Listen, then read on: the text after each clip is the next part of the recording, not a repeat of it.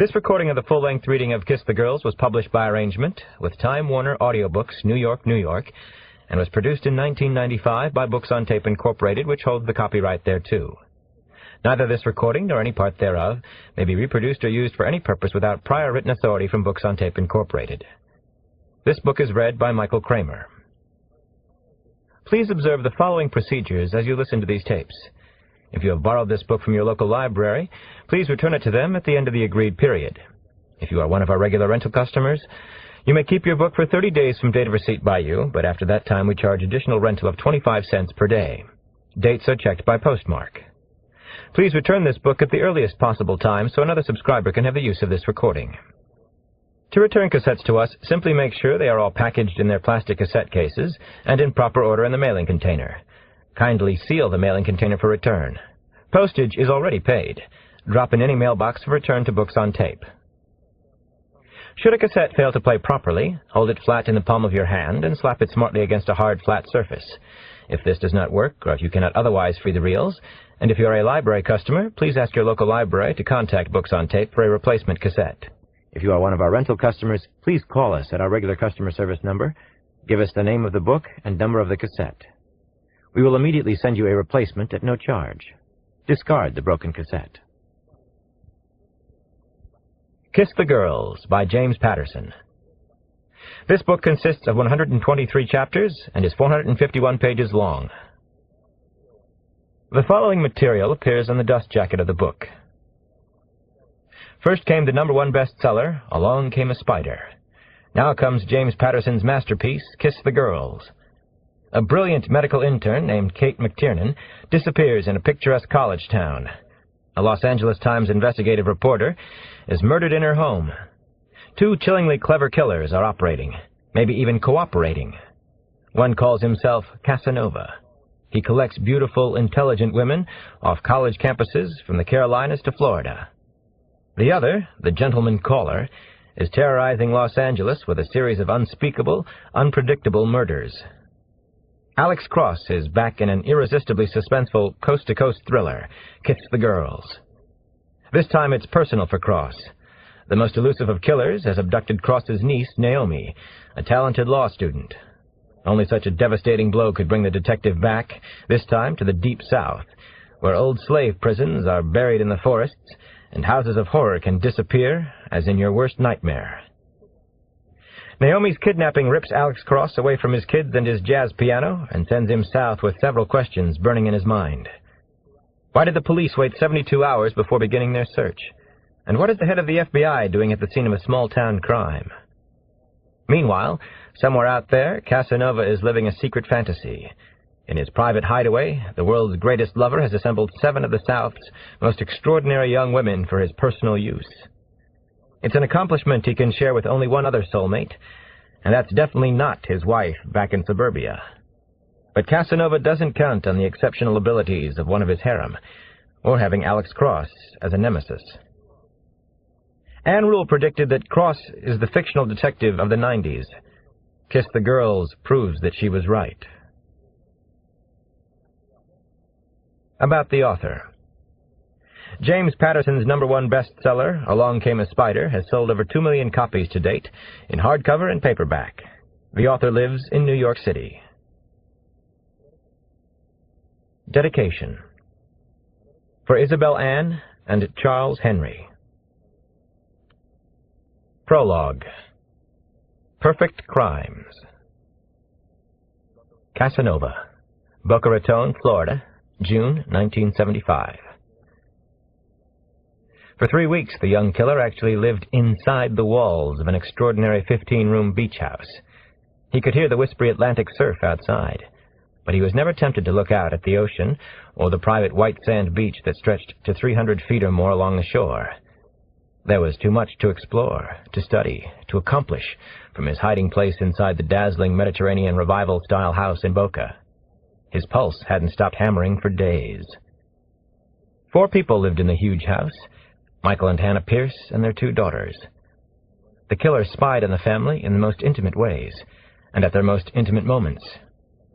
He loved all the little things about the Pierces, especially Hannah's delicate seashell collection and the full fleet of teak sailboats that hung from the ceiling in one of the guest rooms. He watched the elder daughter, Cody, day and night. She attended St. Andrews High School with him. She was stunning. No girl in school was as beautiful or as smart as Cody. He was also keeping his eye on Carrie Pierce. She was only 13, but already a budding fox. Although he was more than 6 feet tall, he easily fit into the air-conditioning ducts of the house. He was wire-thin and hadn't started to fill out yet. The killer was handsome in an Eastern preppy way. Stashed in his hiding place were a handful of dirty novels, highly erotic books he had found during fevered shopping trips to Miami. He had become addicted to the story of schoolgirls in Paris, and voluptuous initiations. He also kept a Smith & Wesson revolver in the walls with him.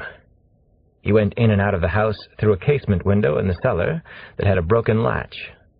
Sometimes he even slept down there, behind an old, gently purring Westinghouse refrigerator, where the Pierces kept extra beer and soda pop for their gala parties, which often ended with a bonfire on the beach. Truth be told, he was feeling a little extra weird that night in June, but nothing to worry about. No problema.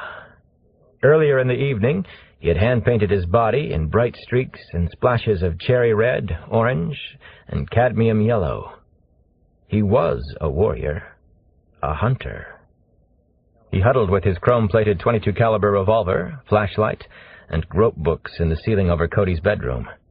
Right on top of her, so to speak. Tonight was the night of nights, the beginning of everything that really mattered in his life. He settled in and began to reread favorite passages from Schoolgirls in Paris. His pocket flashlight cast a dim light on the pages. The book was definitely a major turn-on, but also a big yuck. It was about a respectable French lawyer who paid a buxom headmistress to let him spend nights inside a hotsy-totsy boarding school for girls. The story was filled with the hokiest language. His silver-tipped ferule, his faithless truncheon. He gamma-hooched the ever-willing schoolgirls. After a while, he got tired of reading and peeked at his wristwatch. It was time now, almost 3 a.m. His hands were shaking as he put the book aside and peered through the cross-hatching of the grill. He could barely catch his breath as he watched Cody in bed. The very real adventure was now before him, just as he had imagined it. He savored a thought. My real life is about to begin. Am I really going to do this? Yes, I am. He was definitely living in the walls of the Pierce Beach House. Soon that nightmarish, eerie fact would dominate the front page of every major newspaper throughout the United States. He could barely wait to read the Boca Raton News. The boy in the walls. The killer who actually lived in the walls of a family's house. A stark raving homicidal maniac could be living in your house. Cody Pierce was sleeping like the most beautiful little girl. She had on an oversized University of Miami Hurricanes t-shirt, but it had moved up, and he could see the pink silk bikini panties underneath. She slept on her back, one sun-browned leg crossed over the other. Her pouty mouth was just slightly open, forming the tiniest O, and she looked all innocence and light from his vantage point. She was almost a full-grown woman now. He'd watched her preen in front of the wall mirror just a few hours before, watched her take off her pink lacy push-up bra, watched her as she stared at her perfect breasts. Cody was unbearably haughty and untouchable. Tonight he was going to change all that. He was going to take her. Carefully, silently, he removed the metal grill in the ceiling. Then he crawled out of the wall and down into Cody's sky-blue and pink bedroom. His chest felt constricted, and his breathing was quick and labored. One minute he felt hot, the next he was shivering and cold. 2 small plastic trash bags covered his feet and were secured around his ankles, and he wore the light blue rubber gloves that the Pierce's maid used for house cleaning. He felt like a sleek ninja warrior, and looked like terror itself with his naked, hand-painted body. The perfect crime. He loved the feeling. Could this be a dream? No, he knew it wasn't a dream. This was the real deal. He was actually going to do this. He took a deep breath and felt a burning inside his lungs. For a brief moment, he studied the peaceful young girl he'd admired so many times at St. Andrews. Then he quietly slipped into bed with the one and only Cody Pierce. He took off a rubber glove and gently caressed her perfect sun-bronzed skin. He pretended that he was smoothing coconut-scented suntan oil all over Cody. He was rock-hard already. Her long blonde hair was sun-bleached and felt as soft as rabbit's fur. It was thick and beautiful and smelled forest clean, like balsam. Yes, dreams do come true. Cody suddenly popped open her eyes. They were shiny emerald green gems, and they looked like priceless jewels from Harry Winston's in Boca. She breathlessly said his name, the name she knew him by at school. But he had given himself a new name. He'd named himself, recreated himself. "What are you doing here?" she gasped. "How did you get in?" "Surprise, surprise. I'm Casanova," he whispered against her ear. His pulse was racing off the charts.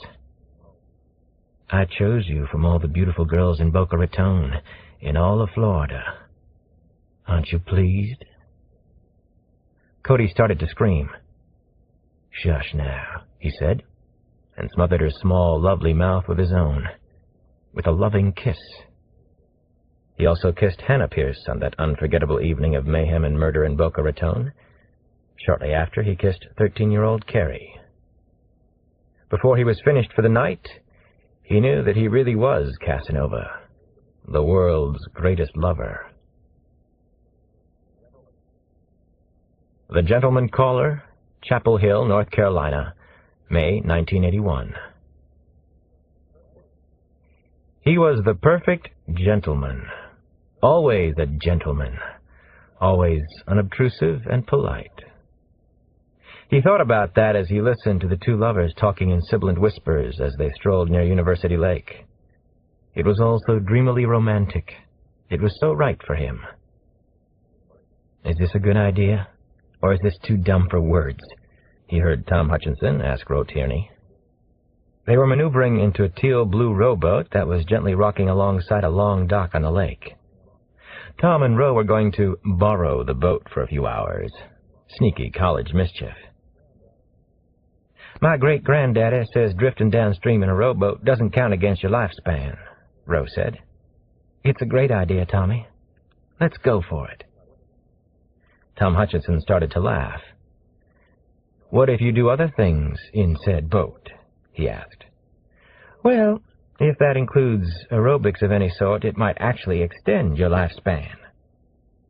Roe's skirt rustled against her smooth thighs as she crossed her legs. "Then stealing off in these nice people's boat for a moonlight ride is a good idea," said Tom. "Great idea." Roe held her ground. "The best. Let's do it." As their rowboat left the dock, the gentleman slipped into the water. He made no sound. He listened to every word, every movement, and every nuance of the lovers' fascinating courting ritual. There was almost a full moon, and it looked serene and beautiful to Tom and Roe as they slowly paddled out into the glistening lake. Earlier in the evening, they had gone out for a romantic dinner in Chapel Hill, and they were both dressed to the hilt. Roe had on a pleated black skirt, a cream-colored silk blouse, silver shell earrings, and her roommate's dress pearls. Perfect boating attire. The gentleman's best guess was that Tom Hutchinson didn't even own the gray suit that he had on. Tom came from Pennsylvania. He was an auto mechanic's son who had made it to captain of the Duke football team, and had also managed to keep a grade index bordering on 4.0. Roe and Tom were the golden couple. It was just about the only thing that students from Duke and the nearby University of North Carolina could agree on. The scandal of Duke's football captain dating Carolina's Azalea Queen made the romance even spicier. They fumbled with uncooperative buttons and zippers as they slowly drifted on the lake. Roe wound up wearing only her earrings and the borrowed dress pearls. Tom had on his white shirt, but it was open all the way, making a kind of tent as he went inside Roe. Under the moon's watchful eye, they began to make love. Their bodies moved smoothly as the boat rocked gently and playfully. Roe made tiny moaning sounds which intermingled with a chorus of cicadas playing shrilly in the distance. The gentleman felt a column of rage welling up inside him. His dark side was bursting through, the brutal repressed animal, the modern-day werewolf. Suddenly, Tom Hutchinson flopped out of Roe Tierney with a tiny thump. Something powerful was pulling him out of the boat. Before he hit the water, Roe heard him yell. It was a strange noise that sounded like "Yarg." Tom swallowed lake water and gagged violently. There was a terrible pain and stinging in his throat. Localized pain, but very intense and frightening. Then, whatever powerful force had pulled him backwards into the lake suddenly released him. The choking pressure left him, just like that. He was being set free. His large, strong hands, quarterback hands, went up to his throat and touched something warm. Blood was gushing out of his throat and spreading through the lake water. A terrible fear, a feeling close to panic, gripped him. Horrified, he felt his throat again and found a knife embedded there. "Oh, Jesus God," he thought, "I've been stabbed. I'm going to die at the bottom of this lake, and I don't even know why." In the rocking, drifting rowboat, meanwhile, Roe Tierney was too confused and shocked even to scream. Her heart was pounding so rapidly and fiercely she could hardly breathe. She stood up in the boat, frantically searching for some sign of Tom. "This must be a sick joke," she thought. "I will never go out with Tom Hutchinson again. Never marry him, never in a million years. This is not funny." She was freezing, and she began to grope for her clothes in the bottom of the boat. Swiftly, close to the boat, someone or something burst out of the black-looking water. It felt like an explosion under the lake. Roe saw a head bobbing above the surface. Definitely a man's head, but it wasn't Tom Hutchinson. "I don't mean to scare you," the gentleman spoke softly, almost conversationally. "Don't be alarmed," he whispered as he reached for the gunwale of the rocking boat. "We are old friends. To be perfectly honest, I've watched you for over 2 years. Suddenly, Roe started to scream, as if there were no tomorrow. For Roe Tierney, there wasn't. Part 1. Scoochie Cross. Chapter 1. Washington, D.C., April 1994. I was on the sun porch of our house on 5th Street when it all began. It was pouring down rain, as my little girl Janelle likes to say, and the porch was a fine place to be. My grandmother had once taught me a prayer that I never forgot. "Thank you for everything just the way it is." It seemed right that day. Almost. Stuck up on the porch wall was a Gary Larson Far Side cartoon. It showed the Butlers of the World annual banquet. One of the butlers had been murdered. A knife was in his chest, right up to the hilt. A detective on the scene said, "God, Collings, I hate to start a Monday with a case like this." The cartoon was there to remind me there was more to life than my job as a homicide detective in D.C. A 2-year-old drawing of Damon's tacked up next to the cartoon was inscribed, "For the best daddy ever." That was another reminder. I played Sarah Vaughan, Billie Holiday, and Bessie Smith tunes on our aging piano. The blues was having its sneaky, sad way with me lately.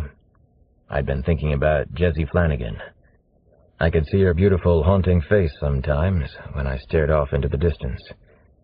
I tried not to stare off into the distance too much. My 2 kids, Damon and Janelle, were sitting on the trusty, if slightly rickety piano bench beside me. Janelle had her small arm wrapped across my back as far as it would stretch, which was about 1/3 of the way. She had a bag of gummy bears in her free hand. As always, she shared with her friends. I was slow sucking a red gummy. She and Damon were whistling along with my piano playing, though for Janny, whistling is more like spitting to a certain pre-established rhythm. A battered copy of Green Eggs and Ham sat on top of the piano, vibrating to the beat. Both Janny and Damon knew I was having some trouble in my life lately, for the past few months, anyway. They were trying to cheer me up. We were playing and whistling the blues, soul, and a little fusion, but we were also laughing and carrying on, as children like us will. I had loved these times with my kids more than I loved all the rest of my life put together, and I had been spending more and more time with them. The Kodak pictures of children always reminded me that my babies will be 7 and 5 years old only one time. I didn't plan to miss any of it. We were interrupted by the sound of heavy footsteps running up the wooden stairs of our back porch. The doorbell rang. 1, 2, 3 tinny rings. Whoever was out there was in a big hurry. "Ding dong, the witch is dead," Damon offered his inspirational thought for the moment. He was wearing wraparound shades, his impression of a cool dude. He was a cool little dude, actually. "No, the witch isn't," countered Janny. I'd recently noticed that she had become a staunch defender of her gender. "It might not be news about the witch," I said, with just the right timing and delivery. The kids laughed. They get most of my jokes, which is a frightening thought. Someone began to pound insistently against the doorframe, and my name was shouted in a plaintive and alarming way. God damn it, leave us be. We don't need anything plaintive or alarming in our lives right now. "Dr. Cross, please come, please! Dr. Cross!" The loud shouts continued. I didn't recognize the woman's voice, but privacy doesn't seem to count when your first name is Doctor. I held the kids down, my hands fastened onto the tops of their small heads. "I'm Dr. Cross, not you two. Just keep on humming and hold my place. I'll be right back." "I'll be back," said Damon in his best Terminator voice. I smiled at his joke. He is a second-grade wise guy already. I hurried to the back door, grabbing my service revolver on the way. This can be a bad neighborhood even for a cop, which I am. I peered out through the foggy and grimy window panes to see who was on our porch steps. I recognized the young woman. She lived in the Langley Projects. Rita Washington was a 23-year-old pipehead who prowled our streets like a gray ghost. Rita was smart, nice enough, but impressionable and weak. She had taken a very bad turn in her life, lost her looks, and now was probably doomed. I opened the door and felt a cold, wet gust of wind slap me against my face. There was a lot of blood on Rita's hands and wrists, and on the front of her green fake leather car coat. "Rita, what in hell happened to you?" I asked. I guessed that she'd been gut shot or stabbed over some drugs. Please come with me." Rita Washington started to cough and sob at the same time. "It little Marcus Daniels," she said, and cried even louder. "He been stabbed. It be real bad. He call your name. He asked for you, Dr. Cross." "You stay there, kids. I'll be right back," I shouted over Rita Washington's hysterical cries. "Nana, please watch the kids," I yelled even louder. "Nana, I have to go out." I grabbed my coat and followed Rita Washington into the cold, teeming rain. I tried not to step on the bright red blood dripping like wet paint all over our porch steps. Chapter 2. I ran as fast as I could down 5th Street. I could feel my heart going whoomp, whoomp, whoomp, and I was sweating profusely in spite of the nasty, steady, cold spring rain. Blood was pounding furiously in my head. Every muscle and tendon in my body was straining, and my stomach clenched real hard. I held 11-year-old Marcus Daniels in my arms, clutched tightly against my chest. The little boy was bleeding badly. Rita Washington had found Marcus on the oily, darkened stairway leading to the basement in his building and had taken me to his crumpled body. I ran like the wind, crying inside, holding it back as I'd been taught to do on the job and most everywhere else. People who don't normally stare at much in Southeast were staring at me as I rumbled forward like a 10-axle semi on the loose in the inner city. I outpaced gypsy cabs, shouting at everybody to get out of my way. I passed ghost store after ghost store, boarded up with dark, rotting plywood that was scrawled with graffiti. I ran over broken glass and rubble, Irish rose bottles, and occasional dismal patches of weeds and loose dirt. This was our neighborhood, our share in the dream, our capital. I remembered a saying I'd heard about D.C. Stoop down, and you'll get stepped on. Stand tall, and you'll be shot at. As I ran, poor Marcus was throwing off blood like a soaking wet puppy dog shedding water. My neck and arms were on fire, and my muscles continued to strain. "Hold on, baby," I said to the little boy. "Hold on, baby. I prayed. Halfway there, Marcus cried out in a tiny voice, "Dr. Alex, man." That was all he said to me. I knew why. I knew a lot about little Marcus.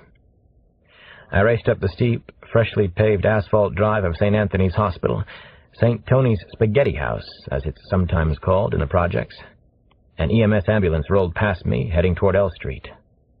The driver wore a Chicago Bulls cap pulled sideways, its brim pointing strangely in my direction. Loud rap music blared from the van, and it must have been deafening inside. The driver and medic didn't stop, didn't seem to consider stopping. Life in Southeast goes like that sometimes. You can't stop for every murder or mugging that you come across on your daily rounds. I knew my way to St. Anthony's emergency room. I'd been there too many times. I shouldered open the familiar swinging glass door. It was stenciled emergency, but the letters were peeling away, and there were nail scratches on the glass. "We're here, Marcus. We're at the hospital," I whispered to the little boy. But he didn't hear me. He was unconscious now. "I need some help here. People, I need some help with this boy," I shouted. The Pizza Hut delivery man would have gotten more attention. A bored-looking security guard glanced my way and gave me his practiced, flat-faced stare. A shabby stretcher clattered loudly down the halls of medicine. I saw nurses I knew, Annie Bell Waters and Tanya Haywood in particular. "Bring him right here." Annie Waters quickly cleared away once she sized up the situation. She didn't ask me any questions as she pushed other hospital workers and the walking wounded out of our path. We sailed past the reception desk with "Sign in here" in English, Spanish, and Korean. I smelled hospital antiseptic on everything. "Tried to cut his throat with a gravity knife. I think he nicked the carotid artery," I said as we rushed down a crowded puke-green corridor that was thick with faded signs.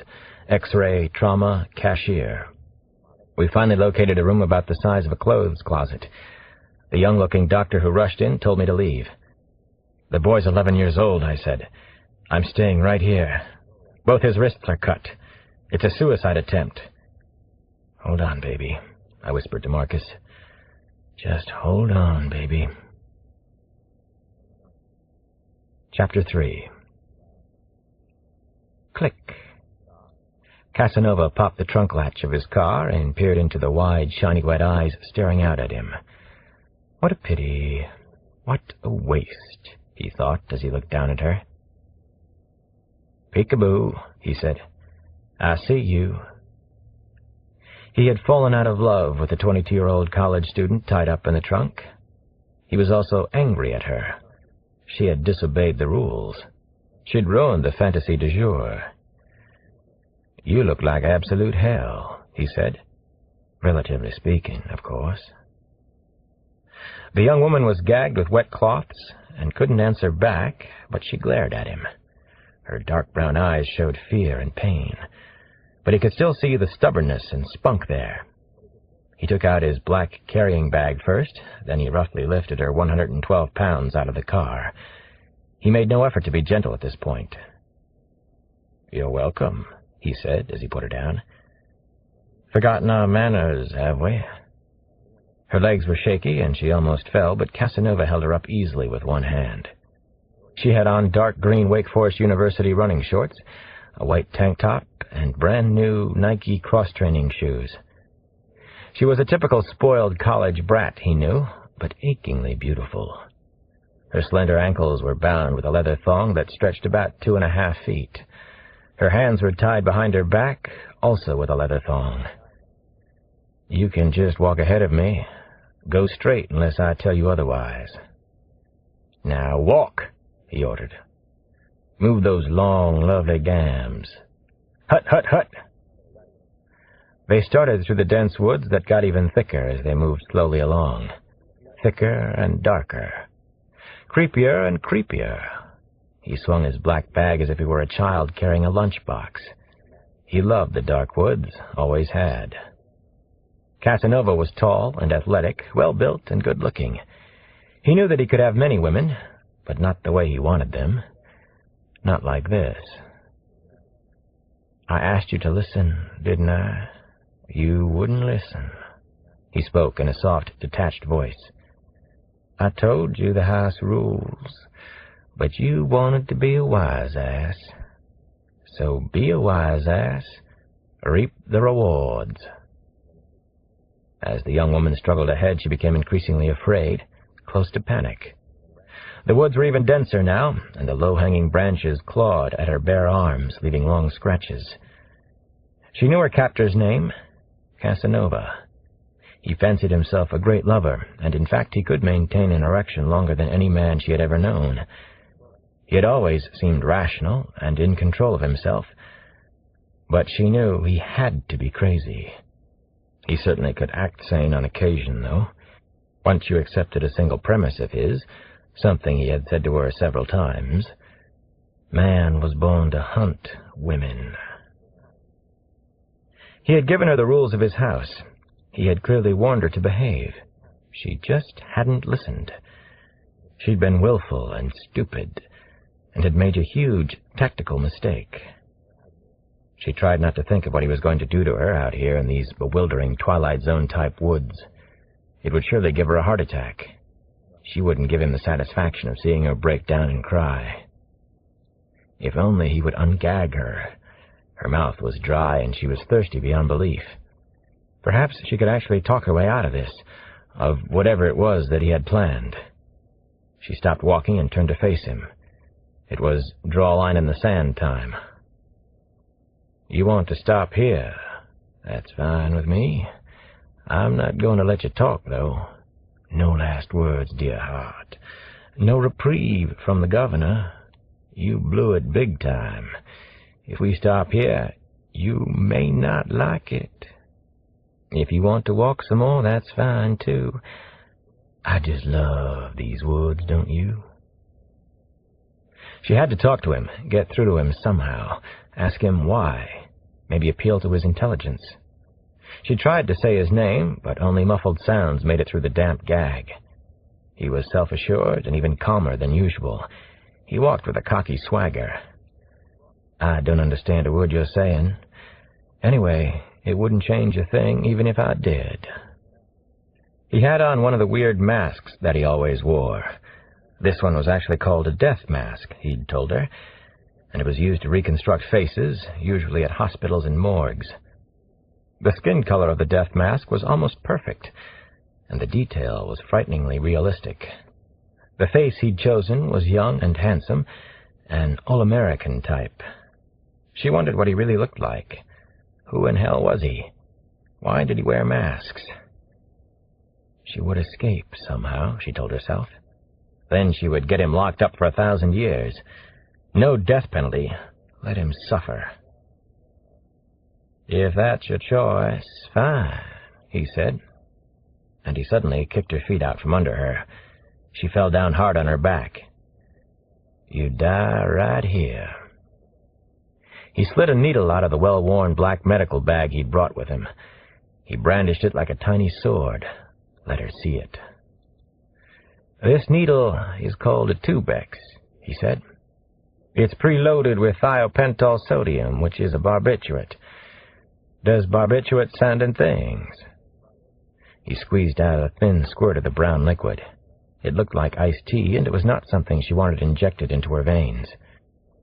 What does it do? What are you doing to me? She screamed into the tight gag.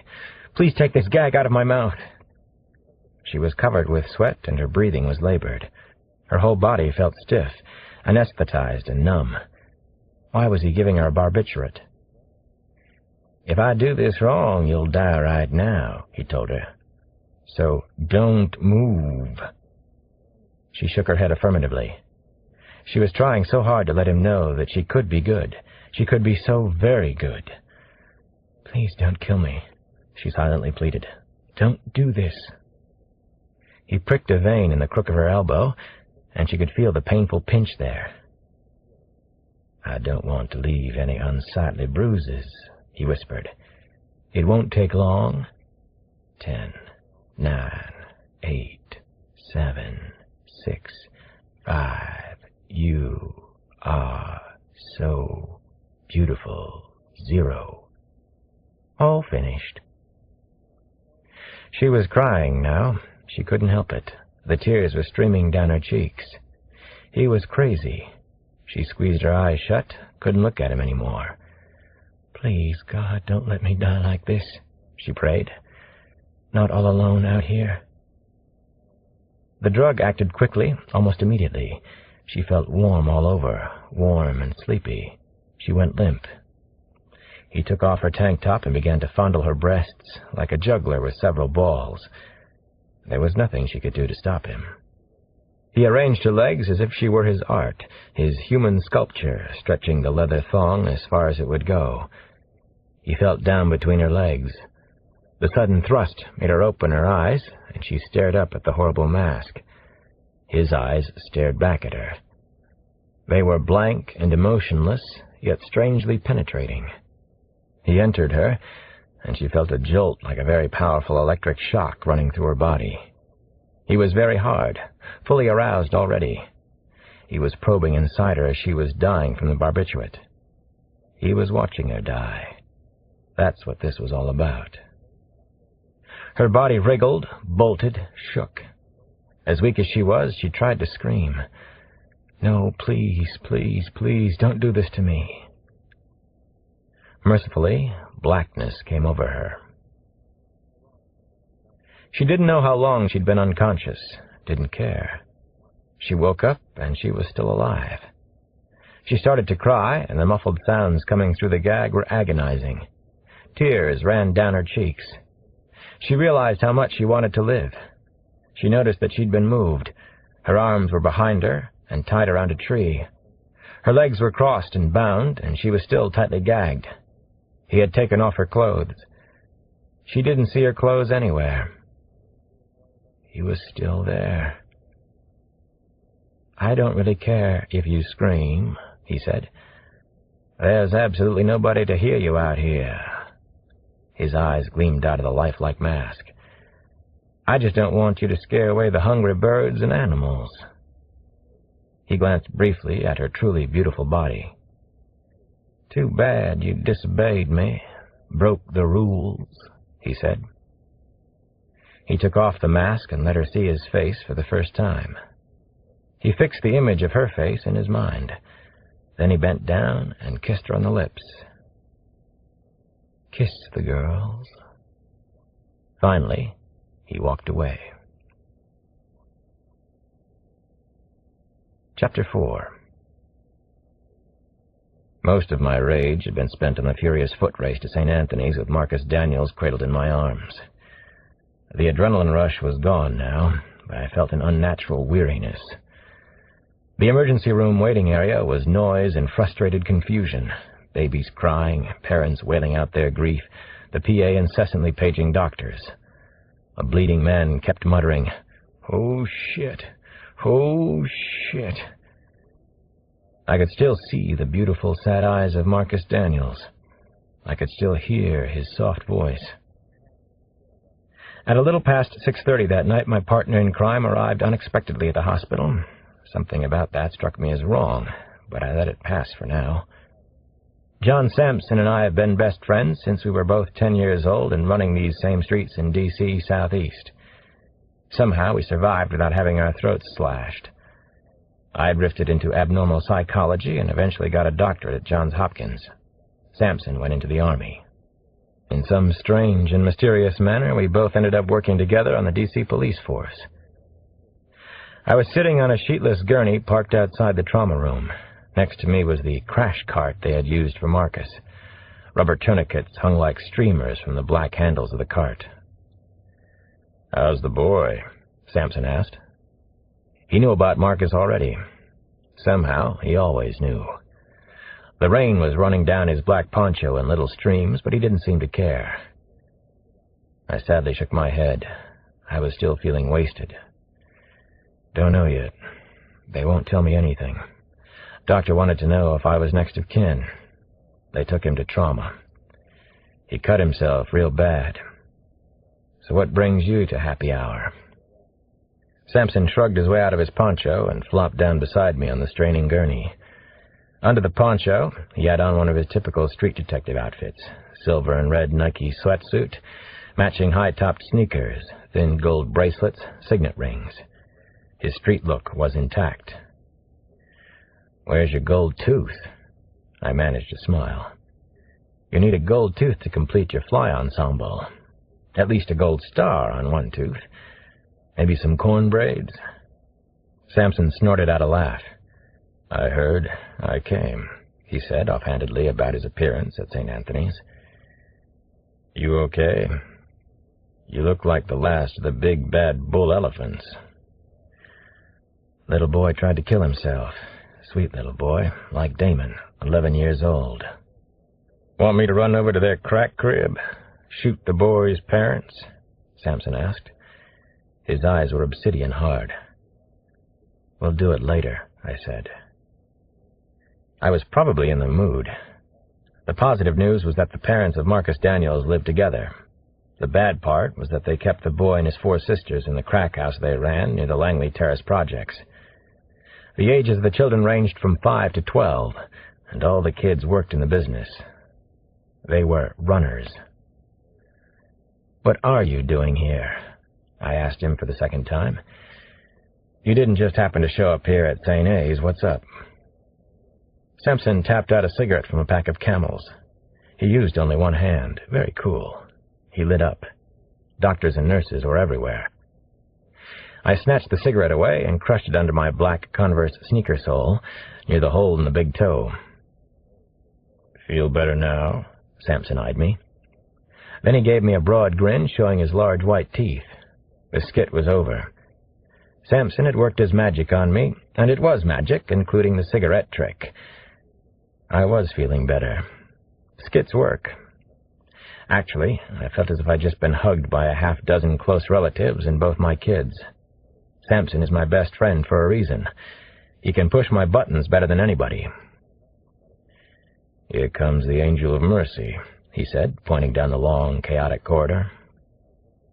Annie Waters was walking towards us, with her hands thrust deeply into the pockets of her hospital coat. She had a tight look on her face, but she always does. "I'm real sorry, Alex. The boy didn't make it. I think he was nearly gone when you got him here. Probably living on all that hope you carry bottled up inside you." Powerful images and visceral sensations of carrying Marcus along 5th and L Streets flashed before me.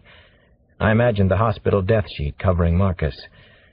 It's such a small sheet that they use for children. The boy was my patient.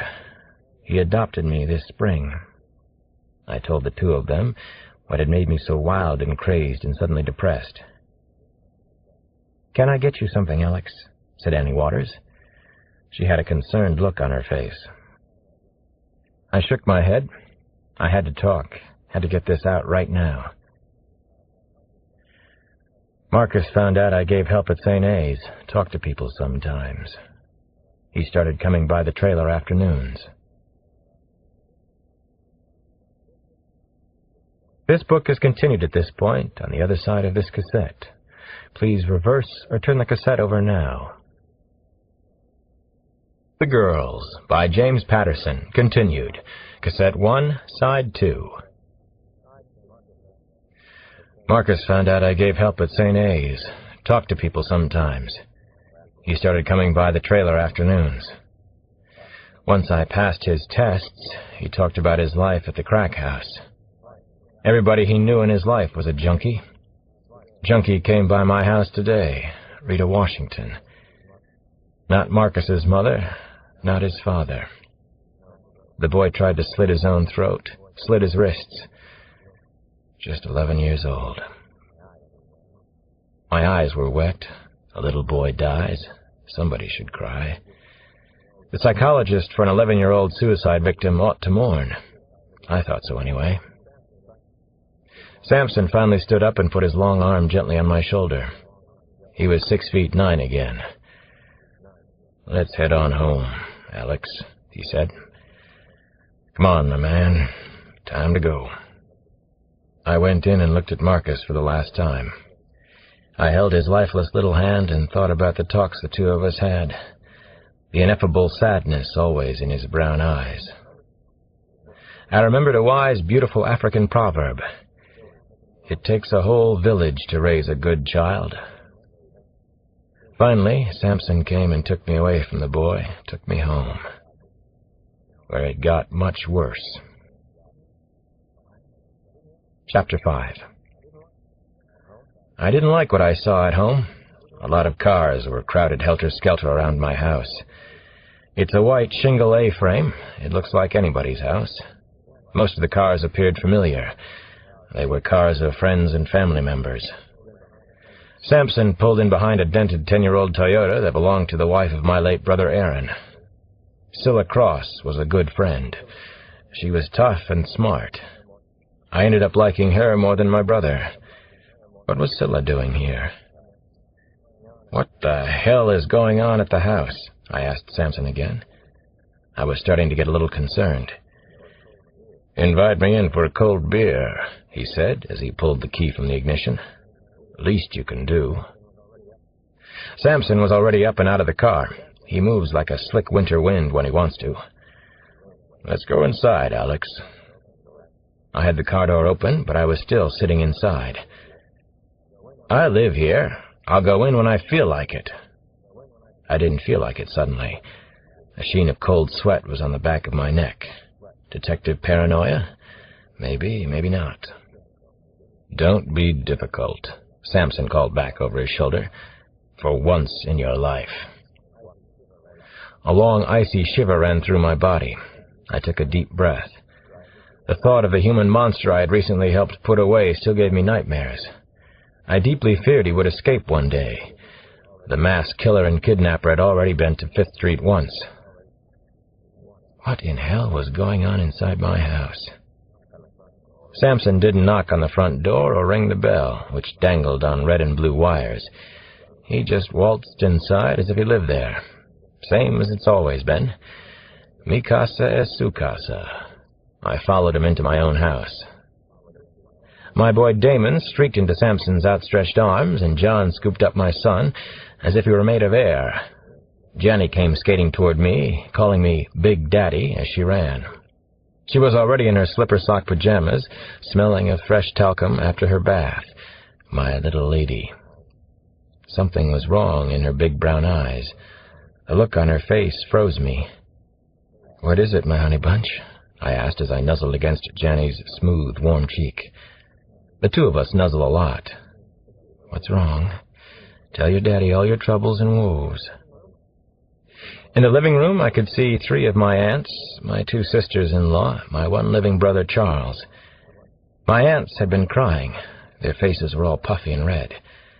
So had my sister-in-law, Scylla, and she isn't one to get weepy without a good reason. The room had the unnatural claustrophobic look of a wake. Somebody has died, I thought. Somebody we all love has died. But everybody I love seemed to be there, present and accounted for. Nana Mama, my grandmother, was serving coffee, iced tea, and also cold chicken pieces, which no one seemed to be eating. Nana lives on 5th Street with me and the kids. In her own mind, she's raising the 3 of us. Nana had shrunk to around 5 feet by her 80th year. She is still the most impressive person I know in our nation's capital, and I know most of them, the Reagans, the Bush people, and now the Clintons. My grandmother was dry-eyed as she did her serving. I have rarely seen her cry, though she is a tremendously warm and caring person. She just doesn't cry anymore. She says she doesn't have that much of life left, and she won't waste it on tears. I finally walked into the living room and asked the question that was beating against the inside of my head. "It's nice to see everyone, Charles, Scylla, Aunt Tia. But would someone please tell me what's going on here?" They all stared at me. I still had Jenny cradled in my arms. Sampson had Damon tucked like a hairy football under his massive right arm. Nana spoke for the assembled group. Her almost inaudible words sent the sharpest pain right through me. "It's Naomi," she said quietly. "Scoochie is missing, Alex." Then Nana Mama started to weep for the first time in years. Chapter 6. Casanova screamed. The loud sound coming from deep inside his throat turned into a raspy howl. He was crashing through the deep woods thinking about the girl he had abandoned back there. The horror of what he had done. Again. Part of him wanted to go back for the girl, save her, an act of mercy. He was experiencing spasms of guilt now, and he began to run faster and faster. His thick neck and chest were covered with perspiration. He felt weak, and his legs were rubbery and undependable. He was fully conscious of what he had done. He just couldn't stop himself. Anyway, it was better this way. She had seen his face. It was stupid of him to think she would ever be able to understand him. He had seen the fear and loathing in her eyes. If only she'd listen when he tried to talk to her. After all, he was different from other mass killers. He could feel everything he did. He could feel love and suffer loss and... He angrily swept away the death mask. It was all her fault. He would have to change personas now. He needed to stop being Casanova. He needed to be himself, his pitiful other self. Chapter 7. It's Naomi. Scoochie is missing, Alex. We held the most intense cross-family emergency conference in our kitchen, where they've always been held. Nana made more coffee and also herbal tea for herself. I put the kids to bed first. Then I cracked open a bottle of blackjack and poured stiff drinks of whiskey all around. I learned that my 22-year-old niece had been missing in North Carolina for 4 days. The police down there had waited that long to contact our family in Washington. As a policeman, I found that hard to understand. 2 days was pretty standard in missing person cases. 4 days made no sense. Naomi Cross was a law student at Duke University. She'd made law review and was near the top of her class. She was the pride of everyone in our family, including myself. We had a nickname for her that went back to when she was 3 or 4 years old. Scoochie. She always used to scooch up close to everybody when she was little. She loved to scooch and hug and be hugged. After my brother Aaron died, I helped Scylla to raise her. It wasn't hard. She was always sweet and funny, cooperative, and so very smart. Scoochie was missing in North Carolina 4 days now. I talked to a detective named Ruskin, Sampson told the group in the kitchen. He was trying not to act like a street cop, but he couldn't help it. He was on the case now, flat-faced and serious, the Sampson stare. Detective Ruskin sounded knowledgeable about Naomi's disappearance. Seemed like a straight-ahead cop on the phone. Something strange, though. Told me that a law school friend of Naomi's reported her missing. Her name's Mary Ellen Clark. I had met Naomi's friend. She was a future lawyer from Garden City, Long Island. Naomi had brought Mary Ellen home to Washington a couple of times. We'd gone to hear Handel's Messiah together one Christmas at the Kennedy Center. Sampson took off his dark glasses and kept them off, which is rare for him. Naomi was his favorite, and he was as shook up as the rest of us. She called Sampson his grimness and Darth One, and he loved it when she teased him. Why didn't this Detective Ruskin call us before now? Why didn't those university people call me? My sister-in-law asked. Scylla is 41. She has allowed herself to grow to ample proportions. I doubted that she was 5'4", but she had to be close to 200 pounds. She'd told me that she didn't want to be attractive to men anymore. Don't know the answer to that yet, Sampson told Scylla and the rest of us. They told Mary Ellen Clark not to call us. What exactly did Detective Ruskin have to say about the delay? I asked Sampson. Detective said there were extenuating circumstances. He wouldn't elaborate for me, persuasive as I can be. You tell him we could have the conversation in person? Sampson nodded slowly. Uh-huh. He said the result would be the same. I told him I doubted that. He said okay. Man seemed to have no fears. Black man? Nana asked. She is a racist and proud of it. She says she's too old to be socially or politically correct. She doesn't so much dislike white people as distrust them. No, but I don't think that's the problem, Nana. Something else is going on. Sampson looked across the kitchen table at me. I don't think he could talk. FBI? I asked. It was the obvious guess when things get overly secretive. The FBI understands better than Bell Atlantic, the Washington Post, and the New York Times that information is power. That could be the problem. Ruskin would admit it on the phone. I better talk to him, I said. In person would probably be best, don't you think? I think that would be good, Alex. Scylla spoke up from her end of the table. Maybe I'll tag along, Sampson said, grinning like the predatory wolf that he is. There were sage nods and at least one hallelujah in the overcrowded kitchen. Scylla came around the table and hugged me tight. My sister-in-law was shaking like a big, spreading tree in a storm. Sampson and I were going south. We were going to bring back Scoochie. Chapter 8. I had to tell Damon and Janny about their Auntie Scooch, which is what the kids have always called her. My kids sensed something bad had happened. They knew it, just as they somehow know my most secret and vulnerable places. They had refused to go to sleep until I came and talked to them. Where's Auntie Scooch at? What happened to her? Damon demanded as soon as I entered the kids' bedroom.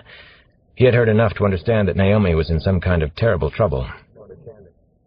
I have a need always to tell the kids the truth, if it's possible. I'm committed to truth-telling between us.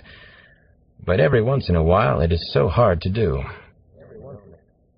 We haven't heard from Aunt Naomi in a few days, I began. That's why everybody is worried tonight, and why they came over to our house, I said. I went on. Daddy's on the case now. I'm going to do my best to find Aunt Naomi in the next couple of days. You know that your daddy usually solves problems, am I right?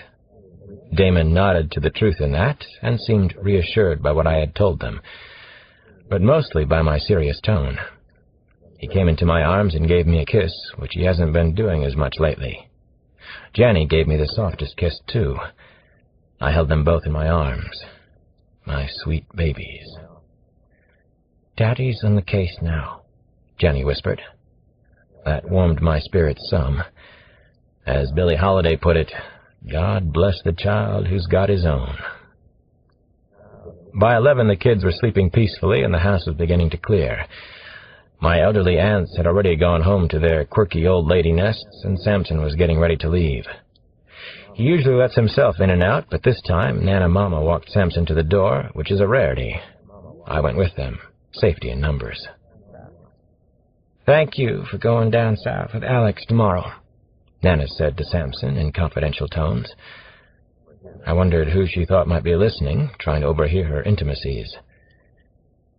You see now, John Sampson, you can be civilized and somewhat useful when you want to be. Didn't I always tell you that? She pointed a curled, knobby finger at his massive chin. Didn't I? Sampson grinned down at her. He revels in his physical superiority even to a woman who is 80. I let Alex go by himself. I'd only have to come later, Nana. Rescue him and Naomi, he said. Nana and Sampson cackled like a pair of cartoon crows on an old familiar fence post. It was good to hear them laugh. Then she somehow managed to wrap her arms around Sampson and me. She stood there, like some little old lady holding on to her two favorite redwood trees. I could feel her fragile body tremble. Nana Mama hadn't hugged the two of us like that in 20 years. I knew that she loved Naomi as if she were her own child, and she was very afraid for her. It can't be Naomi. Nothing bad could happen to her, not to Naomi. The words kept drifting through my head. But something had happened to her, and now I would have to start thinking and acting like a policeman, like a homicide detective in the South. Have faith and pursue the unknown end. Oliver Wendell Holmes said that. I have faith. I pursue the unknown. That's my job description. Chapter 9. 7 o'clock in the evening was a busy time in late April on the stunningly beautiful campus of Duke University. The physical impressiveness of the students was visible everywhere at the self-proclaimed Harvard of the South. The magnolia trees, especially along Chapel Drive, were plentiful and in full bloom. The well-kept and striking orderliness of the grounds made it one of the most visually satisfying campuses in the United States. Casanova found the fragrant air intoxicating as he strolled between tall gray-stone gates and onto the university's west campus. It was a few minutes past 7. He had come for one reason only: to hunt. The entire process was exhilarating and irresistible, impossible to stop once he had begun. This was foreplay, lovely in every way. I'm like a killer shark with a human brain and even a heart, Casanova thought as he walked. I'm a predator without fear, a thinking predator. He believed that men loved the hunt, lived for it, in fact, though most wouldn't admit it. A man's eyes never stopped searching for beautiful, sensual women, or for sexy men and boys, for that matter. All the more at a prime location like the Duke campus, or the campuses at the University of North Carolina at Chapel Hill, or North Carolina State University at Raleigh, or many others he'd visited throughout the Southeast. Just look at them. The slightly uppity Duke co-eds were among the very finest and most contemporary American women. Even in dirty cutoffs, or ridiculous holy 501s, or baggy hobo's pants, they were something to see, to watch, occasionally to photograph, to fantasize about endlessly. Nothing could be finer, Casanova thought, whistling a bar of the beamish old tune about a life of leisure in the Carolinas. He casually sipped an icy Coca-Cola as he watched the students at play. He was playing a game of skill himself. Several complicated games at once, actually. The games had become his life. The fact that he had a respectable job, another life, no longer mattered. He checked each passing woman who even looked like a faint possibility for his collection. He studied shapely young co-eds, older women professors, and female visitors in the Duke Blue Devils T-shirts that seemed de rigueur for outsiders. He licked his lips in anticipation. Here was something splendid up ahead. A tall, slender, exquisite black woman leaned against a shapely old oak in the Eden's Quad. She was reading the Duke Chronicle, which she'd folded into thirds. He loved the smooth shine of her brown skin, her artistically braided hair. But he moved on. Yes, men are hunters by nature, he was thinking. He was off in his own world again. Faithful husbands were oh so careful and furtive with their looks. Fresh-eyed boys of 11 and 12 appeared very innocent and playful. Grandfathers pretended to be above the fray and were just cute with their affection. But Casanova knew they were all watching, constantly selecting, obsessed with mastering the hunt from puberty to the grave. It was a biological necessity, no? He was quite certain of that. Women nowadays were demanding that men accept the fact that their female biological clocks were ticking. Well, with men, it was their biological cocks that were ticking. Constantly ticking, those cocks. That was a fact of nature, too. Everywhere he went, at virtually any time of day or night, he could feel the pulsing beat inside. Tick-cock, tick-cock, tick-cock, tick-cock. A beautiful honey-blonde co-ed sat cross-legged on the grass intersecting his path. She was reading a paperback, Carl Jasper's Philosophy of Existence. The rock group Smashing Pumpkins was contributing mantra-like riffs from a portable CD player. Casanova smiled to himself. Tick-tock. The hunt was relentless for him. He was Priapus for the 90s. The difference between him and so many gutless modern men was that he acted on his natural impulses. He relentlessly searched out a great beauty, and then he took her. What an outrageously simple idea.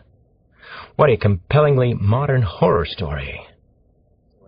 He watched two petite Japanese co-eds chowing down on greasy North Carolina barbecue from the new Crook's Corner 2 restaurant in Durham. They looked so delicious eating their dinner, wolfing their barbecue like small animals. North Carolina barbecue consisted of pork cooked over a fire, seasoned with a vinegar-laced sauce, then finely chopped. You couldn't eat barbecue without slaw and hush-puppies. He smiled at the unlikely scene. Yum. Still, he moved on. Sights and scenes caught his eye. Pierced eyebrows, tattooed ankles, Lollapalooza t-shirts, lovely flowing breasts, legs, thighs, everywhere he looked. He finally came to a small Gothic-style building near the Duke University Hospital, North Division. This was a special annex where terminally ill cancer patients from all over the South were cared for during their final days. His heart began to pound, and a series of small tremors shook his body. There she was. Chapter 10. There was the most beautiful woman in the South. Beautiful in all ways. Not only was she physically desirable, she was extremely smart. She might be able to understand him. Maybe she was as special as he was. He almost said the words out loud, and believed them to be absolutely true. He had done a great deal of homework on his next victim. Blood began to pump and rush into his forehead. He could feel a throbbing all through his body.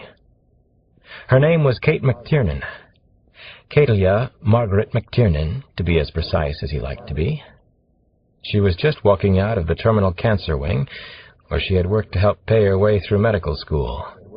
She was all by her lonesome, as usual. Her last boyfriend had warned her that she was going to end up a beautiful old maid. Fat chance of that. Obviously, it was Kate McTiernan's decision to be alone as much as she was. She could have been with nearly anyone she chose. She was stunningly beautiful, highly intelligent, and compassionate, from what he could tell so far. Kate was a grind, though. She was incredibly dedicated to her medical studies and hospital duties. Nothing was overdone about her, and he appreciated that. Her long, curly brown hair framed her narrow face nicely. Her eyes were dark blue and sparkled when she smiled. Her laugh was catchy, irresistible. She had an all-American look, but not banal. She was a hard body, but she appeared so soft and feminine.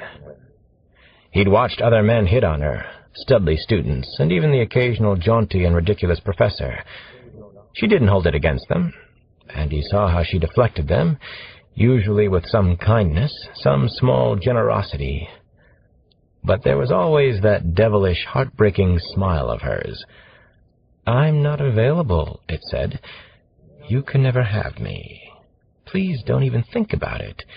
It's not that I'm too good for you. I'm just different."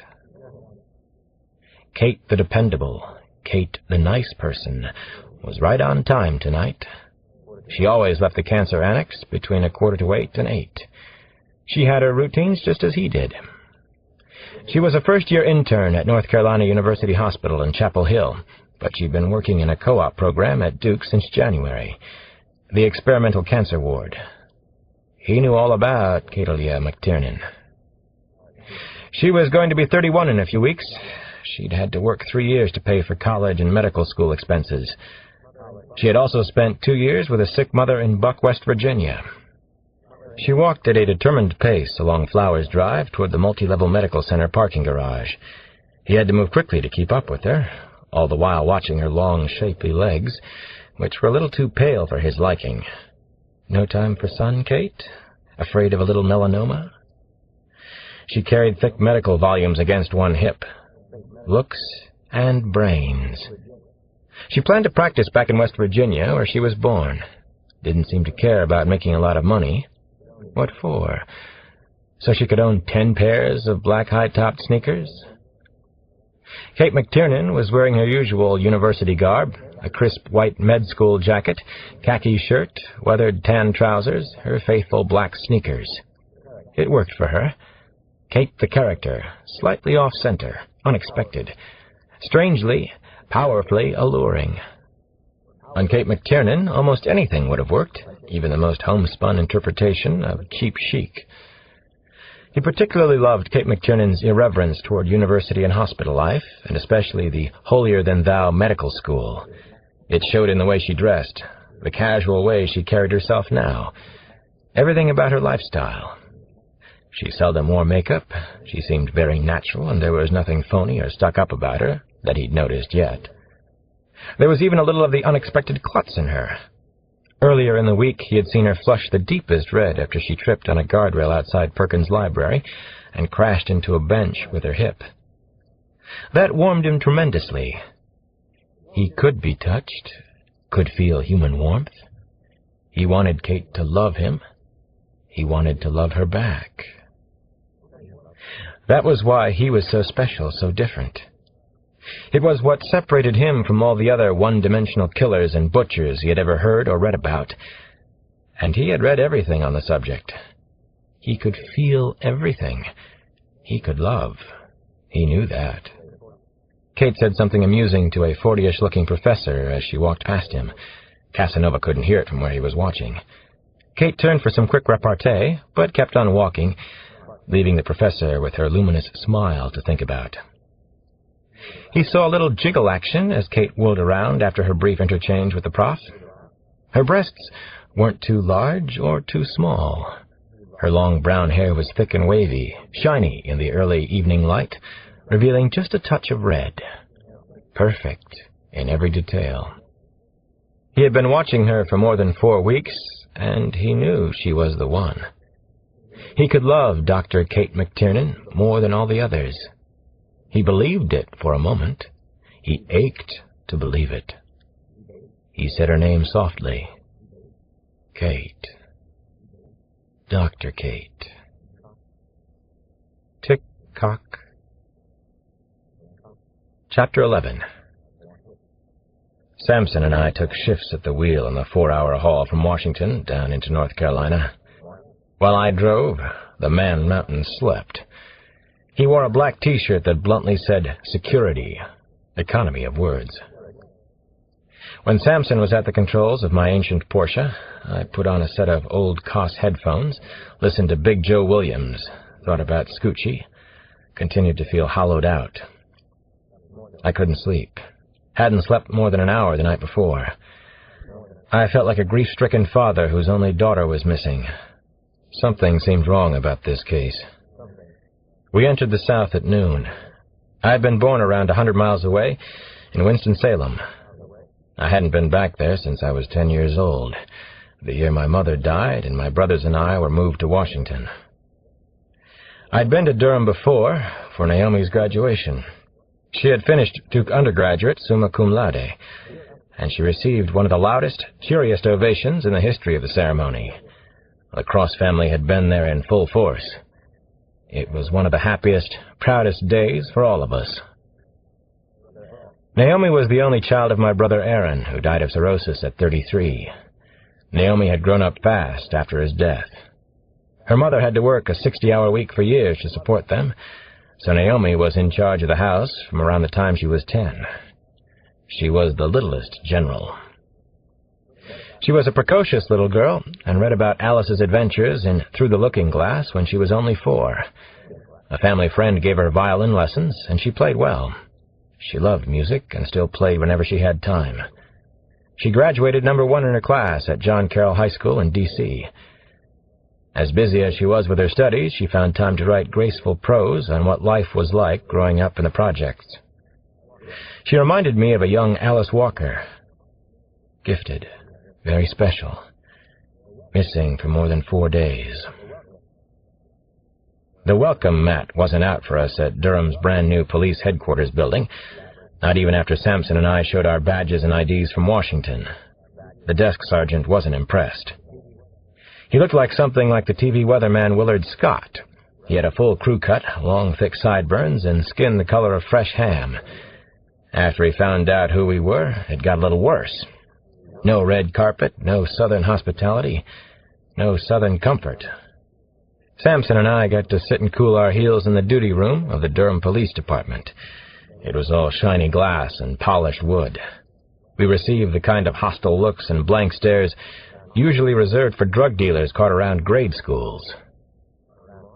"Feel like we just landed on Mars," Sampson said, as we waited and watched Durham's finest, watched complainants come and go. "Don't like the feeling I get from the Martians. Don't like their beady little Martian eyes. Don't think I like the New South." "You think about it, we'd fit in the same anywhere," I told Sampson. "We'd get the same reception, same cold stares at Nairobi Police Headquarters." "Maybe," Sampson nodded behind his dark glasses. "But at least they'd be black Martians. At least they'd know who John Coltrane is." Durham detectives Nick Ruskin and Davy Sykes finally came down to see us an hour and a quarter after we arrived. Ruskin reminded me a little of Michael Douglas in his dark hero cop roles. He wore a coordinated outfit, green and tan tweed jacket, stone-washed jeans, yellow pocket tee. He was about my height, which would make him 6'3" or so, a little bigger than life. His long, brownish hair was slicked back and razor-cut. Davy Sykes was well-built. His head was a solid block that made sharp right angles with his shoulders. He had sleepy oatmeal-brown eyes, almost no effect that I could discern. Sykes was a sidekick type, definitely not the leader, at least not if first appearances meant anything. The two detectives shook hands with us and acted as if all were forgiven, as if they were forgiving us for intruding. I had the feeling that Ruskin especially was used to getting his way inside the Durham PD. He seemed like the local star, the main man around these parts, matinee idol at the Durham triplex. "Sorry about the wait, Detective Cross, Sampson. It's been busy as a son of a bitch around here," Nick Ruskin said. He had a light southern accent, lots of confidence in himself. He hadn't mentioned Naomi by name yet. Detective Sykes was silent, didn't say a word. "You two like to take a ride with Davy and me? I'll explain the situation on the way. There's been a homicide. That's what's had us all tied up. Police found a woman's body out in F-land. This is a real bad one." Chapter 12. This is a real bad one. A woman's body in F-land. What woman? Sampson and I followed Ruskin and Sykes out to their car, a forest green Saab Turbo. Ruskin got in the driver's seat. I remembered Sergeant Esterhouse's words in Hill Street Blues. "Let's be careful out there." "You know anything at all about the murdered woman?" I asked Nick Ruskin as we headed on to West Chapel Hill Street. He had his siren screaming, and he was already driving fast. He drove with a kind of brashness and cockiness. "I don't know enough," Ruskin said. "That's our problem, Davy's and mine, with this investigation. We can't get straight dick information about much of anything. That's probably why we're in such a good mood today. You notice?" "Yeah, we noticed," Sampson said. I didn't look over at him. I could feel the steam rising in the back seat, though, heat coming off his skin. Davy Sykes glanced back and frowned at Sampson. I got the feeling they weren't going to become best buddies. Ruskin continued talking. He seemed to like the spotlight, being on the big case. "This entire case is under the control of the FBI now. The DEA got in the act, too. I wouldn't be surprised if the CIA was part of the crisis team. They did send some kinky crackerjack down from their fancy outpost in Sanford." "What do you mean, this entire case?" I asked Ruskin. Warning alarms were sounding in my head. I thought of Naomi again. This is a real bad one. Ruskin turned around quickly and looked at me. He had penetrating blue eyes, and they seemed to be sizing me up. "Understand, we're not supposed to tell you anything. We're not authorized to bring you out here either." "I hear what you're saying," I said. I appreciate the help." Once again, Davy Sykes turned and looked at us. I felt as if Sampson and I were on the other team, looking over the line of scrimmage, waiting for the ball snap, the crunch of bodies. "We're on our way to the third murder site," Ruskin went on. "I don't know who the victim is. Goes without saying that I hope the victim isn't your niece." "What's this case all about? Why all the mystery?" Sampson asked. He sat forward in his seat. "We're all cops here. Talk straight to us." The Durham homicide detective hesitated before he answered. "A few women, let's say several, have disappeared in a 3-county area, Durham, Chatham, and Orange, which you're in now. The press has reported a couple of disappearances and 2 murders so far. Unrelated murders." "Don't tell me the media is actually cooperating with an investigation," I said. Ruskin half smiled. "Not in your wildest wet dreams. They only know what the FBI has decided to tell them. Nobody's actually withholding information, but nothing's being volunteered either." "You mentioned that several young women have disappeared," I said. "How many exactly? Tell me about them." Ruskin talked out of the side of his mouth. "We believe 8 to 10 women are missing, all young, late teens and early 20s, all students in college or high school. Only 2 bodies have been found, though. The one we are going to see could make 3. All the bodies were discovered in the last 5 weeks. The Phoebes think we're in the middle of what could be one of the worst kidnapping and murder sprees ever in the South." "How many FBI in town?" Sampson asked. "Squad? Battalion?" "They're here in full force. They have evidence that the disappearances extend beyond state lines.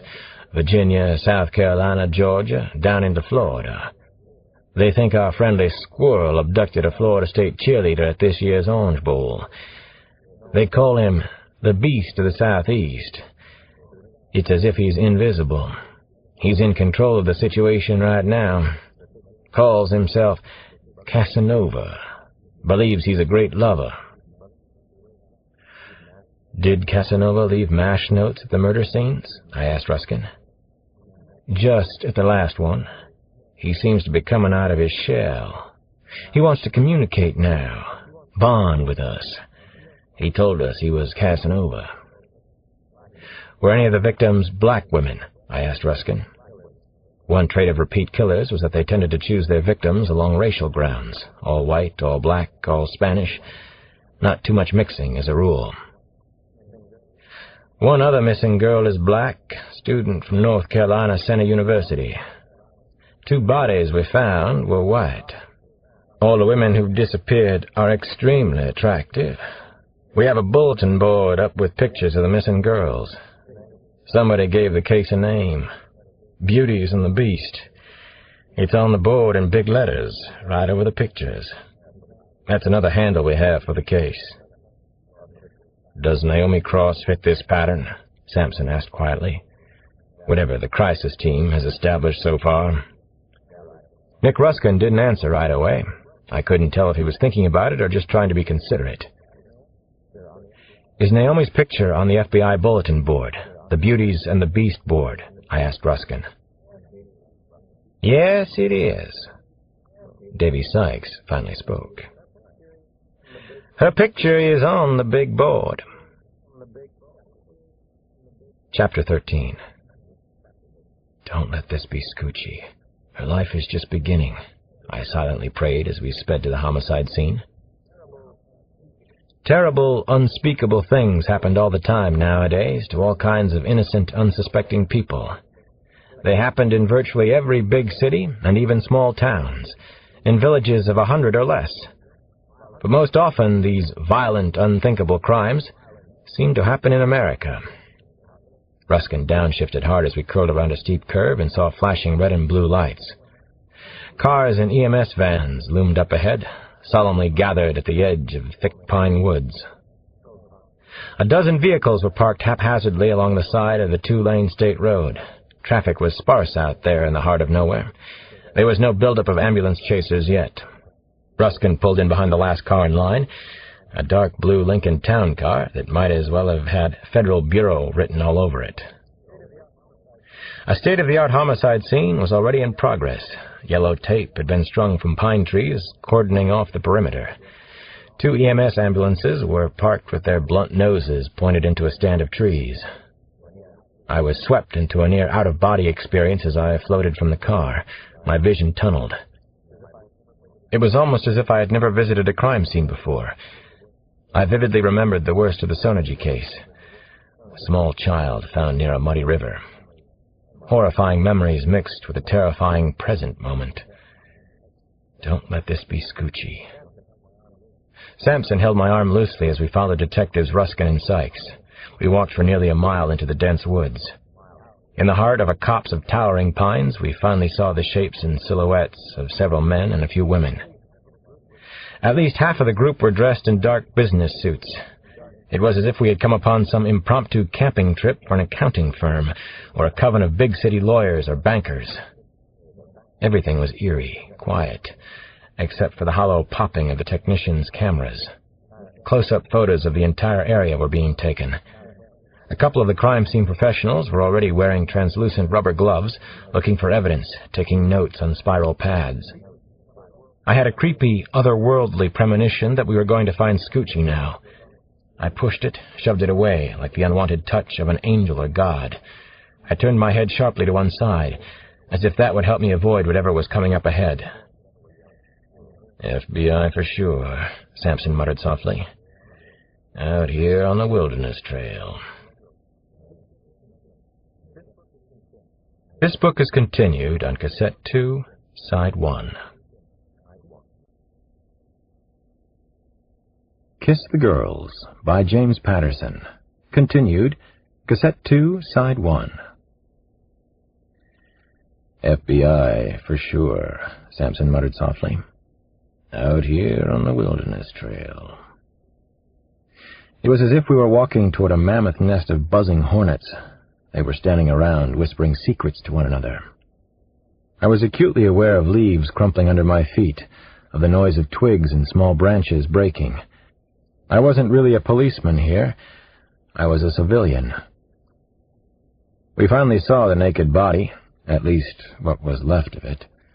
There was no clothing visible at the murder scene. The woman had been tied to a small sapling with what appeared to be a thick leather bond. Sampson sighed. Oh, Jesus, Alex. Chapter 14. Who is the woman? I asked softly as we came up to the unlikely police group, the multi-jurisdictional mess, as Nick Ruskin had described it. The dead woman was white. It was impossible to tell too much more than that about her at this time. Birds and animals had been feasting on her, and she almost didn't look human anymore. There were no fixed, staring eyes, just dark sockets, like burn marks. She didn't have a face. The skin and tissue had been eaten away. "Who the hell are these two?" one of the FBI agents, a heavy-set blonde woman in her early 30s, asked Ruskin. She was as unattractive as she was unpleasant, with puffy red lips and a bulbous, hooked nose. At least she'd spared us the usual FBI happy camper smile, or the FBI's famous smiling handshake. Nick Ruskin was brusque with her, his first endearing moment for me. "This is Detective Alex Cross and his partner, Detective John Sampson. They're down here from D.C. Detective Cross's niece is missing from Duke. She's Naomi Cross. This is Special Agent in Charge Joyce Kinney." He introduced the agent to us. Agent Kinney frowned, or maybe it was a scowl. "Well, this is certainly not your niece here," she said. "I'd appreciate it if the two of you would return to the cars. Please do that." She felt the need to go on. "You have no authority on this case, and no right to be here either." "As Detective Ruskin just told you, my niece is missing." I spoke softly but firmly to Special Agent Joyce Kinney.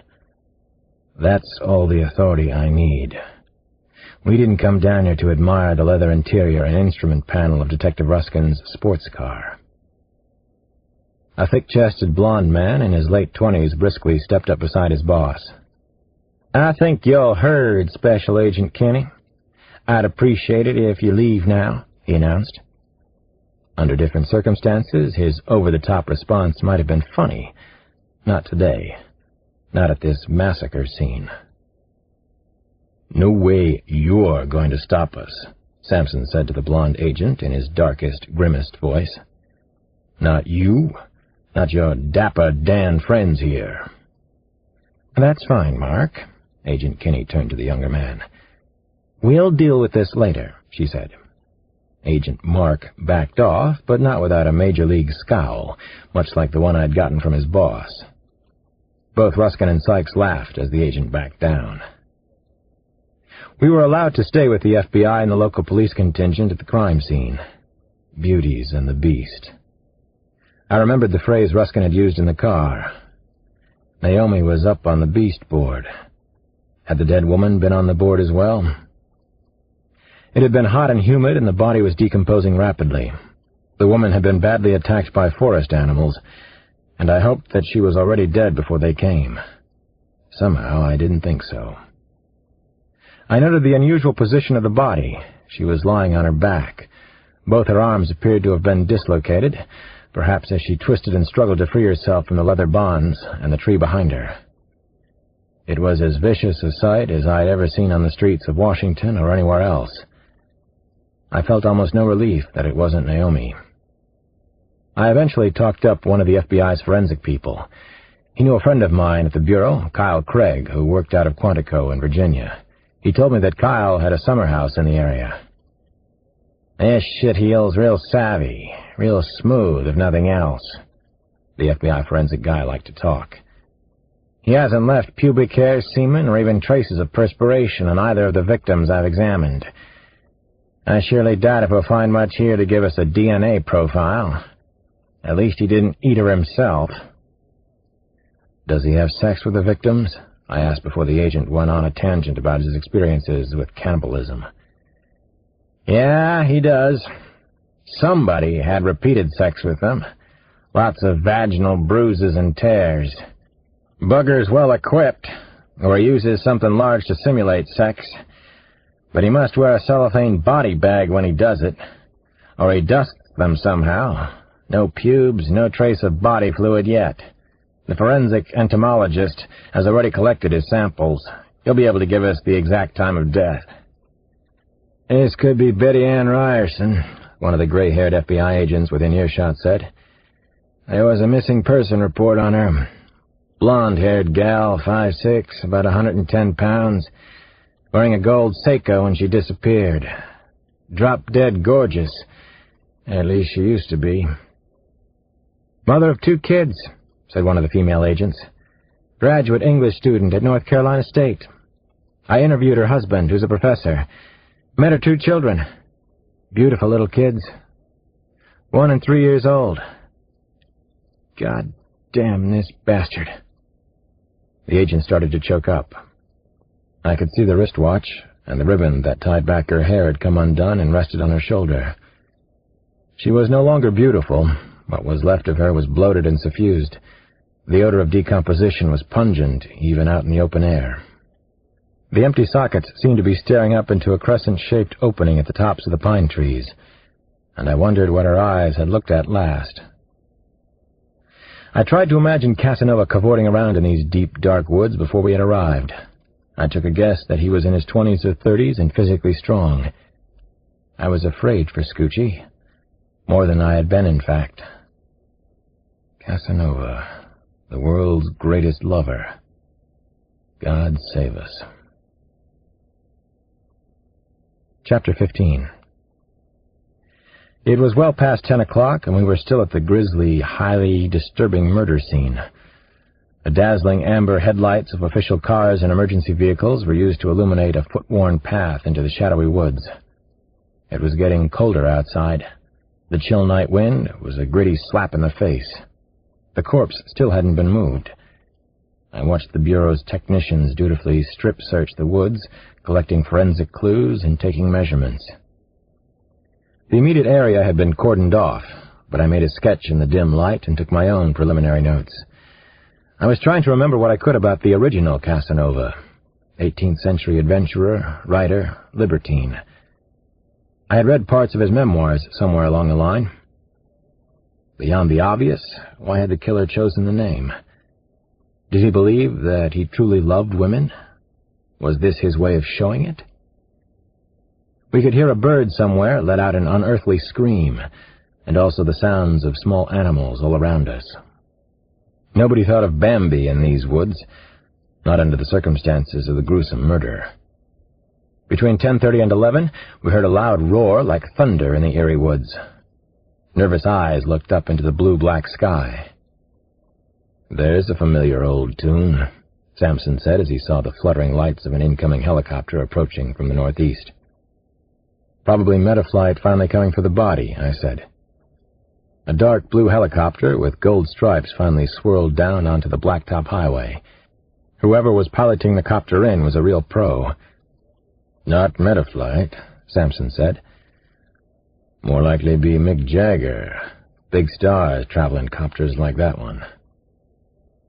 Joyce Kinney and the regional bureau director were already headed back to the highway.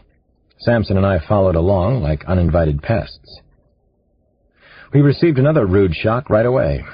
Both of us recognized the tall, balding, distinguished-looking man who stepped from the helicopter. "Now, what the hell is he doing down here?" Sampson said. I had the same question, the same uneasy reaction. It was the deputy director of the FBI, the number 2 man, Ronald Burns. Burns was a real hummer inside the Bureau, a big-time cage rattler. We both knew Burns from our last multi-jurisdictional case. He was supposed to be political, a bad guy inside the Bureau. But he had never been that way with me. After he had looked at the body, he asked to speak to me. It was getting stranger and stranger down in Carolina. Burns wanted to hold our little talk away from the big ears and small minds of his own people. "Alex, I'm sorry to hear your niece might have been kidnapped. I hope that isn't the case," he said. "Since you're down here, maybe you can help us out." "Can I ask why you're down here?" I said to Burns. Might as well skip right to the $64,000 question. Burns smiled, showing off his capped, very white front teeth. "I do wish you had accepted our offer of that VICAP position." I had been offered a job as a liaison between the Bureau and the D.C. police after the Sonergy kidnapping case. Burns was one of the men who interviewed me. "I like directness more than anything in a senior officer," Burns continued. I was still waiting for an answer to my direct question. "I can't tell you as much as you'd like to hear," Burns finally said. "I will tell you that we don't know if your niece was taken by this sick Johnny. He leaves very little physical evidence, Alex. He's careful, and he's good at what he does." "So I've heard." Leads us into some obvious areas for suspects. Policemen, Army vets, amateurs who study the police. That could be misdirection on his part, though. Maybe he wants us to think that way. Burns nodded. "I'm here because this has become a high-priority mess. It's large, Alex. I can't tell you why at this time. It's classified large."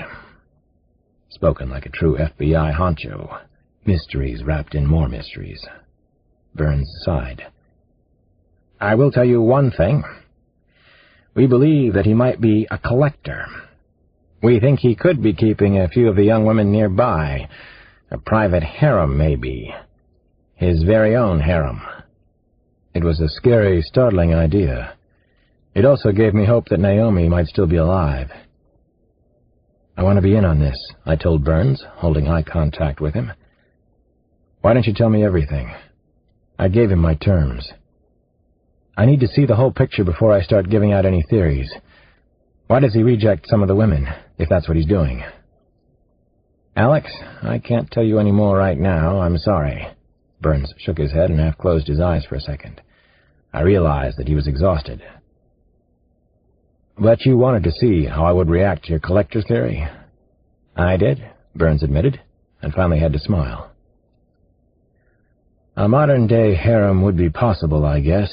It's a common enough male fantasy," I told him. "Strangely, it's a prevalent female fantasy, too.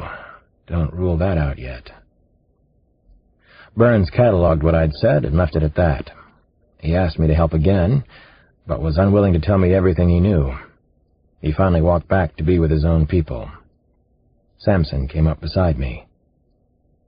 "What did his rigidness have to say? What brings him to this unholy forest with us mere mortals?"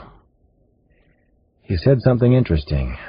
Said that Casanova might be a collector, maybe creating his own private harem somewhere near here," I told Samson. "He said the case is large," his choice of words. Large meant it was a very bad case, probably worse than it already seemed. I wondered how that could be, and I almost didn't want to know the answer. Chapter 16. Kate McTiernan was lost in an odd but nicely illuminating thought. When the strike of a hawk breaks the body of its prey, she considered, it's only because of timing. That was the insight from her latest kata in black belt class. Exquisite timing was everything in karate, and also in so many other things. It also helped if you could bench press almost 200 pounds, which she could. Kate dawdled along busy, funky, rambunctious Franklin Street in Chapel Hill. The street ran north and south, bordering the picturesque campus of the University of North Carolina. She passed bookstores, pizza shops, rollerblade rentals, Ben & Jerry's ice cream. The rock group White Zombie was blaring from the ice cream store. Kate wasn't a dawdler by nature, but the evening was warm and pleasant, so she stopped to window shop for a change. The college town crowd was familiar, friendly, and very comfortable. She loved her life here, first as a medical student and now as an intern. She never wanted to leave Chapel Hill, never wanted to go back and be a doctor in West Virginia. But she would go. It was her promise to her mother, just before Beadsy McTiernan died. Kate had given her word, and her word was good. She was old-fashioned about things like that, a small-town mensch. Kate's hands were thrust into the deep pockets of a slightly wrinkled hospital medical jacket. She thought that her hands were her bad feature. They were gnarled, and she had no fingernails to speak of. There were two reasons for that: her job as slave labor at the cancer ward, and her avocation as a second-degree black belt, a nidan. It was the one tension releaser she allowed herself. Karate class was her R&R. The name pin on the upper left pocket of her jacket said, K. McTiernan, M.D. She liked the tiny irreverence of wearing that symbol of status and prestige with her baggy pants and the sneakers. She didn't want to seem like a rebel, and she really wasn't, but she needed to keep some small individuality inside the large hospital community. Kate had just picked up a paperback copy of Cormac McCarthy's All the Pretty Horses at the Intimate Bookshop. First-year interns weren't supposed to have time to read novels, but she made time. At least, she promised to make time tonight. The late April night was so fine, so perfect in every way, that Kate considered stopping off at Spanky's on the corner of Columbia and Franklin. She might sit at the bar and just read her book. There was absolutely no way she would let herself meet somebody on a school night, which meant most nights for her. She usually had Saturdays off, but by then she was too bush to deal with pre- and post-mating rituals. It had been that way ever since she and Peter McGrath had severed their on-again, off-again relationship. Peter was 38, a doctor of history, and close to brilliant. He was handsome as sin, and way too self-absorbed for her taste. The breakup had been messier than she had expected. They weren't even friends now. It had been 4 months without Peter now, pun intended. Not good, but not in the top 10 worst things she'd had to deal with. And besides, she knew the breakup was really her fault and not Peter's. Breaking up with lovers was a problem she had. It was part of her secret past. Secret present? Secret future? Kate McTiernan raised her wristwatch to her face. It was a funky Mickey Mouse model that her sister Carol Ann had given her, and it was a swell little timekeeper. It was also a reminder to herself, never get a big head because you're a doctor now. Damn. Her farsightedness was getting worse. At almost 31 years old. She was an old lady. She'd been the grand dame of the University of North Carolina Medical School. It was already 9:30, past her bedtime. Kate decided to pass on Spanky's and head back to the hacienda. She'd heat up some 4th-degree chili and maybe have hot chocolate with about an inch topping of marshmallow fluff. Curling up in bed with some junk food, Cormac McCarthy, and maybe R.E.M. didn't sound half bad, actually. Like many of the students at Chapel Hill, as opposed to the wealthier crowd up Tobacco Road at Duke, Kate had a major cash flow problem. She lived in a 3-room apartment that was the top floor of a frame house, a North Carolina country house. All the paint was peeling, and the house looked as if it were molting. It was at the ass end of Pittsboro Street in Chapel Hill. She had gotten a good deal on the rent. The first thing she had noticed about the neighborhood were the exquisite trees. They were old and stately hardwoods, not pines. Their long branches reminded her of the arms and fingers of wizened old women. She called her street Old Lady's Lane. Where else would the old lady of the medical school live? Kate arrived home at about 9:45. Nobody was living downstairs in the house that she rented from a widowed lady who lived in Durham. "I'm home. It's me, Kate," she called to the family of mice who lived somewhere behind the refrigerator. She couldn't bring herself to exterminate them. "Did you miss me? You guys eat yet?" She flipped on the overhead kitchen light and listened to the irritating electric buzz that she hated. Her eyes caught the blow-up of a quote from one of her med school teachers. Medical students have to practice humility. Well, she was definitely practicing humility. Inside her small bedroom, Kate pulled on a wrinkled black polo shirt that she never ever bothered to iron. Ironing clothes was not a priority these days. It was one reason to have a man around, though, someone to clean, maintain, take out the trash, cook, iron. She was fond of a particular old feminist line, "A woman without a man is like a fish without a bicycle." Kate yawned, just thinking about the 16-hour day that would start for her at 5 the next morning. Damn it, she loved her life. Loved it. She fell onto the creaking double bed that was covered with plain white sheets. The only flourish was a couple of colored chiffon scarves which hung from the bedpost. She canceled her order for chili and hot chocolate with marshmallow fluff, and she set all the pretty horses on top of unread copies of Harper's and the New Yorker. Kate flipped off her lamp and was asleep in 5 seconds. End of wonderfully illuminating discussion with herself for the night. Kate McTiernan had no idea, no suspicion that she was being watched, that she had been followed ever since she walked down crowded, colorful Franklin Street, that she had been chosen. Dr. Kate was next. Tick-tock. Chapter 17. No, Kate thought. This is my home. She almost said it out loud, but she didn't want to make a sound. There was someone in her apartment. She was still half asleep, but she was almost sure about the intruding noise that woke her up. Her pulse was already racing. Her heart floated up into her throat. Jesus God, no. She stayed very still, huddled near the head of her bed. A few more nervous seconds passed slowly, like centuries. Not a move from her, not a breath. Bone-white slants of moonlight played across the window panes, creating eerie shadows in her bedroom. She listened to the house, listened with total concentration to every creak and crack the old building made. She didn't hear anything unusual now, but she was sure she had. The recent murders and the news stories about the kidnappings in the Research Triangle area made her fearful. Don't be gruesome, she thought. Don't get melodramatic. She sat up slowly in bed and listened. Maybe a window had blown open. She had better get out of bed and check the windows and doors. For the first time in 4 months, she actually missed Peter McGrath. Peter wouldn't have helped, but she would have felt safer, even with dear old Peter out. Not that she was totally frightened or vulnerable. She could hold her own with most men. She could fight like hell. Peter used to say that he pitied the man who messed with her, and he meant it.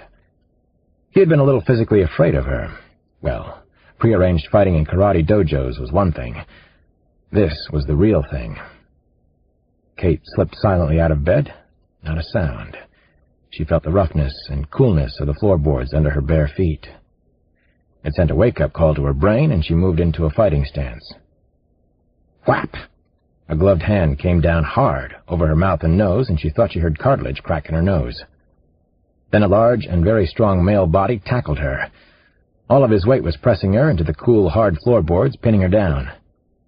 Athlete. Her brain was computing every bit of information. She tried to stay clear and focused. Very powerful, trained. He was cutting off her air supply. He knew precisely what he was doing. Trained. It wasn't a glove that he was wearing, she realized. It was a cloth, thick with dampness. It was suffocating her. Was he using chloroform? No, it was odorless. Maybe ether. Halothane?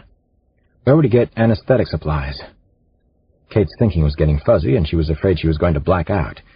She had to get him off of her. Bracing her legs, she twisted her body hard to the left and threw all of her weight away from her attacker toward the pale, shadowy bedroom wall. Suddenly, she was out of his grasp, free. "Bad idea, Kate," he said in the darkness. He knew her name.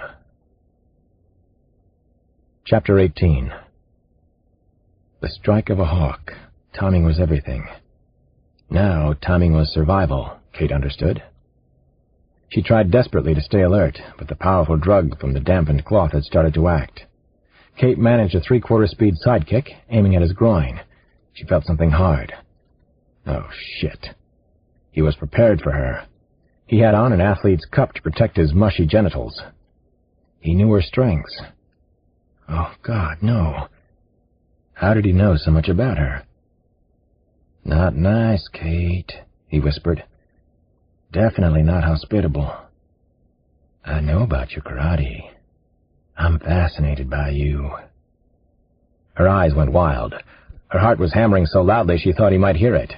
He was scaring the living shit out of her. He was strong and fast and knew about her karate. Knew what her next move would be. "Help me! Somebody please help!" she shrieked as loudly as she could. Kate was just trying to scare him off with her screams. There was nobody within half a mile of the house on Old Ladies Lane. Powerful hands like claws grabbed at her and managed to catch her arm just above the wrist. Kate howled as she ripped herself away. He was more powerful than any of the advanced black belts at her karate school in Chapel Hill. Animal, Kate thought. Savage animal. Very rational and crafty. Professional athlete? The most important lesson her sensei at the dojo had taught her broke through the numbing fear and chaos of the moment. Avoid all fights. Whenever possible, run from a fight. There it was, the best of hundreds of years of experience in martial arts. Those who never fight always live to fight another day. She ran from her bedroom and down the familiar narrow, twisting hallway. Avoid all fights, run from a fight, she told herself. Run, run, run. The apartment seemed darker than usual that night. She realized that he'd closed every curtain and blind. He'd had the presence of mind, the calmness, the plan of action. She had to be better than him, better than his plan. A saying of Sun Tzu's hammered through her head. A victorious army wins its victories before seeking battle. The intruder thought exactly like Sun Tzu and her sensei. Could it be someone from her karate dojo? Kate managed to reach the living room. She couldn't see a thing.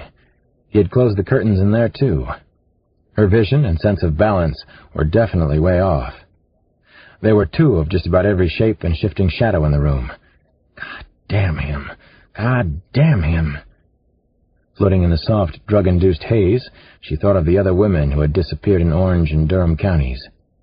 She'd heard on the news that another body had been found, a young mother of 2 children.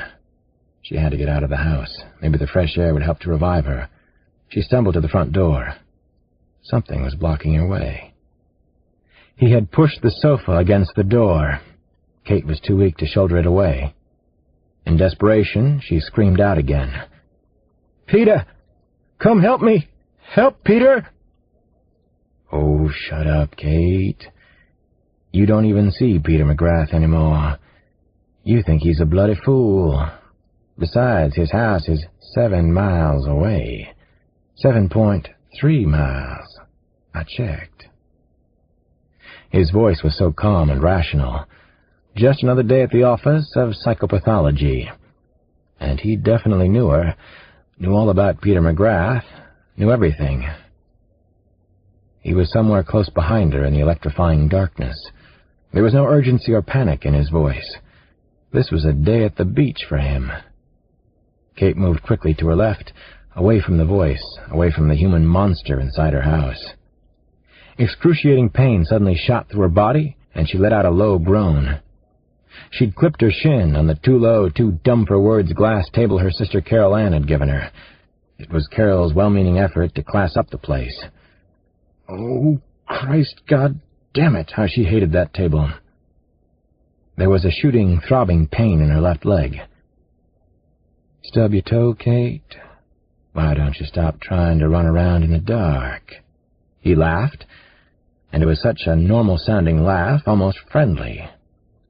He was enjoying himself. This was a big game for him, a boy-girl game in the dark. Who are you? She screamed at him. Suddenly, she thought, could it be Peter? Has Peter gone mad?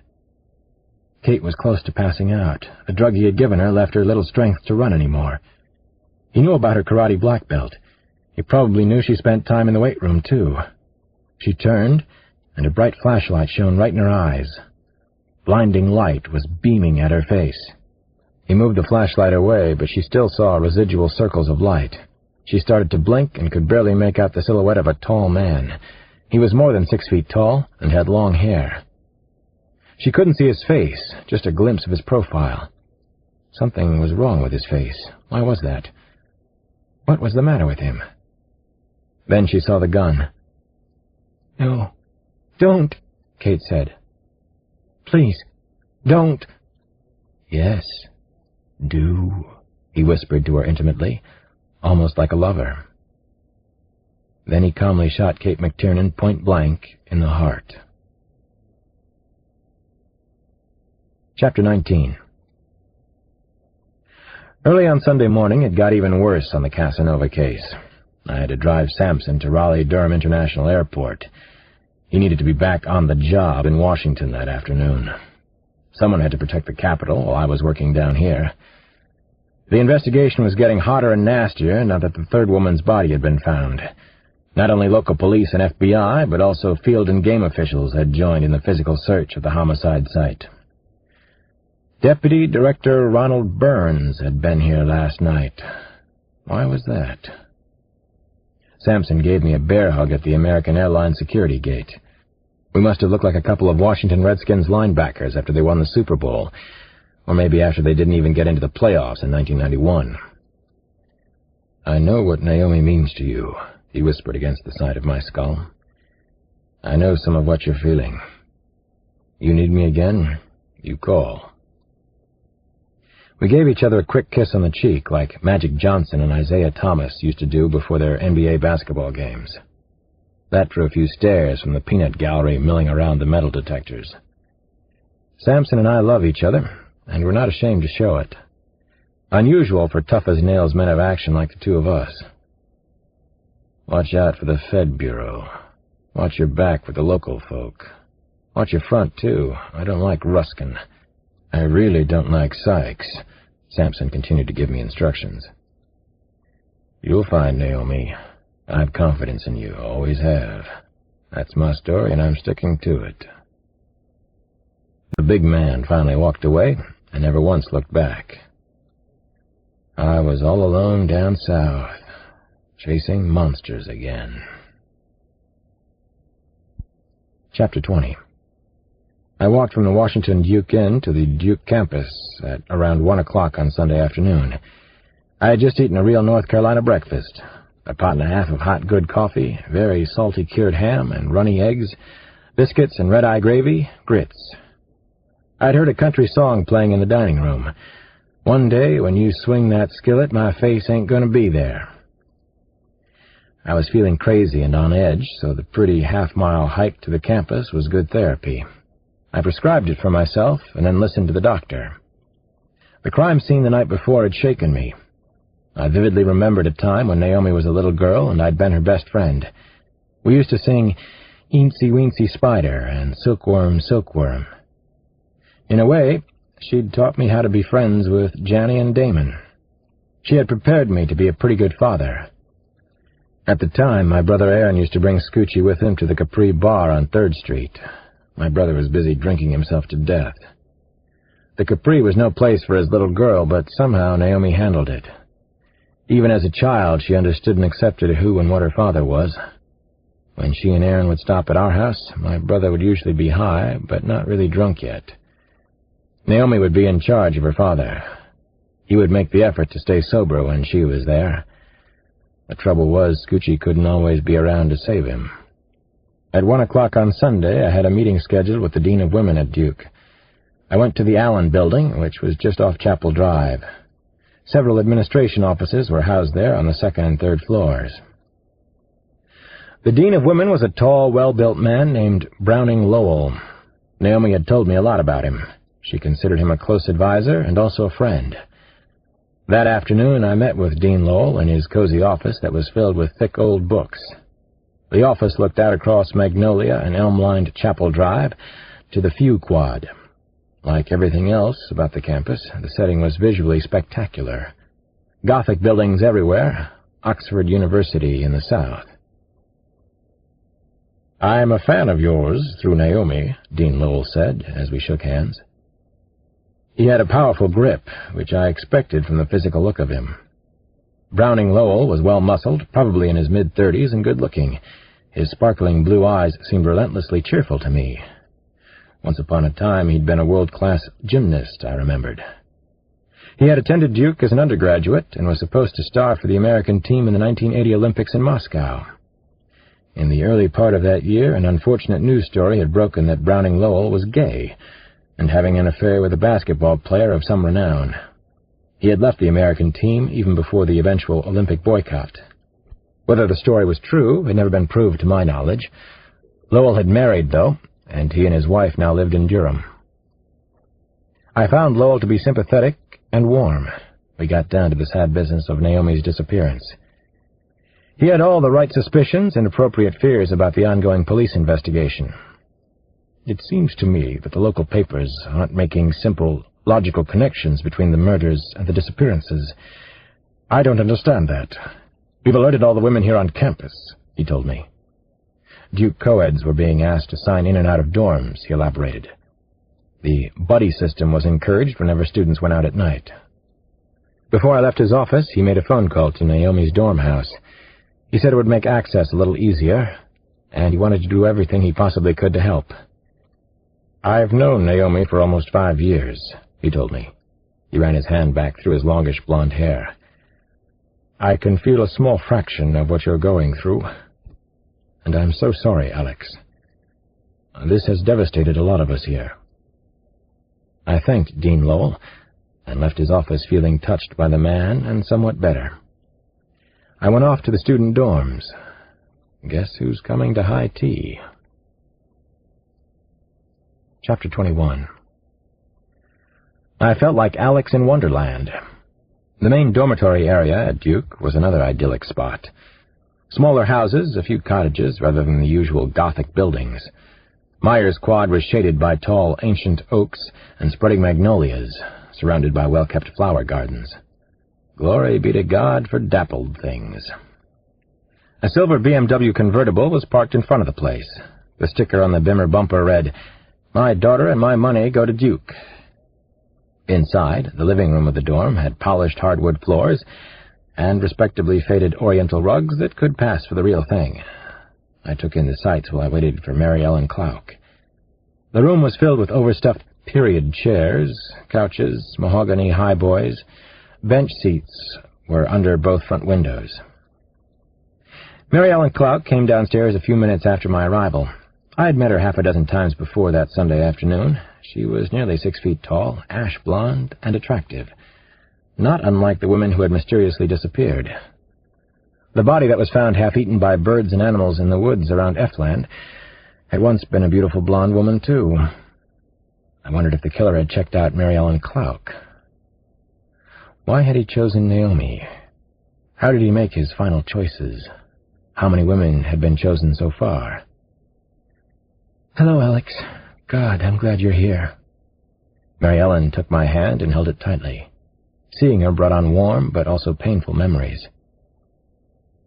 We decided to leave the dorm and stroll out onto the rolling grounds of the West Campus. I'd always liked Mary Ellen. She'd been a history and psych major as an undergraduate. I remembered that we'd talked about psychoanalysis one night in D.C. She knew almost as much about psychic trauma as I did. "Sorry I was away when you arrived in Durham," she said as we walked east among elegant Gothic-style buildings that were built in the 1920s. "My brother graduated from high school on Friday. Little Ryan Clark. He's over 6'5", actually. 220 pounds if he's an ounce. Lead singer for Scratching Blackboards. I got back this morning, Alex." "When was the last time you saw Naomi?" I asked Mary Ellen as we crossed onto a pretty street called Wanamaker Drive. It felt all wrong to be talking to Naomi's friend like a homicide detective, but I had to do it. The question had stung Mary Ellen. She took a deep breath before she answered me. 6 days ago, Alex. We drove down to Chapel Hill together. We were doing work there for Habitat for Humanity. Habitat for Humanity was a community service group that rebuilt houses for the poor. Naomi hadn't mentioned that she did volunteer work for them. "Did you see Naomi after that?" I asked. Mary Ellen shook her head. The gold dancing bells around her neck jangled softly. I suddenly got the feeling that she didn't want to look at me. "That was the last time, I'm afraid. I was the one who went to the police. I found out they have a 24-hour rule on most disappearances. Naomi was gone almost 2.5 days before they put out any all-points bulletins. Do you know why?" she asked. I shook my head, but didn't want to make a big deal out of it in front of Mary Ellen. I still didn't know exactly why there was such a band of secrecy surrounding the case. I'd put in calls to Detective Nick Ruskin that morning, but he hadn't returned any of them. "Do you think Naomi's disappearance has anything to do with the other women who have disappeared lately?" Mary Ellen asked. Her blue eyes were pierced with pain. "There could be a connection. There was no physical evidence at the Sarah Duke Gardens, though. Honestly, there's very little to go on, Mary Ellen. If Naomi was abducted at a public garden right on the campus, there were no witnesses. She had been seen in the gardens half an hour before she missed a class in contracts. Casanova was scarily good at what he did. He was like a ghost." We finished our talk, ending up full circle where we had begun. The dormitory house was set back 20 to 30 yards from a graveled path. It had high white columns, and the large veranda was crowded with shiny white wicker rockers and tables. The antebellum period, one of my favorites. "Alex, Naomi and I really haven't been as close lately," Mary Ellen suddenly confided in me. "I'm sorry, I thought you should know that." Mary Ellen was crying as she leaned in and kissed me on the cheek. Then she ran up the polished, whitewashed stairs and disappeared inside. Another troubling mystery to solve. Chapter 22. Casanova watched Dr. Alex Cross. His quick, sharp mind was whizzing about like a sophisticated computer, possibly the fastest computer in the whole research triangle. "Look at Cross," he muttered. "Visiting Naomi's old friend. There's nothing to be found there, Doctor. You're not even warm yet. You're getting colder, actually." He followed Alex Cross at a safe distance as he walked across the Duke campus. He had read extensively about Cross. He knew all about the psychologist and detective who'd made his reputation tracking down a kidnapper-killer in Washington, the so-called crime of the century, which was a lot of media hype and horseshit. "So who's better at this game?" he wanted to shout out to Dr. Cross. "I know who you are. You don't know dog shit about me. You never will." Cross stopped walking. He took a pad from the back pocket of his trousers and made a note. "What's this, Doctor? Had a thought of some consequence? I rather doubt that. I honestly do. The FBI, the local police, they've all been trailing me for months. I suppose they make notes too, but none of them has a clue. Casanova watched Alex Cross continue to walk along the campus until he finally disappeared from sight. The idea that Cross would actually track and capture him was unthinkable. It simply wasn't going to happen. He started to laugh and had to catch himself, since the Duke campus was fairly crowded on a Sunday afternoon. No one has a clue, Dr. Cross. Don't you get it? That's the clue. Chapter 23. I was a street detective again. I spent most of Monday morning interviewing people who knew Kate McTiernan. Casanova's latest victim was a first-year intern who had been abducted from her apartment on the outskirts of Chapel Hill. I was attempting to put together a psych profile of Casanova, but there wasn't enough information. Period. The FBI wasn't helping. Nick Ruskin still hadn't returned my phone calls. A professor at North Carolina Med School told me that Kate McTiernan was one of the most conscientious students she'd taught in 20 years. Another professor at the school said that her commitment and intelligence were indeed high, but her temperament is the truly extraordinary thing about Kate. It was unanimous in that regard. Even competing interns at the hospital agreed that Kate McTiernan was something else.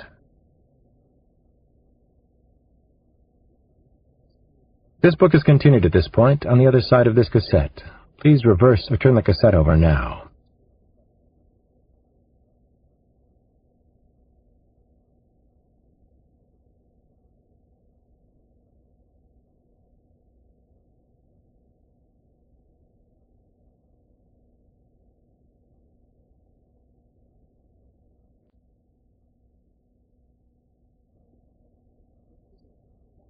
Kiss the Girls by James Patterson, continued.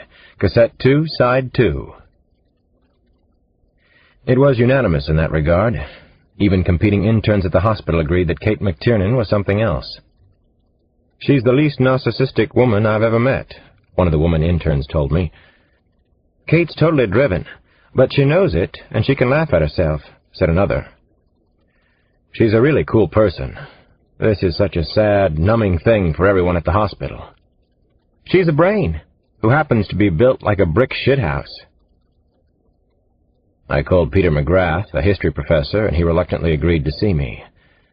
Kate McTiernan had dated him for almost 4 months, but the relationship had ended abruptly. Professor McGrath was tall, athletic-looking, a bit imperious. "I could say that I fucked up royally by losing her," McGrath admitted to me. And I did. But I couldn't have held on to the Katester. She's probably the strongest-willed person, man or woman, that I've ever met. God, I can't believe this has happened to Kate. His face was pale, and he was obviously shaken up by her disappearance. At least, he appeared to be. I ended up eating by myself in a noisy bar in the college town of Chapel Hill. There were hordes of university students and a busy pool table, but I sat alone with my beers, a greasy, rubbery cheeseburger, and my early thoughts on Casanova. The long day had drained me. I missed Sampson, my kids, my home in D.C., a comfortable world without any monsters. Scoochie was still missing, though. So were several other young women in the Southeast. My thoughts kept drifting back to Kate McTiernan and what I'd heard about her today. This is the way cases got solved. At least it was the way I had always solved them. Data got collected, data ran loose in the brain. Eventually, connections were made. Casanova doesn't just take physically beautiful women, I suddenly realized in the bar. He takes the most extraordinary women he can find. He's taking only the heartbreakers, the women that everybody wants but nobody ever seems to get. He's collecting them somewhere out there. Why extraordinary women, I wondered. There was one possible answer. Because he believes he's extraordinary too. Chapter 24. I almost went back to see Mary Ellen Clark again, but I changed my mind and returned to the Washington Duke Inn. A couple of messages were waiting for me. The first was from a friend in the Washington PD. He was processing information I needed for a meaningful profile on Casanova. I'd brought a laptop with me, and I hoped I would be in business soon.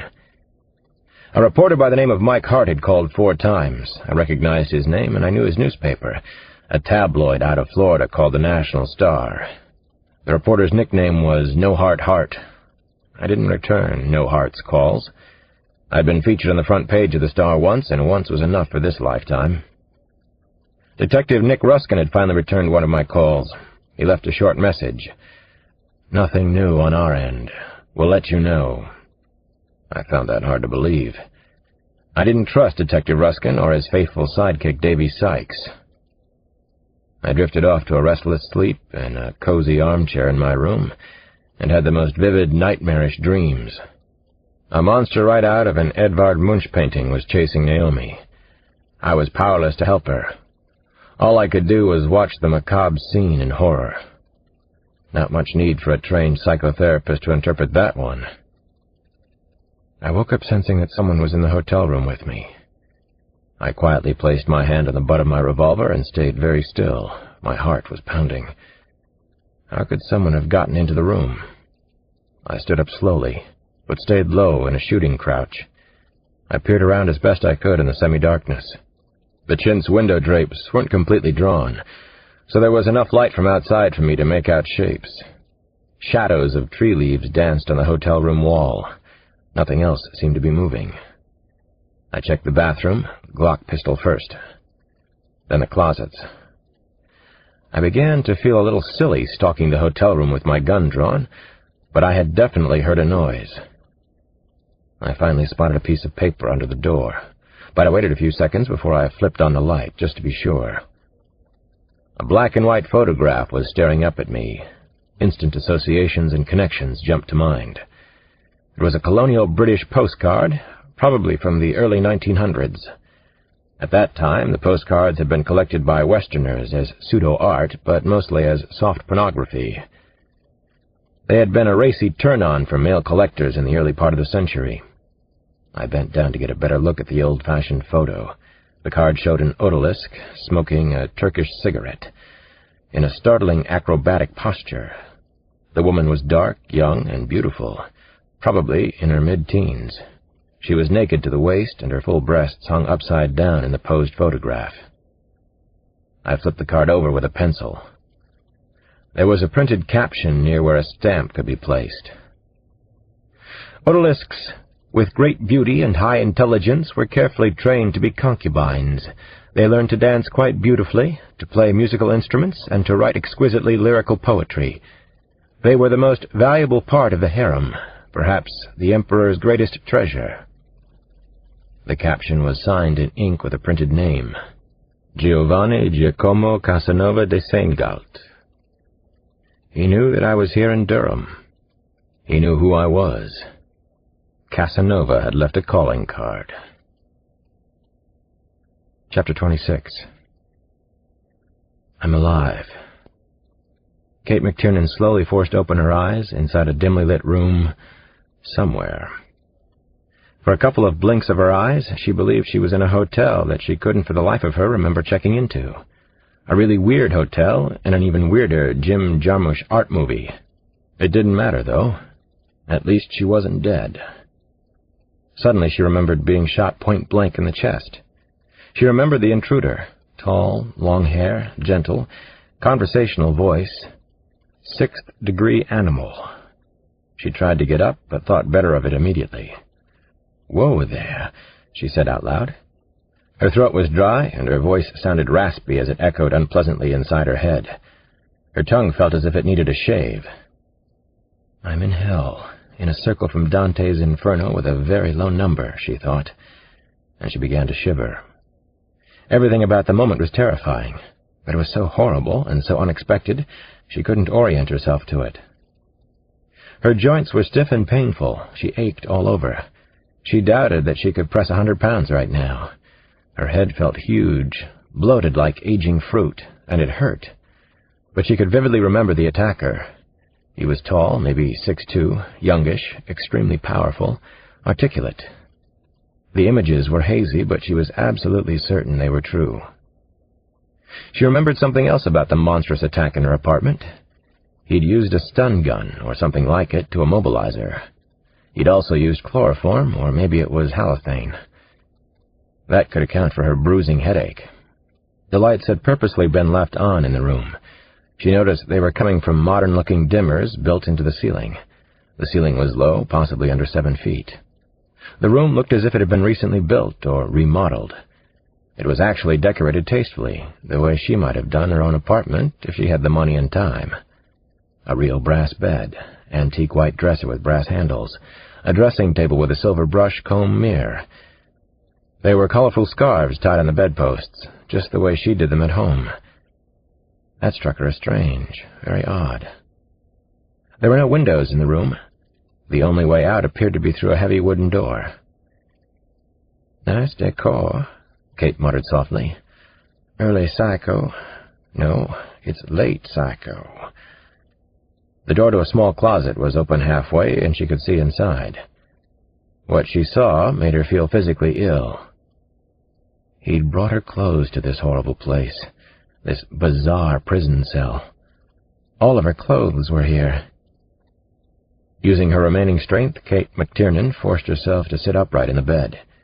The effort made her heart race, and the pounding in her chest frightened her. Her arms and legs felt as if heavy weights were tied to them. She concentrated hard, trying to focus her eyes on the incredible scene. She continued to stare into the closet. Those weren't actually her clothes, she realized. He'd gone out and bought clothes just like hers, exactly to her taste and style. The clothes displayed in the closet were brand new. She could see some of the store tags dangling from the blouses and skirts. The Limited, the Gap in Chapel Hill, stores she actually shopped in herself. Her eyes darted to the top of the antique white dresser across the room. Her perfume was there, too. Obsession, Safari, Opium. He'd bought all of it for her, hadn't he? Next to the bed was a copy of All the Pretty Horses, the same book she had bought on Franklin Street in Chapel Hill. He knows everything about me. Chapter 26. Dr. Kate McTiernan slept, awoke, slept some more. She made a joke of it, called herself Lazy Bones. She never slept in, not since before med school anyway. She was beginning to feel more clear-headed and alert, more in command of herself, except that she had lost track of time. She didn't know if it was morning, noon, or night, or even which day it was. The man, whoever the bastard was, had been inside the mysterious, despicable room while she slept. The thought made her physically ill. There was a note propped on the bedside table where she was sure to see it. The note was handwritten. "Dear Dr. Kate," it said. Her hands were trembling as she read her own name. "I wanted you to read this so that you understand me better and also the rules of the house. This is probably the most important letter you'll ever receive, so read it carefully, and please take it very seriously. No, I am not crazy or out of control. Actually, I'm quite the opposite. Apply your obviously high intelligence to the concept that I'm relatively sane and that I know exactly what I want. Most people don't know what they want. Do you, Kate? We'll talk about that later. It's a subject worthy of much lively and interesting discussion. Do you know what you want? Are you getting it? Why not? For the good of society? Whose society? Whose life are we living, anyway? I won't pretend that you are happy to be here, so no false-sounding welcomes, no cellophaned basket of fresh fruit and champagne. As you will soon see, or have already, I have tried to make your stay as comfortable as possible, which brings up an important point, perhaps the most important point of this first attempt at communication between us. Your stay will be temporary. You will leave if, big if, you listen to what I tell you. So listen carefully, Kate. Are you listening now? Please listen, Kate. Chase away the justifiable anger and the white noise in your head. I am not crazy or out of control. That's the whole point. I am in control. See the distinction? Of course you do. I know how very bright you are, National Merit Scholar and all that. It is important that you know how special you are to me. That's why you are completely safe here. It is also why you'll leave, eventually. I picked you from thousands and thousands of women at my disposal, so to speak. I know you're saying, lucky me. I know how funny and cynical you can be. I even know that laughter has gotten you through difficult times. I'm beginning to know you better than anyone has ever known you. Almost as well as you know yourself, Kate. Now for the bad parts. And, Kate, these next points are as important as any of the good news I've stated above. These are the house rules, and they are to be strictly observed. 1. The most important rule. You must never try to escape, or you will be executed within hours, however painful that would be for both of us. Believe me, there is precedent for this. There can be no reprieve following an escape attempt. 2. Just for you, Kate, a special rule. You must never try to use your karate skills on me. I almost brought your gi, your crisp white karate suit, but why encourage you to temptation? 3. You must never call out for help. I'll know if you do, and you will be punished with facial and genital disfigurement. You want to know more? You want to know everything at once. But it doesn't work that way. Don't bother trying to figure out where you are. You won't guess, and will only give yourself an unnecessary headache. That's all for now. I've given you more than enough to think about. You are totally safe here. I love you more than you can imagine. I can't wait for us to talk. Really talk. Casanova. And you are hopelessly out of your mind, Kate McTiernan thought as she paced the 11-by-15-foot room. Her claustrophobic prison, her hell on this earth. Her body felt as if it were floating, as if warm, viscous fluid were flowing over her. She wondered if she'd suffered a head injury during the attack. She had only one thought: how to escape. She began to analyze her situation in every possible way. She reversed the conventional assumptions and broke down each to its component parts. There was a single, double-locked, thick wooden door. There was no way out other than through that door. No, that was the conventional assumption. There had to be another way. She remembered a problem solution puzzle from some heretofore useless undergrad logics course she had taken. It began with 10 matchsticks arranged as Roman numerals in a math equation 11 plus 1 equals x, xi plus I equals x.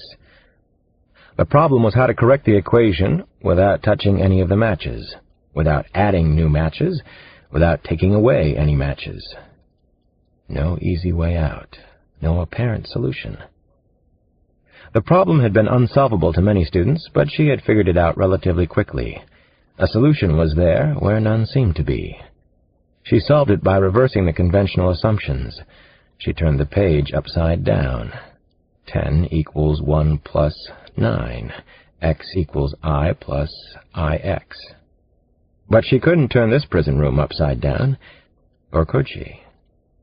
Kate McTiernan examined every single floorboard and each 2x4 in the wall. The wood smelled new. Maybe he was a builder, a contractor, or perhaps an architect. No way out. No apparent solution. She wouldn't accept that answer. She thought about seducing him, if she could force herself to do it. No, he was too clever. He would know. Worse than that, she would know. There had to be a way. She would find it.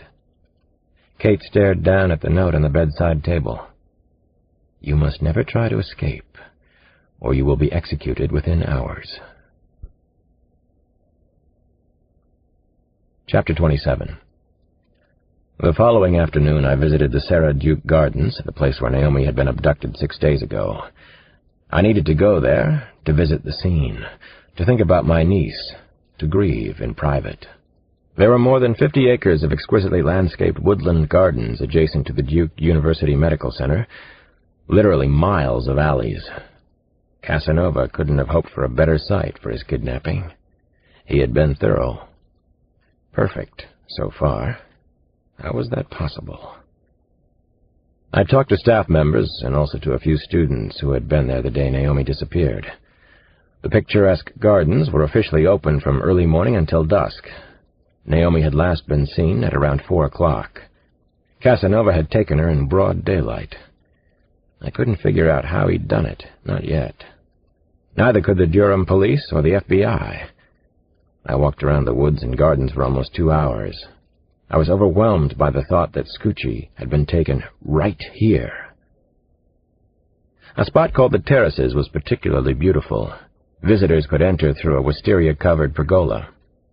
Lovely wooden stairways led down to an irregular-shaped fish pond with a rock garden stacked directly behind. Visually, the terraces were horizontal bands of rock, accented by stripes of the most beautiful color.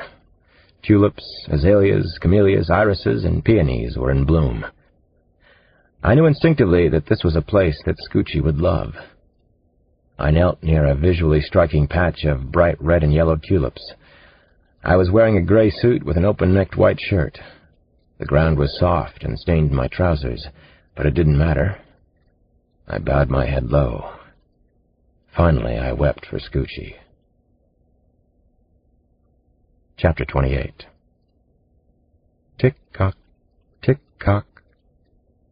Kate McTiernan thought that she'd heard something. She was probably imagining it. You could definitely get a little buggy in here. There it was again, the slightest creak in the floorboards. The door opened, and he walked into the room without saying a word. There he was, Casanova. He had on another mask. He looked like some kind of a dark god, slender and athletic. Was that his fantasy image of himself? Physically, he would be considered a hunk at the university, or even as a cadaver in an autopsy room, which was preferable to her. She noted his clothes: tight, faded blue jeans, black cowboy boots edged with soil, no shirt. He was definitely a hard body, proud of his rippling chest. She was trying to remember everything, for the time when she escaped. "I read all your rules," Kate said, trying to act as calm as possible. Her body was shivering, though. "They're very thorough, very clear." "Thank you. No one likes rules, least of all me, but they're necessary sometimes." The mask hid his face, and it held Kate's attention. She couldn't take her eyes away from it. It reminded her of the elaborate decorative masks from Venice. It was hand-painted, ritualistic in its artistic detail, and weirdly beautiful. Was he trying to be seductive, Kate wondered? Was that it? "Why do you wear the mask?" she said. She kept her voice subservient, curious, but not demanding. "As I said in my note, one day you'll go free. You'll be released. It's all in my plan for you. I couldn't bear to see you hurt." "If I'm good? If I obey?" "Yes, if you're good." "I won't be that hard, Kate. I like you so much."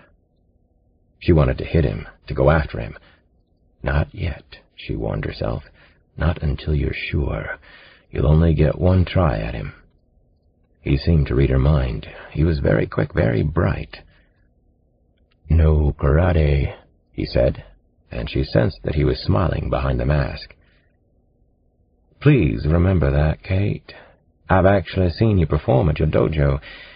I've watched you. You're very quick, and you're strong. So am I.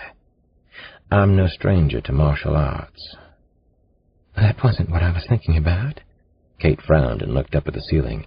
She rolled back her eyes. She thought it was pretty fair acting under the pressure circumstances. No threat to Emmett Thompson or Holly Hunter, but decent. "I'm sorry, then. I apologize," he said. "I shouldn't put words in your mouth. I won't do it again, that's a promise." He seemed almost sane at times, and that terrified her more than anything else so far. It was as if they were having a nice normal chat in a nice normal house, not in his house of horrors.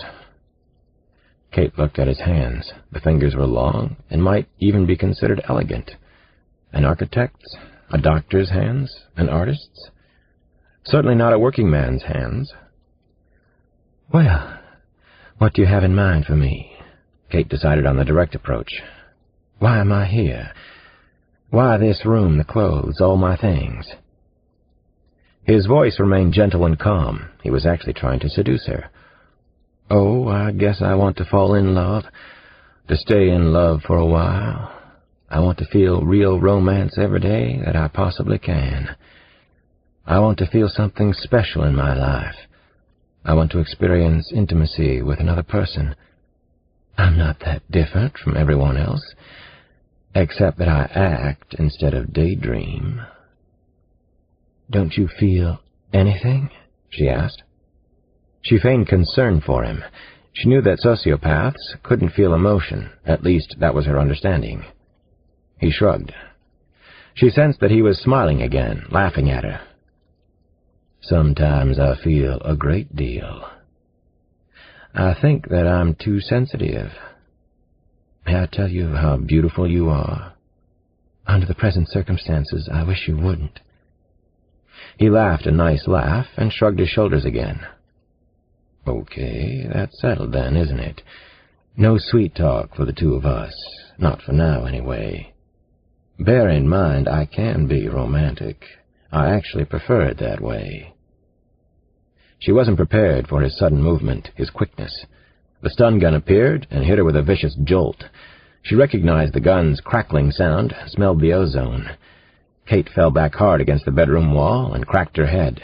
The impact shook the whole house, wherever she was being kept. "Oh, Jesus, no," Kate moaned softly. He was all over her, flailing arms and legs, all of his weight pressing down on her. He was going to kill her now. Oh, God, she didn't want to die like this, to have her life end in this way. It was so pointless, absurd, sad. She felt a fierce and explosive rage swelling up in her. With a desperate effort, she managed to kick out one leg, but she couldn't move her arms. Her chest was on fire. She could feel him ripping off her blouse, touching her all over. He was aroused. She could feel him rubbing against her. "No, please, no," she moaned. Her own voice sounded very far away. He was kneading her breasts with both hands. She could taste blood and feel its warm trickle from the corner of her mouth. Kate finally began to cry. She was choking, and she could hardly breathe. "I tried to be nice," he said through tightly gritted teeth. He stopped suddenly. He got up and unzipped his blue jeans and yanked them down around his ankles. He didn't bother to take them off. Kate stared up at him. His penis was large, fully erect and bright with pulsing blood and thick veins. He threw himself down on her and rubbed it against her body, moving it slowly against her breasts, her throat, and then her mouth and eyes. Kate began to drift in and out of consciousness, in and out of reality. She tried to hold on to each thought that came to her. She needed to feel some control, even if it was only over her thoughts. "Keep your eyes open," he warned her in a deep growl. "Look at me, Kate. Your eyes are so beautiful. You're the most beautiful woman I've ever seen. Do you know that? Do you know how desirable you are?" He was in a trance now. It seemed like that to Kate. His powerful body danced, snaked, writhed as he thrust himself in and out of her. He sat up and he played with her breasts again. He caressed her hair, different parts of her face. His touch became gentle after a while. That made it even worse for her. She felt such humiliation and horrible shame. She hated him. "I love you so much, Kate. I love you more than I'm capable of saying. I've never felt this way before. I promise you I haven't. Never like this."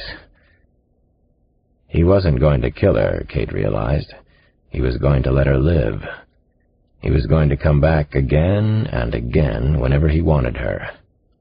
The horror was overwhelming, and Kate finally passed out. She let her spirit fall far away. She didn't feel it when he gave her the softest kiss goodbye. "I love you, sweet Kate, and I'm truly sorry about this. I do feel everything." Chapter 29. I received an urgent phone call from a law student and classmate of Naomi's. She said her name was Florence Campbell, and that she had to talk to me as soon as possible. "I really must talk with you, Dr. Cross. It's imperative," she said. I met her on the Duke campus near the Bryan University Center. Florence turned out to be a black woman in her early 20s.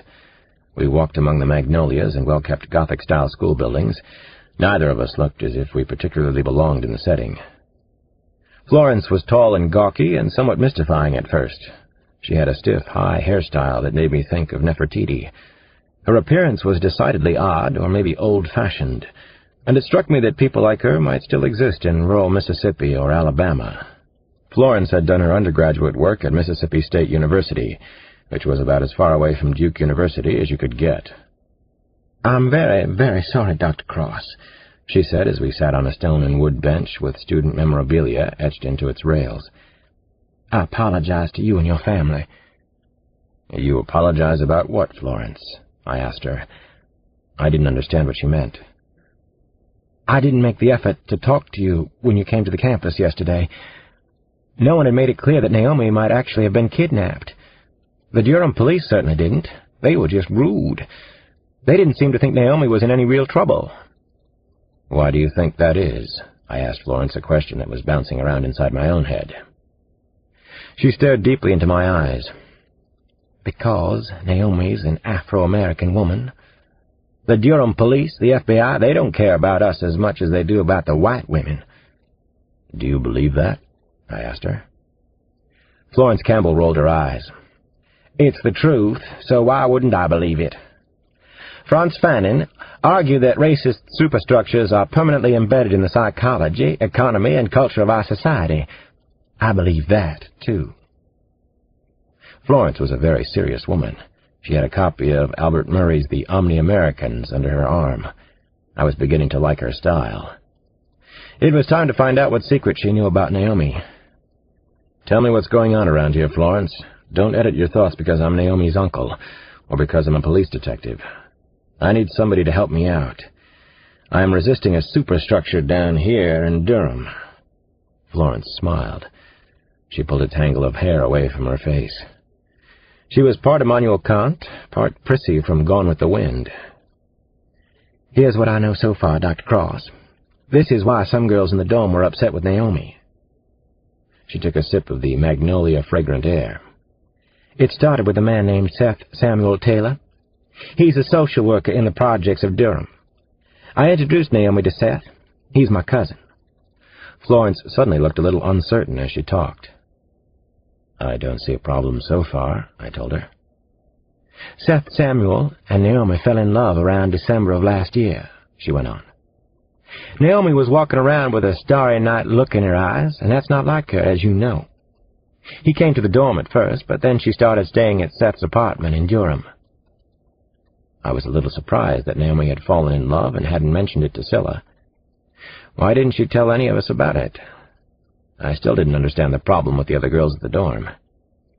"I'm pretty sure Naomi wasn't the first co-ed to fall in love at Duke, or to have a man over for tea and crumpets and whatever," I said. "She wasn't just having a man over for whatever. She was having a black man over for whatever. Seth would show up from the projects in his dusty overalls and dusty work boots and his leather engineering jacket. Naomi started to wear an old sharecropper's straw hat around campus. Sometimes Seth wore a hard hat with slave labor written on it. He dared to be a little caustic and ironic about the sisters' social activity, and heaven forbid their social awareness. He scolded the black housekeepers when they tried to do their jobs." "What do you think about your cousin Seth?" I asked Florence. "Seth has a definite chip on his shoulder. He's angry about racial injustice to the point where it gets in the way of his ideas sometimes. Other than that, he's really great. He's a doer, not afraid to get his hands dirty.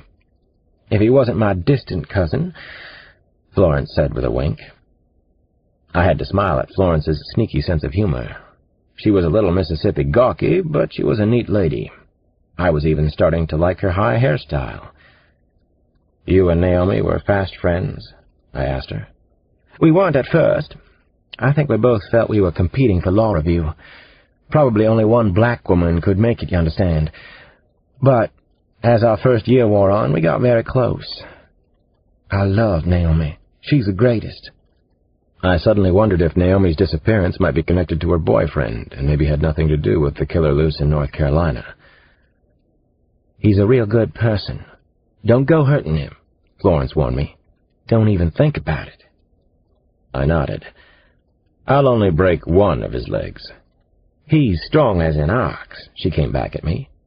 "I am an ox," I told Florence Campbell, imparting a little secret of my own. Chapter 30. I stared into the dark eyes of Seth Samuel Taylor. He stared back. I kept on staring. His eyes looked like jet-black marbles set in almonds. Naomi's boyfriend was tall, very muscular, and working man hard. He reminded me more of a young lion than an ox. He looked disconsolate, and it was hard for me to question him. I had the premonition that Naomi was gone forever. Seth Taylor hadn't shaved, and I could tell that he hadn't slept in days. I don't think he had changed his clothes either. He had on a badly wrinkled blue plaid shirt over a T-shirt and holy 501s. He still wore his dusty work boots. Either he was very upset, or Seth Taylor was a shrewd actor. I put out my hand, and his handshake was powerful. I felt as if I'd been put into a carpenter's vice. "You look like shit," were Seth Taylor's first words to me. Digital Underground was blaring out the Humpty Dance somewhere in the neighborhood, just like it was D.C., only a little behind the times. "You do, too." "Well, fuck y'all," he said. It was a familiar greeting on the streets, and we both knew it and laughed. Seth's smile was warm and somewhat contagious. He had an overconfident air about him, but it wasn't too obnoxious. Nothing I hadn't seen before. I could see that his broad nose had been broken a few times, but he was still good-looking in a rough-hewn sort of way. His presence dominated a room as Naomi's did. The detective in me wondered about Seth Taylor. Seth lived in an old working-class area north of downtown Durham. At one time, the neighborhood had been filled with tobacco factory workers. His apartment was a duplex in an old, shingled house that had been converted into 2 apartments. Posters of Arrested Development and Ice-T were up on the hallway walls. One poster read, "Not since slavery has so much ongoing catastrophe been visited on black males." The living room was filled with his friends and neighborhood folks. Sad Smokey Robinson songs played from a blaster. The friends were there to help in the search for Naomi. Finally, maybe, I had some allies in the South. Everyone at the apartment was anxious to talk to me about Naomi. None of them had any suspicions about Seth Samuel. I was struck in particular by a woman with wise, sensitive eyes and skin the color of coffee with cream. Keisha Bowie was in her early 30s, a postal worker in Durham. Naomi and Seth had apparently talked her into going back to college to get her degree in psychology. She and I hit it off right away. "Naomi is educated, so articulate, but you already know that." Keisha took me aside and talked seriously to me. "But Naomi never, ever uses her abilities or education to belittle someone else, or make herself seem superior. That struck every one of us when we met her. She's so down-to-earth, Alex. She doesn't have a phony bone inside her. That this could happen to her is the saddest thing." I talked with Keisha some more, and I liked her very much. She was smart and pretty, but this wasn't the time for any of that stuff. I looked for Seth and found him off by himself on the 2nd floor. The bedroom window was open, and he was sitting outside on the gently sloping roof.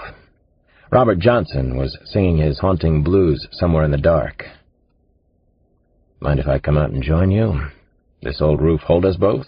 I said from the window. Seth smiled. "If it doesn't, and we both crash through to the front porch, it'll be a good story for everybody, worth the fall and the broken neck. Come on out. You got a mind, too?" He spoke in a sweet, almost musical drawl. I could see why Naomi would like him. I climbed out and sat with Seth Samuel in the darkness settling over Durham. We heard a smaller-town version of the police sirens and excited shouts of the inner city. "We used to sit out here," Seth muttered in a low voice. "Naomi and I." "You okay?" I asked him. "Nah. Never been any worse in my life. You?" "Never worse."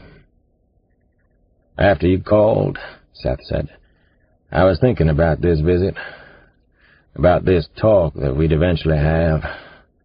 I tried to think the way that you might be thinking.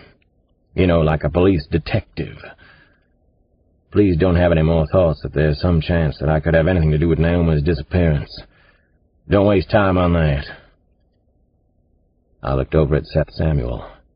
He was hunched over, and his head rested on his chest. Even in the dark, I could see that his eyes were shiny wet. His grief was a palpable thing. I wanted to tell him that we were going to find her and that everything would work out. But I knew no such thing. We finally held on to each other. We were both missing Naomi in our own way, mourning together on a dark roof. Chapter 31. A friend of mine from the FBI finally returned one of my phone calls that night. I was doing some reading when he called, the Diagnostic and Statistical Manual of Mental Disorders. I was working on Casanova's profile and still not getting very far. I had originally met Special Agent Kyle Craig during the long, difficult manhunt for the serial kidnapper Gary Sonagy. Kyle had always been a straight shooter. He wasn't territorial like most FBI agents, and not too uptight by bureau standards either. Sometimes I thought that he didn't belong in the FBI. He was too much of a human being. "Thanks for finally returning my calls, stranger," I said over the phone. "Where are you working out of these days?" Kyle surprised me with his answer. "I'm here in Durham, Alex. To be a little more precise, I'm in the lobby of your hotel. Come on down for a drink or three in the infamous Bull Durham room. I need to talk to you. I've got a special message for you from J. Edgar himself." "I'll be right down. I've been wondering what the Hoove's been up to since he faked his own death." Kyle was seated at a table for two beside a large bay window. The window faced directly onto the putting green of the university golf course. A lanky man, who looked like a schoolboy, was teaching a Duke co-ed how to putt in the dark. The jock was standing behind his lady, showing her his best putt-putt moves. Kyle was watching the lesson of the links with obvious amusement. I watched Kyle with obvious amusement. He turned as if he could sense my presence. "Man, you have a nose for bad trouble," he said by way of a greeting. "I was sorry to hear that your niece is missing. It's good to see you, in spite of the particularly vile and shitty circumstances." I sat down across from the agent, and we started to talk shop. As always, he was extremely upbeat and positive without sounding naive. It's a gift he has. Some people feel that Kyle could wind up at the top of the bureau, and that it would be the best thing that ever happened. "First, the Honorable Ronald Burns appears in Durham. Now you show up. What gives?" I asked Kyle. "Tell me what you have so far," he said. "I'll try to reciprocate as much as I can." "I'm doing psych profiles on the murdered women," I told Kyle. "A so-called rejects. In two of the cases, the rejected women had very strong personalities. They probably gave him a lot of trouble.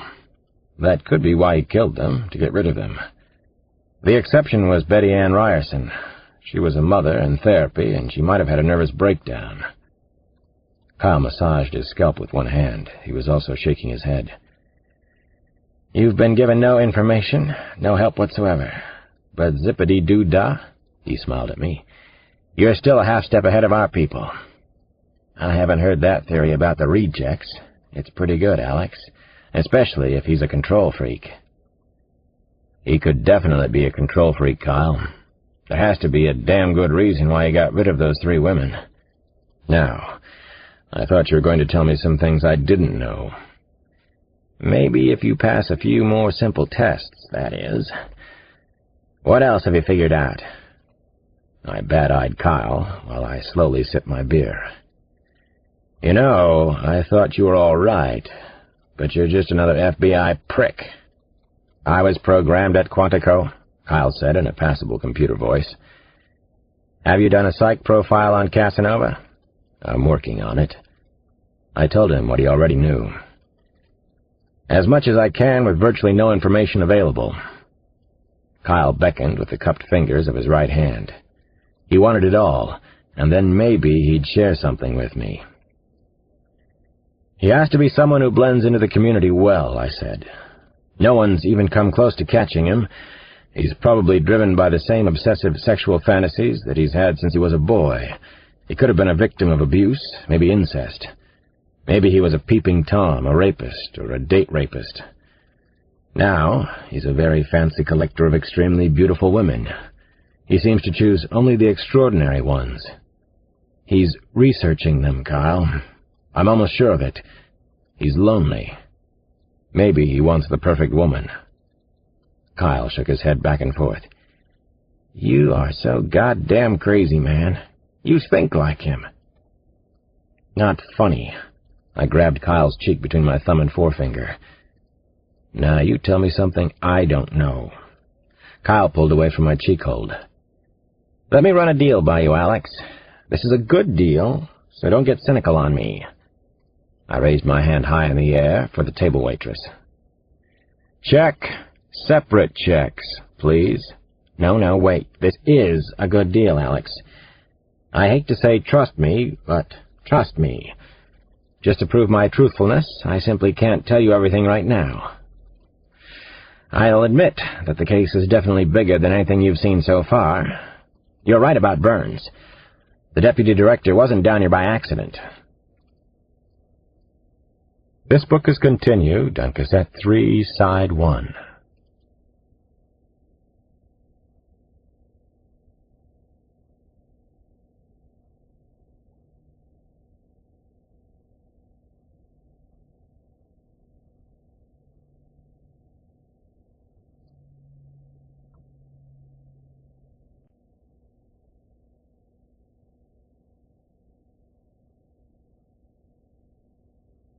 Kiss the Girls, by James Patterson, continued, cassette 3, side 1. You're right about Burns. The deputy director wasn't down here by accident. I figured Burns wasn't here to see the azaleas. I felt like yelling at Kyle inside the quiet hotel bar. Okay, tell me one thing I don't know already. I can't tell you any more than I already have. Damn you, Kyle, you haven't told me a goddamn thing. I raised my voice. What's the deal you have for me? He put up a hand. He wanted me calm for this. Listen, as you know or suspect, this is already a 4-star multi-jurisdictional nightmare, and it hasn't really heated up yet. Believe me on that. Nobody's getting anything done, Alex. Here's what I'd like you to consider. My eyes rolled back. I'm glad I'm sitting down for this, I said. This is an excellent offer for a man in your position to consider.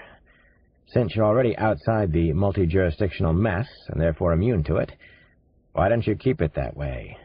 Stay on the outside, and work directly with me. Work with the Federal Bureau. I choked on my beer. Collaborate with the Phoebes. I can give you access to all the information we get as soon as we get it. I'll give you everything you need in terms of resources and information, and all of our current data. And you don't have to share anything I come up with, not even with the local or state police, I said. Kyle had become his intense self again. Look, Alex, this investigation is large and expensive, but it's getting nowhere. Officers are falling over one another while women all over the South, including your niece, are disappearing right under our noses. I understand the problem, Kyle. Let me think about your solution. Give me a little space on this one. Kyle and I talked some more about his offer, and I was able to pin him down on a few specifics. Basically, I was sold, though. Working with Kyle would give me access to a first-rate support team, and I'd have clout whenever I needed it. I wouldn't be alone anymore.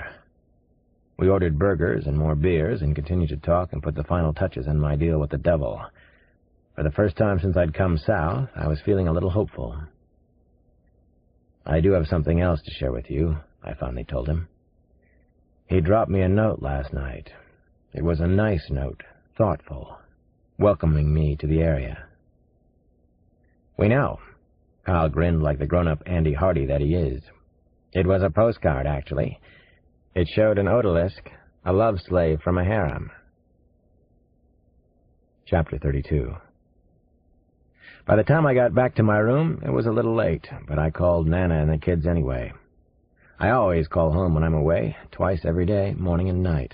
I hadn't missed yet and didn't plan to start that night. Are you listening to Nana and being a good girl for a change? I asked Jenny when she came on the phone.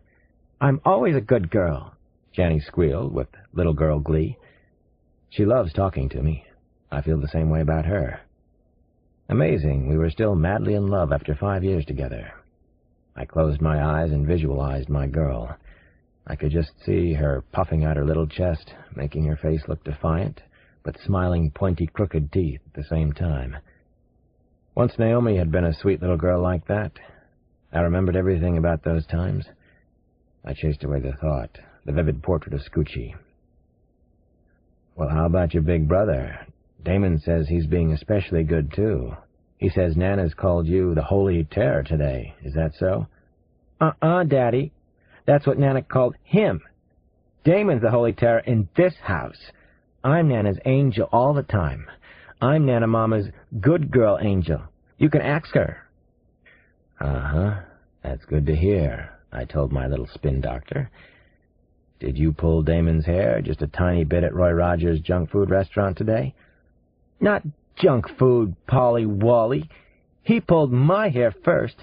Damon almost pulled my hair out, like I was Baby Claire without her hair now.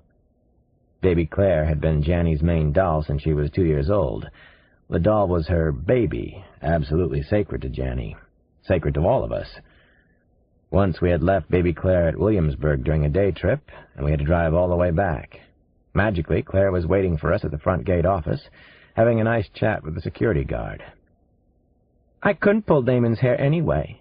He's almost bald, Daddy. Nana got him his summer haircut. Wait till you see my bald brother. He's a pool ball. I could hear her laughing. I could see Janny laughing. In the background, Damon wanted the phone back. He wanted his rebuttal about the state of his haircut. After I finished with the kids, I talked to Nana. How are you holding up, Alex? She went right to the point, as she always does. She would have made an outstanding detective or anything else she wanted to be. Alex, I asked how you're doing. I'm doing just fine and dandy. Love my work, I told her. How are you, old woman? Never mind that. I could watch these children in my sleep. You don't sound good to me. You're not sleeping and you haven't made a lot of progress, have you? Man, she was tough when she wanted to be. It's not going as well as I would have hoped, I told her. Something good might have just happened tonight. I know, Nana said. That's why you're calling up so late. But you can't share the good news with your grandmother. You're afraid I might call the Washington Post. We'd had this discussion before on cases I was working on. She always wants inside information, and I can't give it up. I love you, I finally said to her. That's the best I can do right now. And I love you, Alex Cross. That's the best I can do. She had to have the final word. After I finished with Nana and the kids, I lay in the dark on the unmade, unwelcoming hotel bed. I didn't want maids or anyone else in the room, but the Do Not Disturb tag hadn't deterred the FBI. A bottle of beer sat upright on my chest.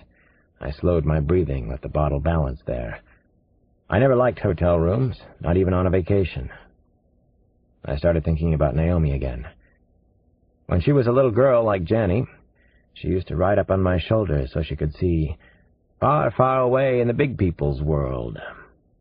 I remembered that Naomi thought Christmas was Kissmas, so she would kiss everybody during the holidays.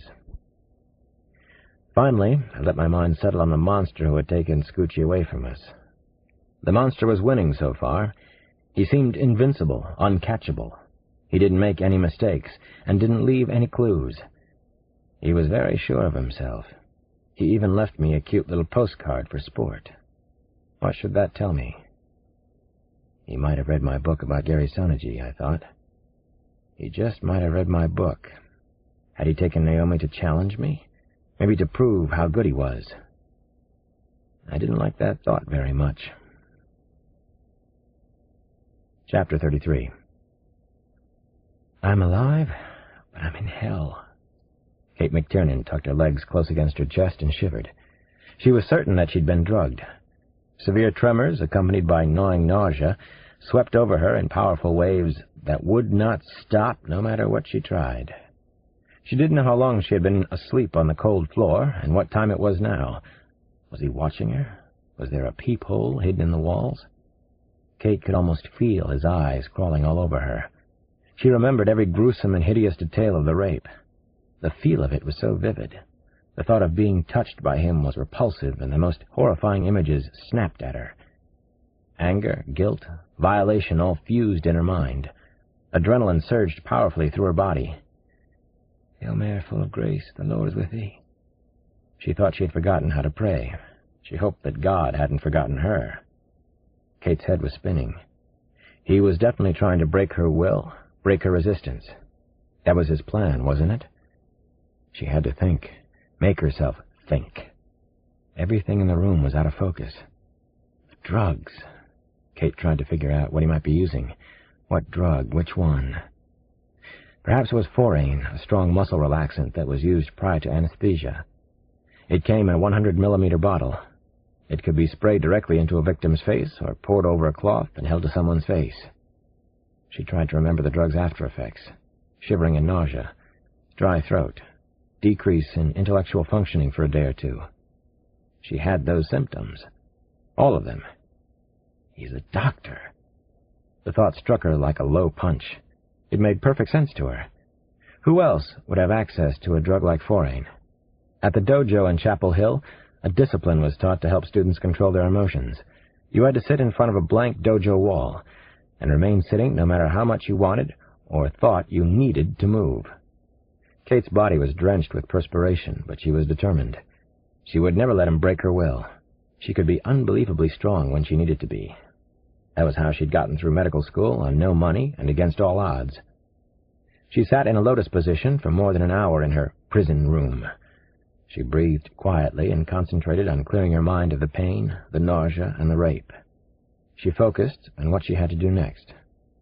One simple concept: escape. Chapter 34. Kate rose slowly to her feet after the hour of meditation. She was still woozy, but she felt a little better, more in control.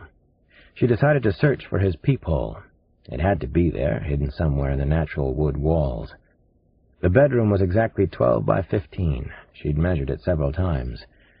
In a tiny alcove the size of a closet, there was the equivalent of an outhouse. Kate carefully looked for even the tiniest slit in the wall, but she saw nothing. The toilet in the alcove seemed to empty directly into the ground. There was no plumbing, at least not in this part of the building. Where am I being kept? Where am I?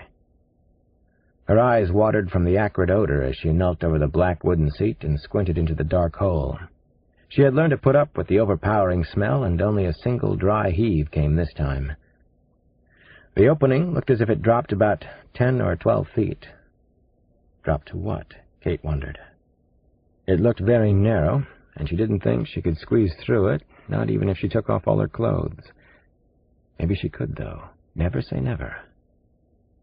She heard his voice directly behind her. Her heart dropped and she felt faint. There he was, no shirt again, rippling muscles everywhere, but especially around his stomach and thighs. He was wearing another mask, an angry-looking one, crimson and bone-white swatches against a shiny black background. Was he angry today? Were the masks like mood rings for him? "Not one of your better ideas, Katie. It's been tried by someone slimmer than you are," he said in a sing-songy voice. "I won't go down there to help you back up. Very shitty way to die. Think it through." Kate struggled to her feet and began to retch. She did her best to do it convincingly. "I'm sick. I thought I was going to throw up," she said to Casanova. "I definitely believe you do feel sick," he said. "That will pass. But it isn't the real reason you are kneeling over the toilet. Tell the truth and shame the devil." "What do you want from me?" Kate asked. He sounded different today. Maybe the drugs were distorting her hearing. She studied the mask. It seemed to turn him into another person, another kind of creep. Was he a split personality? "I want to be in love. I want to make love to you again. I want you to get beautiful for me. Maybe one of the lovely dresses from Neiman Marcus, nylons and high heels." Kate was terrified and disgusted, but trying not to show it. She had to do something, say something that would keep him away from her for now.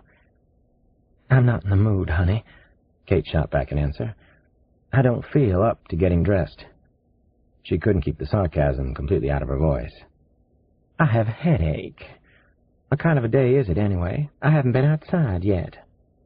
He laughed. An almost normal laugh. A nice enough laugh from behind his nasty mask.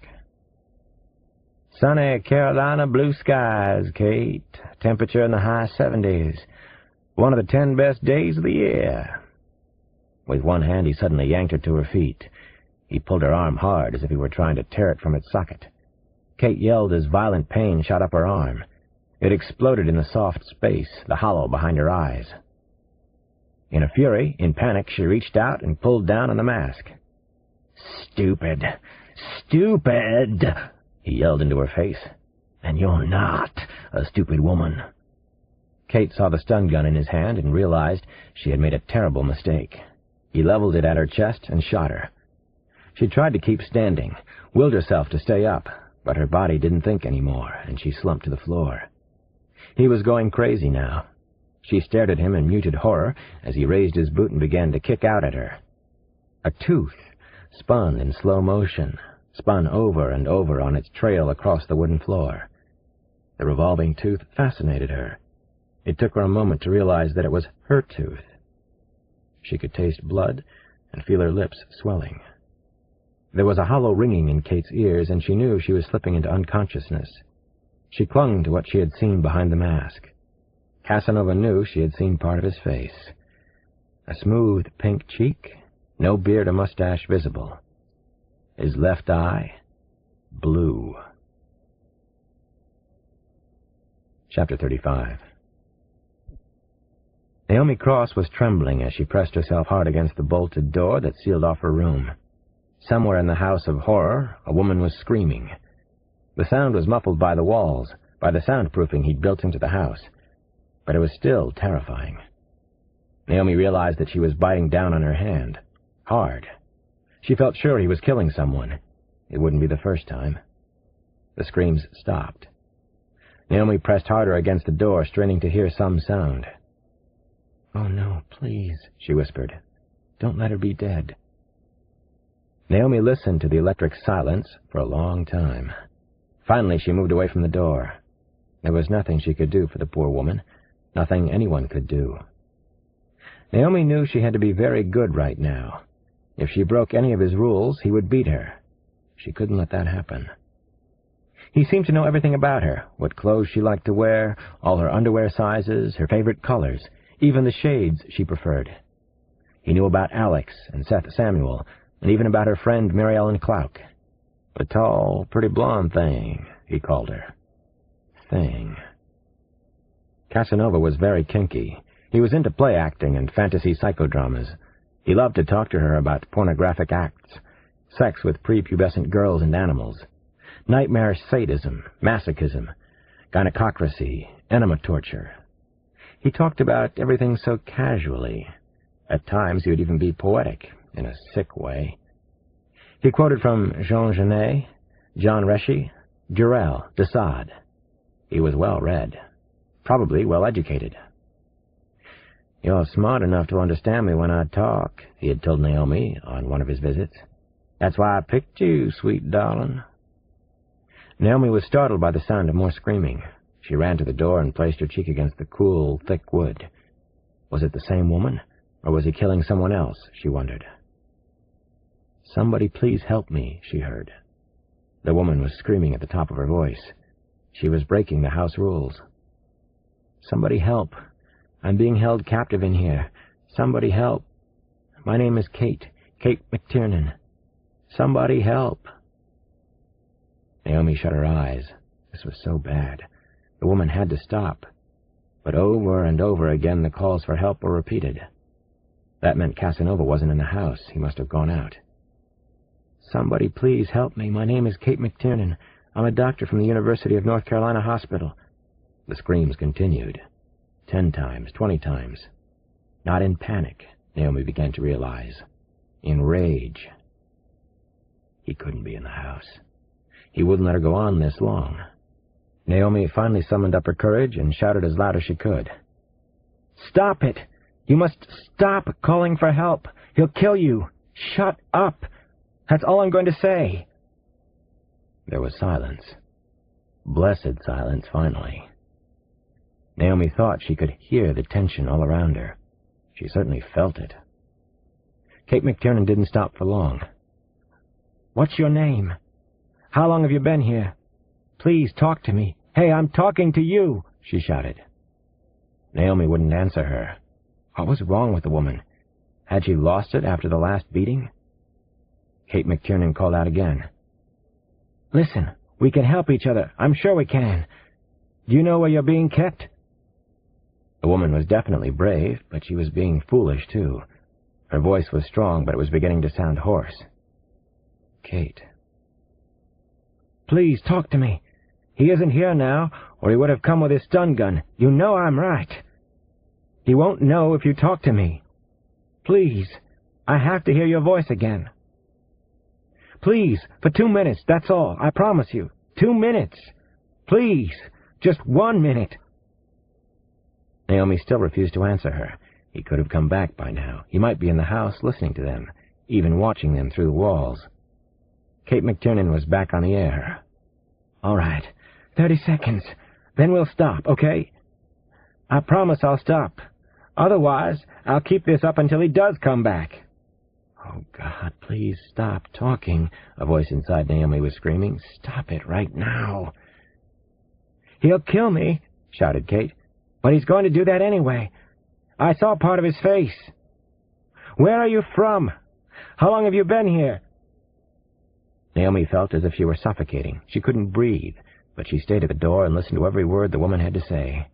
She wanted to talk to her so badly. "He might have used a drug called Forane. Hospitals use it. He might be a doctor. Please. What do we have to fear except torture and death?" Naomi smiled. Kate McTiernan had guts and also a sense of humor. Just hearing another voice was so unbelievably good. The words tumbled out of Naomi's mouth almost against her will. "My name is Naomi Cross. I've been here for 8 days, I think. He hides behind the walls. He watches all the time. I don't think he ever sleeps. He raped me," she said in a clear voice. It was the first time she had said the words out loud. "He raped me." Kate answered right back. "He raped me too, Naomi. I know how you feel. Terribly bad. Dirty all over. It's so good to hear your voice, Naomi. I don't feel so alone anymore." "Me too, Kate. Now please, shut up." Downstairs in her room, Kate McTiernan felt so tired now. Tired, but hopeful. She was slumped against one of the walls when she heard the voices around her. "Maria Jane Capaldi. I think I've been here about a month." "My name is Kristen Miles. Hello." "Melissa Stanfield. I'm a student nurse. I've been here 9 weeks." "Krista Akers, North Carolina State. 2 months in hell." There were at least 6 of them. Part 2. Hide and Seek. Chapter 36. A 29-year-old Los Angeles Times reporter named Beth Lieberman stared at the tiny blurred green letters on her computer terminal. She watched with tired eyes as one of the biggest stories at the Times in years continued to unfold. This was definitely the most important story of her career, but she almost didn't care anymore. "This is so crazy and sick. Feet. Jesus Christ." Beth Lieberman groaned softly under her breath. Feet. The 6th diary installment sent to her by the gentleman caller had arrived at her West Los Angeles apartment early that morning. As had been the case with the previous diary entries, the killer supplied the precise location of a murdered woman's body before starting into his obsessive, psychopathic message for her. Beth Lieberman had immediately called the FBI from her home, and then she drove quickly to the offices of the Times on South Spring Street. By the time she arrived, the Federal Bureau had verified the latest murder. The gentleman had left his signature. Fresh flowers. The body of a 14-year-old Japanese girl had been found in Pasadena. As was the case with the 5 other women, Sunny Ozawa had disappeared without a trace 2 nights ago.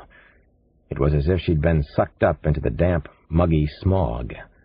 To date, Sonny Ozawa was the gentleman's youngest reported victim. He'd arranged pink and white peonies on her lower torso. "Flowers, of course, remind me of a woman's labia," he'd written in one of the diary entries. "The isomorphism is obvious, no?"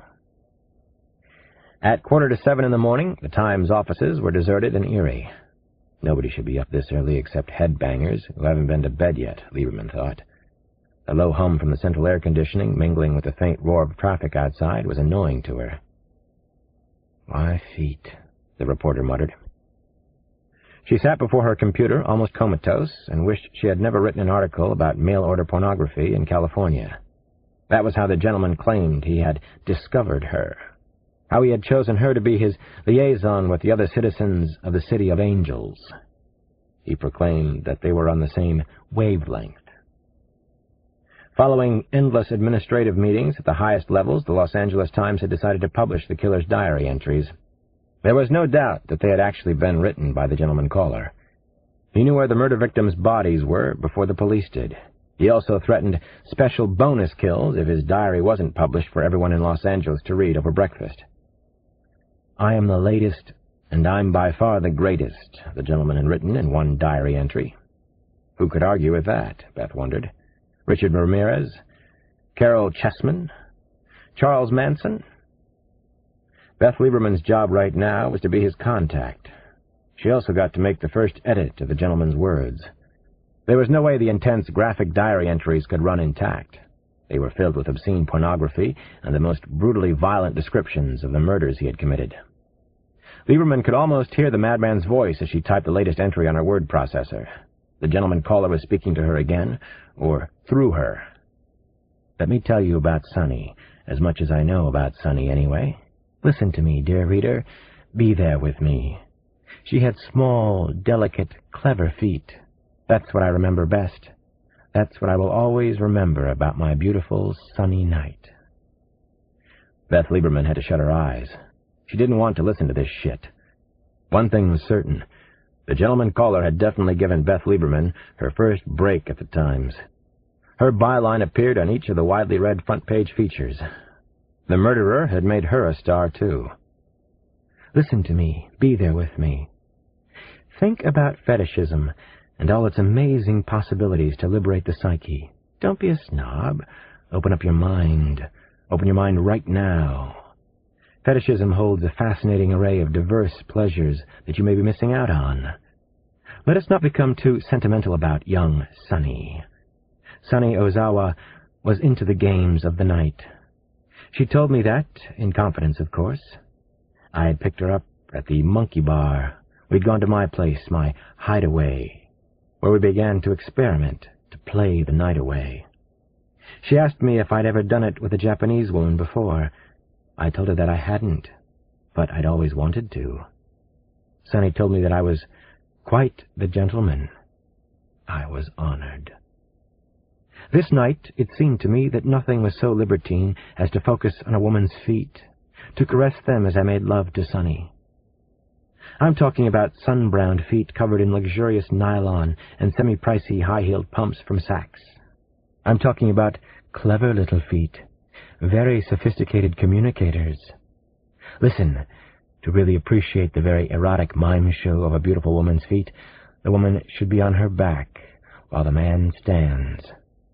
That's how it was with Sonny and me earlier tonight. I lifted up her slender legs and watched closely, where they joined together in such a way that the vulva puckered from her buttocks. I kissed the top of her stockings repeatedly. I fixated on her well-formed ankle, the lovely lines leading to her shiny black pump. I concentrated all my attention on that flirtatious pump as our fevered action set her foot into rapid motion.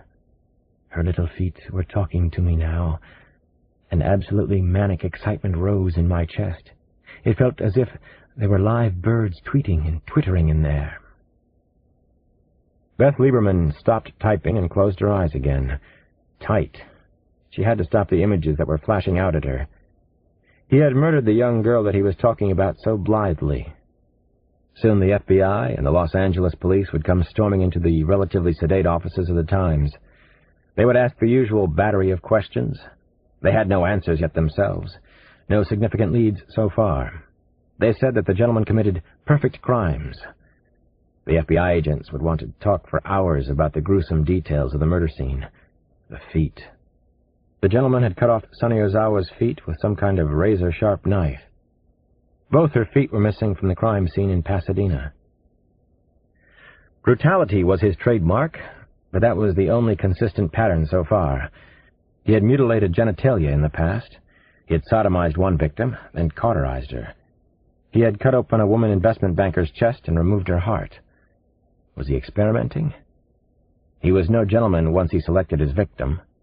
He was a Jekyll and Hyde in the 1990s. Beth Lieberman finally opened her eyes and saw a tall, slender man standing very close to her in the newsroom. She sighed loudly, and she held back a frown. It was Kyle Craig, the special investigator from the FBI. Kyle Craig knew something that she desperately needed to know, but he wouldn't tell her squat. He knew why the deputy director of the FBI had flown to Los Angeles the previous week. He knew secrets that she needed to know.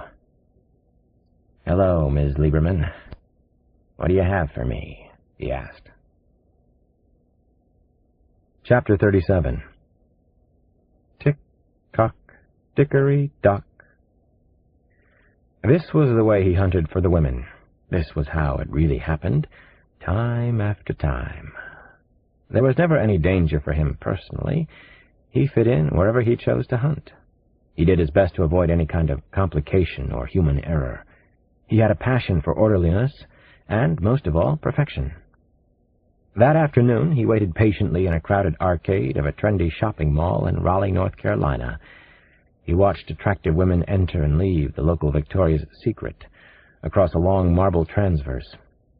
Most of the women were well-dressed. A copy of Time magazine and also USA Today were folded on the marble bench beside him. The newspaper headline read, "Gentleman calls for 6th time in L.A." He was thinking to himself that the gentleman was zooming out of control in Southern California. He was taking gruesome souvenirs, doing 2 women a week sometimes, playing stupid mind games with the Los Angeles Times, the LAPD, and the FBI. He was going to get caught. Casanova's blue eyes moved back across the crowded shopping mall. He was a handsome man, as the original Casanova had been.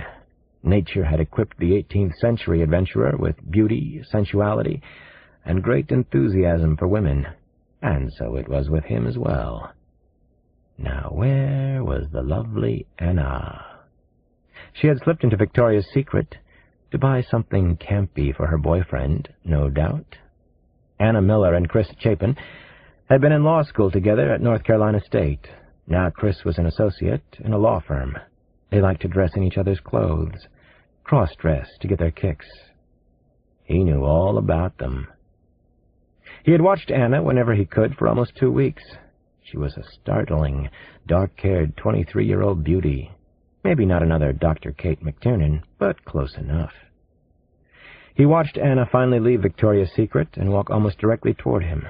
The click of her high heels made her sound so wonderfully haughty.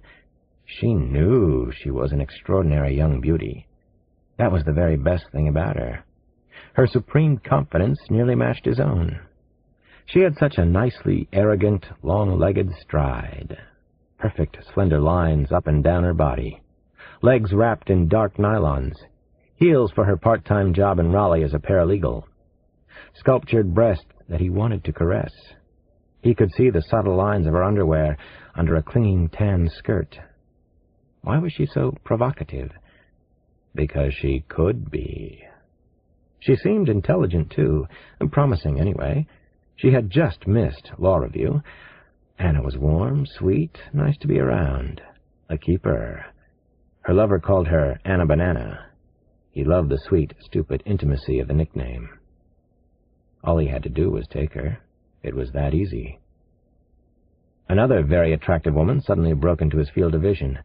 She smiled at him, and he smiled back. He stood up and stretched, then walked toward her. She had store packages and bags piled high in both arms. "Hi there, beautiful," he said when he got close.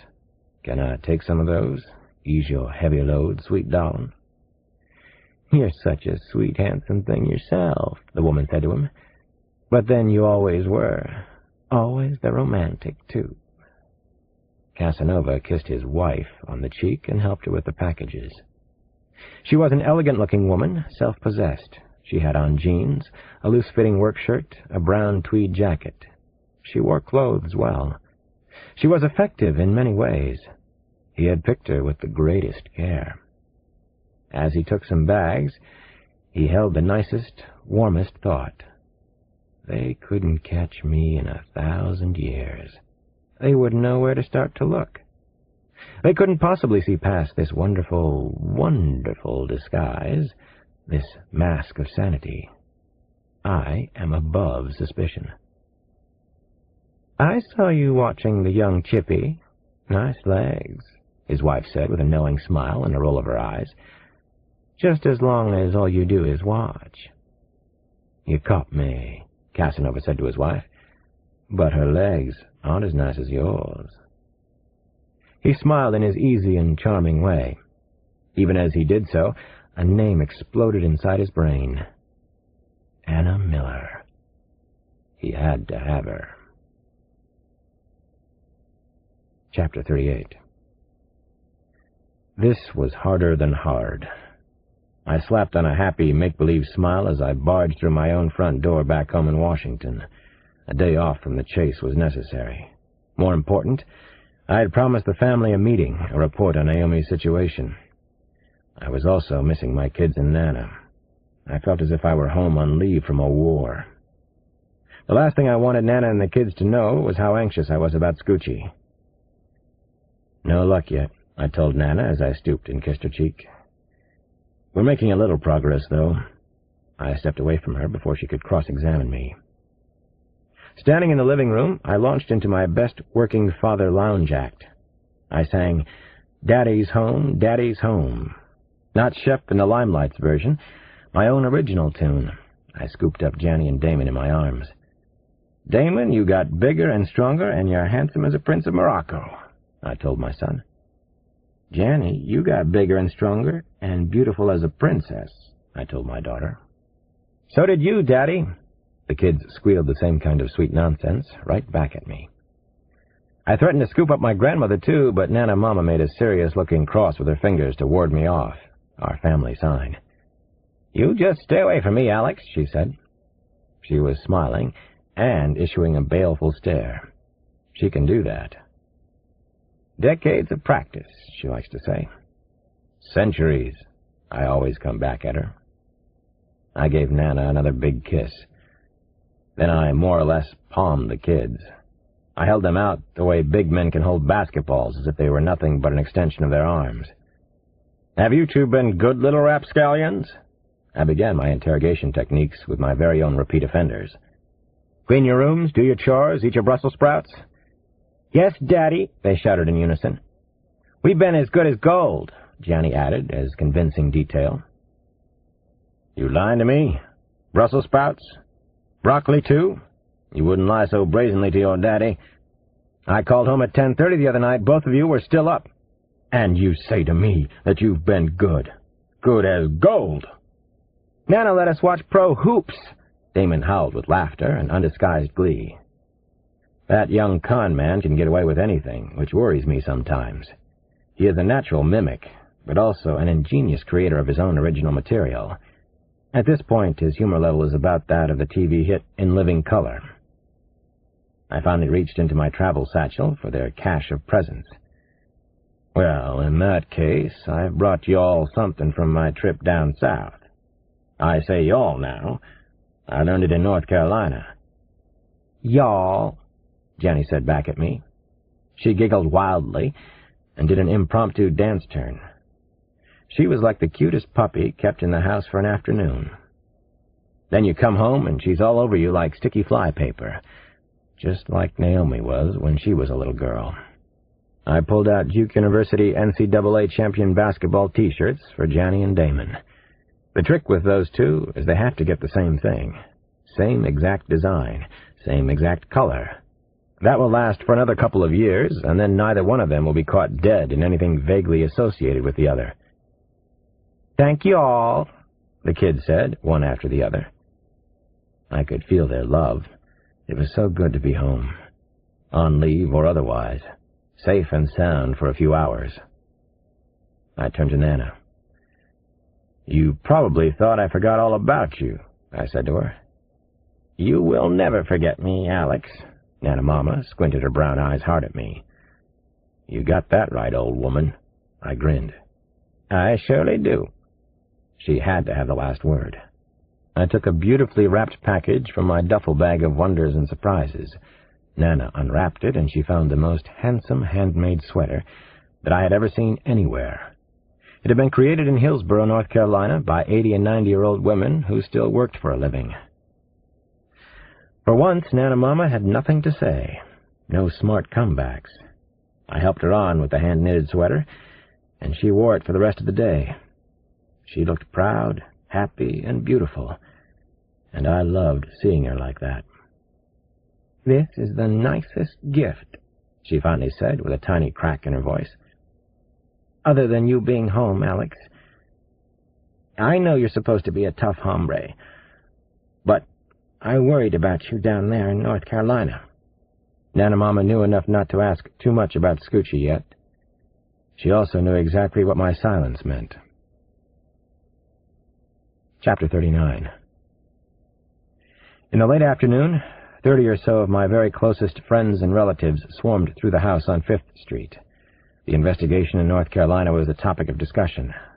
This was natural, even though they knew I would have told them if I had any good news to report.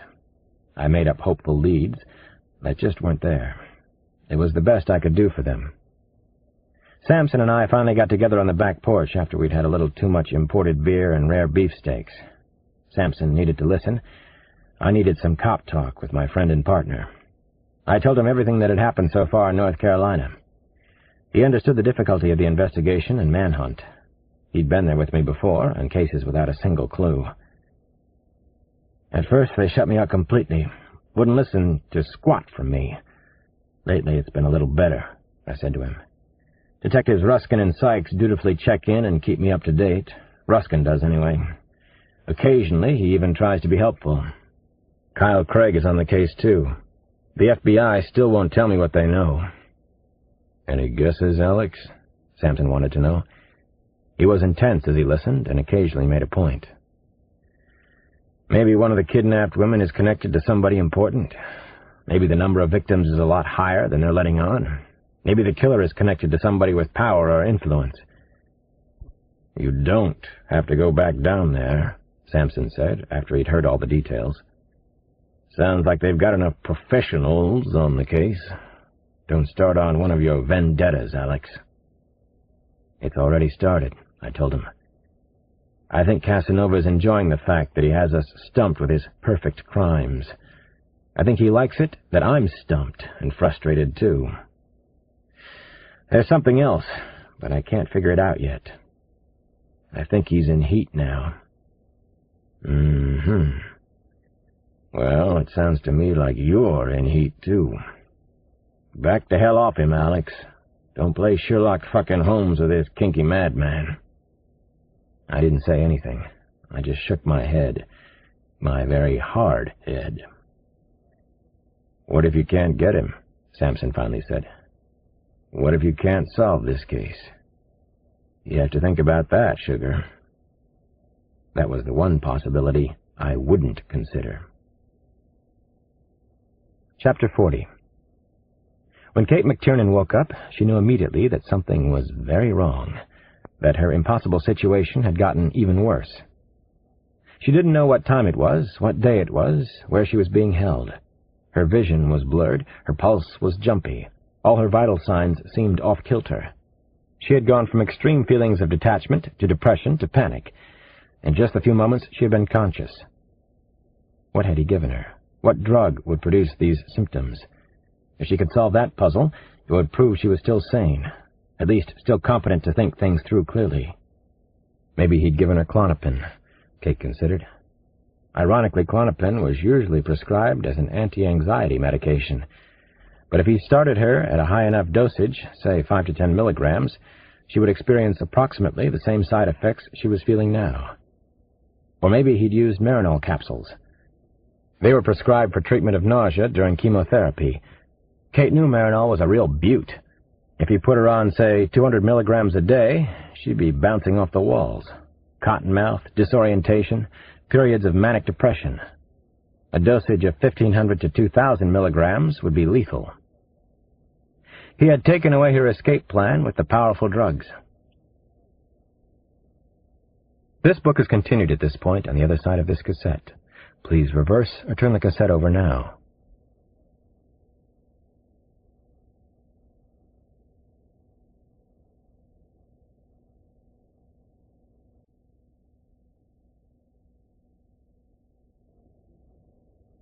Kiss the Girls by James Patterson, continued, Cassette 3, Side 2.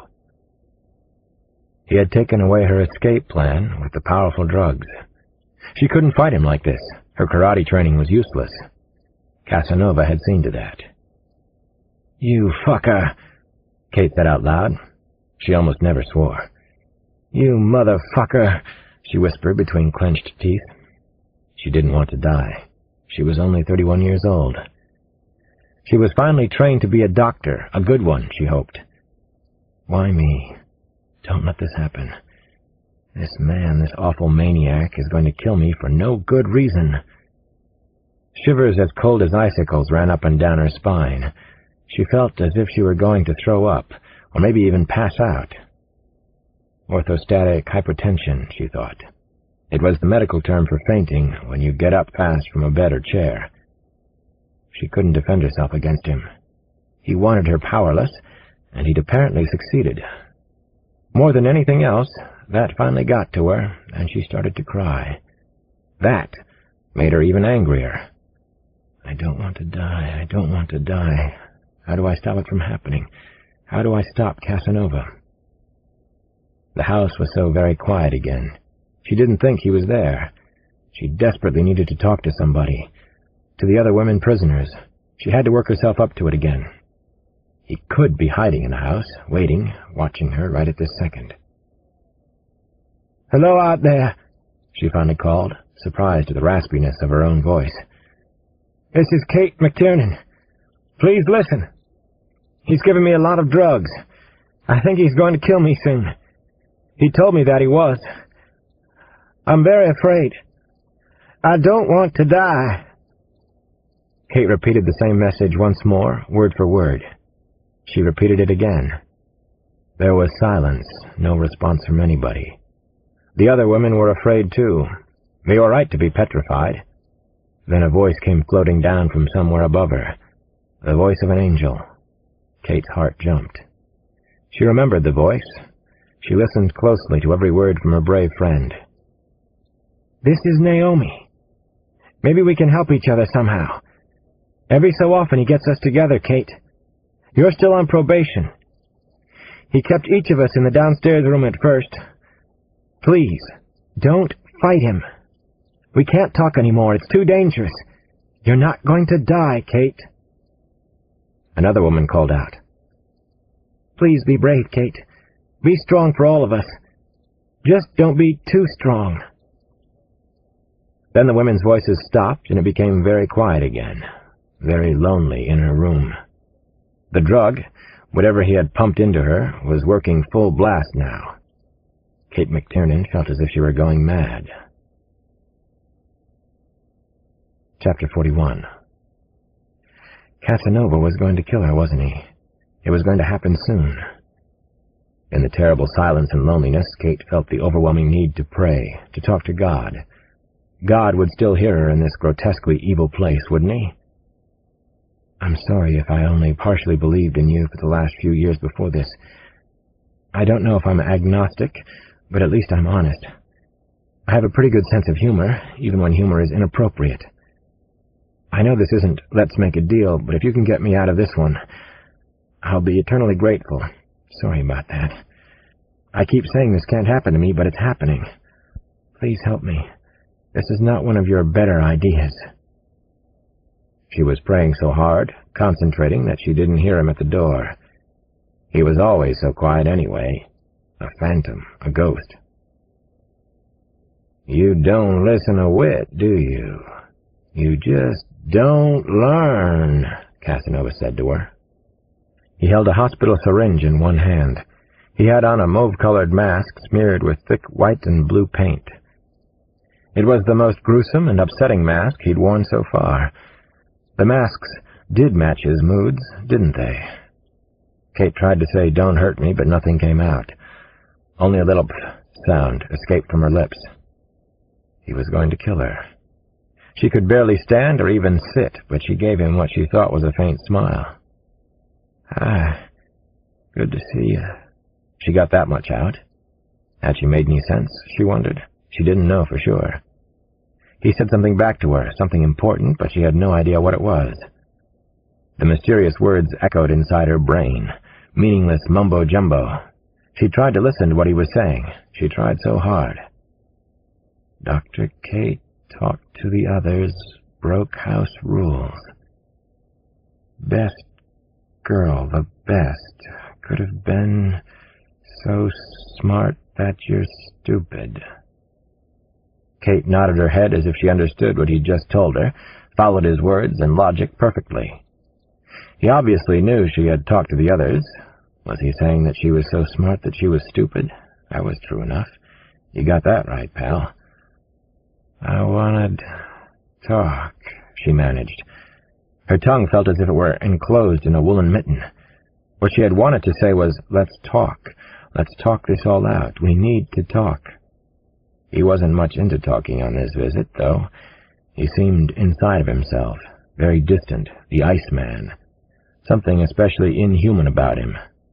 That hideous mask. Today his persona was death. He was less than 10 feet away, armed with a stun gun and a syringe. "Doctor," her brain screamed. "He's a doctor, isn't he?" "Don't want to die. Be good," she managed to say with great effort. "Get dressed up. High heels." "Should have thought of that earlier, Dr. Kate. And you shouldn't have broken the rules of my house every chance you got. You were a mistake on my part. I don't usually make mistakes." She knew that the electric shocks from the gun would immobilize her. She tried to concentrate on what she could do to save herself. She was on full automatic pilot now, all learned reflexes. One straight, true kick, she thought. But that seemed impossible right now. She reached deep inside herself anyway. Total concentration. All of her years of karate practice channeled into one slender chance to save her life. One last chance. She'd been told 1,000 times in the dojo to focus on a single target, and then use the enemy's force and energy against him. Total focus. As much as she could right now. He came toward her and raised the stun gun to his chest. He was moving very purposefully. Kate rasped out, "Ki-yi!" or something like that. The best she could manage right then. She kicked out with all of her remaining strength. She aimed for his kidneys. The blow could incapacitate him. She wanted to kill him. Kate missed the kick of her life, but something happened. She did connect solidly with bone and flesh. Not the kidney, not even close to her intended target. The kick had slammed into his hip or his upper thigh. No matter, it had hurt him. Casanova yelled in pain. He sounded like a dog clipped by a speeding car. She could tell that he was surprised, too.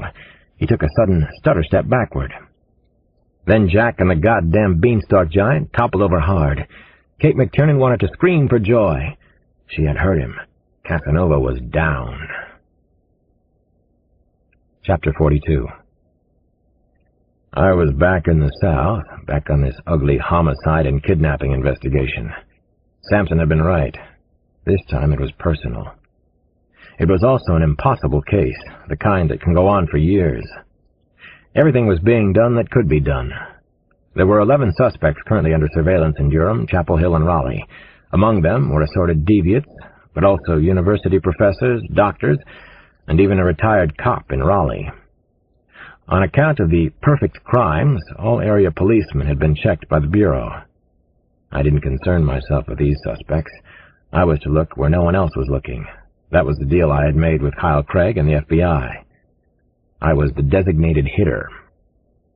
There were several ongoing cases across the country at that time.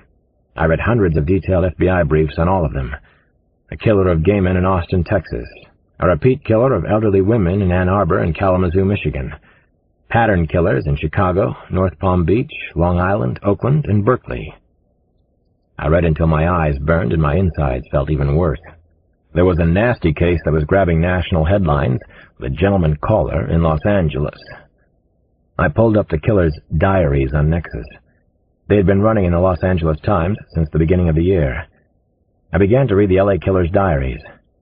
I short-circuited as I read the next-to-last diary entry from the Times. It took my breath away. I almost didn't believe what I'd just read on the computer. I backed the story up on the screen. I reread the entry one more time, very slowly, word for word. It was a tale about a young woman who was being held captive by the gentleman caller in California. The young woman's name? Naomi C. Her occupation? Second-year law student. Description: black, very attractive, 22 years old. Naomi was 22, a second-year law student.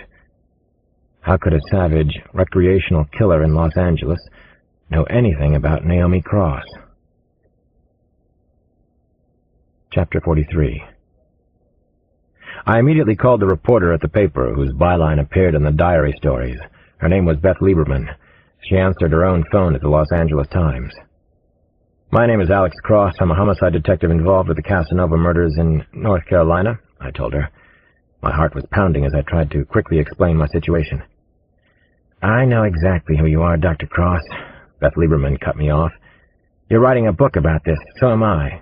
For obvious reasons, I don't think I have anything to say to you. My own book proposal is circulating around New York right now."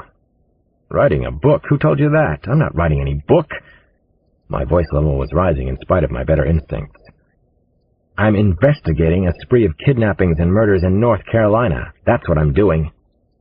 "The chief of detectives in D.C. says otherwise, Dr. Cross. I called him when I read you were involved with the Casanova case."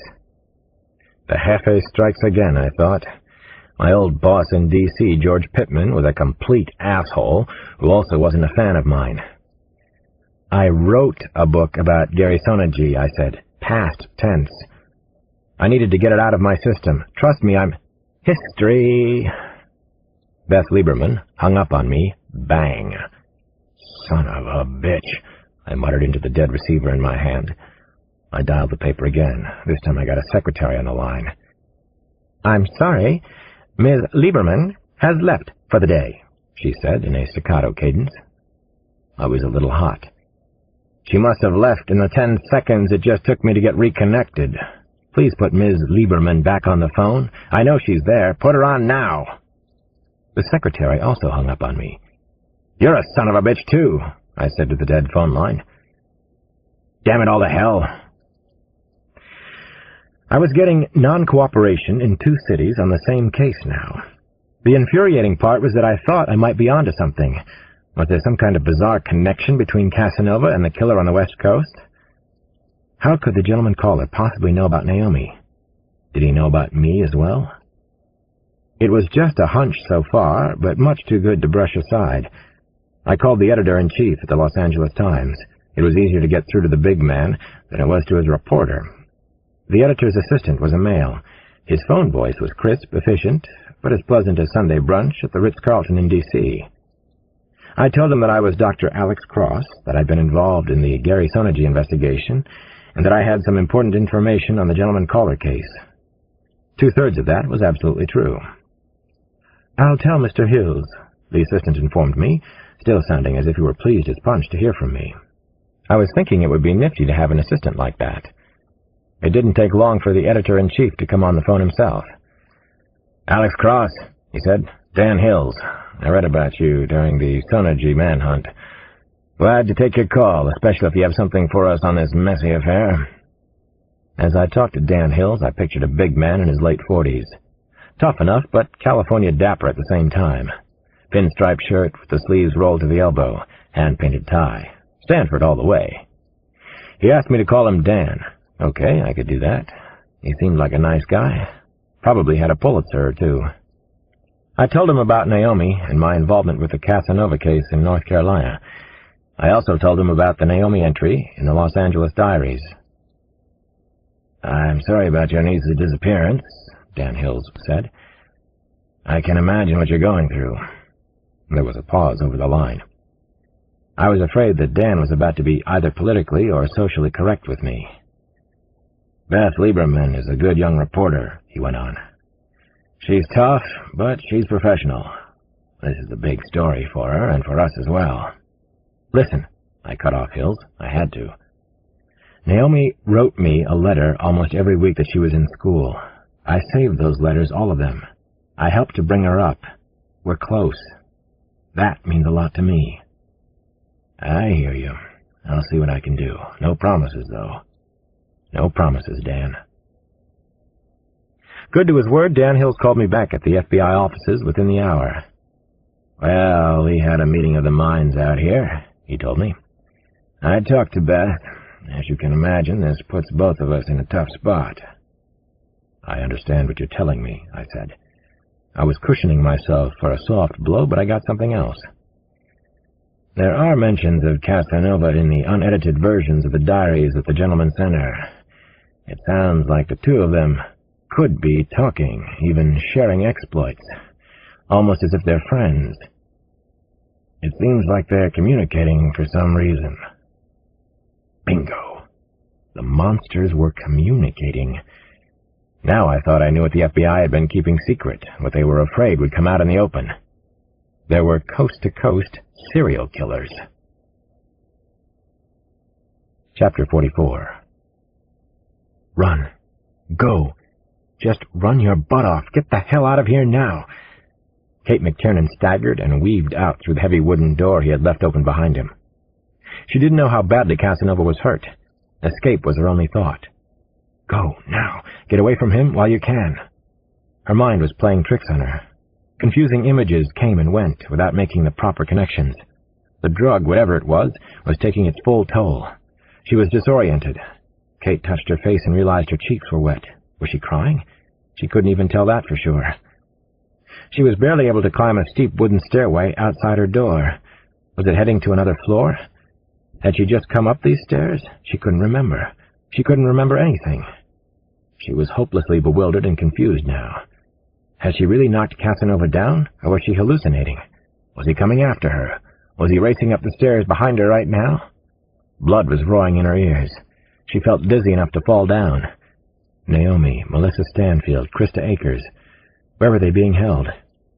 Kate was having tremendous difficulty navigating her way through the house.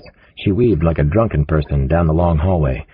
What kind of strange structure was she in? It looked like a house. The walls were new, freshly built, but what kind of house was this? "Naomi!" she called out, but her voice barely made a sound. She couldn't concentrate, couldn't focus for more than a few seconds.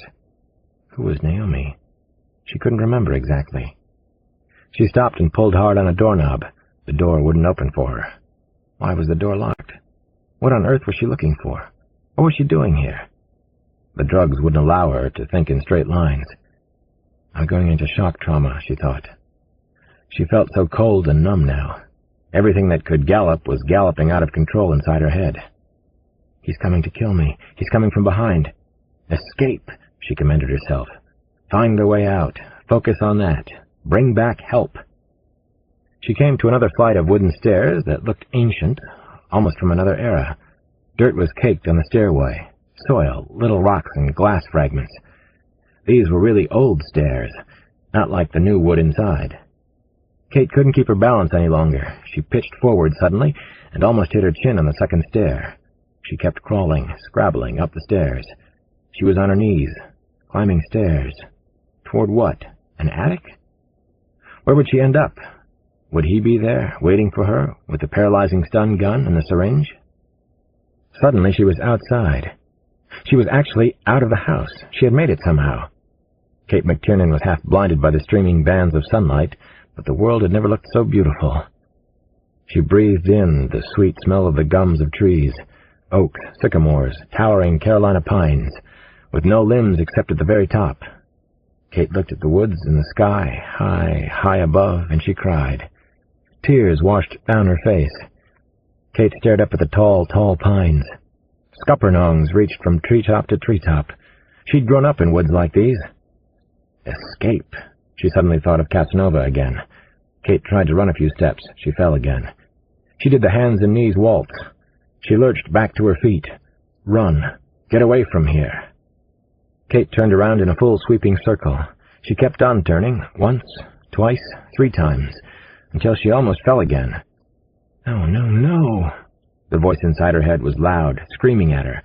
She couldn't believe her eyes, couldn't trust any of her senses. This was the weirdest, craziest thing yet. It was the scariest daydream. There was no house. There was no house anywhere Kate looked as she whirled and turned in circles under the towering pines. The house, wherever she had been kept, had completely disappeared. Chapter 45. Run. Move your damn legs fast, one after the other. Faster. Faster than that, girl. Run away from him. She tried to concentrate on finding her way out of the dark, dense forest. The tall Carolina pines were like umbrellas that filtered light onto the hardwoods that grew beneath them. There wasn't enough light for the young saplings, and they stood like upright tree skeletons. He would be coming after her now. He had to try to catch her, and he'd kill her if he did. She was pretty sure she hadn't hurt him very badly, though God knows she had tried. Kate settled into a herky-jerky rhythm of running and stumbling forward. The forest floor was soft and spongy, a carpet of pine straw and leaves. Long, spindly briar brambles grew straight up from the ground, reaching for the sunlight. She felt like a bramble herself. "I have to rest, hide, let the drugs wear off," Kate mumbled to herself. "Then go get help. Logical thing to do, get the police." Then she heard him crashing about behind her. He screamed out her name. "Kate! Kate! Stop right now!" His voice echoed loudly through the forest.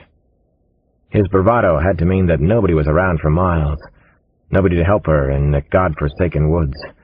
She was on her own out here. "Kate, I'm going to get you. It's inevitable, so stop running." She climbed a steep, rocky hill that seemed like Mount Everest in her exhausted state. A black snake was sunning itself on a smooth patch of rock. The snake looked like a fallen tree limb, and Kate almost stooped to pick it up. She thought she could use it as a support. The startled black snake slithered away, and she was afraid she was hallucinating again. "Kate! Kate! You're doomed! I'm so angry now." She went down hard in a mesh of honeysuckle and pointy rocks. Excruciating pain shot through her left leg, but she pushed herself up again. Ignore the blood. Ignore the pain. Keep going. You have to get away. You have to bring help. Just keep running. You're smarter, faster, more resourceful than you think you are. You're going to make it. She heard him pounding up the steep hill, the mountainside, whatever she had just climbed herself. He was very close. "I'm right here, Kate. Hey, Katie, I'm coming up behind you. Here I am." Kate finally turned around. Curiosity and terror got the best of her. He was climbing easily. She could see his white flannel shirt flashing through the almost black trees below, and his long blonde hair. Casanova. He was still wearing his mask. The stun gun, or some kind of gun, was in his hand. He was laughing loudly. Why was he laughing now? Kate stopped running. All hope of getting away suddenly left her. She experienced a jolting moment of shock and disbelief. She cried out in anguish. She was going to die right here, she knew. Kate whispered, "God's will." That was all there was now, nothing else. The top of the steep hill ended abruptly in a canyon. Steep, sheer rock dropped at least 100 feet. Only a few bare scrub pines grew out of the rock. There was nowhere to hide and nowhere to run. Kate thought it was such a sad, lonely place to die. "Poor Katie," Casanova screamed. "Poor baby." She turned to see him again. There he was, 40 yards, 30, then 20 yards away. Casanova watched her as he climbed up the steep hillside. He never took his eyes off her. The painted black mask seemed immobile, fixed on her. Kate turned away from him, turned her back on the death mask. She peered down at the steep valley of rocks and trees. It must be 100 feet, maybe more than that, she thought.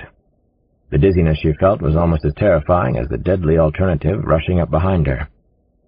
She heard him scream her name. "Kate! No!" She didn't look behind her again. Kate McTiernan jumped. She tucked in her knees and held on to them. Just your regular swimming hole cannonball leap, she thought to herself. There was a stream down below.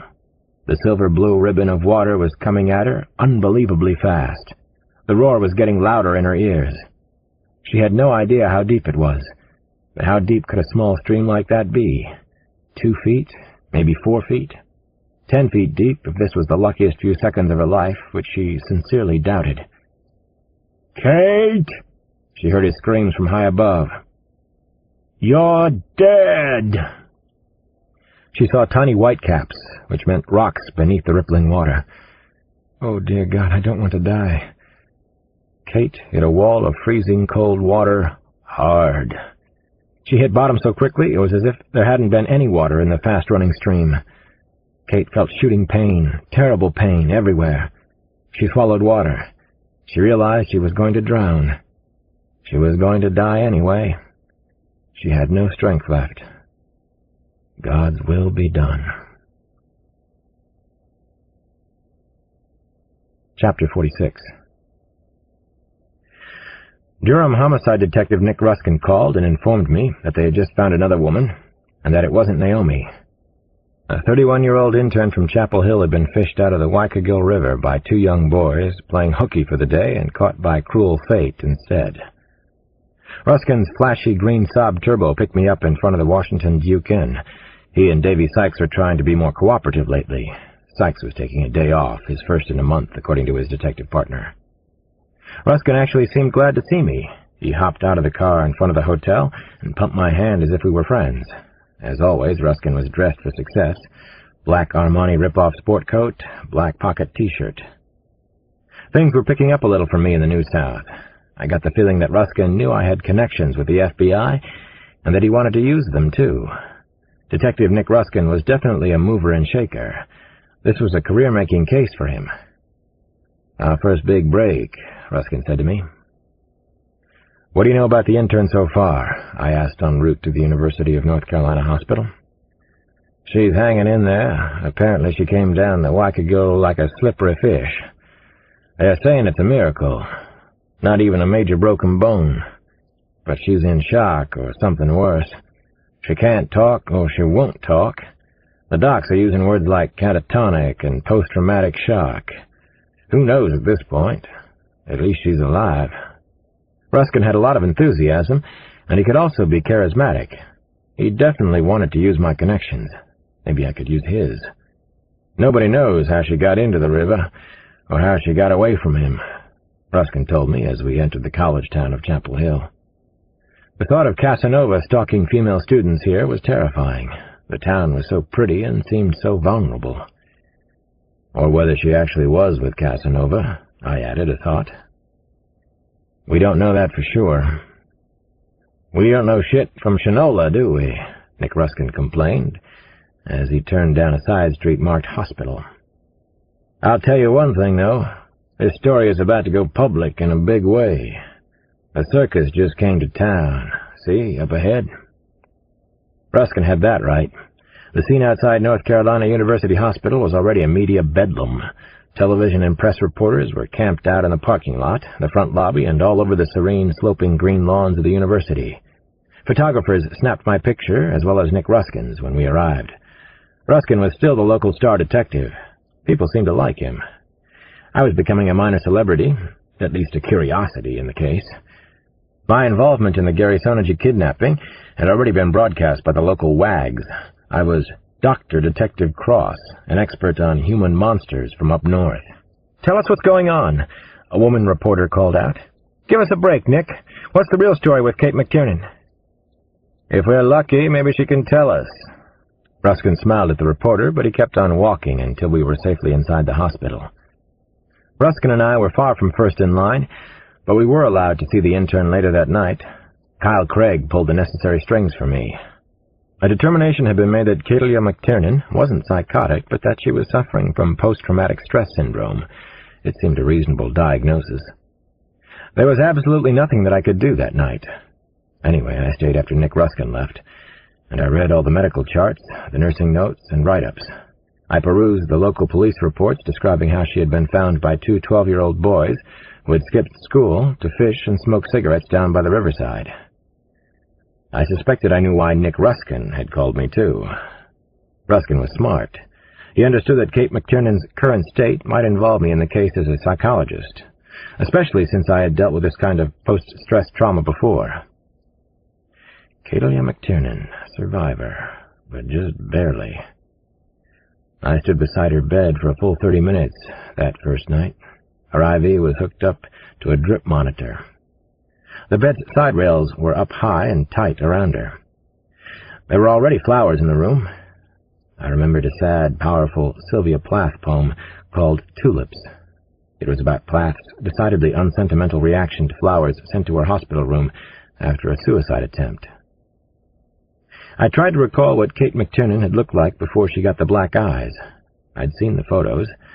A lot of ugly swelling made her face look as if she were wearing goggles or a gas mask. There was more nasty swelling surrounding her jaw. According to the hospital write-up, she'd lost a tooth, too. Apparently it had been knocked out at least 2 days before she was found in the river. He'd beaten her, Casanova, the self-proclaimed lover.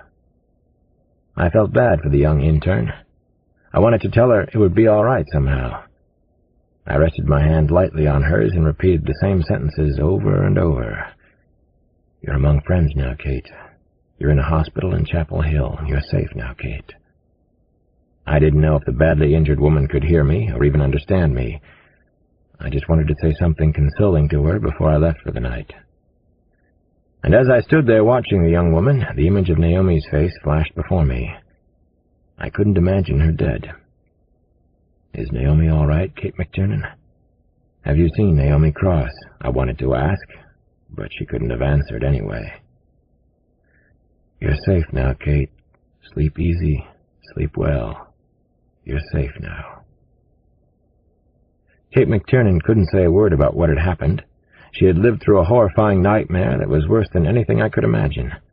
She had seen Casanova, and he had left her speechless. Chapter 47.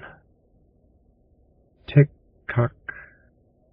A young lawyer named Chris Chapin had brought home a bottle of Chardonnay de Beaulieu, and he and his fiancée, Anna Miller, were drinking the California wine in bed. It was finally the weekend. Life was good again for Chris and Anna. Thank God this god-awful work week is over, sandy-haired 24-year-old Chris exclaimed. He was an associate at a prestigious law office in Raleigh. Not exactly Mitch McDear in the firm, no German-made convertible to sign on, but a good start on his lawyering career. Unfortunately, I have a paper on contracts due Monday, Anna grimaced. She was in her 3rd year of law school. Plus, it's for the sadist Stacklum. Not tonight, Anna Banana. Screw Stacklum. Better still, screw me. Thank you for bringing home the vino. Anna finally smiled. Her white teeth were dazzling. Chris and Anna were good for each other. Everyone said so, all their lawyer pals. They complimented each other, had pretty much the same worldview, and, most of all, were smart enough not to try to change each other. Chris was obsessive about his job. Okay, fine. Anna needed to go antiquing at least twice a month. She spent her own money as if there were no tomorrow. That was okay, too. I think this wine needs to breathe a little while longer, Anna said with an impish grin. While we're waiting... She slipped down the straps of a white lace demi-bra. She'd purchased the bra and matching lace strip at Victoria's Secret in the mall. Yep. Thank God it's the weekend, said Chris Chapin. The two of them fell into an all-purpose embrace, playfully undressing each other, kissing, caressing, losing themselves in the sexy moment. In the middle of their love-making, Anna Miller had a strange feeling. She sensed that someone else was in the bedroom. She pulled away from Chris. Someone was standing at the foot of the bed. He was wearing a grimly painted mask. Red and yellow dragons, fierce ones, angry and grotesque figures that appeared to be clawing at one another. "Who the hell are you? What are you?" Chris said in a frightened voice. He searched for the ball bat they kept under the bed and found the bat handle. "Hey, I asked you a fucking question!" The intruder growled like a wild animal. "Well, here's a fucking answer." Casanova's right arm came up holding a Luger. He fired once, and a large red hole opened in Chris Chapin's forehead. The young lawyer's naked body slammed back against the bed's headboard. The ball bat in his hand dropped to the floor. Casanova moved quickly. He whipped out a second gun and shot Anna in the chest with his stunner. "I'm sorry about this," he whispered softly as he carried her from the bed. "I'm so sorry, but I promise I'll make it up to you." Anna Miller was Casanova's next great love. Chapter 48. A dizzying medical mystery began the following morning. Everyone at North Carolina University Hospital was baffled, especially me. Kate McTiernan had begun to talk very early that morning. I wasn't there, but apparently Kyle Craig was in her room at daybreak. Unfortunately, our valuable witness was making no sense to anyone. The highly intelligent intern raved incoherently throughout most of the morning. She seemed to be psychotic at times, and almost as if she were speaking in tongues. She experienced tremors, convulsions, and signs of abdominal and muscle cramps, according to the hospital write-up reports. I visited with her late that afternoon. There was still concern that she had suffered brain damage. Most of the time I was in her room, she was quiet and unresponsive. Once, when she tried to speak, only a terrifying scream came out. The doctor in charge came by the room while I was in there. We'd already talked a couple of times that day. Dr. Maria Ruocco wasn't interested in withholding important information about her patient from me. She was extremely helpful and nice, in fact. Dr. Ruocco said she wanted to help catch whoever, or whatever, had done this to the young intern. I suspected that Kate McTiernan believed she was still being held captive. As I watched her struggle against unseen forces, I sensed that she was a terrific fighter. I found myself rooting for her in the hospital room. I volunteered to sit with Kate McTiernan for long stretches. Nobody fought me for hospital surveillance duty. Maybe she would say something, though. A phrase, or even a single word, might become an important clue in the hunt for Casanova. All we needed was one clue to mobilize everything. "You're safe now, Kate," I whispered every so often. She didn't seem to hear me, but I kept it up anyway. I got an idea, an irresistible notion, around 9:30 that night. The team of doctors assigned to Kate McTiernan had already left for the day. I needed to tell someone, so I called the FBI and persuaded them to let me call Dr. Maria Ruocco at her home near Raleigh. "Alex, are you still there at the hospital?" Dr. Ruocco asked when she got on the phone. She seemed more surprised than angry about the nocturnal call to her house. I had already spoken with her at great length during the day. We had both gone to Johns Hopkins, and we talked a little about our backgrounds. She was very interested in the Sonergy case, and had read my book. I was sitting here obsessing as usual. I was trying to figure out how he kept his victims subdued. I began to tell Maria Ruocco my theory, and what I had already done about it. I figured he might drug them, and maybe he used something sophisticated. I called your lab for the results from Kate McTiernan's toxic screen. They found marinol in her urine. Marinol?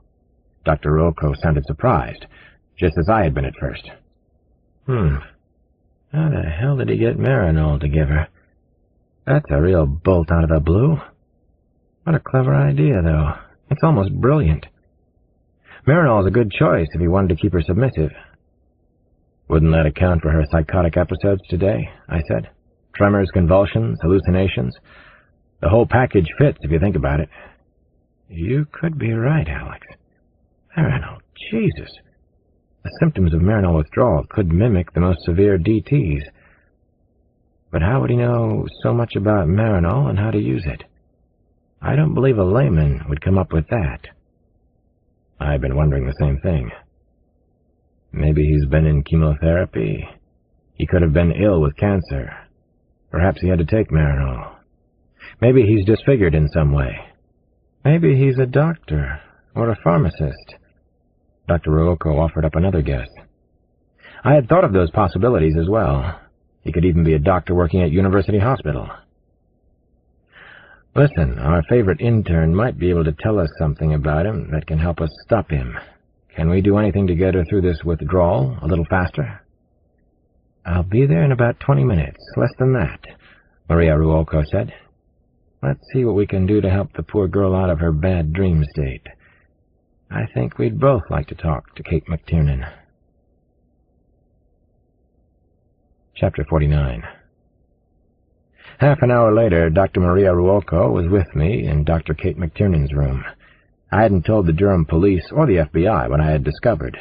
I wanted to talk to the intern first. This could be a break in the case, the biggest so far. Maria Ruolco examined her important patient for nearly an hour. She was a no-nonsense but user-friendly doctor. She was very attractive, ash-blonde, probably in her late 30s. A little bit of a southern belle, but pretty terrific anyway. I wondered if Casanova had ever stalked Dr. Ruolco. The poor kid is really going through it, she said to me. She had nearly enough Marinol in her system to kill her. I wonder if that was the original idea, I said. She might have been one of his rejects. Damn it, I want to talk to her.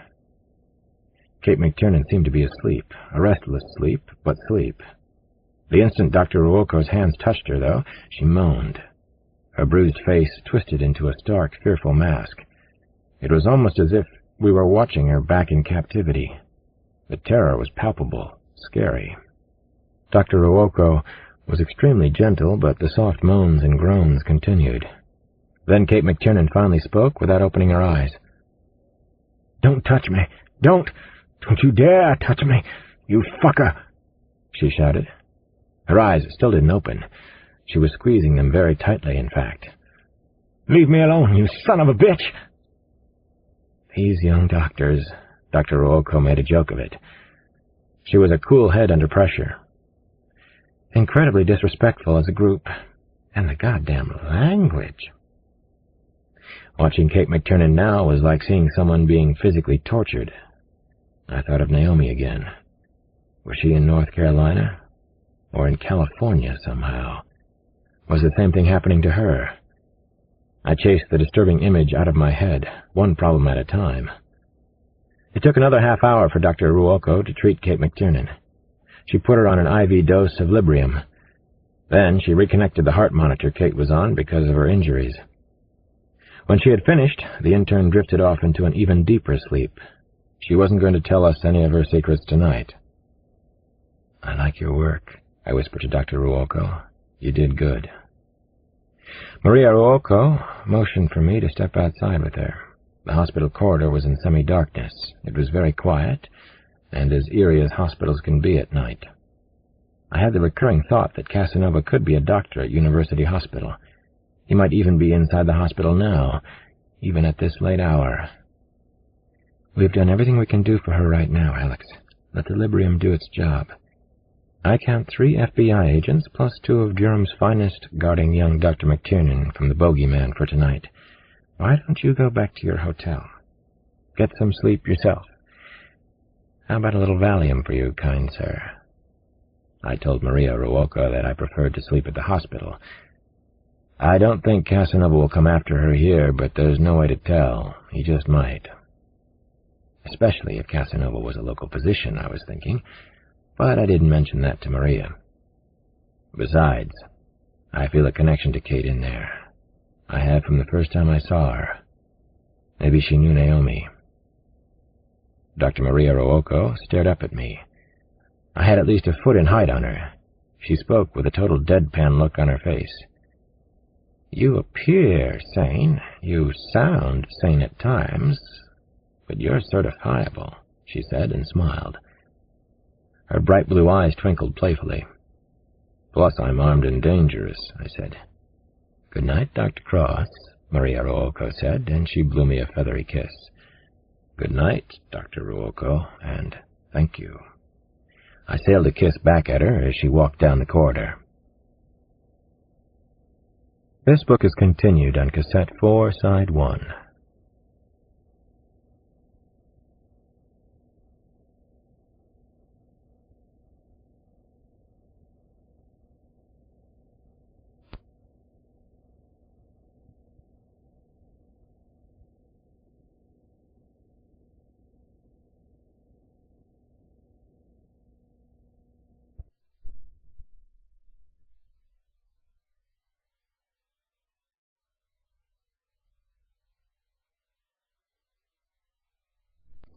Kiss the Girls by James Patterson.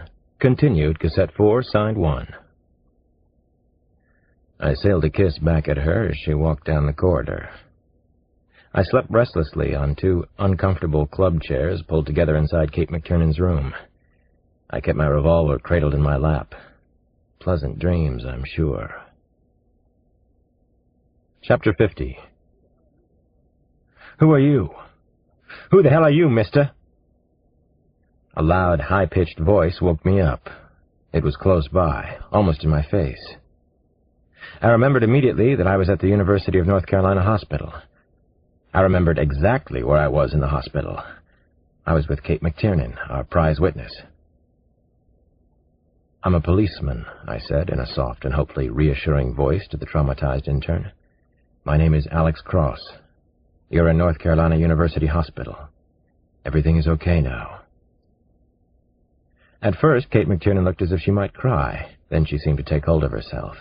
Watching her grab control like that helped me understand how she had survived both Casanova and the river. This was a very strong-willed woman I had been watching over. I'm in the hospital? Her words were slightly slurred, but at least she was coherent. Yes, that's right, I said, holding up one hand, palm facing out. You're safe now. Let me run and get a doctor. Please, I'll be right back. The slight slurring continued, but Dr. McTiernan was focused, scarily so. Hold on a minute. I am a doctor. Let me get my bearings before we invite company in to visit. Just let me collect my thoughts. You're a policeman? I nodded. I wanted to make this as easy for her as I possibly could. I wanted to hug her, hold her hand, do something supportive and yet not threatening, after what she'd been through the past few days. I also wanted to ask her about 100 important questions. Kate McTiernan looked away from me. I think you drugged me. Or maybe all that was a dream? No, it wasn't a dream. He used a powerful drug called Marinol. I told her what we knew so far. I was being so careful not to push Kate the wrong way. I must have been really tripping. She tried to whistle and made a funny sound. I could see where she was missing a tooth. Her mouth was probably dry, her lips were swollen, especially the upper lip. Odd as it seemed, I found myself smiling. You were probably on the planet Weirdness for a while. It's nice to have you back. It's really nice to be back, she said in a whisper. Tears welled up in her eyes. Sorry, she said. I tried so hard not to cry in that horrible place. I didn't want him to see any weakness he could exploit. I want to cry now. I think I will. Oh, please. You just cry your eyes out. I whispered, too. I could barely talk or keep back tears myself. My chest felt tight. I went over to the hospital bed and I lightly held Kate's hand as she wept. You don't sound like you're from the South, Kate McTiernan finally spoke again. She was grabbing control of herself. It amazed me she could do that. I'm from Washington, D.C., actually. My niece disappeared from Duke Law School 10 days ago. That's why I'm down here in North Carolina. I'm a detective. She seemed to see me for the first time. She also appeared to be remembering something important. There were other women at the house where I was kept prisoner. We weren't supposed to talk. All communication was strictly forbidden by Casanova, but I broke the rules. I talked to a woman named Naomi. I stopped her, cut her off there. My niece's name is Naomi Cross, I said. She's alive? She's all right? My heart felt as if it were going to implode. Tell me what you remember, Kate. Please. Kate McTiernan grew more intense. I talked to Naomi. I don't remember her last name. I also talked to Kristen. The drugs. Oh, God, was it your niece? Everything is so hazy and dark right now. I'm sorry. Kate's voice trailed off as if someone had let the air out of her. I gently squeezed her hand. No. You just gave me more hope than I've had since I came down here. Kate McTiernan's eyes were fixed and solemn, staring into mine. She seemed to be looking back at something horrifying that she wanted to forget. I don't remember a lot of it right now. I think Marinol has that side effect. I remember that he was going to give me another injection. I kicked him, hurt him enough to get away. At least, I think that's what happened. There were thick, thick woods, Carolina pines, hanging moss everywhere. I remember, I swear to God, the house, wherever we were being kept, it disappeared. The house where we were being held captive just disappeared on me. Kate McTiernan slowly shook her head of long brown hair back and forth. Her eyes were wide with astonishment. She seemed amazed at her own story. That's what I remember. How could that be? How could a house disappear? I could tell that she was reliving her very recent, terrifying past. I was right there with her. I was the first one to hear the story of her escape, the only one so far to hear our witness speak. Chapter 51. Casanova was still disturbed and highly agitated about the loss of Dr. Kate McTiernan. He was restless and had been wide awake for hours. He rolled over and over in bed. This was no good. This was dangerous. He had made his first mistake. Then someone whispered in the darkness, "Are you all right? Are you okay?" The woman's voice startled him at first. He had been Casanova. Now he seamlessly switched over to his other persona, the good husband. He reached out and gently rubbed his wife's bare shoulder. "I'm okay. No problem. Just a little trouble sleeping tonight." "I noticed. How could I not? The human Mexican jumping bean strikes again." There was a smile in her sleepy voice. She was a good person, and she loved him. "Sorry," Casanova whispered, and kissed his wife's shoulder. He stroked her hair as he thought about Kate McTiernan. Kate had much longer brown hair. He kept stroking his wife's hair, but he drifted back into his own tortured thoughts again. He really didn't have anyone to talk to, did he? Not anymore. Not around here in North Carolina, certainly. Not even in the highfalutin Research Triangle Belt. He finally climbed out of bed and trudged downstairs. He shuffled into his den and quietly shut and locked the door. He looked at his wristwatch. It was 3 a.m. That would make it 12 out in Los Angeles. He made the call. Actually, Casanova did have someone to talk to. One person in the world. "It's me," he said, when he heard the familiar voice on the line. "I'm feeling a little crazy tonight. I thought of you, of course." "Are you implying that I lead a wanton and half-mad life?" the gentleman caller asked with a chuckle. That goes without saying. Casanova was feeling better already. There was someone he could talk to and share secrets with.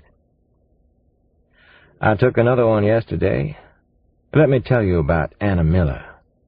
She's exquisite, my friend." Chapter 52. Casanova had struck again. Another student. A bright, beautiful woman named Anna Miller had been abducted from a garden apartment she shared with her lawyer boyfriend near the State University of North Carolina in Raleigh. The boyfriend had been murdered in their bed, which was a new twist for Casanova. He left no note and no other clues at the crime scene. After a mistake, he was showing us he was letter-perfect again. I spent several hours with Kate McTiernan at the University of North Carolina Hospital. We got along well. I felt that we were becoming friends. She wanted to help me with the psychological profile on Casanova. She was telling me everything that she knew about Casanova and his women captives. As far as she could tell, there had been 6 women held as hostages, including herself. It was possible that there were more than 6. Casanova was extremely well organized, according to Kate. He was capable of planning weeks and weeks ahead, of studying his prey in amazing detail. He seemed to have built the House of Horrors by himself. He had installed plumbing, a special sound system, and air conditioning, apparently for the comfort of his women captives. Kate had only seen the house in a drugged state, though, and she couldn't describe it very well. Casanova could be a control freak who was violently jealous and extremely possessive. He was sexually active and capable of several erections in a night. He was obsessed with sex and the male sexual urge. He could be thoughtful in his way. He could also be romantic, his own word. He loved to cuddle and kiss and talk to the women for hours. He said that he loved them. In midweek, the FBI and the Durham police finally agreed on a secure place in the hospital for Kate McTiernan to meet with the press for the first time. The news conference was held in a wide entrance corridor on her floor. The all-white hallway was jam-packed to the glowing red exit signs with reporters clutching their notepads and TV people with mini-cams hoisted on their shoulders. Policemen with automatic weapons were also present, just in case. Homicide detectives Nick Ruskin and Davy Sykes stayed close to Kate during the course of the TV taping. Kate McTiernan was well on her way to becoming a national figure. Now the general public would get to actually meet the woman who had escaped from the House of Horrors. I felt sure that Casanova would be watching, too. I hoped he wasn't right there in the hospital with us. A male nurse, who was clearly a bodybuilder, pushed Kate into the noisy, crowded hallway. The hospital wanted her in a wheelchair. She had on baggy UNC sweatpants and a simple white cotton T-shirt. Her long brown hair was full and shiny. The bruising and swelling around her face was down a lot. "I almost look like my old self," she had told me. "But I don't feel like my old self, Alex. Not inside." When the nurse wheeled the bulky chair almost up to a stand of microphones, Kate surprised everyone. She slowly stood up and walked the rest of the way. "Hello, I'm Kate McTiernan, obviously," she said to the assembled reporters, who now pushed in even closer to the prime witness. "I have a very brief statement to make, then I'll get out of everybody's hair." Her voice was strong and vibrant. She was very much in control of herself, or so it seemed to all of us watching and listening. Her light touch and subtle humor drew smiles and laughter from the crowd. One or two of the reporters tried to ask questions, but the noise level had risen, and it was hard to hear them. Cameras flashed and buzzed up and down the packed hospital corridor. Kate stopped speaking, and it became relatively quiet again. At first, everyone thought the press conference was too much for her to handle. A nearby doctor stepped forward, but she waved him away. "I'm fine. I'm really okay, thanks. If I'm woozy or anything, I'll sit right down in the chair like a model patient. I promise you I will. No false bravado from me." She was definitely in control of this moment. She was older than most medical students or interns, and in fact, she looked like a doctor. She peered around the room. She was curious, it seemed, maybe a little amazed. Finally, she apologized for the momentary lapse. "I was just gathering my thoughts. What I would like to do is tell you what I can about what happened to me, and I will tell you everything I can. But that will be it for today. I won't answer any questions from the press. I'd like you all to respect that. Is that a fair deal?" She was poised and impressive in front of the TV cameras. Kate McTiernan was surprisingly relaxed under the circumstances, as if she could have done this for a living. I had found her to be very self-assured and confident whenever she needed to be. At other times, she could be as vulnerable and afraid as the rest of us. "First, I would like to say something to all the families and friends who have someone missing. Please, don't give up hope. The man known as Casanova strikes only if his explicit commands are disobeyed. I broke his rules, and I was badly beaten, but I did manage to escape. There are other women where I was kept captive. My thoughts are with them in ways you can't imagine.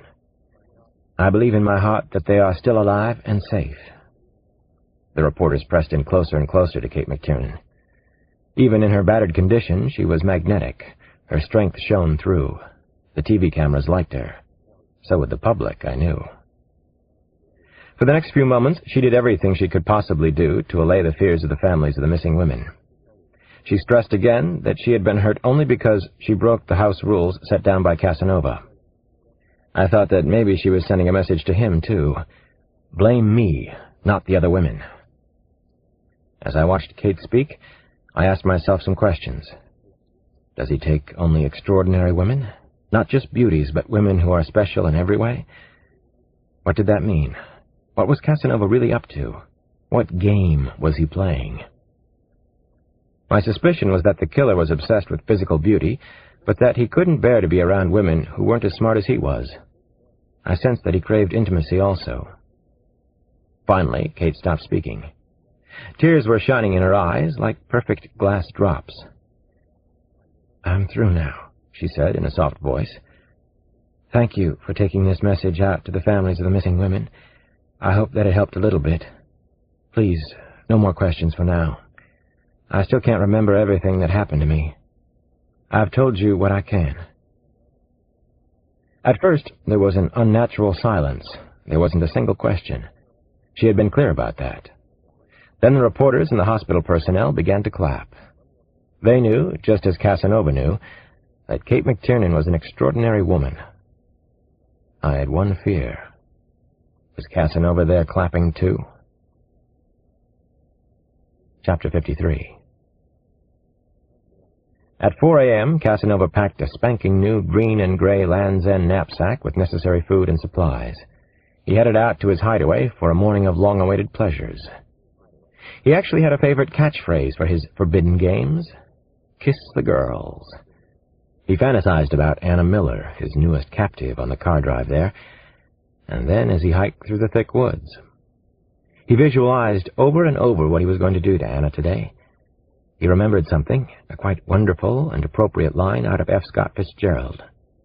The kiss originated when the first male reptile licked the first female, implying in a complimentary way that she was as succulent as the small reptile he had for dinner the night before. It was all biological, wasn't it? Tick-tock. When he finally arrived at the hideaway, he turned on the Stones' full volume, the incomparable Beggar's Banquet album. He needed to hear loud, antisocial rock music today. Mick Jagger was 50, right? He was only 36 himself. This was his moment. He posed naked in front of a full-length mirror and admired his slender, well-muscled physique. He combed out his hair. Then he slipped into a shimmery, hand-painted silk robe that he'd bought once upon a time in Bangkok. He left it open to expose himself. He selected a different costume mask, a beautiful one from Venice, originally purchased for just such a special occasion. A moment of mystery and love. At last, he was ready to see Anna Miller. Anna was so haughty, absolutely untouchable, exquisite physically. He needed to break her quickly. Nothing could match this physical and emotional feeling. Adrenaline pumping, heart beating loudly, total exhilaration in every part of his body. He brought warm milk in a glass pitcher. Also a small wicker basket with a special surprise for Anna. In truth, it was something he'd been planning for Dr. Kate. He'd wanted to share this moment with her. He had put on the loud rock and roll so that Anna would know it was time to get ready. It was a signal. He was certainly ready for her. Pitcher full of warm milk, long rubber tubing with a nozzle. Cuddly present in the wicker basket. Let the games begin. Chapter 54. Casanova couldn't take his eyes off Anna Miller. The air around him seemed to roar. Everything was charged with high expectations. He was feeling more than a little out of control. Not like himself. More like the gentleman caller. He looked down on his art, his creation. He held a thought. Anna has never looked like this for anyone else. Anna lay on the bare wooden floor of the downstairs bedroom. She was naked except for her jewelry, which he wanted her to wear. Her arms were bound with leather behind her back. A comfortable pillow was propped underneath her buttocks. Anna's perfect legs hung from a rope tied to a ceiling beam. This was how he wanted her. This was exactly the way he'd imagined her so many times. You can do anything that you want to, he thought.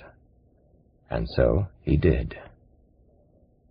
Most of the warm milk was already inside her. He'd used the rubber hose and nozzle to do that. She reminded him a little of Annette Bening, he was thinking, except that she was his now. She wasn't a flickering image on some Cineplex movie screen. She would help him get over Kate McTiernan, and the sooner, the better. Anna wasn't so haughty anymore. She wasn't supremely untouchable either. He was always curious about how much it took to break someone's will. Not so much, usually. not in this age of cowards and spoiled brats. "Please, take it away. Don't do this to me. I've been good, haven't I?" Anna pleaded convincingly. She had such a beautiful and interesting face, in happiness and especially in sorrow. Her cheeks rose sharply whenever she spoke. He memorized the look, everything he could about this special moment, details to dream about later on, like the exact tilting angle of her derriere. "It can't harm you, Anna," he told her truthfully. "Its mouth is sewn shut. I sewed it myself. The snake is harmless. I would never hurt you." "You're sick and vile," Anna suddenly snapped at him. "You're a sadist." He merely nodded. He had wanted to see the real Anna, and there she was, another snapping dragon. Casanova watched the milk as it slowly dripped from her anus. So did the small black snake. The sweet fragrance of the milk drew it forward across the wooden 2x4s of the bedroom floor. It was quite magnificent to observe. This truly was an image for Beauty and the Beast. The cautiously alert black snake paused, and suddenly jutted its head forward. The head smoothly slid inside Anna Miller. The black snake cleverly gathered itself in folds and slid farther inside. Casanova closely watched Anna's beautiful eyes widen. How many other men had ever seen this, or felt anything like what he was experiencing now? How many of those men were still alive?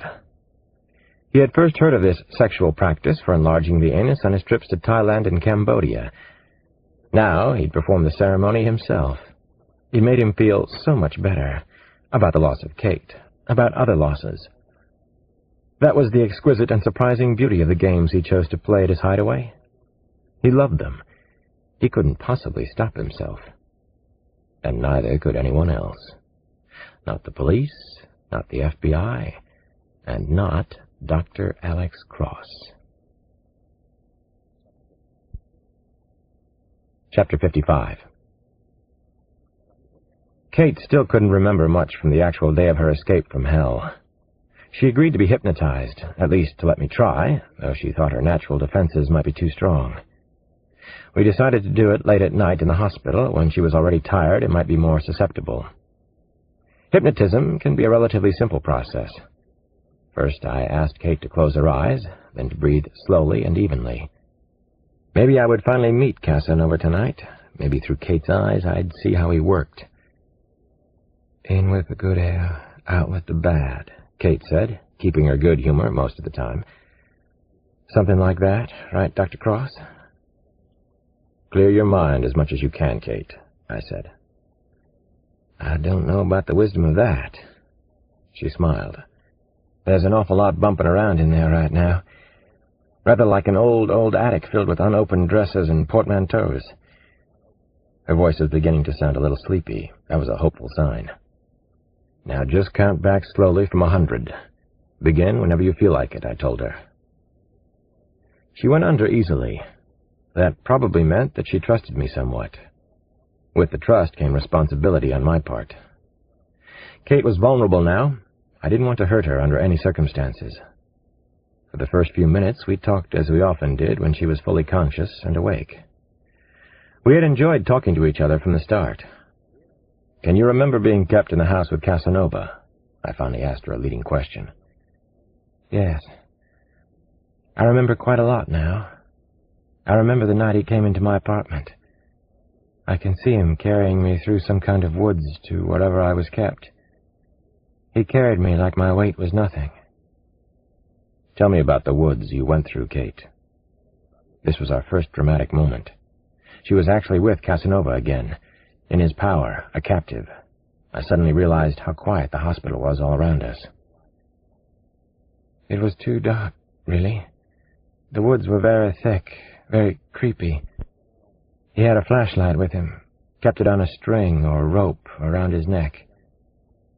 He's unbelievably strong. I thought of him as an animal physically. He compared himself to Heathcliff from Wuthering Heights. He has a very romantic view of himself and what he's doing. That night, he whispered to me as if we were already lovers. He told me he loved me. He sounded sincere. What else do you remember about him, Kate? Anything you recall is helpful. Take your time. She turned her head as if she were looking at someone off to my right. He always wore a different mask. He wore a reconstructive mask one time. That was the scariest one. They're called death masks because hospitals and morgues sometimes use them to help identify accident victims who are unrecognizable. That's interesting about the death masks. Please go on, Kate. You're being incredibly helpful. I know that they can make them right from a human skull, pretty much any skull. They'll take a photo of it, cover the photo with tracing paper, and draw the features. Then they build an actual mask from the drawing. There was a death mask in the movie Gorky Park. They aren't usually meant to be worn. I wondered how he'd gotten it. Okay, Kate, I was thinking to myself. Now keep going about Casanova. What happened on the day that you escaped? I asked her, beating her just a little. For the first time, she seemed uncomfortable with the question. Her eyes opened for a split second, as if she were in a light sleep, and I had woken her, jarred her. Her eyes shut again. Her right foot was tapping very rapidly. I don't remember very much about that day, Alex. I think I was drugged out of my mind, off the planet. That's okay. Anything you remember is very good for me to know. You're doing beautifully. You told me once that you kicked him. Did you kick Casanova? I kicked him, about 3/4 speed. He yelled out in pain and went down. There was another long pause. Suddenly, Kate started to cry. Tears welled up in her eyes, and then she was sobbing very, very hard. Her face was wet with perspiration as well. I felt that I should bring her out of the hypnosis. I didn't understand what had just happened, and it scared me a little. I tried to keep my own voice very calm. What's the matter, Kate? What's wrong? Are you okay? I left those other women there. I couldn't find them at first. Then I was so unbelievably confused. I left the others. Her eyes opened, and they were filled with fear, but also tears. She had brought herself out. She was strong like that. What made me so afraid? She asked me. What just happened? I don't know for sure, I told Kate. We would talk about it later, but not right now. She averted her eyes from mine. It wasn't like her. Can I be alone? She whispered then. Can I just be alone now? Thank you. I left the hospital room feeling almost as if I had betrayed Kate. But I didn't know if there was anything that I could have done differently. This was a multiple homicide investigation. Nothing was working so far. How could that be? Chapter 56. Kate was released from University Hospital later that week. She had asked if we could talk for a while each day. I readily agreed. This isn't therapy in any way, shape, or form, she told me. She just wanted to vent with somebody about some difficult subjects. Partly because of Naomi, we had formed a quick, strong bond. There was no further information, no more clues about Casanova's link with the gentleman caller in Los Angeles. Beth Lieberman, the reporter at the Los Angeles Times, refused to talk to me. She was peddling her hot literary property in New York. I wanted to fly out to L.A. to see Lieberman, but Kyle Craig asked me not to. He assured me that I knew everything the Times reporter had on the case. I needed to trust someone. I trusted Kyle. On a Monday afternoon, Kate and I went for a walk in the woods surrounding the Waikigill River, where she'd been found by the two boys. It was still unspoken, but we seemed to be in this thing together now. Certainly no one knew more about Casanova than she did. If she could remember anything more, it would be so useful. The smallest detail could be a clue that might open up everything. Kate became quiet and unusually subdued as we entered the dark, brooding woods east of the Waikigill River. The human monster could be lurking out here, maybe prowling in the woods right now. Maybe he was watching us.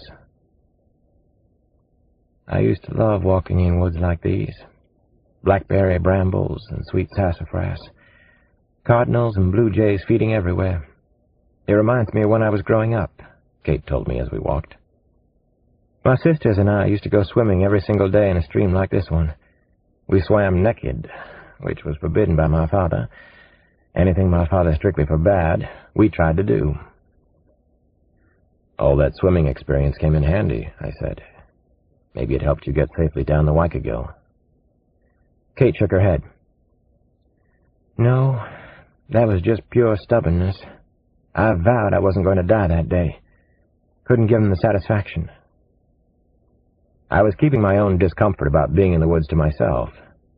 Some of my uneasiness had to do with the unfortunate history of these woods and the surrounding farmlands.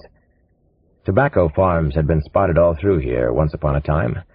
Slave farms. The blood and bones of my ancestors.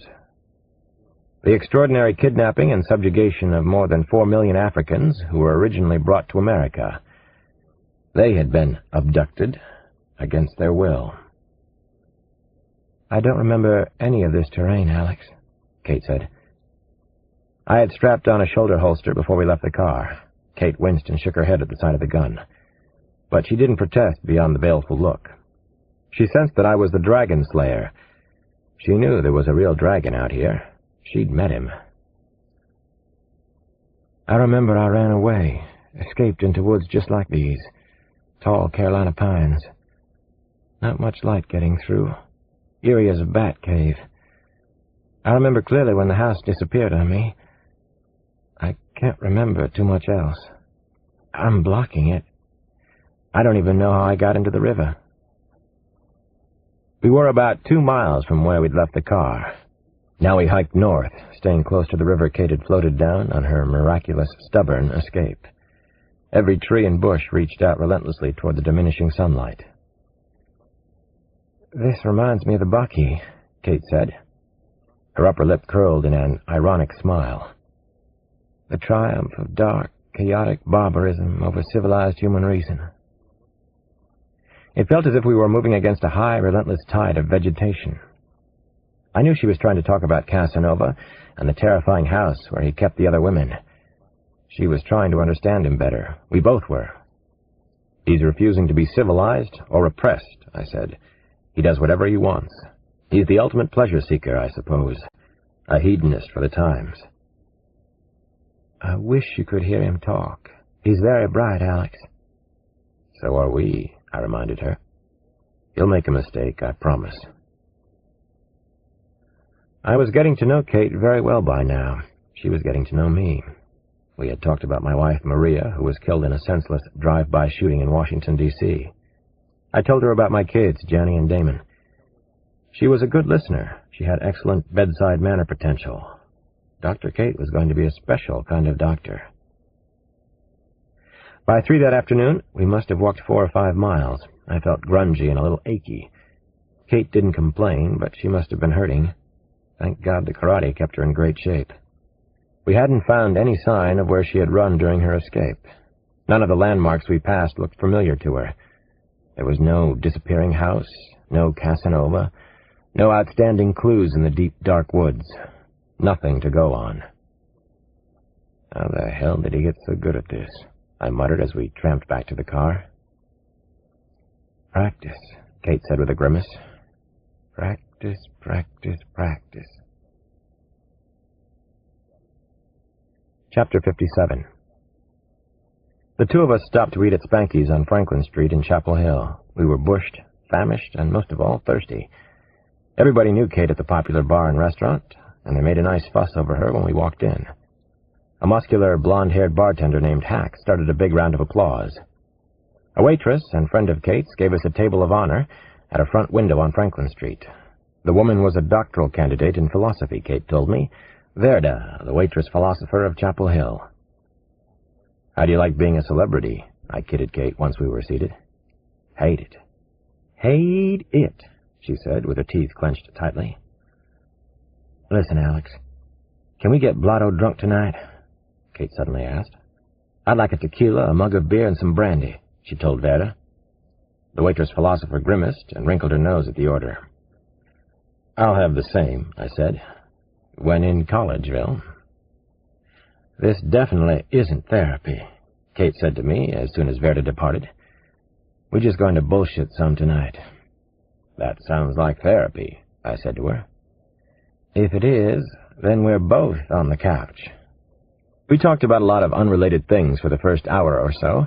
Cars, rural versus big city hospitals, the UNC-Duke rivalry, Southern Gothic literature, slavery, child-rearing, doctors' salaries in the healthcare crisis, rock and roll lyrics versus blues lyrics, a book we'd both enjoyed called The English Patient. We'd been able to talk to each other right from the beginning. Almost from the first moment at University Hospital, there had been some kind of bright sparks between us. After the first blitzkrieg round of drinks, we settled into slow sipping, beer in my case, the house wine in Kate's. We got a little buzzed, but nothing too disastrous. Kate was right about one thing. We definitely needed some kind of release from the stress of the Casanova case. Around our third hour in the bar, Kate told a true story about herself that was almost as shocking to me as her abduction. Her brown eyes were wide as she spun her tale. Her eyes sparkled in the bar's low light. "Let me tell you this one time now. Southerners love to tell a story, Alex. We're the last safekeepers of America's sacred oral history." "Tell me the story, Kate." "I love to listen to stories, so much so that I made it my job." Kate put her hand on top of mine. She took a deep breath. Her voice got soft, very quiet. "Once upon a time, there was the McTiernan family of Birch. This was a happy group of campers, Alex, tight-knit, especially the girls, Suzanne, Marjorie, Kristen, Caroline, and Kate. Kristen and I were the youngest Goyles, twins. Then there was Mary, our mother, and Martin, our father. I'm not going to say too much about Martin. My mother made him leave when I was 4. He was very domineering and could be as mean as a stepped-on copperhead sometimes. To hell with him. I'm way past my father by now." Kate went on for a bit, but then she stopped and looked deeply into my eyes. "Did anybody ever tell you what a terrific listener you are? You make it seem like you're interested in everything I have to say. That makes me want to talk to you. I have never told this whole story to anyone, Alex." "Well, I am interested in what you have to say. It makes me feel good that you're sharing this with me, that you trust me enough." "I trust you. It's not a very happy story, so I must trust you a lot." "I have that sense," I told Kate.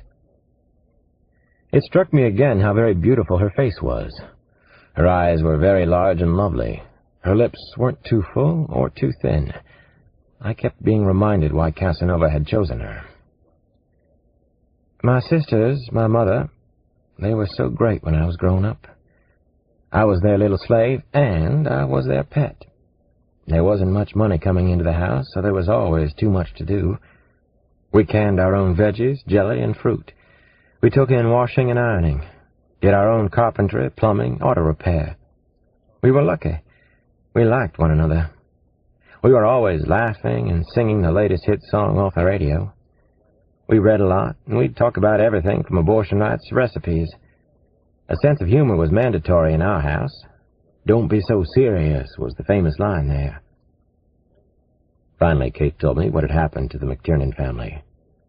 Her story, her secret, came out in an agitated burst that darkened her face. "Marjorie got sick first. She was diagnosed with ovarian cancer. Margie died when she was 26. She already had 3 kids. Then in order, Suzanne, my twin Kristen, and my mother died, all of breast or ovarian cancer. That left Caroline, me, and my father. Caroline and I joke that we inherited my father's snarly mean streak, so we're destined to die of nasty heart attacks." Kate suddenly swung her head down and to one side. Then she looked back up at me. "I was going to say I don't know why I told you that. But I do know. I like you. I want to be your friend. I want you to be my friend. Is that possible?" I started to say something about how I felt, but Kate stopped me. She put the tips of her fingers on my lips. "Don't be sentimental right now. Don't ask me any more about my sisters right now. Tell me something you don't ever tell other people. Tell me quick now before you change your mind. Tell me one of your big secrets, Alex. I didn't think about what I was going to say. I just let it come out.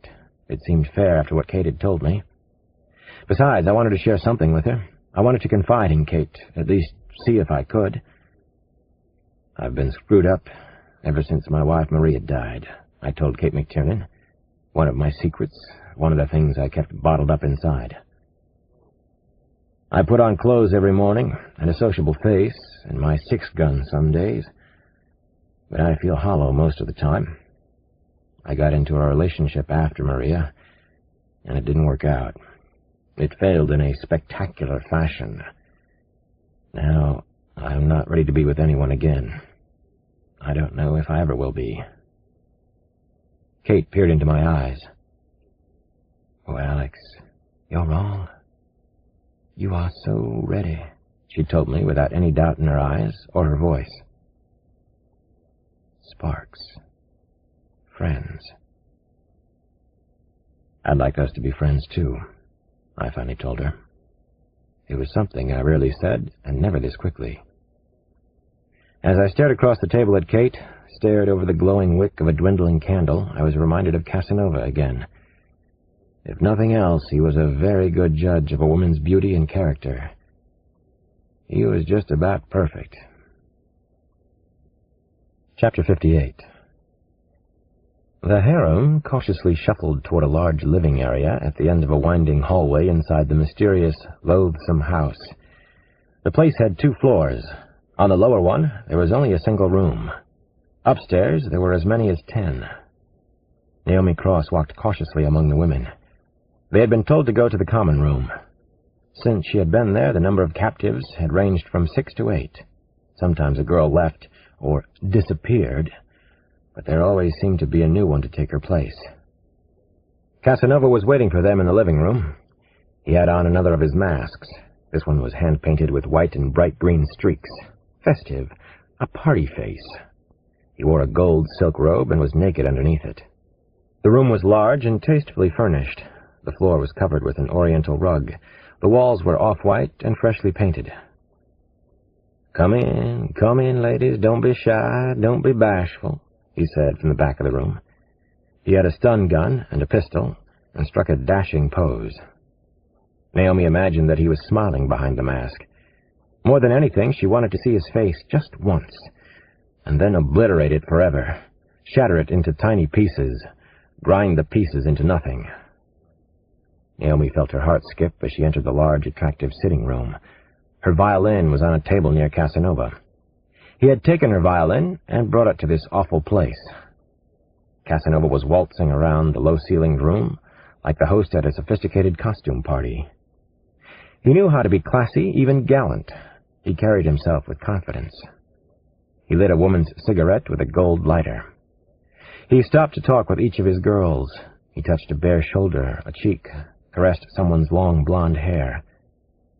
The women all looked stunning. They wore their own beautiful clothes and had carefully applied makeup. The scent of their perfumes filled the room. If only they could rush him all at once, Naomi thought to herself. There had to be a way to take Casanova down. As some of you may have already guessed, he raised his voice, we have a nice surprise for tonight's festivities. A little night music. This book is continued at this point on the other side of this cassette. Please reverse or turn the cassette over now.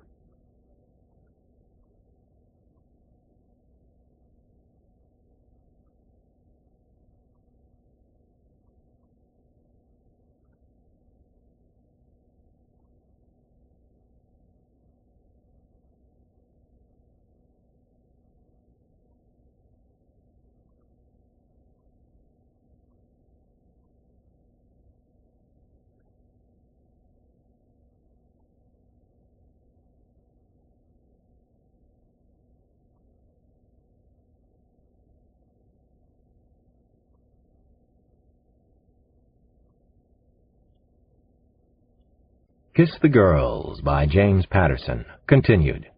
Cassette 4, Side 2. As some of you may have already guessed, he raised his voice, we have a nice surprise for tonight's festivities. A little night music.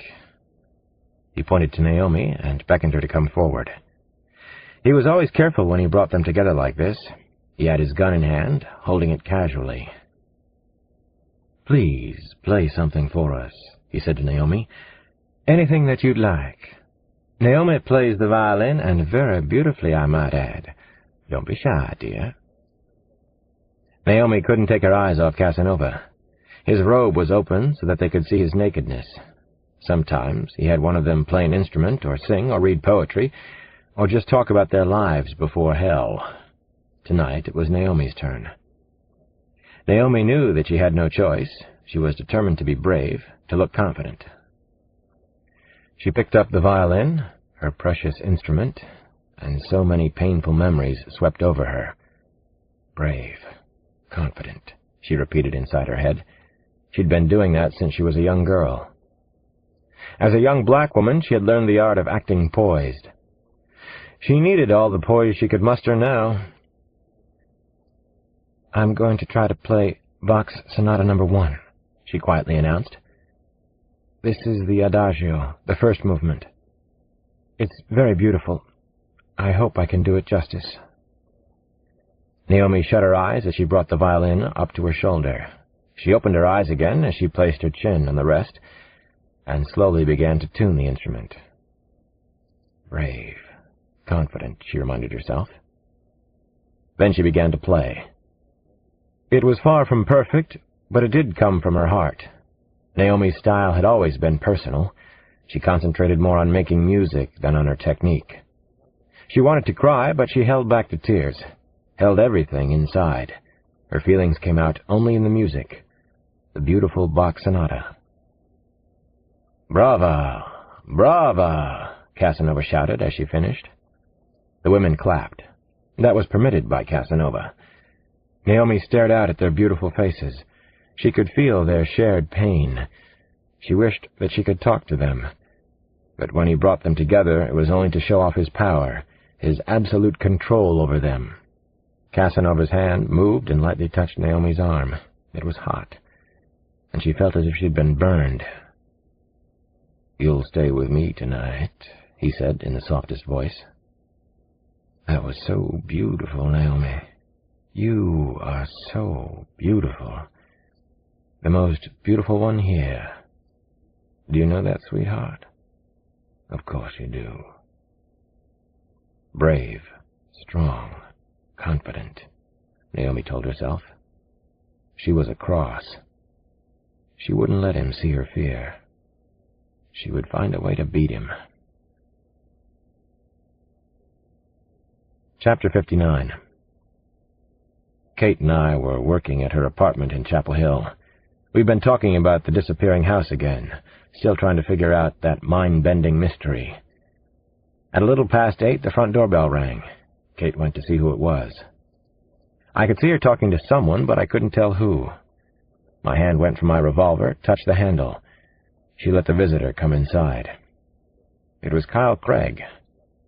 I was immediately struck by the drawn and somber look on his face. Something must have happened. "Kyle says he has something you're going to want to see," Kate said as she led the FBI man into the living room. "I tracked you down, Alex. It wasn't too hard," Kyle said. He sat on the sofa arm next to me. He looked as if he needed to sit down. I told the hotel desk and the operator where I'd be until 9 or so. "Like I said, it wasn't hard. Check out the look on Alex's face, Kate. Now you see why he's still a detective. He's hooked on the job, wants to solve all the great puzzles, even the not-so-great ones." I smiled and shook my head. Kyle was partly right. I love my work, mostly because I get to spend time with sophisticated and high-minded individuals like yourself. What's happened, Kyle? Tell me right now. The gentleman made a personal call on Beth Lieberman. She's dead. He cut off her fingers, Alex. After he killed her, he torched her studio apartment in West Los Angeles. He set half her building on fire. Beth Lieberman hadn't exactly endeared herself to me, but I was shocked and saddened to hear about her murder. I'd taken Kyle's word that she had nothing worth traveling to Los Angeles for. Maybe he knew there was something in her apartment that needed to be torched. Maybe she actually had something important. Kyle glanced over at Kate again. "You see how good he is? He's a machine."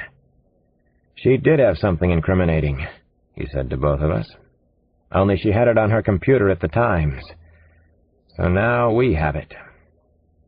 Kyle handed me a long, curling fax. He pointed to some copy at the very bottom of the sheet. The fax was from the FBI's office in Los Angeles. I glanced down the page and read the entry that was underscored. "Possible Casanova," it said. "Very possible suspect. Dr. William Rudolph. First-class creep. Home, the Beverly Comstock. Work, Cedars-Sinai Medical Center. Los Angeles." "We finally got our break. We've got our first-class lead, anyway," Kyle said. "The gentleman could be this doctor, this creep, as she calls him." Kate looked at me, then at Kyle. She had told both of us that Casanova might be a doctor. "Anything else in Lieberman's notes?" I asked Kyle. "Not that we've been able to find so far," Kyle said. "Unfortunately, we can't ask Ms. Lieberman about Dr. William Rudolph, or why she made the note in her computer. Let me tell you 2 new theories that are making the rounds with our profilers out on the West Coast," Kyle went on. "Are you ready for a little outrageous mind trip, my friend? Some profiler speculation?" "I'm ready. Let's hear the latest and greatest theories from FBI West." "The first theory is that he's sending the diary entries to himself. That he's Casanova and the gentleman caller. He could be both killers, Alex. They each specialize in perfect crimes. There are other similarities, too. Maybe he's a split personality. FBI West, as you call it, would like Dr. McTiernan to fly out to Los Angeles right away. They'd like to talk to her." I didn't like the first West Coast theory too much myself, but I couldn't completely discount it. "What's the other theory from the Wild, Wild West?" I asked Kyle. "The other theory," he said, "is that there are 2 men. But they aren't just communicating. They're competing. This could be a scary competition, Alex. This could all be a scary game they've invented." Part 3. The Gentleman Caller. Chapter 60. He had been a Southern gentleman, a gentleman scholar. Now he was the very finest gentleman in Los Angeles. Always a gentleman, though. A hearts and flowers kind of guy. An orangish-red sun had begun its long, slow shimmy and slide toward the Pacific Ocean. Dr. William Rudolph thought it looked visually stunning as he strolled at a leisurely pace along Melrose Avenue in Los Angeles. The gentleman caller was shopping that afternoon, absorbing all the sights and sounds, the hectic flash and cash of his surroundings. The street scene reminded him of something one of the hard-boiled detective writers, maybe Raymond Chandler, had written. California, the department store. The description still worked pretty damn well. Most of the attractive women he observed were in their early and mid-20s. They had just come from the stultifying workaday world of the ad agencies, money managers, and law firms in the entertainment district around Century Boulevard. Several of them wore high heels, platforms, clinging spandex miniskirts, here and there a form-fitting Rolo suit. He listened to the casually sexy rustle of crushed silk, the martial click-click of designer shoes, the sultry scuff of cowboy boots that cost more than Wyatt Earp had earned in a lifetime. He was getting hot and a little frenzied, nicely frenzied. Life in California was good. It was the department store of his dreams. This was the best part, the foreplay before he made his final selection. The Los Angeles police were still stumped and baffled by him. Maybe one day they would figure it all out, but probably not. He was simply too good at this. He was Jekyll and Hyde for this age. As he strolled between La Brea and Fairfax, he breathed in the sense of musk and heavy floral perfumes, of chamomile and lemon-scented hair. The leather handbags and skirts also had a distinct scent. It was all a big tease, but he adored it. It was so ironic that these lovely California foxes were teasing and provoking him, of all people. He was the small, adorable, fluffy-haired boy loose in the candy store, wasn't he? Now, which forbidden sweets should he choose this afternoon? That little twit in red heels, no stockings? That poor man's Juliette Binoche? The provocatrice in the French vanilla and black harlequin print suit? Several of the women actually gave Dr. Will Randolph approving glances as they wandered in and out of their favorite shops. Exit 1, Leathers and Treasures, La Luz de Jesus. He was strikingly handsome, even by strict Hollywood standards. He resembled the singer Bono from the Irish rock group U2. Actually, he looked the way Bono would if he had chosen to become a successful doctor in Dublin or Cork, or right here in Los Angeles. And that was one of the gentleman's most private secrets. The women almost always chose him. Will Rudolph wandered into Nativity, which was one of the currently hot A-rated shops on Melrose. Nativity was the place to buy a designer bustier, a mink-lined leather jacket, an antique Hamilton wristwatch. As he watched the supple young bodies in the busy store, he was thinking of Hollywood's A parties, its A restaurants, even its A stores. The city was completely hung up on its own pecking order. He understood status perfectly. Yes, he did. Dr. Will Rudolph was the most powerful man in Los Angeles. He reveled in the secure feeling it gave him, the reassuring front-page news stories that told him he truly existed, that he wasn't a twisted figment of his own imagination. The gentleman was in control of an entire city, and an influential city at that. He strolled near an irresistible blonde woman, all decked out in 20-something finery. She was idly looking at Incan jewelry, seemingly bored with the whole deal. Her life. She was by far the most striking woman inside Nativity, but that wasn't what attracted him to her. She was absolutely untouchable. She sent off a clear signal, even in a pricey store filled mostly with other attractive 20-something females. I'm untouchable. Don't even think about it. You're unworthy, no matter who you are. He felt thunder roar through his chest. He wanted to scream out inside the loud, crowded boutique, I can have you. I can. You have no idea, but I'm the gentleman caller. The blonde woman had a full and arrogant mouth. She understood that no lipstick or eyeshadow was necessary for her. She was slender and narrow-waisted, elegant in her own Southern California way. She wore a faded cotton vest, wrap skirt, and color-blocked moccasins. Her tan was even and perfect, healthy-looking. She finally glanced his way. A glancing blow, Dr. Will Rudolph thought. Lord, what eyes! He wanted them all to himself. He wanted to roll them through his fingers, carry them around for a good luck charm. What she saw was a tall and slender, interesting-looking man in his early 30s.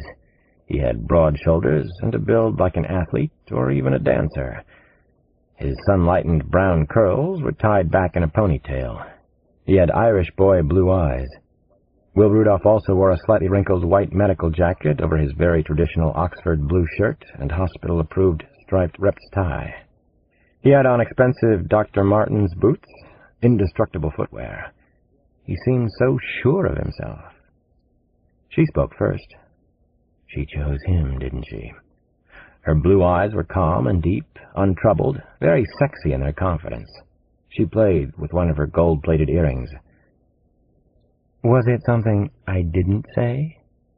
He started to laugh, genuinely delighted that she had an adult sense of humor about the dating charade. This was going to be a fun night, he thought. He knew it. I'm sorry. I usually don't stare. At least I never get caught blatantly doing it, he said. He couldn't stop laughing for a moment. He had an easy laugh, a pleasant laugh. It was a modern tool of the trade, especially in Hollywood, New York, Paris, his favorite haunts. At least you're honest about it, she said. She was laughing now, too, and a gold link necklace jangled against her chest. He ached to reach out and rip it off, to run his tongue over her breasts. She was doomed now, if that was his desire, his wish, his slightest whim. Should he go on? Perhaps look a little further? The blood in his head was roaring, swirling with tremendous force. He had to decide. He looked into the untroubled blue eyes of the blonde woman again and saw the answer. "I don't know about you," he said, trying to sound calm, "but I think I found what I like very much in here." "Yes, I think I may have found what I need, too," she said after a pause. Then she laughed. "Where are you from? You're not from around here, are you?" "Originally from North Carolina." He held the bell-jangling door open for her, and they left the antique clothing store together. "I've worked on losing my accent." "You've succeeded," she said. She was wonderfully impressed with herself, not the least bit self-conscious. She had an aura of self-confidence and competency, which he would absolutely shatter. Oh, God, he wanted this one so badly. Chapter 61. "Here we go, action fans. He's leaving Nativity with the blonde girl. They're out on Melrose Avenue." We were using binoculars to watch the incredible encounter through Nativity's decorative front window. The FBI also had directional microphones on Dr. Will Rudolph, as well as on the blonde woman in the trendy shop. It was an FBI-only stakeout. They hadn't even clued in the LAPD. Nada. It was pretty typical Bureau tactics. Only I was on their side this time, compliments of Kyle Craig.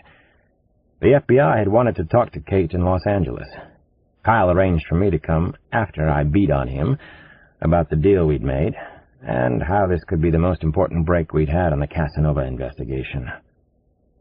It was just past 5:30, noisy, chaotic rush hour on a California gorgeous sunny day, temperature in the mid-70s, heartbeats rising toward at least 1,000 inside our car.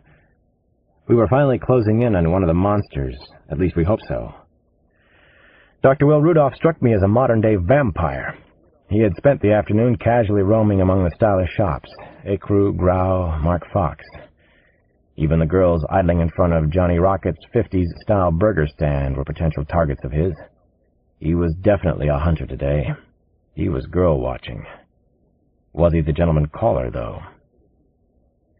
I was working closely with two senior FBI agents in an anonymous-looking minivan parked on a side street off Melrose Avenue. Our radio was hooked to the state-of-the-art directional mics that were in two of the other 5 cars trailing the man believed to be the gentleman. It was almost showtime. "I think I may have found what I need, too," we heard the blonde woman say. She reminded me of the beautiful students Casanova had abducted in the South. Could he be one and the same monster, a coast-to-coast killer? Maybe a split personality. FBI experts here on the West Coast believed they had the answer. In their view, the same creep did the so-called perfect crimes on both coasts. A victim had never been kidnapped or killed on the same day. Unfortunately, there were at least a dozen theories about the gentleman caller in Casanova that I was aware of. I still wasn't convinced by any of them. "How long have you been in Hollywood?" we heard the blonde woman ask Rudolph. Her voice sounded alluring and sexy. She was obviously flirting with him. "Long enough to meet you." He was soft-spoken and courteous so far. His right hand rested lightly under her left elbow. The gentleman? He didn't look like a killer, but he did resemble the Casanova that Kate McTiernan had described. He was a hunk physically, clearly attractive to women, and he was a doctor. His eyes were blue, the color Kate had seen behind Casanova's mask.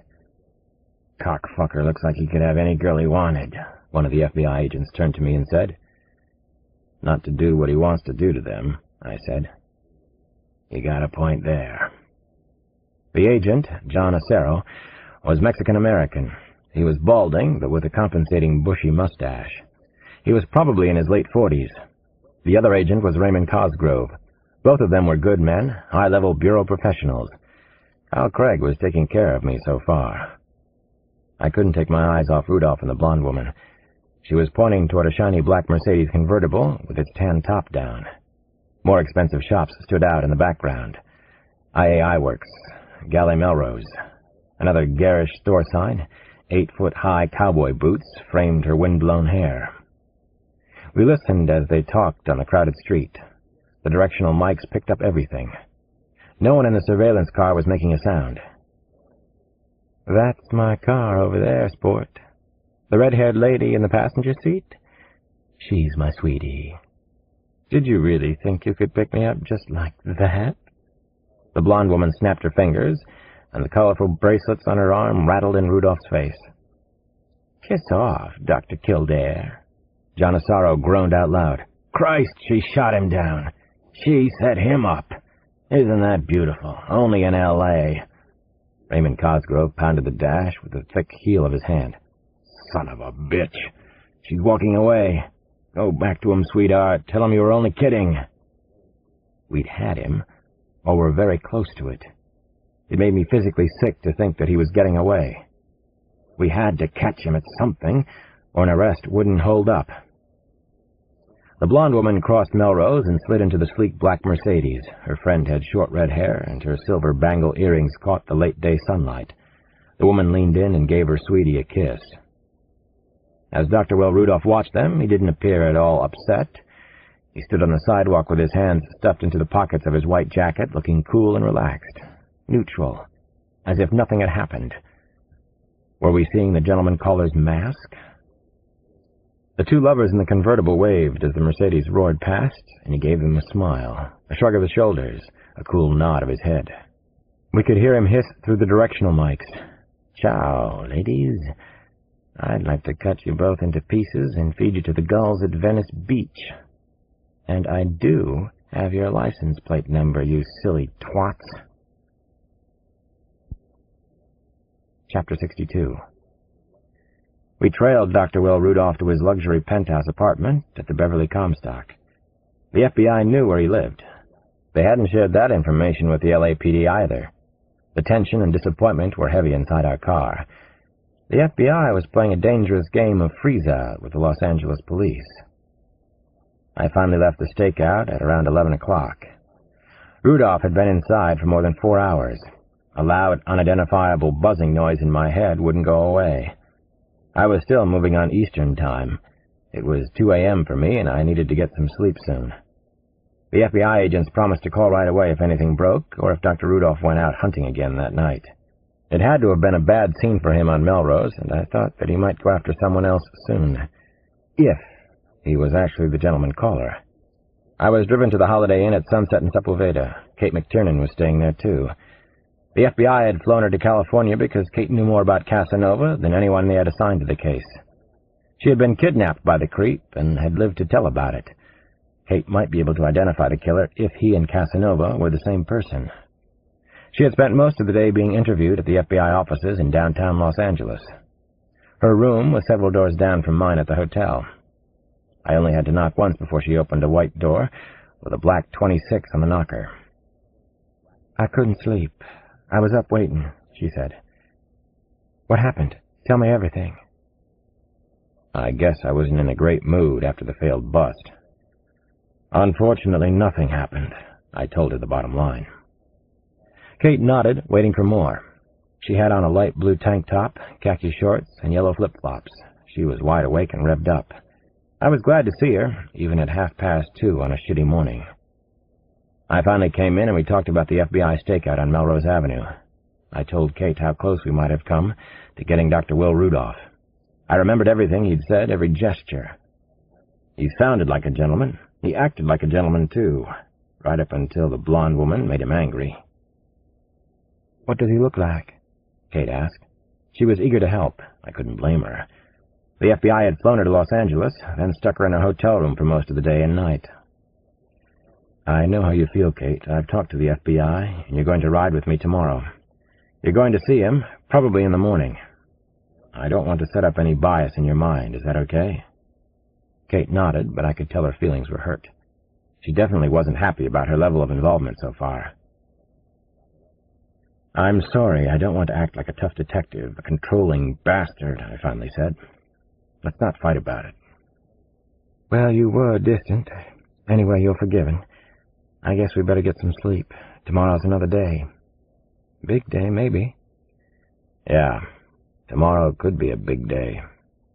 I really am sorry, Kate. I know you are, she finally smiled. You really are forgiven. Sweet dreams. Tomorrow we nail Beavis, then we get Butthead. I finally went off to my room. I hit the bed and thought about Kyle Craig for a while.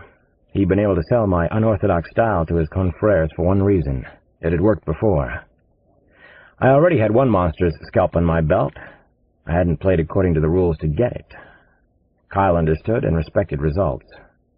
In general, so did the Bureau. They were certainly playing according to their own rules here in Los Angeles. My last semi-conscious thought was of Kate in those khaki shorts. Take your breath away. I had a passing thought that she might come down the hall and knock, knock, knock on my door. We were in Hollywood, after all. Wasn't that the way it happened in the movies? But Kate didn't come knocking on my hotel door. So much for Clint Eastwood and Rene Russo fantasies. Chapter 63. This was going to be a big day in Tinseltown. The manhunt of manhunts was playing in Beverly Hills, just like the day they finally caught the killer strangler Richard Ramirez out here. Today we get Beavis. It was a few minutes past 8 in the morning. Kate and I were sitting in an Arctic blue Taurus, parked half a block from Cedars Sinai Medical Center in Los Angeles. There was an electric sound in the air, as if the city were being run on a single huge generator. A play on an old line ran through my head. Hell is a city much like Los Angeles. I was nervous and tense. My body felt numb and my stomach was queasy. The burnout factor. Not enough sleep. Too much stress for too long a stretch. Chasing monsters from sea to shining sea. "That's Dr. Will Rudolph climbing out of the BMW," I said to Kate. I was so wound up. I felt as if strong hands were squeezing me.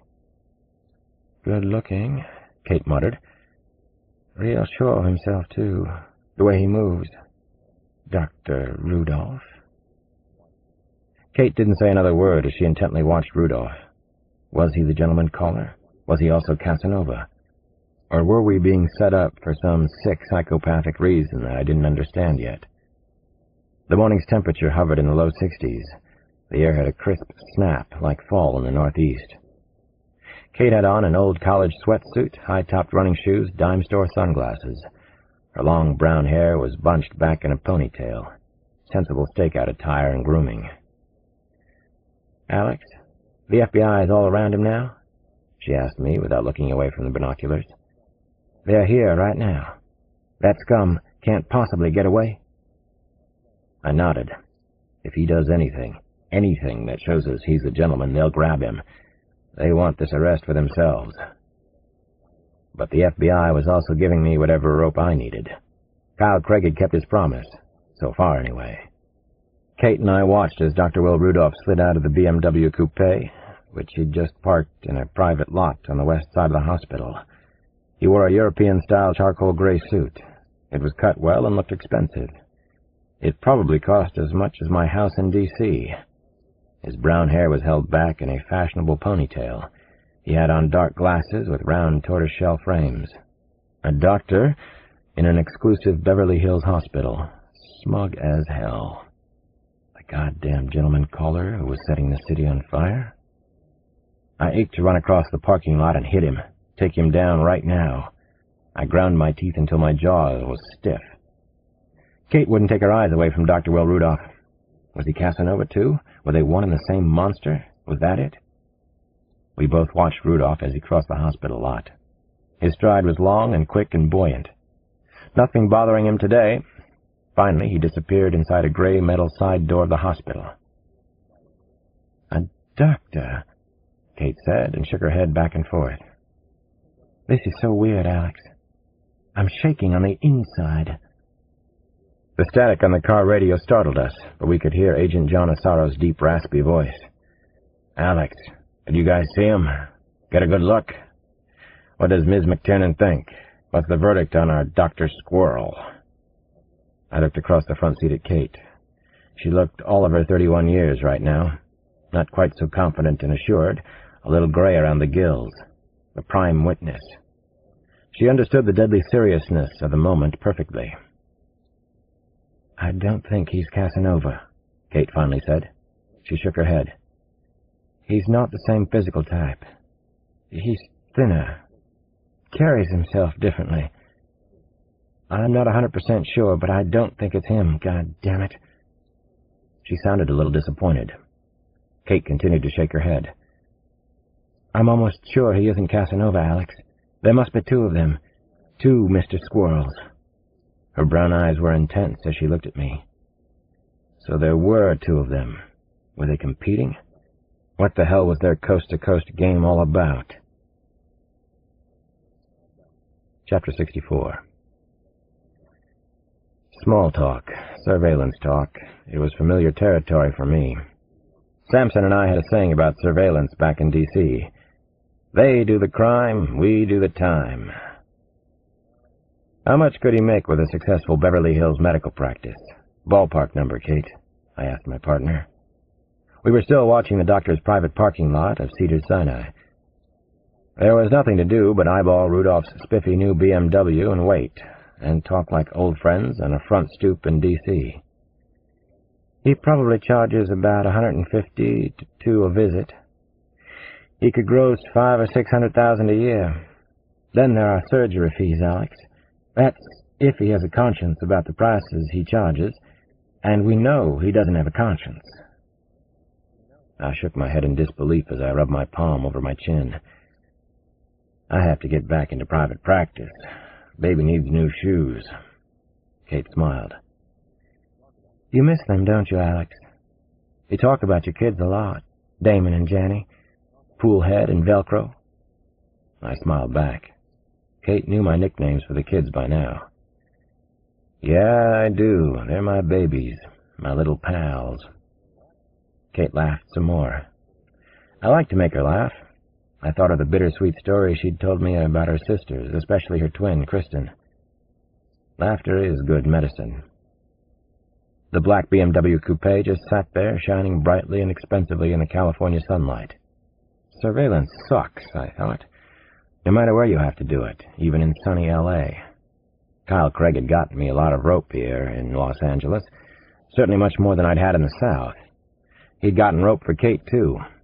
There was something in it for him, though. The old quid pro quo. Kyle wanted me to interview the gentleman caller once he was caught, and he expected me to report everything to him. I suspected that Kyle himself hoped to bag Casanova. Do you really think the two of them are competing? Kate asked me after a while. It makes psychological sense out of some things for me, I told her. They might feel a need to one-up each other. The gentleman's diaries could be his way of saying, see, I'm better than you. I'm more famous. Anyway, I haven't decided yet. Sharing their exploits is probably more for thrill purposes than intimacy, though. They both like to get turned on. Kate stared into my eyes. Alex, doesn't it make you feel creepy as hell trying to figure this out? I smiled. That's why I want to catch Butthead and Beavis, so the creepiness will finally stop. Kate and I waited at the hospital until Rudolph finally reappeared. It was nearly 2 in the afternoon. He drove straight to his office on North Bedford, west of Rodeo Drive. Rudolph saw patients there, mostly women patients. Dr. Rudolph was a plastic surgeon. As such, he could create and sculpt. Women depended on him, and his patients all chose him. We followed Rudolph home at around 7. $500,000 or $600,000 a year, I was thinking. It was more than I could make in a decade. Was it the money he needed to be the gentleman caller?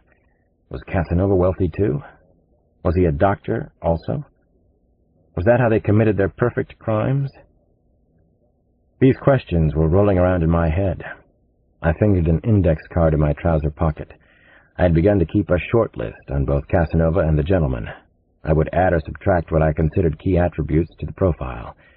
I carried the card with me at all times.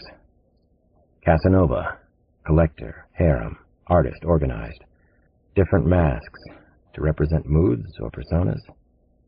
Doctor, claims to love victims, gaining a taste for violence, knows about me. Competing with Gary Sonergy?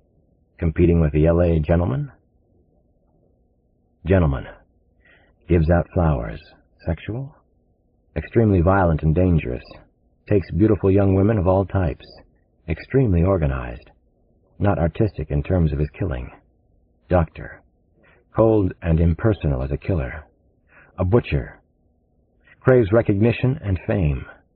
possibly wealthy, penthouse apartment, graduated Duke Medical School 1986, raised in North Carolina. I thought some more about the connection between Rudolph and Casanova as Kate and I twiddled our thumbs outside the apartment. A relevant psychological condition had occurred to me. It was called twinning, and it could be a key. Twinning just might explain the bizarre relationship between the monsters. Twinning was caused by an urge to bond, usually between two lonely people. Once they twin, the two become a whole.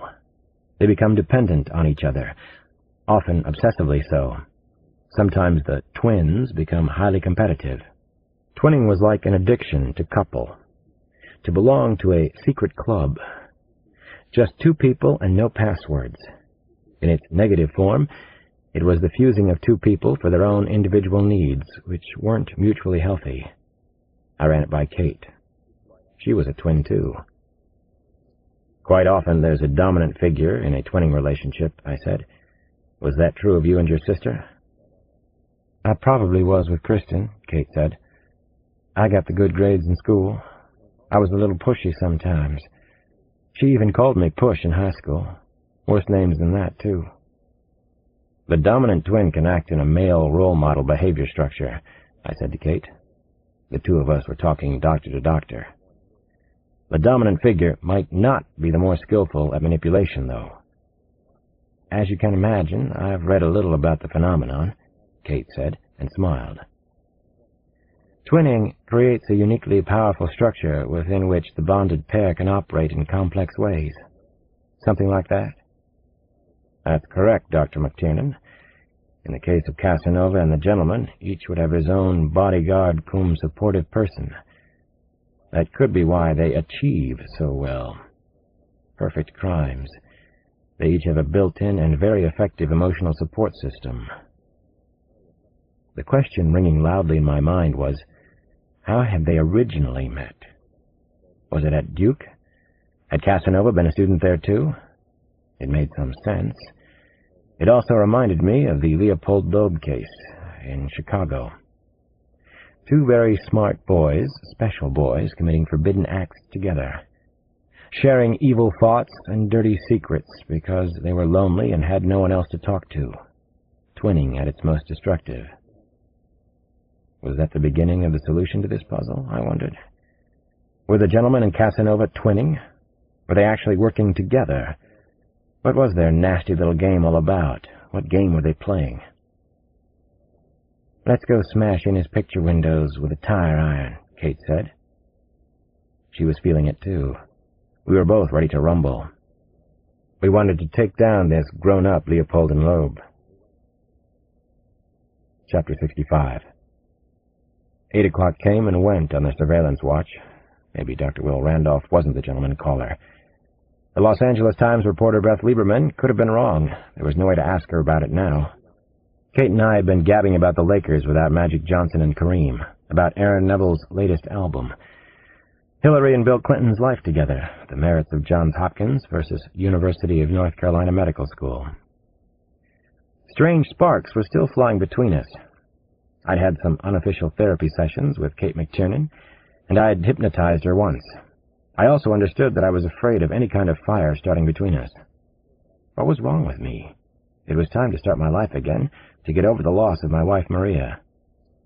I thought I had something good with a woman named Jessie Flanagan, but she had left an emptiness in me that I could barely get over.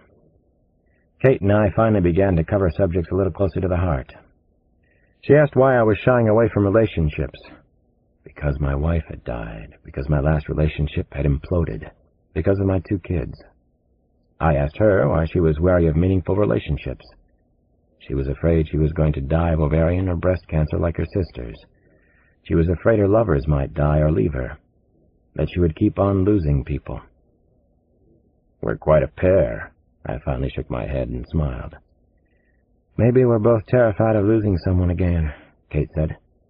Maybe it's better to love and lose than be afraid. Before we could really get into that thorny subject, Dr. Will Rudolph finally reappeared. I looked at the time on the dashboard clock. It was 10:20. Rudolph was decked out in all black party clothes, form-fitting blazer, turtleneck, clinging slacks, snazzy cowboy boots. He got into a white Range Rover this time instead of the BMW sedan. He looked freshly showered. Probably had taken a nap. I envied him that. "Black on black for the good doctor," Kate said with a tight smile. "Dressed to kill." "Maybe he has a dinner date," I said. "Now there's a scary idea. He sups with the women, then kills them." That could get him inside their apartments, at least. What a terrible creep. 2 unbelievable creeps on the loose. I started up our car and we followed Rudolph. I didn't see any FBI coverage, but I was sure they were there. The Bureau still hadn't brought in the LAPD on this. It was a dangerous game, but not an unusual one for the FBI.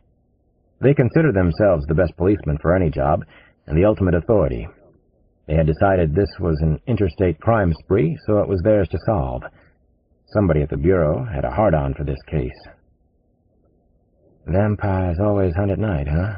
Kate said as we headed south through L.A. "That's what this feels like, Alex. Bram Stoker's The Gentleman Caller, a real-life horror story." I knew what Kate was feeling. I felt it too. He is a monster, only he's created himself. So is Casanova. It's another similarity they share. Bram Stoker, Mary Shelley. They wrote only about human monsters roaming the earth. Now we have sickos living out their elaborate fantasies.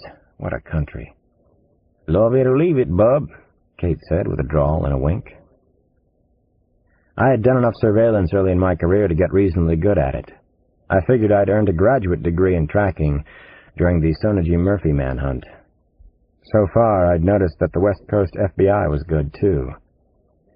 Agents Asaro and Cosgrove checked in on the radio as soon as we started to move again. They were in charge of the tracking unit on Will Rudolph. We still didn't know if he was the gentleman. We had no proof. We couldn't move on Dr. Rudolph yet. We followed the Range Rover west through Los Angeles. Rudolph finally turned onto Sunset Drive and took it all the way to the Pacific Coast Highway. Then he headed north on U.S. Highway 1. I noticed that he was careful to keep the Range Rover at the speed limit inside L.A. But once he hit the open road, he started to fly. "Where the heck is he going?" "My heart's in my throat," Kate finally admitted. "We'll be okay. It seems scary chasing him at night," I said. It did feel as if we were alone with him. Where the hell was he going? Was he hunting? If his pattern held, he was due for another killing soon. He had to be in heat. It turned out to be a very long ride. We watched the stars brighten the coastal California night.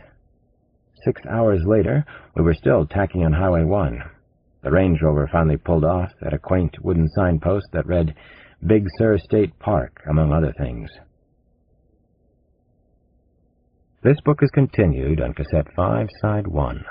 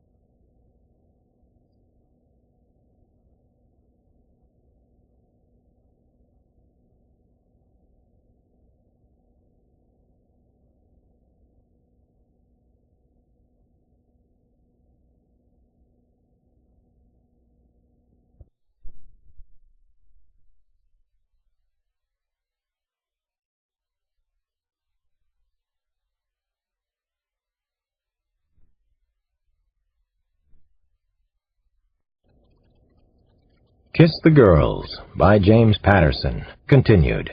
Cassette 5, Side 1. The Range Rover finally pulled off at a quaint wooden signpost that read Big Sur State Park, among other things.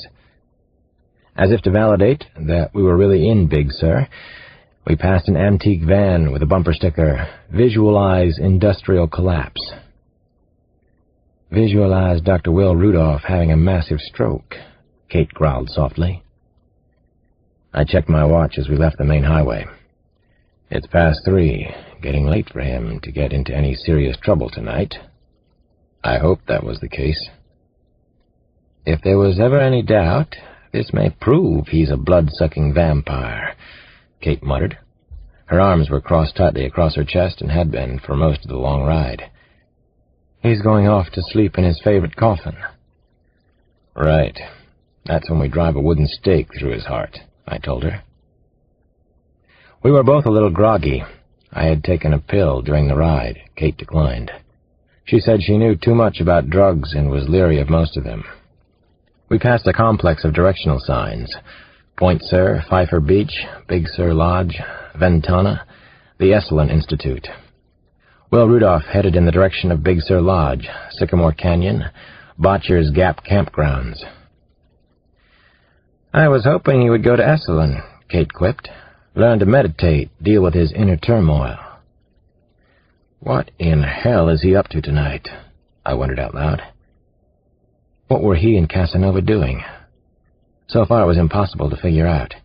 His hideaway might be up here in the woods, Kate, I offered a thought.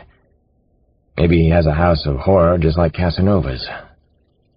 Twinning, I thought again. It made a lot of sense. They would be providing support systems for each other.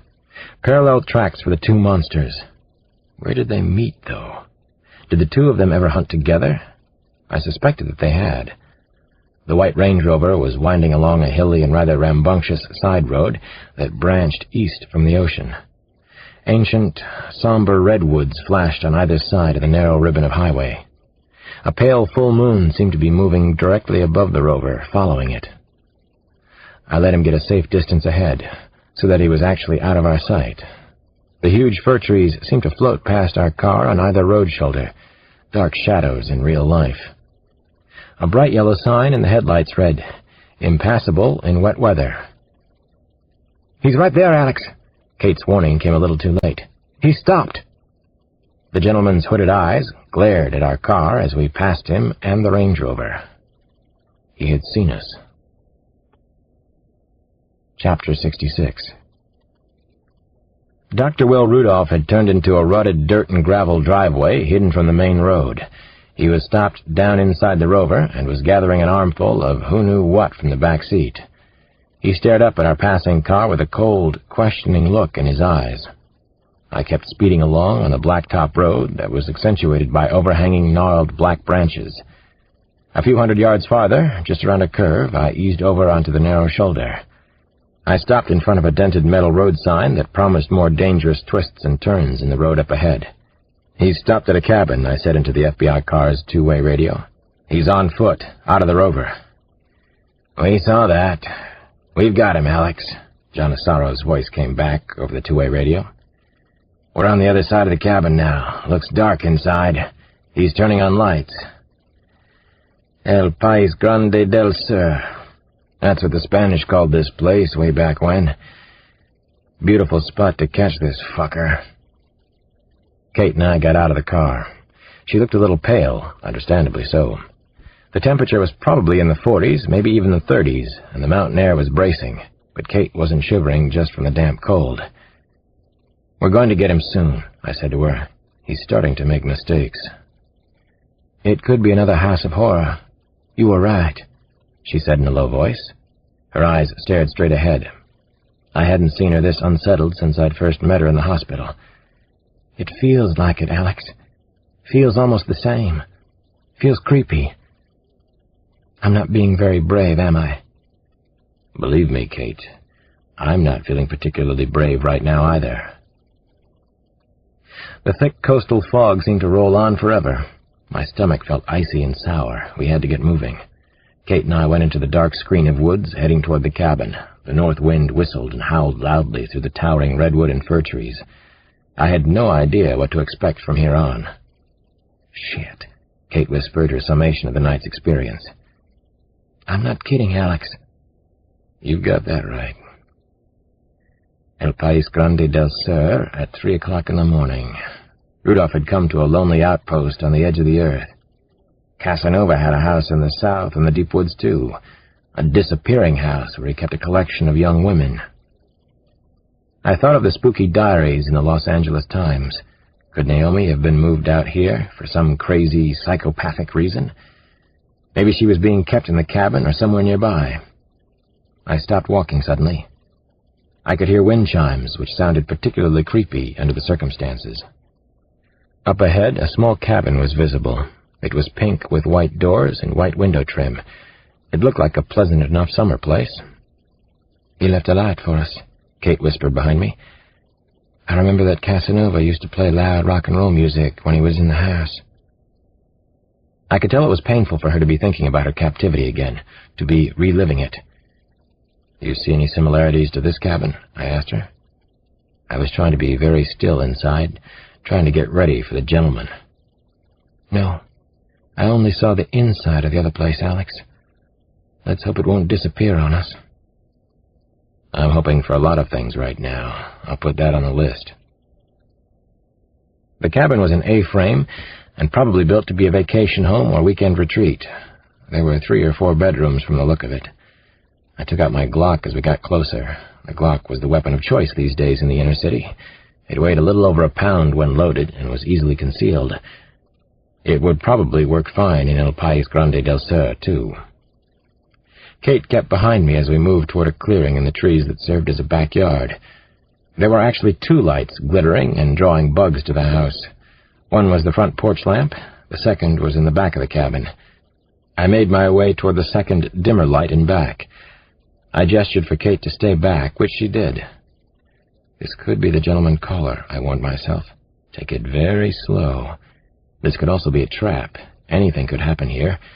There's no predicting from here on. I could see into a rear bedroom window. I was less than 10 steps away from the cabin walls, and probably the mass murderer who was terrifying the West Coast. Then I saw him. Dr. Will Rudolph was pacing around the small wood-paneled room, and he was talking to himself. He appeared to be highly agitated. He was hugging himself with both arms. As I moved closer, I could see that he was perspiring heavily. Not in good shape at all. The scene reminded me of quiet rooms in mental hospitals where patients sometimes go to act out their problems and volatile emotions. Rudolph suddenly screamed at someone, but there was no one else in the room. His face and his neck were bright crimson red as he screamed again and again, at absolutely no one. He was screaming at the top of his lungs. His veins looked ready to burst. Seeing him like this chilled me, and I slowly backed away from the cabin. I could still hear his voice, hear the words ringing in my ears. "God damn you, Casanova! Kiss the girls! Kiss the fucking girls yourself from now on!" Chapter 67. "What the hell is Cross doing?" Agent John Asaro asked his partner. They were in the thick woods on the other side of the cabin at Big Sur. The cabin reminded Asaro of the band's first album, music from Big Pink. He half expected flower children and hippies to step out of the fog. "Maybe Cross is a peeping Tom, Johnny. What do I know? He's a guru, a squirrel profiler. He's Kyle Craig's boy," Ray Cosgrove said with a shrug. "So that means he can do whatever he wants to do?" "Probably."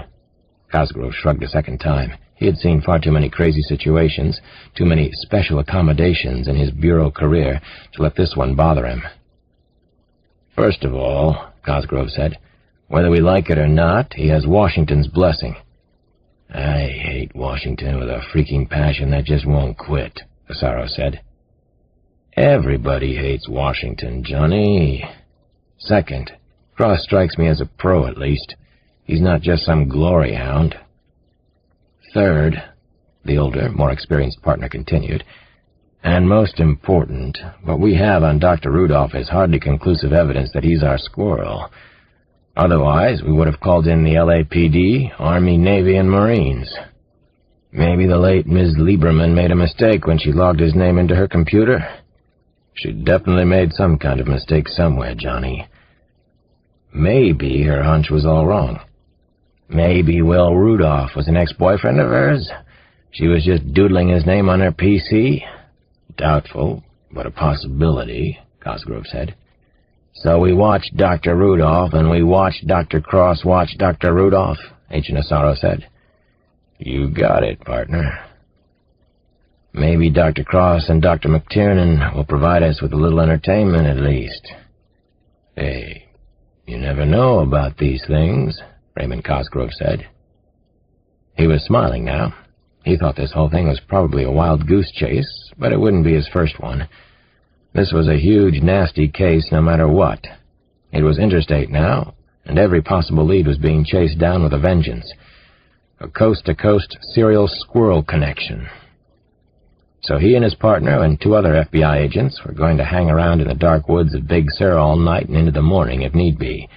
They would dutifully watch the summer cabin of a plastic surgeon from L.A., who maybe was a real bad killer, but maybe was just a plastic surgeon from L.A. They would watch Alex Cross and Dr. McTiernan and speculate about the 2 of them. Cosgrove wasn't really in the mood for any of this. On the other hand, it was a big case, and if he did happen to catch the gentleman caller, he might just become a glory hound himself. He wanted Al Pacino to play him in the movie. Pacino did Spanish Guys, right? Chapter 68. Kate and I moved back a safe distance from the cabin. We ducked behind a stand of thick fir trees. "I heard him scream," Kate said, when we got into the deeper woods. "What did you see back there, Alex?" "I saw the devil." I told her the truth. "I saw an absolutely crazy and evil man talking to himself. If he isn't the gentleman, he does a great imitation." The 2 of us took shifts, watching Rudolph's hideaway over the next several hours. That way, we both got some rest. Around 6 in the morning, I met with the FBI team, and they gave me a pocket-sized walkie-talkie in case we needed to talk in a hurry. I still wondered how much they'd told me about what they knew. When Dr. Will Rudolph eventually made another appearance outside, it was past 1 o'clock on Saturday afternoon. The silver-blue nimbus of sea mist had finally burned off. Scrub jays swooped and hollered overhead. Under different circumstances, it would have been a nice setting for a weekend in the mountains. Dr. Rudolph cleaned up in a whitewashed outdoor shower behind the house. He was muscular, with a washboard stomach, and looked agile and fit. He was extremely handsome. He cavorted and danced around in the nude. His bearing seemed a little formal. The gentleman. "He's so unbelievably sure of himself, Alex," Kate said as we watched Rudolph from the woods. "Just look at him." Everything seemed very odd and ritualistic. Was the dance part of his act, his pattern? When he finished his shower, he walked across the backyard to a small wildflower garden. He picked about a dozen flowers and brought them into the house. The gentleman had his flowers. What now? At 4 in the afternoon, Rudolph came out the back screen door of the cabin again. He was dressed in tight black jeans, a plain white pocket tee, black leather sandals. He hopped in the Range Rover and drove toward Highway 1. About 2 miles south on the coast road, he pulled into a restaurant and cafe called Nepenthe. Kate and I waited on the sandy road shoulder. Then we followed the Range Rover into a large, crowded parking lot. Jimi Hendrix's Electric Ladyland was playing loudly from speakers hidden in the trees. "Maybe he's just your average, horny Los Angeles doctor," Kate said as we finally entered the parking area and searched for a space. "No, he's the gentleman, all right. He's our California butcher boy." I was sure of it after watching him the night before and now today. Nepenthe was busy, filled mostly with good-looking people in their 20s and 30s, but also a sprinkling of aging hippies, some of whom were 60 or more. Stone-washed jeans, the latest West Coast swimsuit creations, colorful flip-flops, expensive hiking boots were everywhere. So were a lot of attractive women, I noticed. All ages, all sizes, all ethnic castes. Kiss the girls. I had heard of Nepenthe, actually. It had been hot and famous in the 60s, but even before that, Orson Welles had bought the desirable, breathtaking, beautiful property for Rita Hayworth. Kate and I watched how Dr. Rudolph operated at the bar. He was polite, a smile for the bartender, shared laughter. He looked around and seriously checked out several attractive women. Apparently they weren't attractive enough, though. He ventured out onto a large fieldstone terrace overlooking the Pacific. Rock music from the 70s and 80s was playing from an expensive sound system. The Grateful Dead, the Doors, the Eagles. This was Hotel California. "It's a beautiful spot for it, Alex. Whatever in hell he's up to." "He's up to 6. He's looking for victim number 7, I said. Far below, On an inaccessible beach, we could see sea lions, brown pelicans, cormorants. I wish that Damon and Janny were here to see them, and I wish the circumstances of my being here were completely different. Out on the terrace, I took Kate's hand. "Makes us look like we belong," I said, and winked at her. "Maybe we do." Kate gave an exaggerated wink back. We watched Rudolph approach a striking blonde woman. She was the gentleman's type, in her early 20s, shapely, beautiful face. She was also Casanova's type, I couldn't help thinking. Her wavy, sun-bleached hair fell to her tiny waist. She wore a red and yellow flowered dress from Putumayo's that flowed down to a pair of black European work boots. She flowed when she moved as well. She was drinking champagne by the glass. I hadn't spotted Agents Cosgrove or Asaro yet, which was making me a little nervous, a little nuts. "She's beautiful, isn't she? She's just perfect," Kate whispered at my side. "We can't let him hurt her, Alex. We can't let anything happen to that poor woman." "We won't," I said. "But we have to catch him in the act, nail him for kidnapping if nothing else. We need evidence that he is the gentleman caller." I finally spotted John Asaro at the crowded main bar. He had on a bright yellow Nike t-shirt and fit in okay. I didn't spot Ray Cosgrove or any of the other agents, which was actually a good sign. Rudolph and the young blonde woman seemed to have hit it off immediately. She appeared to be gregarious and fun-loving. She had perfect white teeth, and her smile was dazzling. She couldn't help but make an impression across the crowded room.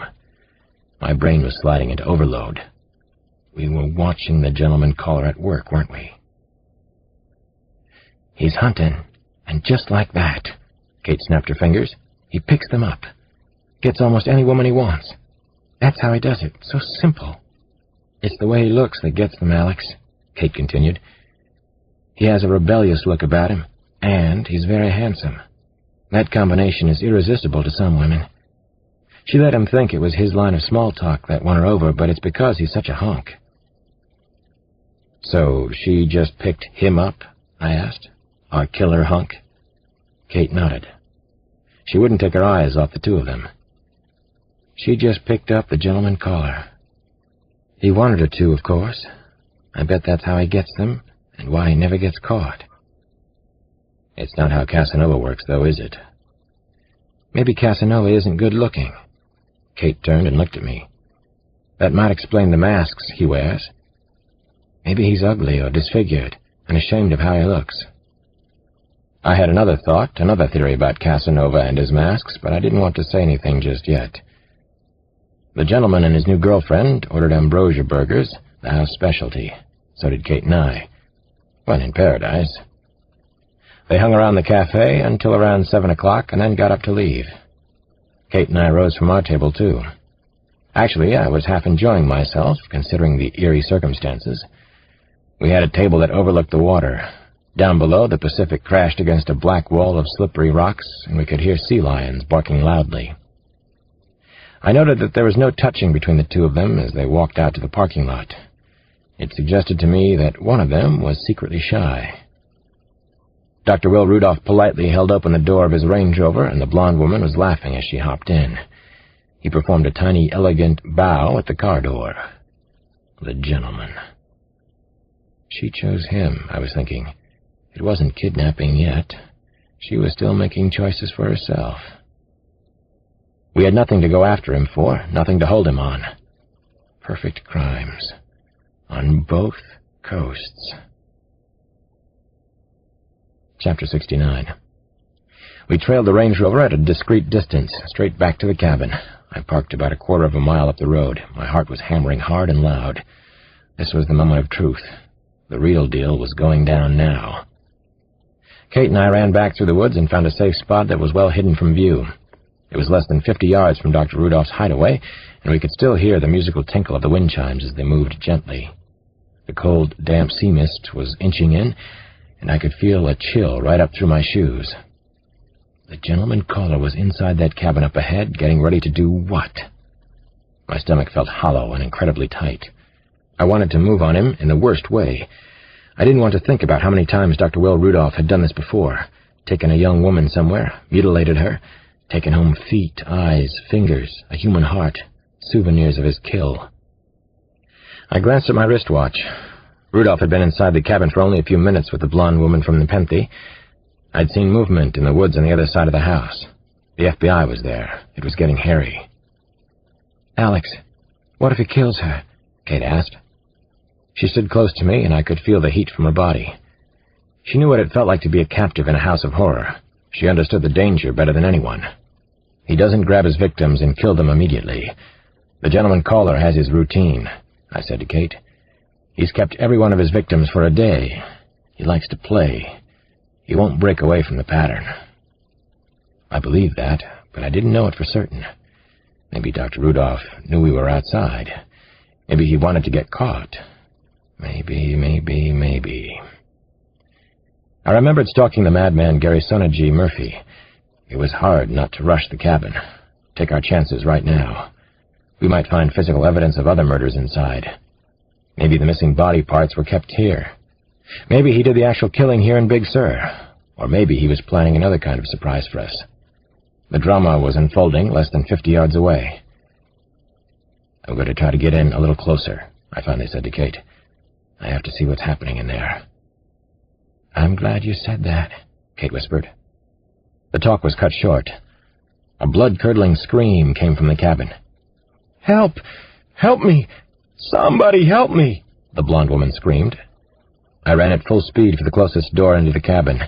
So did at least 5 men in dark blue windbreakers from the other side of the house. I spotted Asaro and Cosgrove among them. FBI, the windbreakers read. Rain slicker yellow on navy blue. All hell was breaking loose in Big Sur. We were about to meet the gentleman. Chapter 70. I got there first, at least I think I did. I threw myself hard against the cabin's wood plank back door. It wouldn't give. On the second try, the frame splintered and the door burst open with a wounded grunt. I charged into the cabin with my pistol drawn. I could see across the small kitchen and all the way down a narrow hallway that led into a bedroom. The blonde woman from Nepenthe was naked and curled sideways on an antique brass bed. Wildflowers had been thrown around her body. Her wrists were pinioned with handcuffs near the small of her back. She was in pain, but at least she was still alive.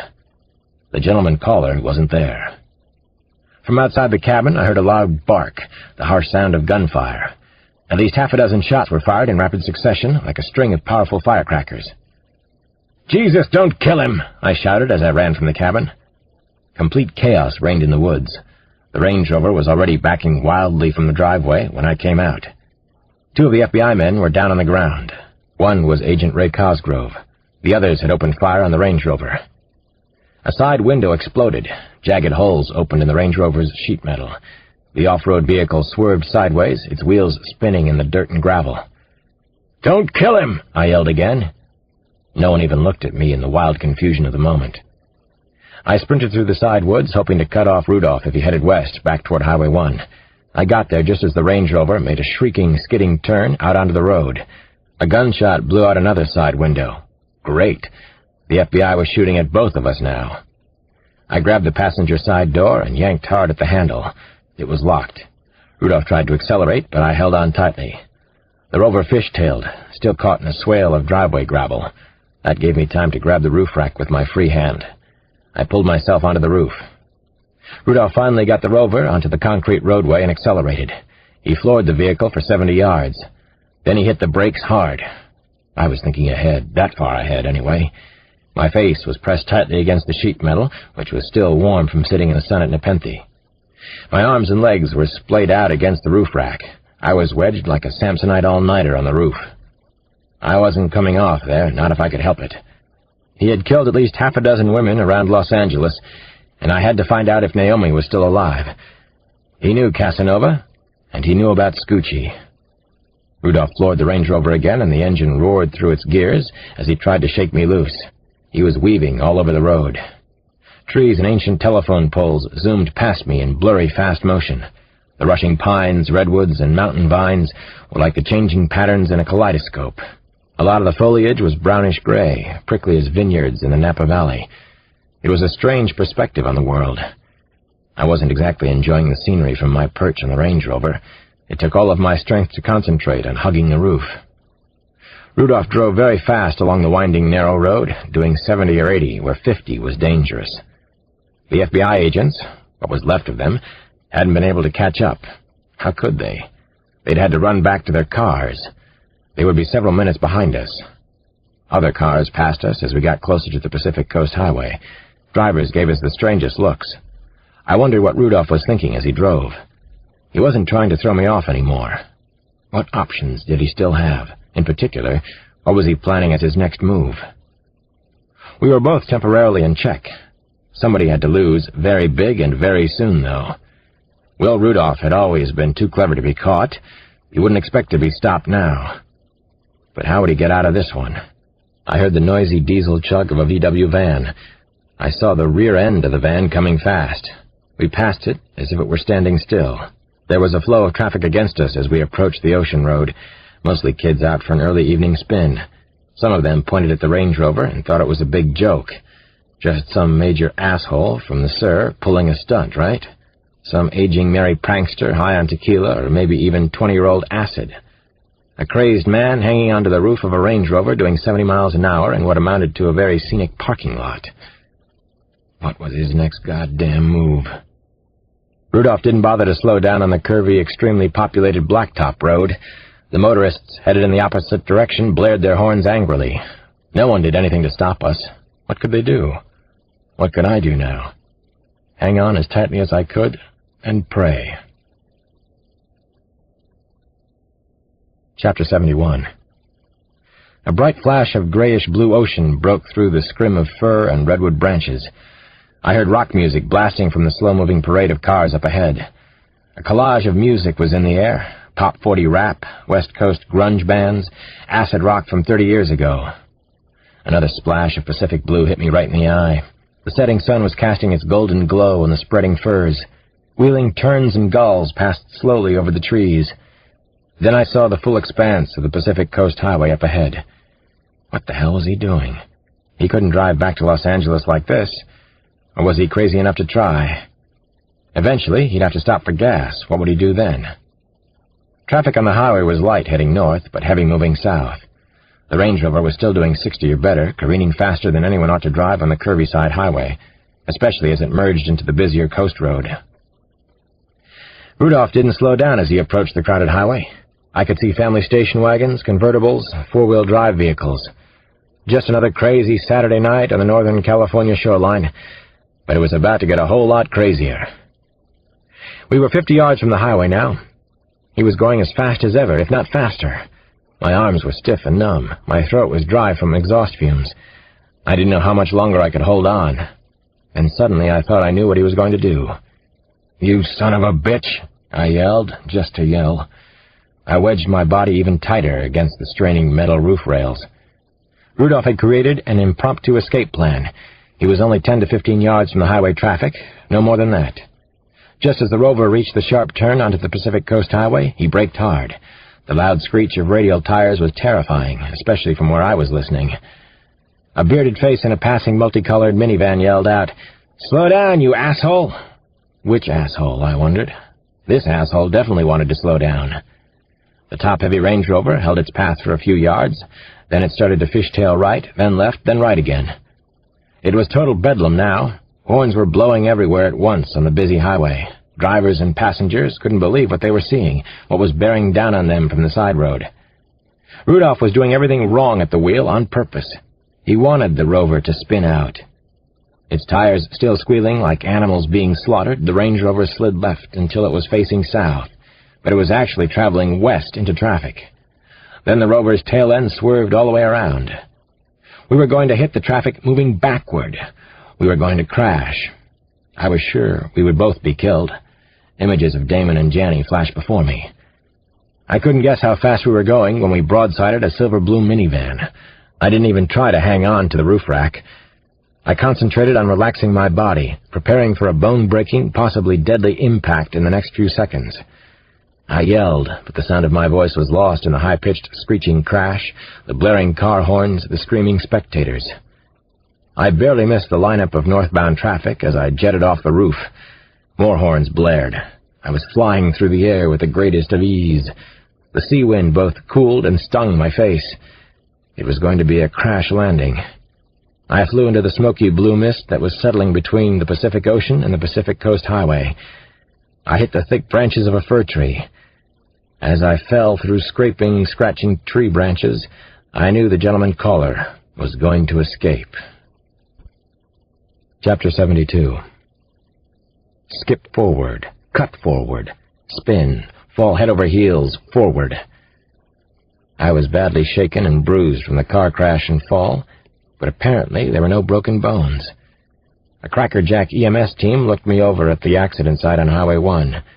They wanted to check me into a nearby hospital for tests and observation, but I had other plans for the night.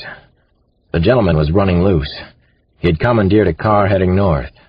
The car had already been found, but not Dr. Rudolph, at least not so far. When she arrived at the bad scene at the highway, Kate went ballistic. She wanted me to go to the local hospital, too. Agent Cosgrove of the FBI was already there as a patient.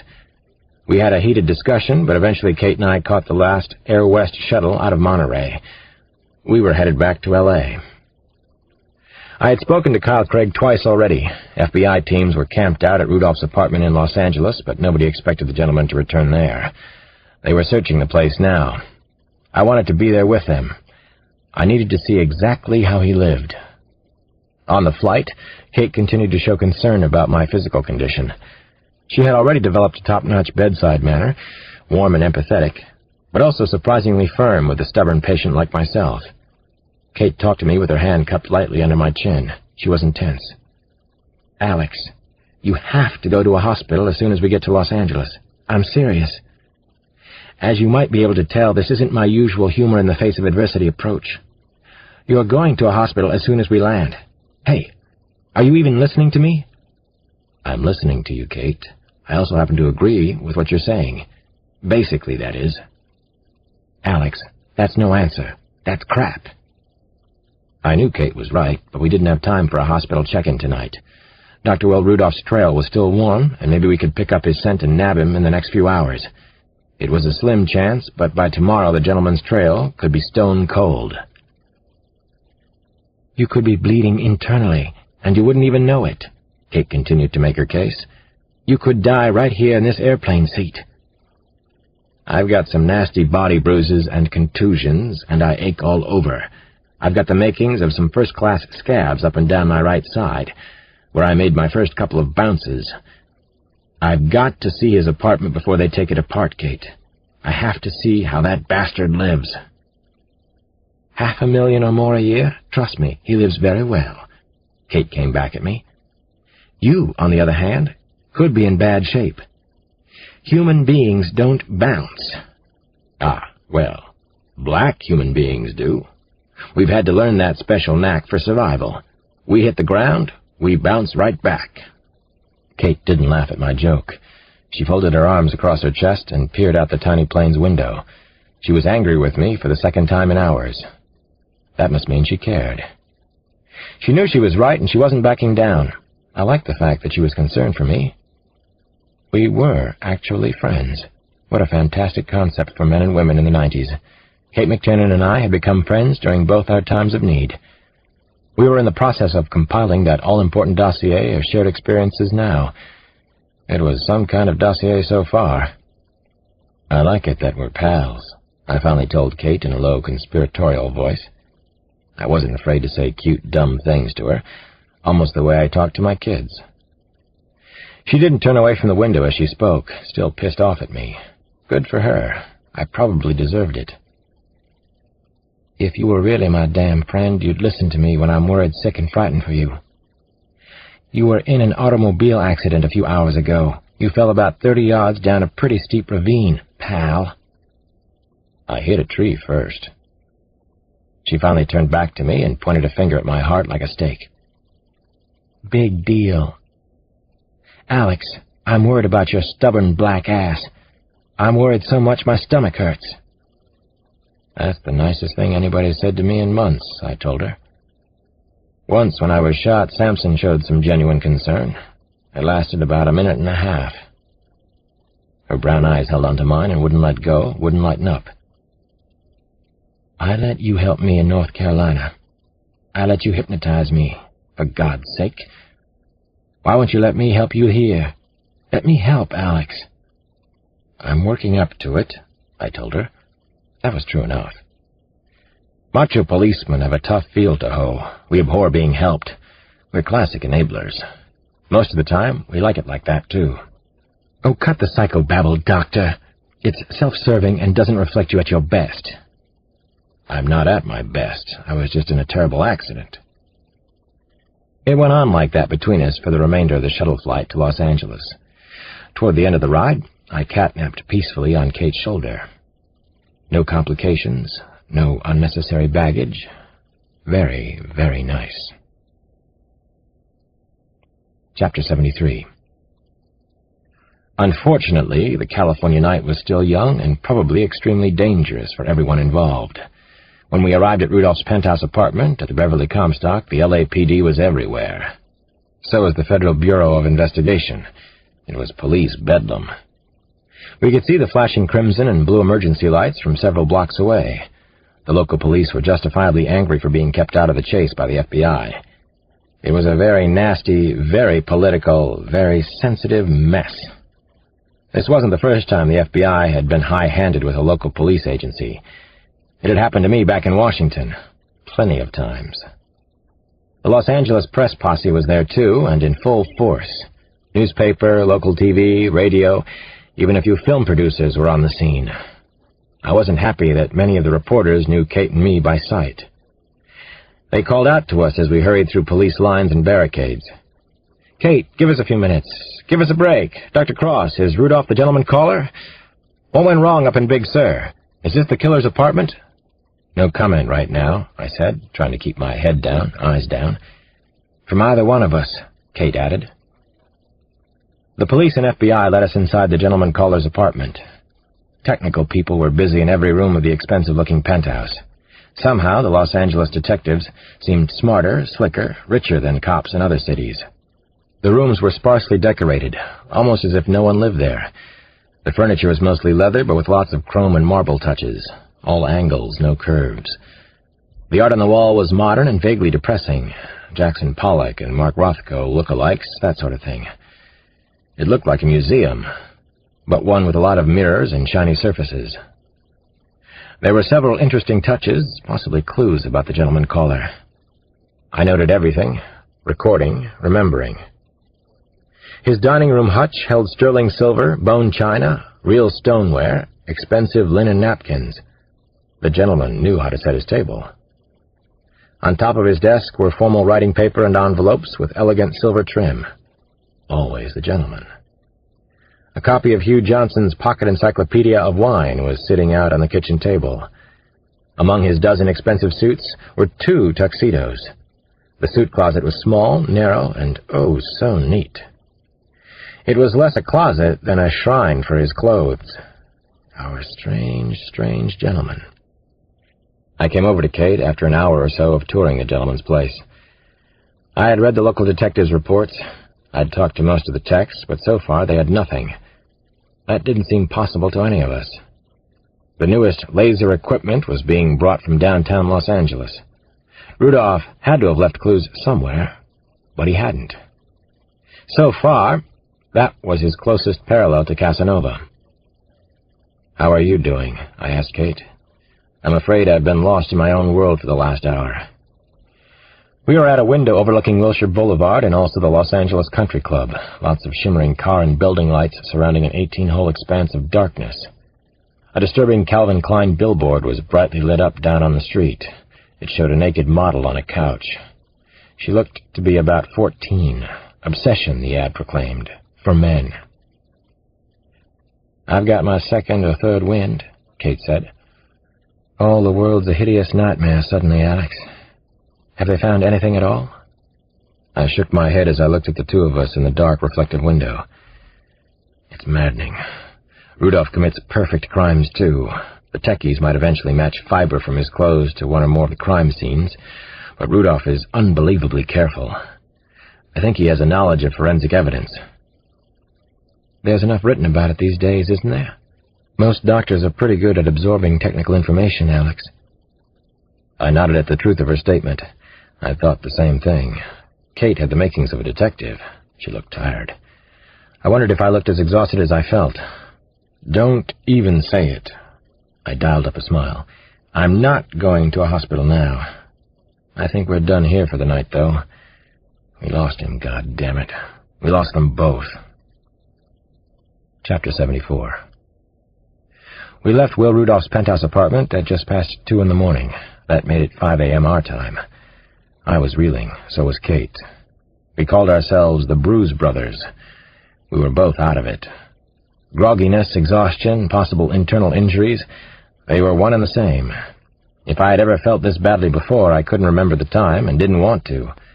We collapsed into the first of our rooms when we reached the Holiday Inn on Sunset. "Are you all right? You don't look so good to me." Not unexpectedly, Kate resumed her advertisement for the McTiernan Medical Group. She was a compelling spokeswoman, actually. She had a way of crinkling her forehead that made her look thoughtful and wise and highly professional. "I'm not dying, I'm just dead tired." I groaned and slowly lowered myself onto the edge of the comfy bed. "Just another tough day at the office." "You're so damn stubborn, Alex. Always the macho big city detective. All right, I'm going to examine you myself. Don't try to stop me or I'll break your arm, which I'm entirely capable of doing." Kate pulled a stethoscope and a sphygmomanometer out of one of her travel bags. She wasn't taking no, absolutely not, or no way as an answer. I sighed. "I'm not having a physical exam now, and especially here," I told her with as much resolve as I could muster under the circumstances. "I've seen it all before." Kate rolled her eyes and frowned. Then she smiled. No, actually, she laughed. A doctor with a smile and a nice sense of humor. Imagine that. "Take your shirt off, Detective Cross," Kate said to me. "Make my day. Make my night, anyway." I started to pull my shirt over my head. I half moaned, half yelled. Just taking the shirt off hurt like hell. Maybe I was seriously hurt. "Oh, you're just fine and dandy," Dr. McTiernan pronounced with a wicked chuckle. "Can't even get your shirt off."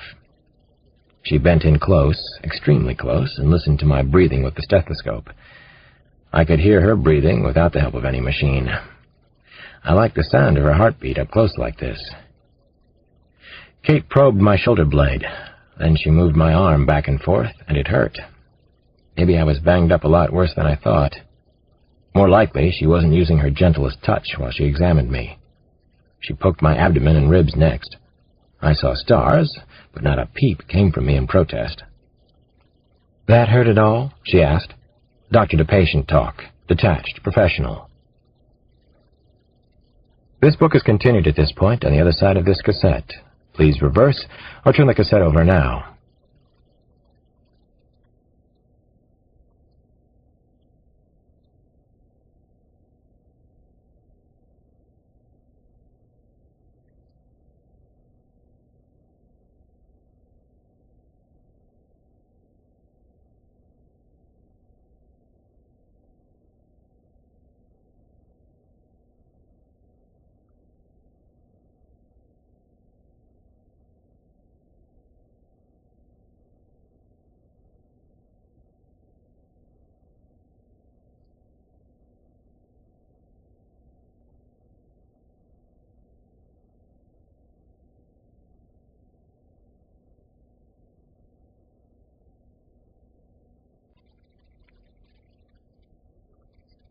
Kiss the Girls, by James Patterson, continued.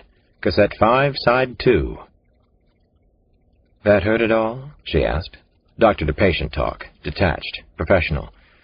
"No, maybe, yes, a little. Okay, quite a lot. Ow! That wasn't so bad. Ow!" "Getting hit by a train isn't the way to keep the average human body in excellent running shape," she said. She touched my ribs again, gentler this time.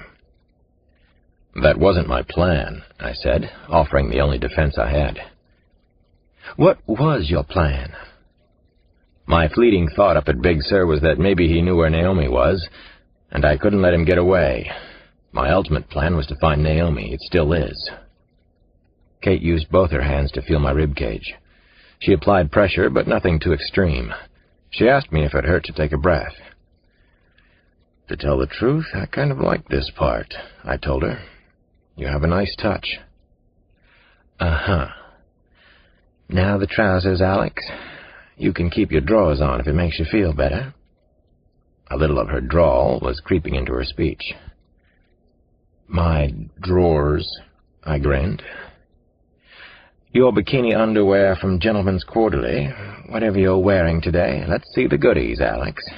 I'd like to see a little skin. You don't have to show such obvious damn glee about this. I was very much awake all of a sudden. I did like the way Kate touched me, though. I liked it a lot, in fact. Different kinds of sparks were starting to fly. I pulled off my pants. I could not get to my socks, not even close. Not so bad, actually.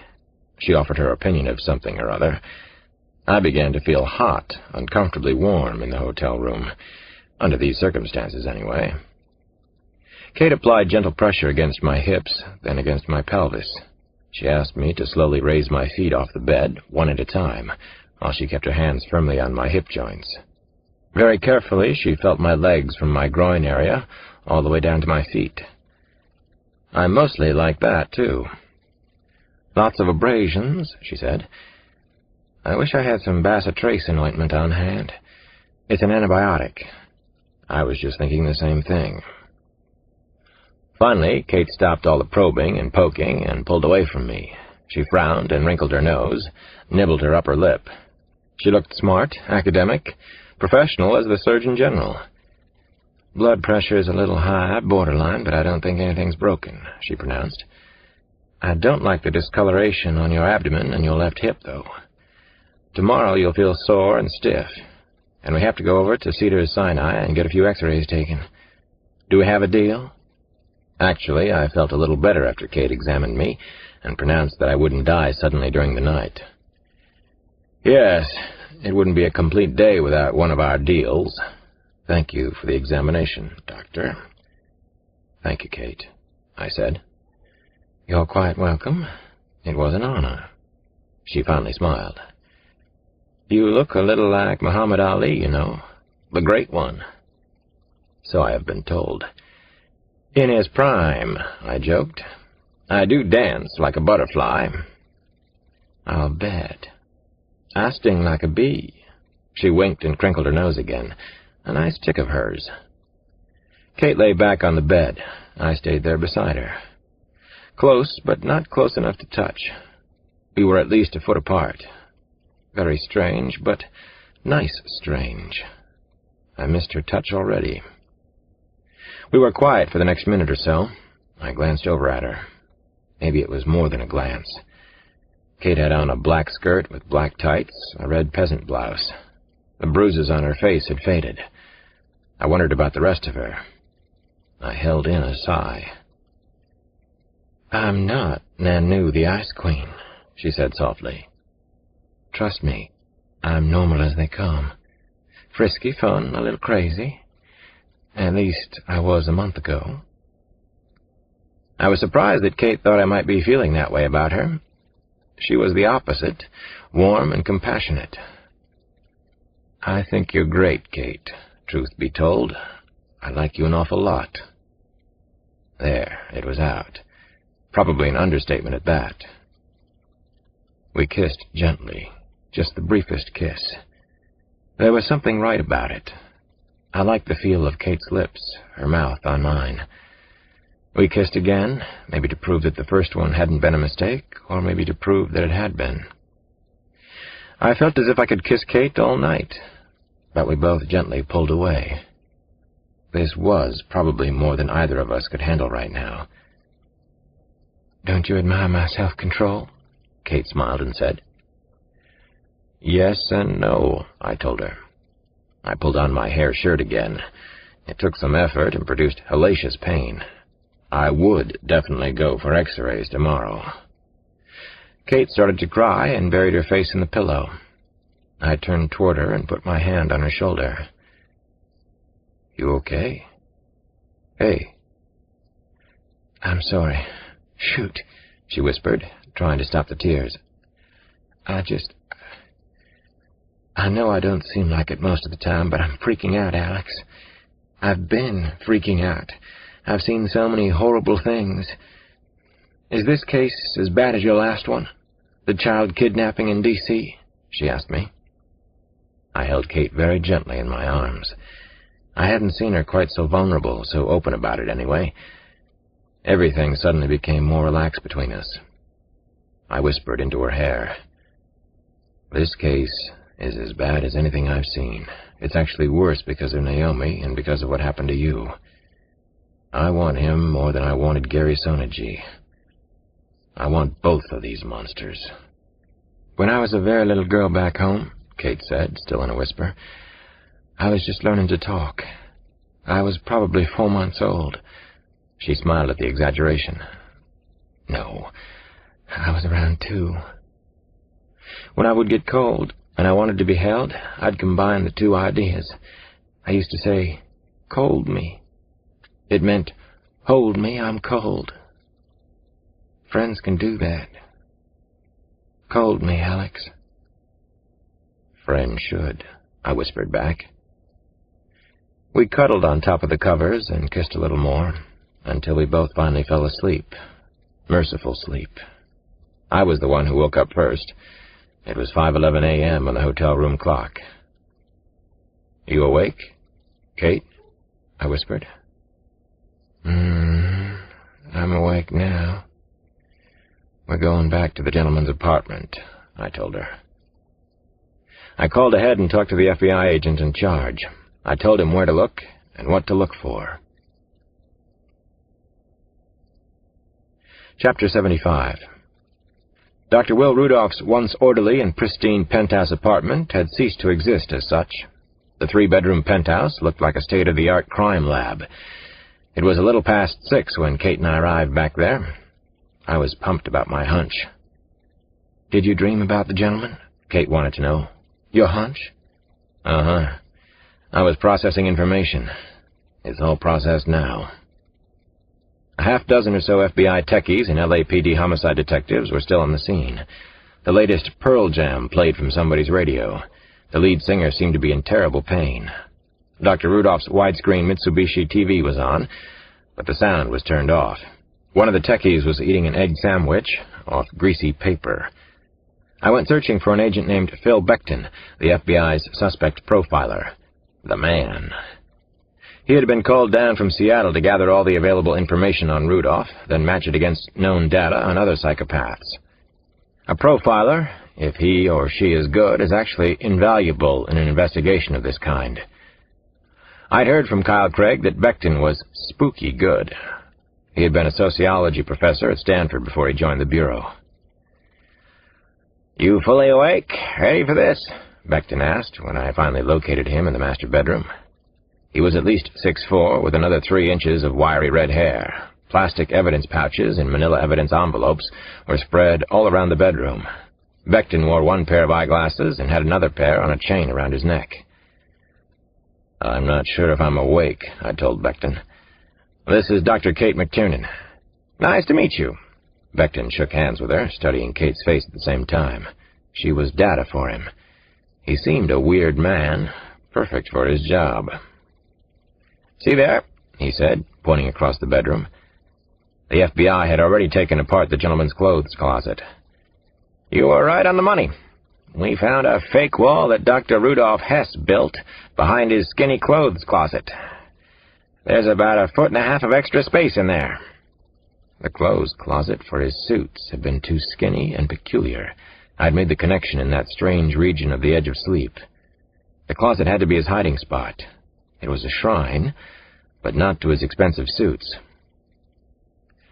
That's where he kept his souvenirs, I made an educated guess. You got it. Little waist-high refrigerator freezer back there.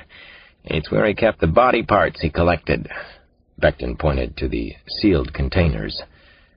Sonny Azawa's feet, fingers, 2 ears with different earrings, 2 separate victims. What else was in his collection? I asked Phil Becton. I wasn't in a hurry to look at feet, ears, fingers, his trophies from the murders of young girls around L.A. Well, as you'd expect from reading the murder scene briefs, he likes to collect their underwear as well. Freshly worn panties, bras, pantyhose, a woman's T-shirt that says dazed and confused, and still smells of opium perfume. He likes to keep photographs, a few locks of auburn hair. He's so neat. He kept each specimen in its own plastic bag. 1 through 31. He's labeled them with numbers. Preserve the smells, I muttered. The sandwich bags. Becton nodded, and he also grinned like a gawky, goofy teenager. Kate looked at the two of us as if we were both a little nuts, which we were. There's something else I think you should see, though. This you're going to appreciate. Come over to my office. On a plain wooden table next to the bed were some of the gentleman's treasures and souvenirs. Most of the paraphernalia had already been marked. It takes an organized task force to catch an organized killer. Spooky good Phil Becton emptied out one of the 5-by-7-inch envelopes so I could see the contents. A single photograph fell out of the envelope. It was of a young male, probably in his early 20s. The condition of the photo, as well as the male's clothing, suggested it had been taken years earlier. 8 to 10 years was my quick guess. The hair on my neck was starting to rise. I cleared my throat. Who's this supposed to be? Do you know this man, Dr. McTiernan? Phil Becton turned to Kate. Ever see this man before? I don't know, Kate answered Phil Becton. She swallowed hard. The gentleman's bedroom was quiet. Outside on the streets of Los Angeles, the orangish-red glow of morning had fallen over the city. Becton handed me metal tweezers that he kept handy in his breast pocket. Flip it over for all the vital stats. Just like those Topps baseball cards we used to collect as kids. At least we did in Portland. I figured that Becton had collected a lot more than baseball cards in his life and times. I carefully turned over the photo. A neatly handwritten legend was on the back. It reminded me of the way Nana Mama identified every single old photo in our house. Sometimes you forget who people are, Alex, even people in photographs with you, she told me. You don't believe me, but you'll see as time passes you by. I didn't think that Will Rudolph was likely to forget the person in the picture, but he had handwritten a legend all the same. My head was spinning a little. We finally had an unbelievable break in the case. I was holding it right under my nose with crime scene tweezers. Dr. Wick Sachs, the handwriting on the photo read. A doctor, I thought. Another doctor. Imagine that. Durham, North Carolina, the legend continued. He was from the Research Triangle area. He was from the South. Casanova, Rudolph had written.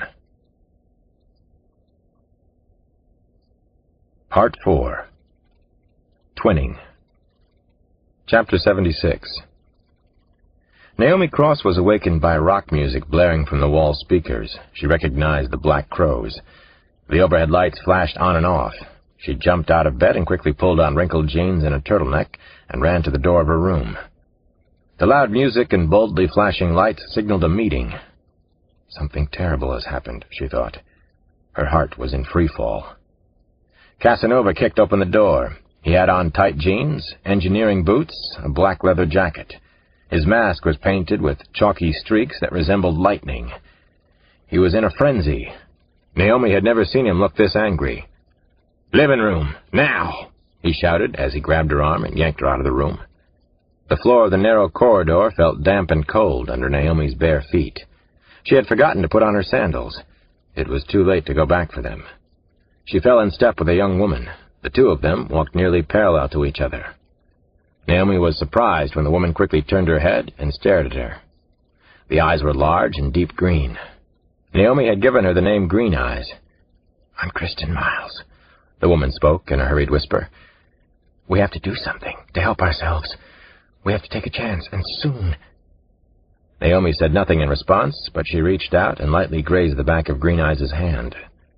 Contact was forbidden, but just to touch another human inside the horrifying prison was necessary now. Naomi looked into the woman's eyes and saw only defiance, no fear. That made her feel so good.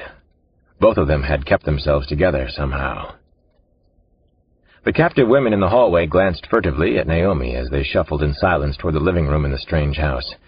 Their eyes were dark and hollow. Some of them didn't wear makeup anymore, and their appearance frightened Naomi. It was getting worse every day, ever since Kate McTiernan had managed to escape somehow. Casanova had brought a new girl to the house, Anna Miller. Anna was breaking the house rules just as Kate McTiernan had done. Naomi had heard the woman's cries for help, and Casanova might have heard them too. It was difficult to figure out when he would be away. He kept very odd hours. Lately, Casanova was leaving them without any contact for longer and longer periods. He wasn't going to let them go. That was one of his lies. Naomi knew it was getting dangerous for all the women. Naomi sensed something desperate in the air. She could hear cries of alarm up ahead, and she tried to calm her own mounting fears and panic. She had lived in the projects of Washington. She'd seen horror before.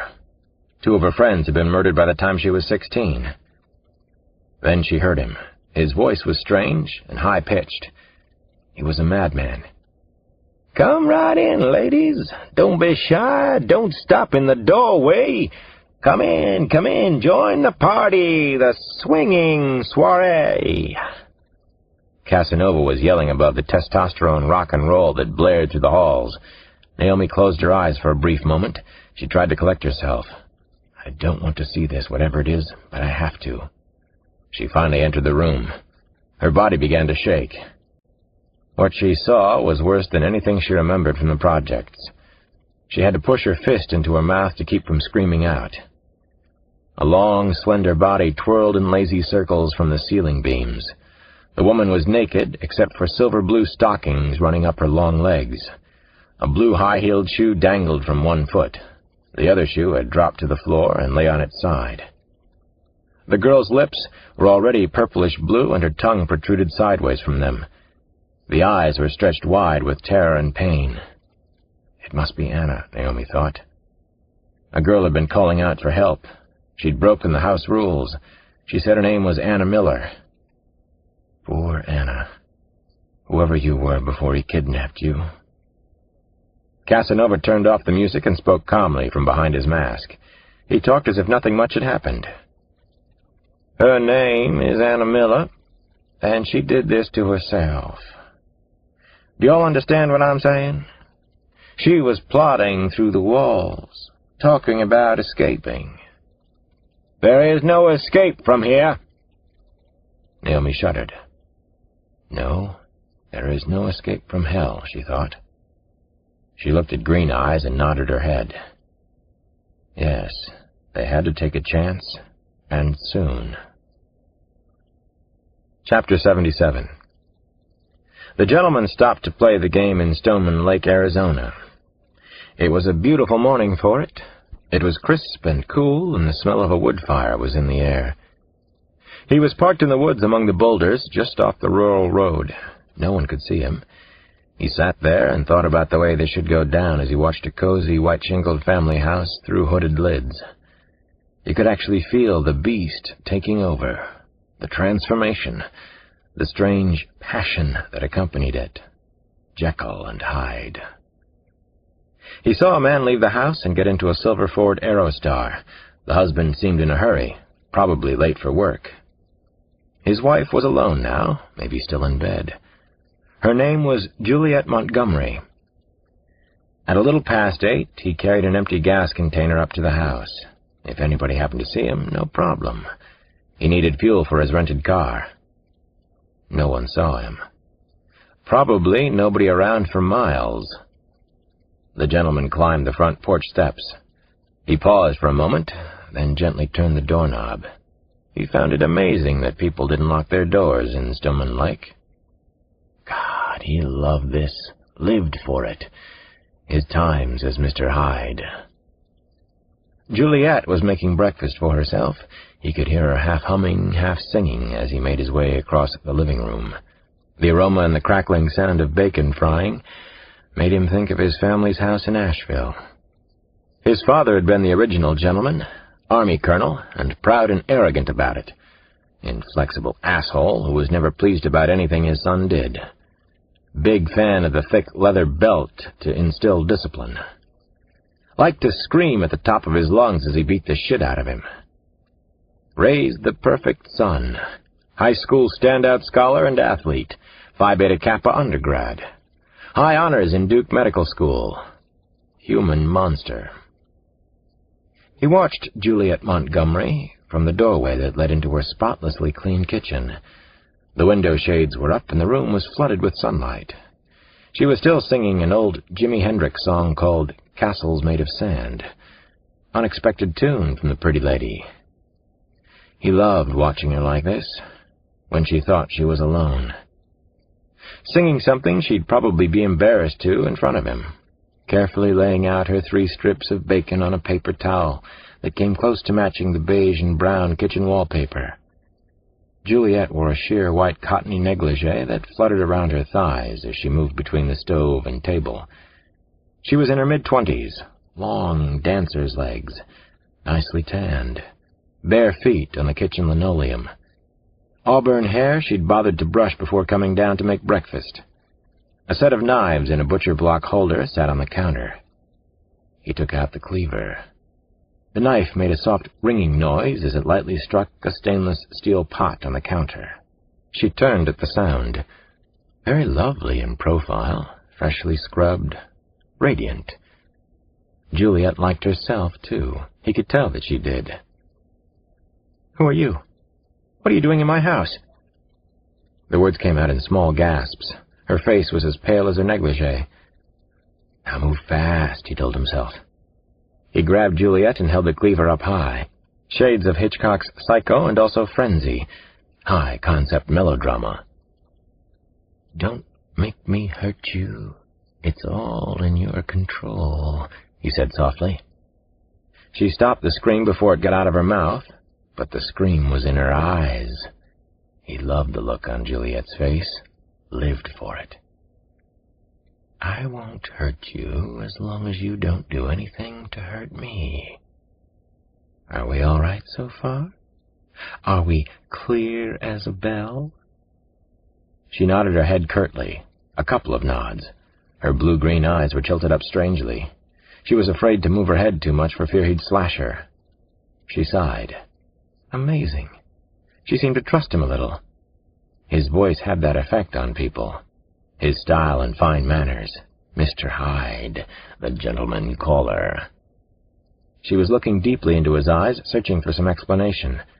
He had seen that questioning look so many times before.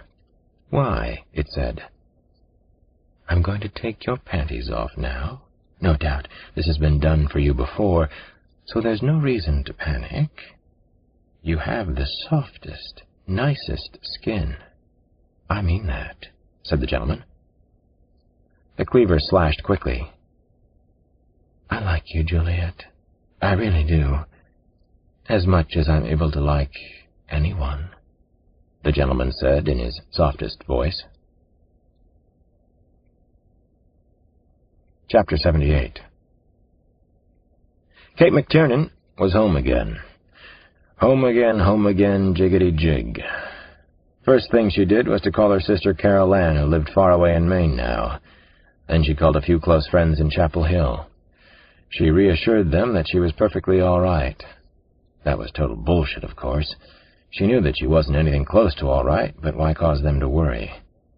It wasn't Kate's way to inconvenience other people with her unsolvable problems. Alex didn't want her to go back to her house, but she had to. This was where she lived.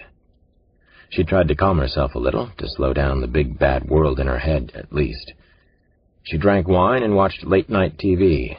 She hadn't done that in years, centuries. She was missing Alex Cross already, and more than she wanted to admit to herself. Staying home and watching TV was a good test, but she was failing miserably. She was such a schlump sometimes. She had developed, what? A schoolgirl crush on Alex? He was strong, smart, funny, kind. He loved children, and was even in touch with a child in himself. He had a sculpted body, fabulous bone structure, a sensational torso also. Yes, she had a crush on Alex Cross. Understandable. Nice. Only maybe it was more than a crush. Kate wanted to call Alex at his hotel in Durham. She picked up the phone a couple of times. No, she wouldn't let herself do it. Nothing was going to happen between her and Alex Cross. She was an intern, and she wasn't getting any younger. He lived in Washington with his 2 children and his grandmother. Besides, they were too much alike, and it wouldn't work out. He was a willful black man. She was an extremely willful white woman. He was a homicide detective. But he was also sensitive and sexy and generous. She didn't care whether he was black, green, or purple. He made her laugh. He made her as happy as a clam in deep, wet sand. But nothing was going to happen between her and Alex. She would just sit here in her scary apartment, drink her cheap Pinot Noir, watch her bad, semi-romantic Hollywood movie, be afraid, be a little horny, let it get worse. That's what she would do, damn it. Build her character. She had to admit she was frightened to be in her own house, though. She hated that feeling. She wanted all of this shitty madness to stop, but it wouldn't. Not even close. There were still 2 horrifying monsters on the loose out there. She kept hearing creepy noises all around her in the house. Old creaking wood, banging shutters, wind chimes she had put on an old elm tree outside. The chimes reminded her of the cabin in Big Sur. They had to come down tomorrow, if not sooner. Kate finally fell asleep with the wine glass, which was really an old Flintstones jelly glass, balanced in her lap. The glass was a holy relic from the house in West Virginia. She and her sisters used to fight over it sometimes at breakfast. The glass tipped and spilled onto her bed covers. It didn't matter. Kate was dead to the world, for one night at least. She didn't usually drink much. The Pinot Noir hit her like the freight trains that used to rumble through Birch when she was a kid. She woke at 3 a.m. with a throbbing headache and hurried into her bathroom where she got sick. Images of Psycho flashed through her mind as she bent over the sink. She thought of Casanova in the house again. He was in the bathroom, wasn't he? No, of course no one was there. Please make this stop. Make this end. Right now. She went back to bed and crawled under the covers. She heard the wind rattling the shutters. Heard those stupid chimes. She thought about death, her mother, Suzanne, Marjorie, Kristen. All gone now. Kate McTiernan pulled the blanket over her head. She felt like a little girl again, afraid of the bogeyman. Okay, she could handle that. Trouble was, she could see Casanova and the horrifying death mask whenever she closed her eyes. She held a secret thought buried in the center of her chest. He was coming for her again, wasn't he? At 7 in the morning, her phone rang. It was Alex.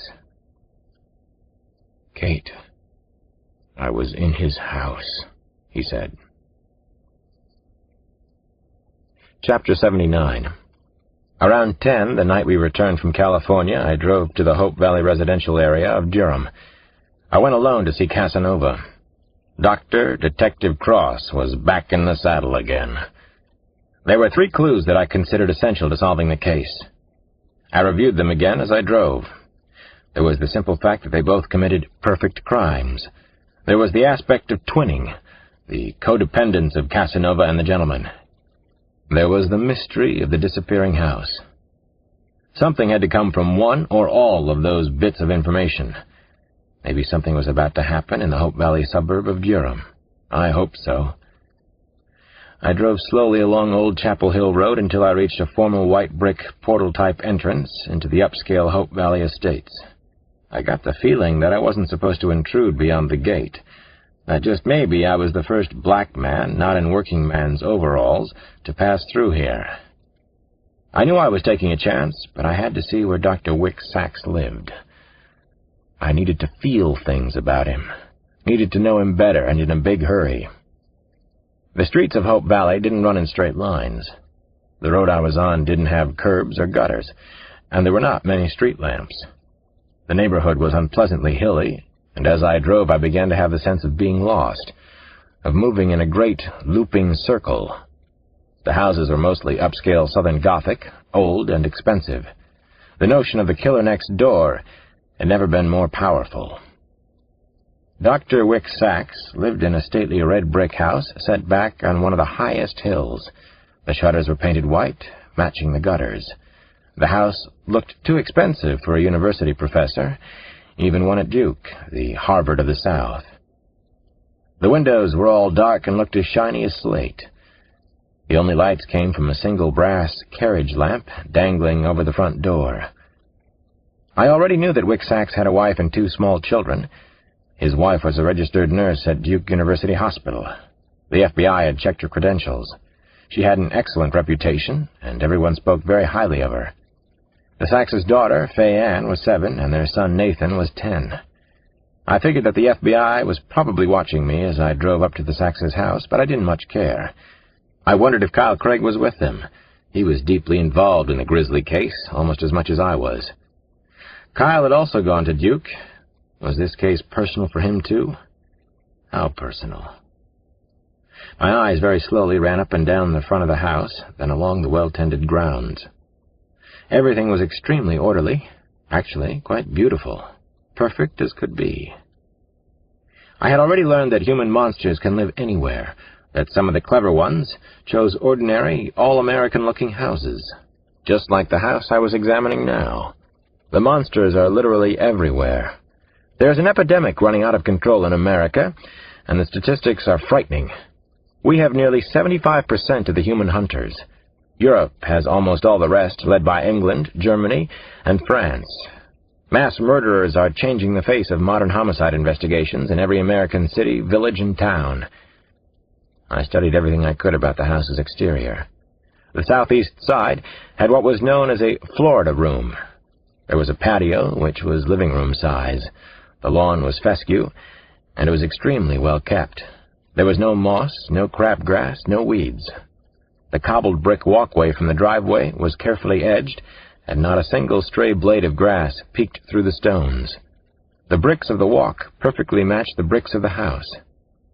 Perfect, meticulous. As I sat in the car, my head was pounding from too much tension and stress.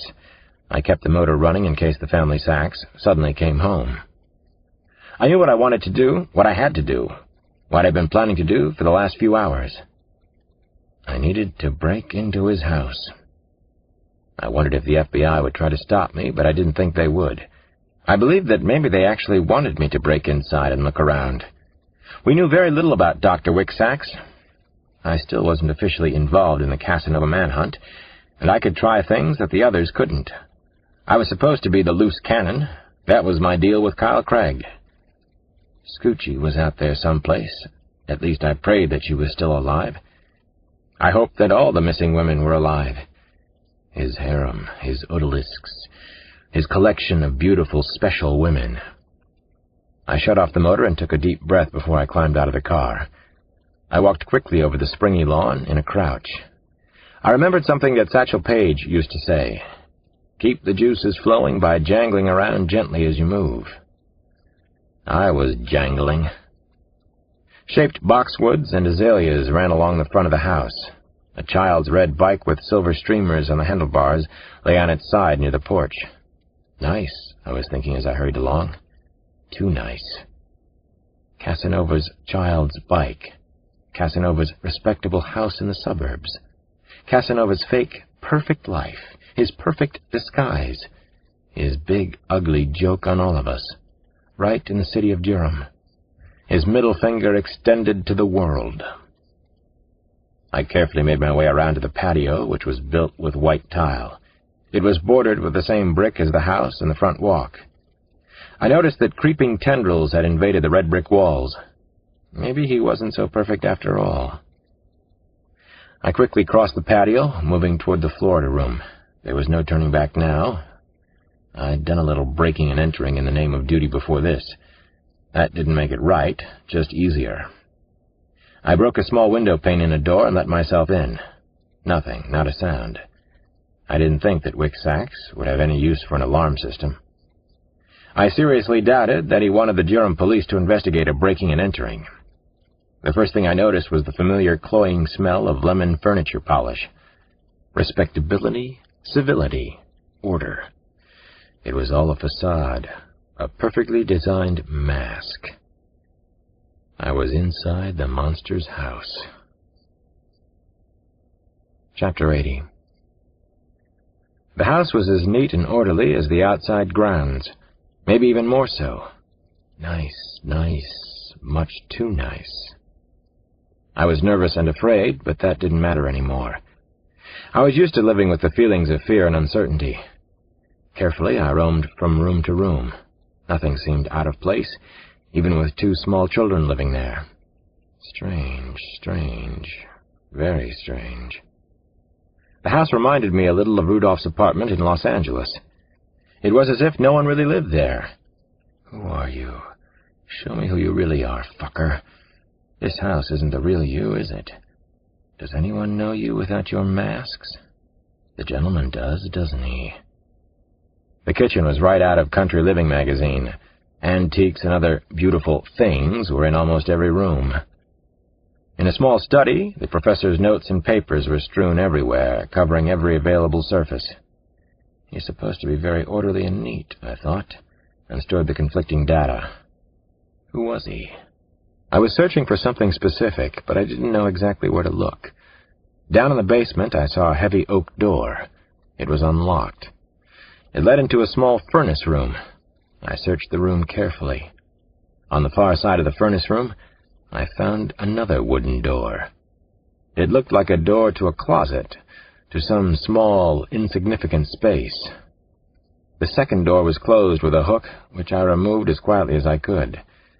I wondered if there could be more rooms in here, maybe an underground space, maybe the house of horror, or a tunnel. I pushed open the wooden door. Pitch blackness.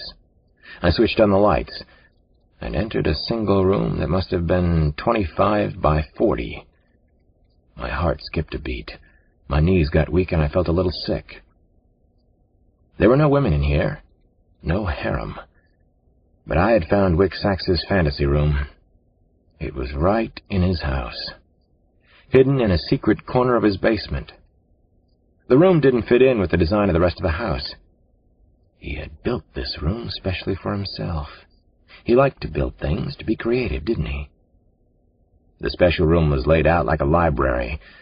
There was a heavy oak desk, and 2 red leather club chairs were on either side of it.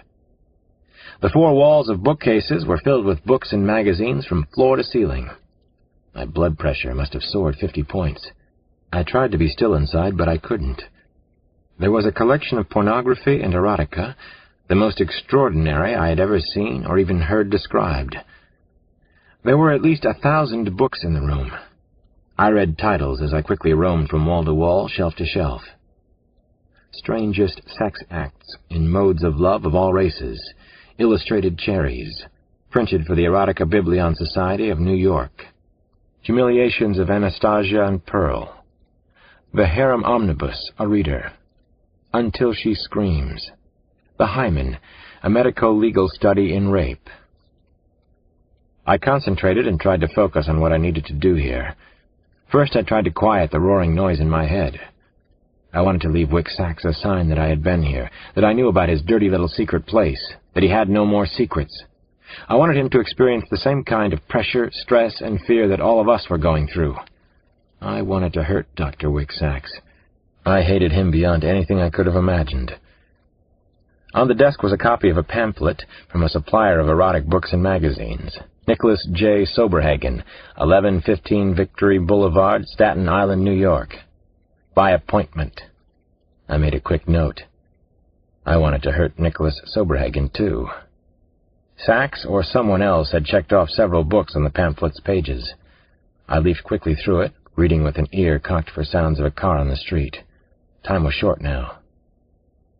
The Special Orders of St. Teresa, not to be missed. This reprint of an extremely rare original edition was issued in the 1880s.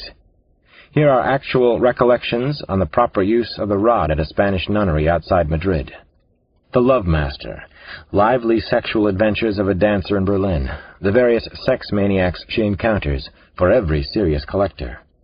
Release, an interpretive first novel based on the actual and imagined life of the French serial murderer Guy Deray. I scanned the rows of wooden shelves directly behind the work desk. How long should I push my luck inside the house? It was getting late for Sachs and his family to be out. I stopped at a shelf behind his chair. My heart tightened when I saw several books on Casanova. I read the titles under my breath. Memoirs by Casanova. Casanova, 102 erotic engravings. The Most Wonderful Nights of Love of Casanova.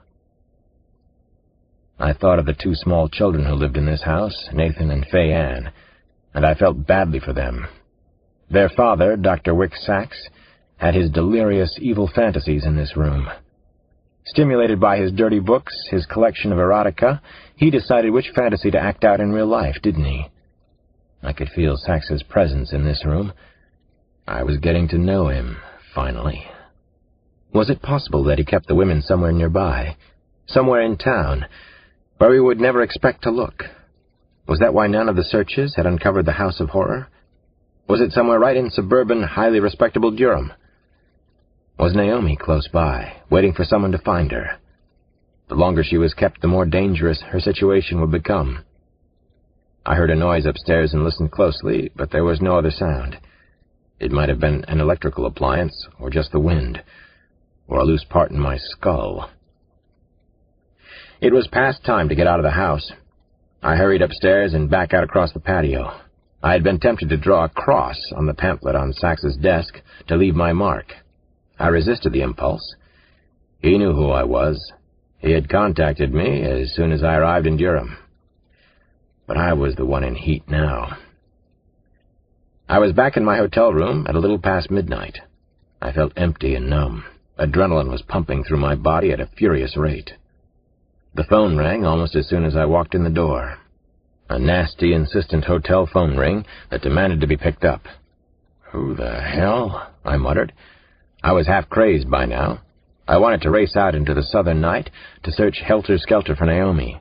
I wanted to grab Dr. Wick Sachs and beat the truth out of him. Whatever it takes. Yes, who is this? I spoke a little too loudly into the phone. It was Kyle Craig. Well, he began. What did you find out? Chapter 81. Morning had broken again. Nothing had really changed about the ghoulish investigation. Kate was still my partner in crime. That was her choice, but I approved. She knew Casanova better than the rest of us combined. She and I spied on the big, beautiful Sachs house from the triangle of dense fir woods off Old Chapel Hill Road. This book is continued on Cassette 6, Side 1.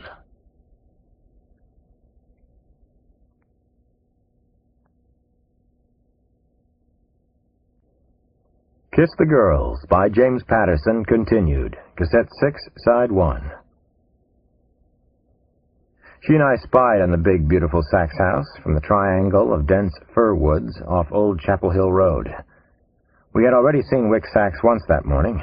Our lucky day. The beast was up bright and early. He was tall and professorial-looking, with sandy blonde hair brushed straight back and horn-rimmed glasses. He appeared to have a very good build. He had ventured out to the porch at around 7 to pick up the Durham paper. The headline read, Casanova Watch Continues. The local newspaper editors could have had no idea, no clue how accurate those words were. Sachs glanced at the front page, then casually folded it under his arm. Nothing of interest for him today. Another ho-hum day at the serial killer office. At a little before 8, he came out with his children in tow. He had a big, toothy smile turned on for the kids. The good father was taking them to school.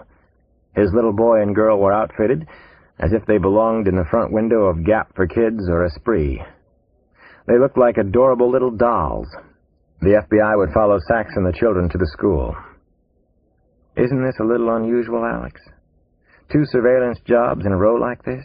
Kate asked me. She was analytical, and her mind never stopped working all the angles. She was as obsessive about the case as I was. That morning she was dressed down, as usual. Tatty jeans, a navy blue T-shirt, sneakers. Her beauty shone through anyway. She couldn't hide it. Investigations of repeat killers are almost always unusual.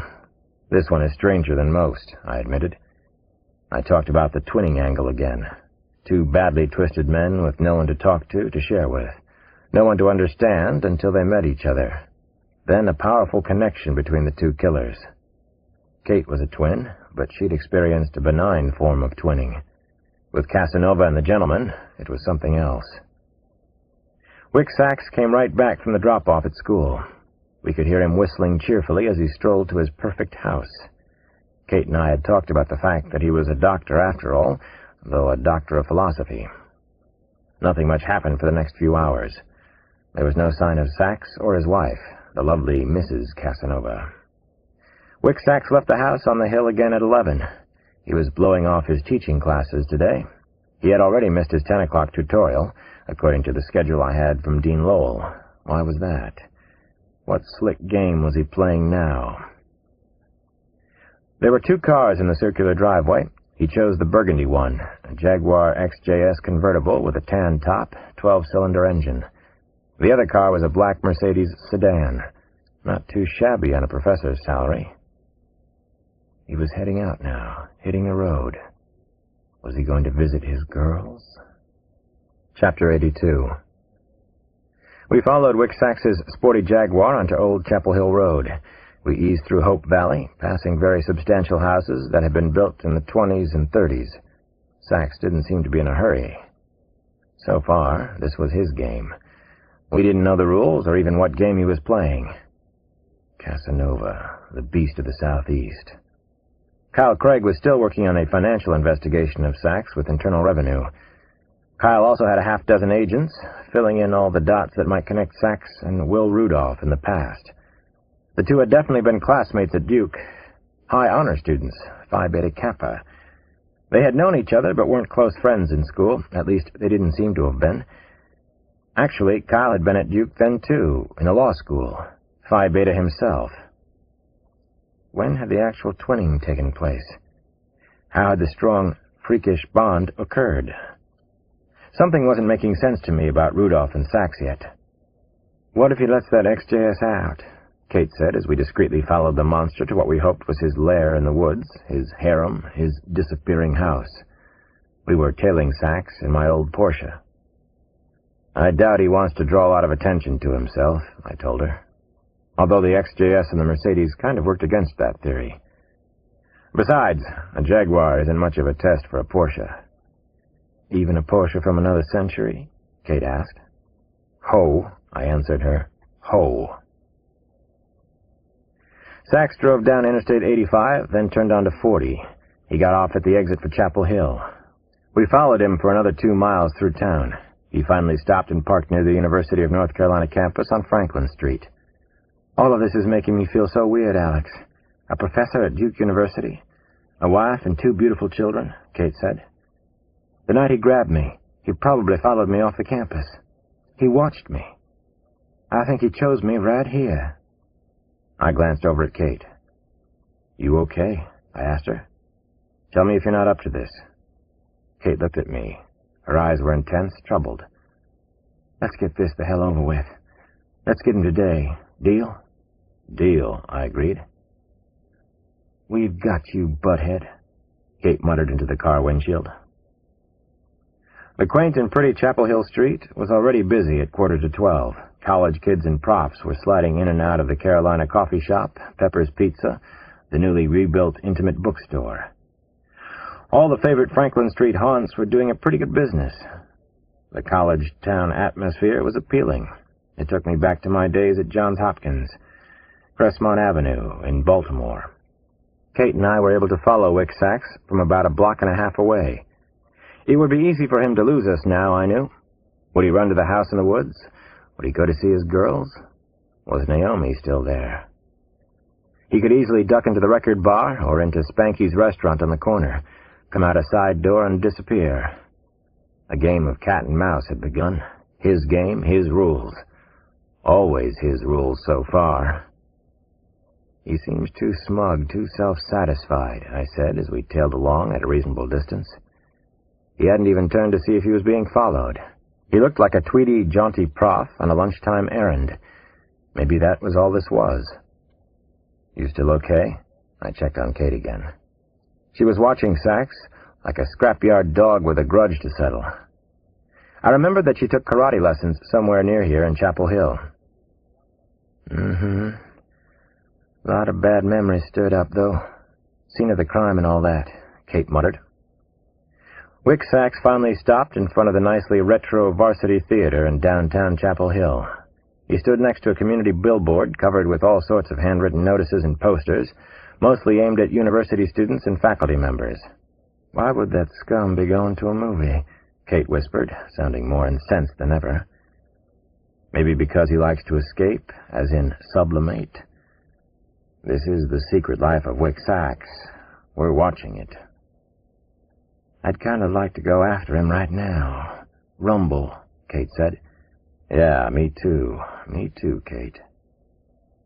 I had noticed the cluttered community billboard on one of my walks here before. There were several notices about missing persons in the Chapel Hill area. Missing students. All of them were women.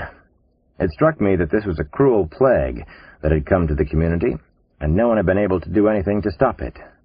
No one had the cure. Wick Sachs seemed to be waiting for something or somebody.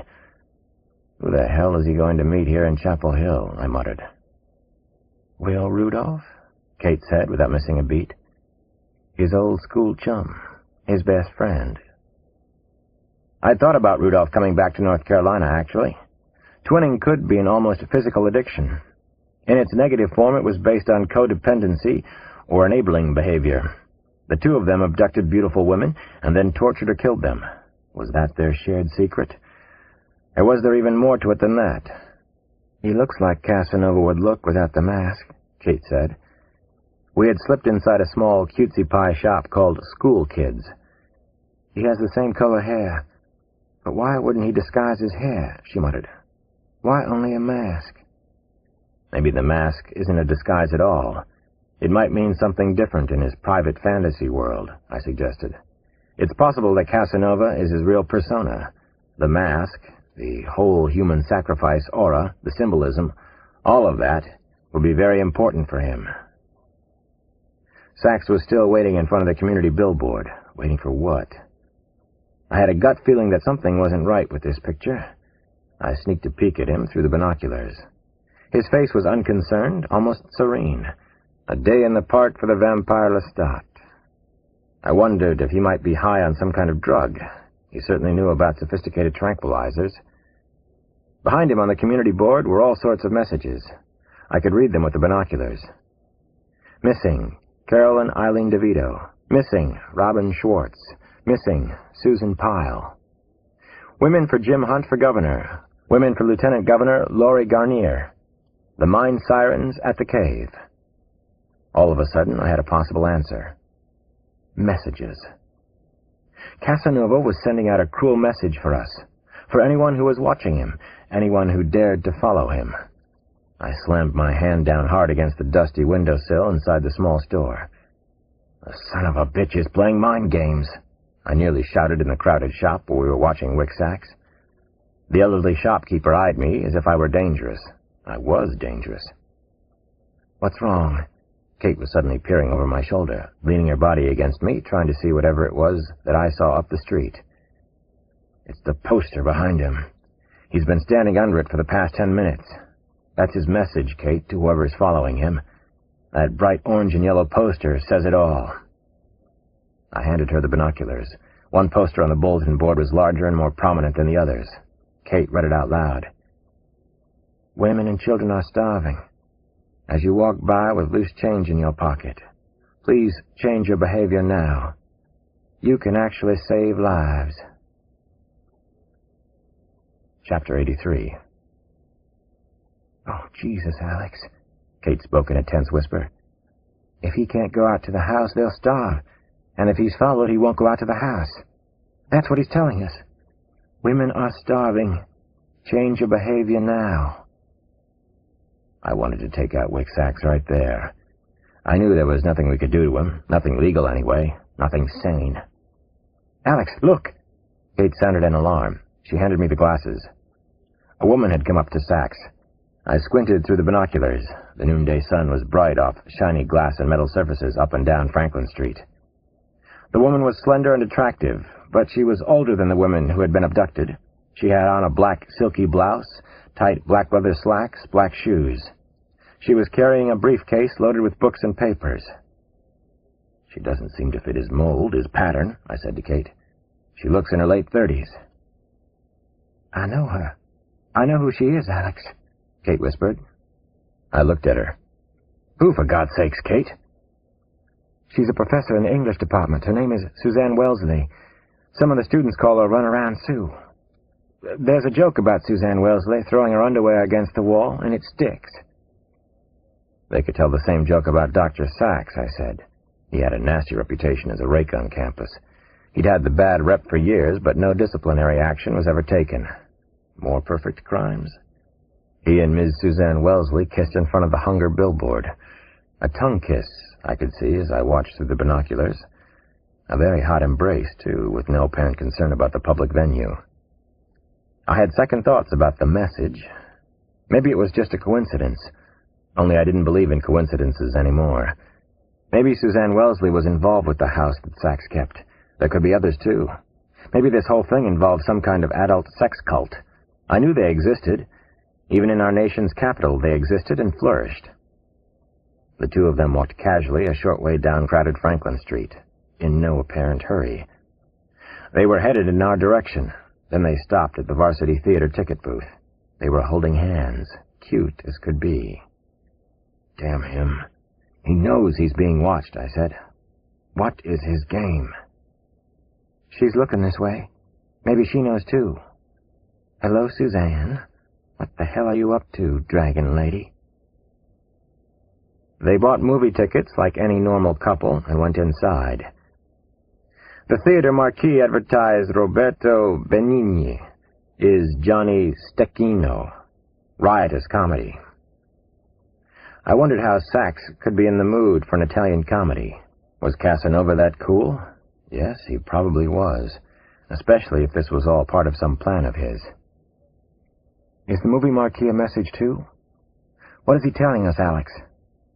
"That this is all a riotous comedy for him? It just might be," I said. "He does have a sense of humor, Alex. I can vouch for that. He was capable of laughing at his own bad jokes." I called Kyle Craig from a payphone in a nearby Ben & Jerry's ice cream. I told him about the woman and children are starving poster. He allowed that it could be a message for us. Anything was possible with Casanova. When I came out of the store, Sachs and Suzanne Wellesley were still inside the Varsity Theater, presumably laughing riotously at the Italian actor Roberto Benigni. Or perhaps Sachs was laughing at us. Women and children are starving. Just past 2:30, Sachs and Dr. Wellesley came out of the Varsity Theater. They strolled back to the corner of Franklin and Columbus. The half-block walk seemed to take 10 minutes. They ducked inside the ever-popular Spanky's, where they had a late lunch. "Isn't this sweet? Young love," Kate said with a hiss in her voice. "Damn him. And damn her, too. Damn Spanky's for giving them food and grog." They sat near the front window inside the restaurant, on purpose. They held hands at their table and kissed a few times. Casanova the lover?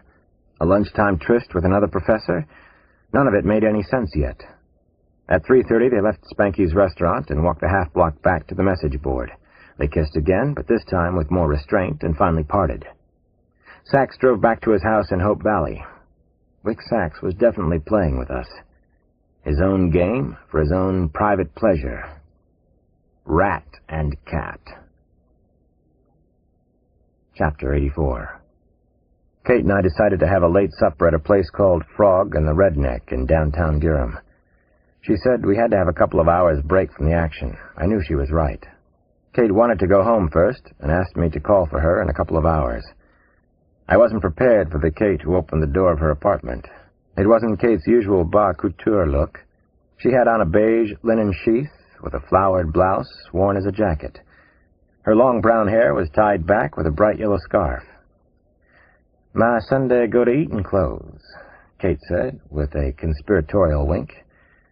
Except I can never afford to go out to eat on my post-med school budget. Occasionally KFC or Arby's. You have a hot date tonight? I asked her in my usual kidding tone. I wondered who was kidding whom, though. She casually took my arm in the crook of hers. As a matter of fact, maybe I do. You look nice tonight. Very dashing, very cool.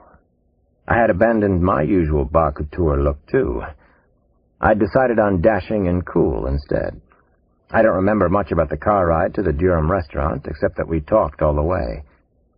We never had any trouble talking. I don't exactly remember the meal, except that it was very good regional continental grub. I have the recollection of Muscovy duck, of blueberries and plums in whipped cream. What I remember most clearly is Kate sitting with one arm propped on the table, her face resting easily on the back of her hand. A very nice picture portrait. I remember Kate taking off a yellow scarf at one point during dinner. Too much, she said and grinned. I have a new pet theory du jour, about the two of us. I think it's right. Do you want to hear it? She asked me. She was in a good mood in spite of the harrowing and frustrating investigation. We both were. Nah, said the wise guy in me, the part afraid of too much in the way of emotions. Lately, anyway. Kate wisely ignored me and went on with her theory. I'll start. Alex, we're both really, really afraid of attachments right now in our lives. That's obvious. We're both too afraid, I think. She was carefully leading the way. She sensed this was difficult territory for me, and she was right. I sighed. I didn't know if I wanted to get into any of this right now, but I plunged ahead. Kate, I haven't told you much about Maria. We were very much in love when she died. It was like that between us for 6 years. This isn't selective memory on my part. I used to tell myself, God, I'm unbelievably lucky I found this person. Maria felt the same way. I smiled. Or so she told me. So, yes, I am afraid of attachments. Mostly I'm afraid of losing someone I love that much again. I'm afraid of losing someone else too, Alex, Kate said in a soft voice. I could barely hear her words. Sometimes she seemed shy, and it was touching. There's a magical line in The Pawnbroker. Magical to me, anyway. Everything I loved was taken away from me, and I did not die. I took her hand and kissed it lightly. I felt an overwhelming tenderness toward Kate at that moment. I know the line, I said. I could see anxiety in her dark brown eyes. Maybe we both needed to take this thing forward, whatever was beginning to happen between us, whatever the risks might be. Can I tell you something else? One more true confession that doesn't come easily? This is a bad one, she said. I want to hear it, of course I do. Anything you want to tell me? I'm afraid I'm going to die just like my sisters. That I'll get cancer too. At my age, I'm a medical time bomb. Oh, Alex, I'm afraid to get close to someone and then get sick on them. Kate let out a long, deep breath. It was obviously a hard thing for her to say. We held hands for a long time in the restaurant. We sipped port wine. We were both a little quiet, letting powerful new feelings wash over us, getting used to them. After dinner, we went back to her apartment in Chapel Hill. The first thing I did was to check around for uninvited house guests. I had tried to talk her into a hotel room during the car ride, but as usual, Kate said no. I remained paranoid about Casanova and his games. You're so damn stubborn, I told her, as we both checked all the doors and windows. Fiercely independent is a much better description, Kate countered. It comes with the black belt in karate, 2nd degree. Watch yourself. I am, I laughed. I've also got 80 pounds on you. Kate shook her head. Won't be enough. You're probably right, I laughed out loud. No one was hiding in the apartment on Old Ladies Lane. No one was there except the two of us. Maybe that was the scariest thing of all. Please don't run off now. Stay for a while, unless you want to or have to, Kate said to me. I was still standing in her kitchen. My hands were awkwardly jammed into my pockets. I've got nowhere I'd rather be, I told her. I was feeling a little nervous and keyed up. I have a bottle of Chateau de la Chaise. I think that's the name. It only cost $9, but it's decent wine. I bought it just for tonight, even though I didn't know it at the time. Kate smiled. 3 months ago, when I made the purchase. We sat on Kate's couch in the living room. The place was neat, but still funky. There were black and white photos on the walls of her sisters and her mother. Happier times for Kate. There was an amazing picture of her in her pink uniform at the big top truck stop where she worked to pay her way through school. The waitressing job was part of the reason medical school had meant so much to her. Maybe the wine made me tell Kate more about Jesse Flanagan than I wanted to. It had been my only attempt at a serious attachment since Maria's death. Kate told me about her friend Peter McGrath, history professor at the University of North Carolina. As she talked about Peter, I had the disturbing thought that maybe he was one suspect we had glossed over too quickly. I couldn't leave the case alone, not even for one night. Maybe I was just trying to escape into my work again. Still, I made a mental note to check out Dr. Peter McGrath a little more carefully. Kate leaned in close to me on the couch. We kissed. Our mouths made a perfect fit. We had both done this before, kissed, but maybe never as well. Will you stay tonight? Please stay, Kate whispered. Just this one night, Alex. We don't have to be scared about this, do we? No, we don't have to be scared, I whispered back. I felt like a schoolboy. Maybe that was okay, though. I didn't know exactly what to do next, how to touch Kate, what to say, what not to do. I listened to the soft hum of her breathing. I let everything take its natural course. We kissed again, as gently as I ever remember kissing anyone. We were both needy. But we were so vulnerable at that moment. Kate and I went to her room.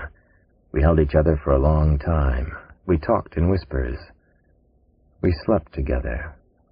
We didn't make love that night. We were best friends. We didn't want to ruin it.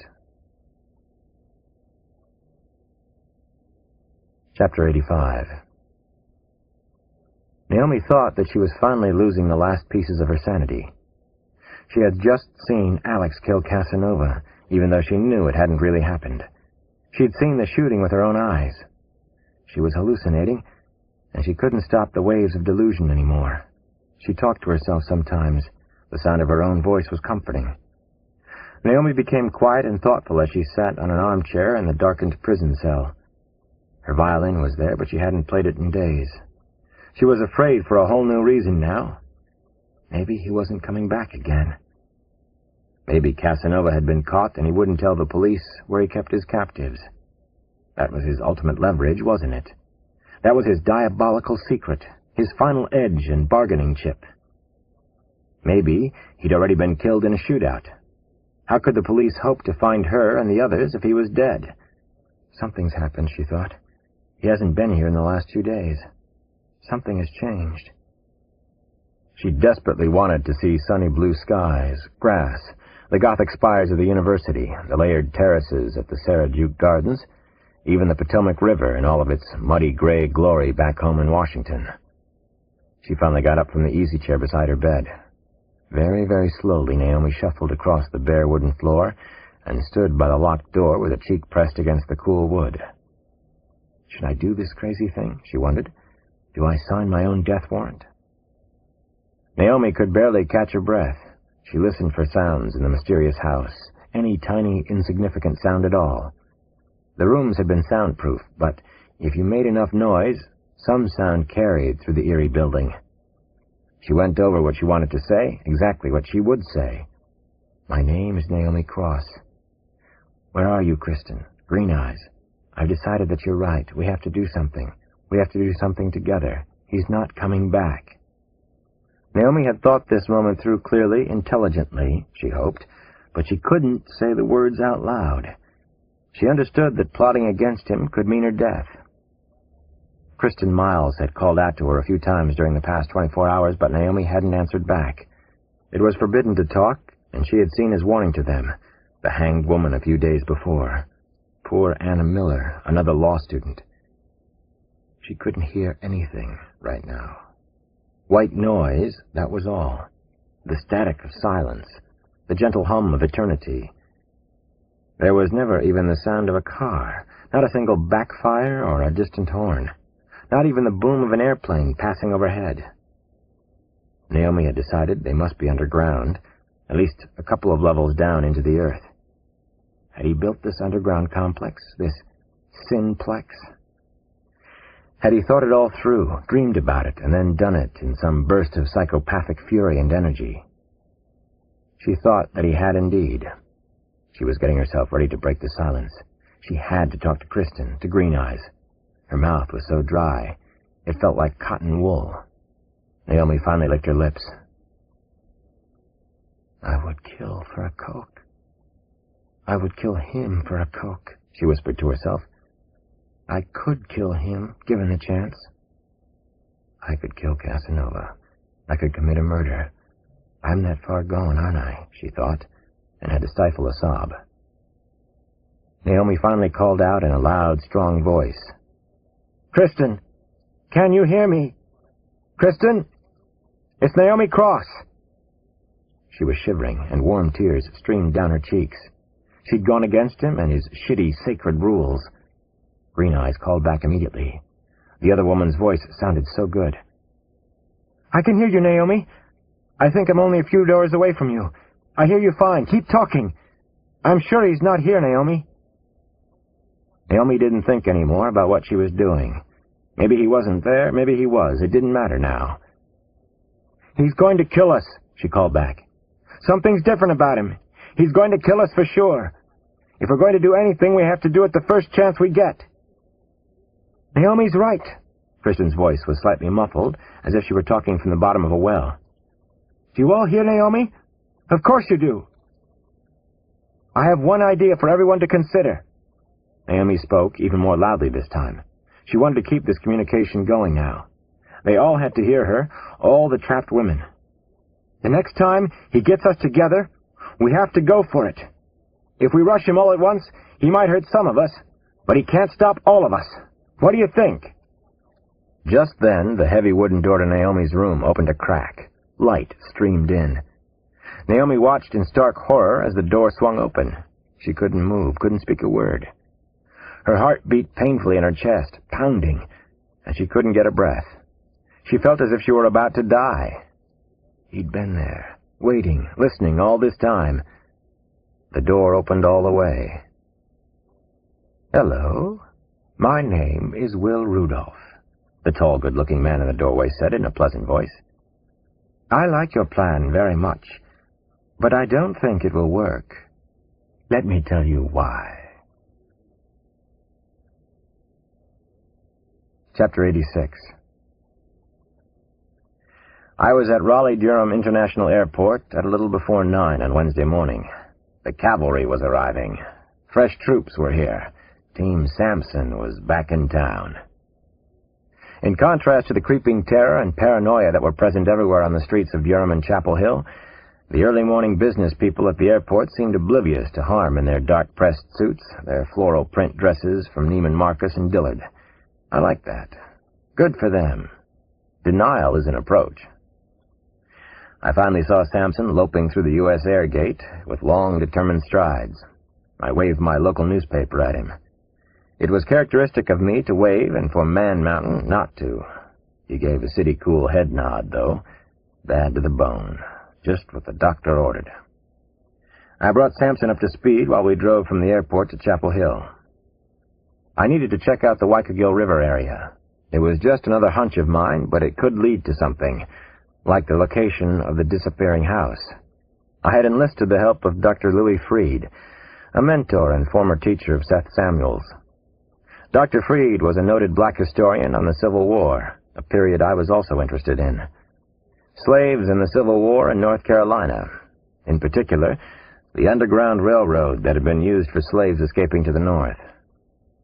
As we entered Chapel Hill, Sampson got to see for himself what the abductions and grisly murders had done to the once peaceful college town. The nightmarish scene reminded me of a couple of my subway trips in New York City. It also reminded me a little of home, our nation's capital. The people of Chapel Hill now hurried along the picturesque streets with their heads down. They no longer made eye contact with one another, especially with strangers. Trust had been replaced by fear and terror. The sweet small-townness had vanished. "You think Casanova is enjoying this invasion of the body snatchers, Aura?" Sampson asked as we cruised the side streets bordering the University of North Carolina campus, former home base of Michael Jordan and too many other pro basketball stars to mention. "I think he's learned to enjoy being a local celebrity, yes. He likes to play the game. He's especially proud of his handiwork, his art." "Doesn't he want a larger venue? Larger canvas, so to speak?" Sampson asked as we climbed the gentle hills the college town had apparently been named for. "I don't know about that yet. He might be a very territorial wreck killer. Some wrecks are strictly territorial. Richard Ramirez, the son of Sam, the Green River Killer." I then told Sampson about my theory on twinning. The more I thought about it, the sounder it got for me. Even the FBI was starting to believe in it a little. The two of them have to be sharing some big secret. That they abduct beautiful women is only part of it. One of them thinks of himself as a lover and artist. The other is a brutal killer, much more typical of serial killer cases. They complete each other. They correct each other's weaknesses. Together, I think they're virtually unstoppable. More importantly, I think they do, too. "Which one is the leader?" Sampson asked, a very good question. It was completely intuitive on his part, the way he always solves problems. "I think it's Casanova. He's definitely the more imaginative of the two. He's the one who hasn't made any major mistakes yet, either. But the gentleman isn't really comfortable being a follower. He probably moved to California to see if he could succeed on his own, and he couldn't." "Is Casanova this kinky-ass college professor, Dr. Wick Sachs? The pornography professor you told me about? Is he our man, sugar?" I peered across the front seat at Sampson. We were into the real deal now. Cop shop talk. "Sometimes I think it's Sachs, and that he's so goddamn clever and smart, he can let us know who he is. He enjoys watching us squirm. That could be the ultimate power game for him." Sampson nodded. One nod. "And other times, Dr. Freud, what is your alternative thought process on Dr. Sachs?" "Other times I wonder if Sachs has been set up. Casanova is very bright, and he's been extremely careful. He seems to send out misinformation that has everyone chasing his own tail. Even Kyle Craig's getting uptight and crazy." Sampson finally showed his large, very white teeth. Maybe it was a smile, or maybe he was going to bite me. "Looks like I'm here just in the motherfucking nick of time." As I slowed for a stop sign on the side street, a man with a gun suddenly moved away from a parked car and toward us. There was nothing I could do to stop him, nothing Sampson could do. The gunman pointed a Smith & Wesson right into my face, up against my cheekbone. Endgame, I thought. Tilt. "Chapel Hill Police," the man shouted into the open window. "Get the hell out of the car. Assume the position." Chapter 87. "You got here just in the nick of time," I muttered to Sampson under my breath. We climbed out of the car very slowly and carefully. "Looks like it," he said. "Be cool now. Don't get us shot or beat up, Alex. I wouldn't appreciate the irony." I thought I knew what was happening, and it made me incredibly angry. Sampson and I were suspects. Why were we suspects? Because we were a couple of black males riding on the side streets of Chapel Hill at 10 o'clock in the goddamn morning? I could tell that Sampson was furious, too, but he was angry in his own way. He was smiling thinly and shaking his head back and forth. "This is rich," he said. "This is the best yet." Another Chapel Hill detective appeared to assist his partner. They were tough-looking studs in their late 20s, longish hair, full mustaches, hard, muscular bodies from Workout Central. Nick Ruskin and Davy Sykes in training. "You think this is funny?" The second officer's voice was disembodied, so low I could barely hear the words. "You think you're a laugh right home?" he asked Sampson. He had a lead sap out and was holding it close to his hip, ready to strike. "Best I could come up," Sampson said, keeping his smile turned on low. He wasn't afraid of saps. My scalp was crawling and sweat dribbled slowly down my back. I couldn't remember being rousted recently, and I didn't like it one bit. Everything bad I had felt since I'd been here fell into place. Not that rousting black males is peculiar to North Carolina or the South anymore. I started to tell the cops who we were. "My name is—" "Shut the fuck up, asshole!" One of them popped me in the small of the back before I could finish. Not hard enough to leave a bruise, but it stung like a good rabbit punch. It hurt in a couple of ways, actually. "This one looks fucked up to me. Eyes are bloodshot," the low-voiced patrolman said to his partner. "This one is high." He was talking about me. "I'm Alex Cross. I'm a police detective, you motherfucker!" I suddenly yelled at him. "I'm part of the Casanova investigation. Call Detectives Ruskin and Sykes right now. Call Kyle Craig from the FBI." At the same time, I spun around fast and hit the closest one in the throat. He dropped to the ground like a stone. His partner jumped forward, but Sampson had him on the sidewalk before he could do anything too dumb. I took away the first stud's revolver easier than I could disarm a 14-year-old hugger-mugger in D.C. "Assume the position," Sampson said to his suspect.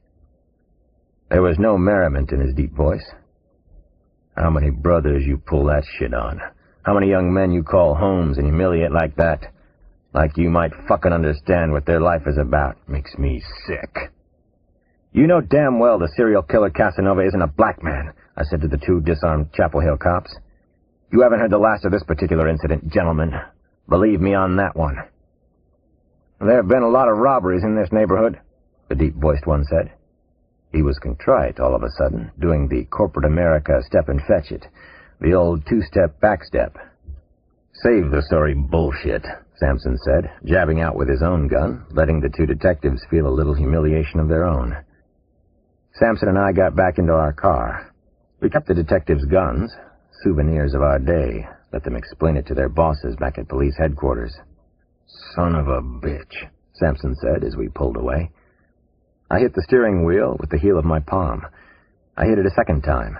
The bad scene had shaken me more than I had realized, or maybe I was just too ragged and frayed right then. "On the other hand," Sampson said, "we did take those boys down like snap.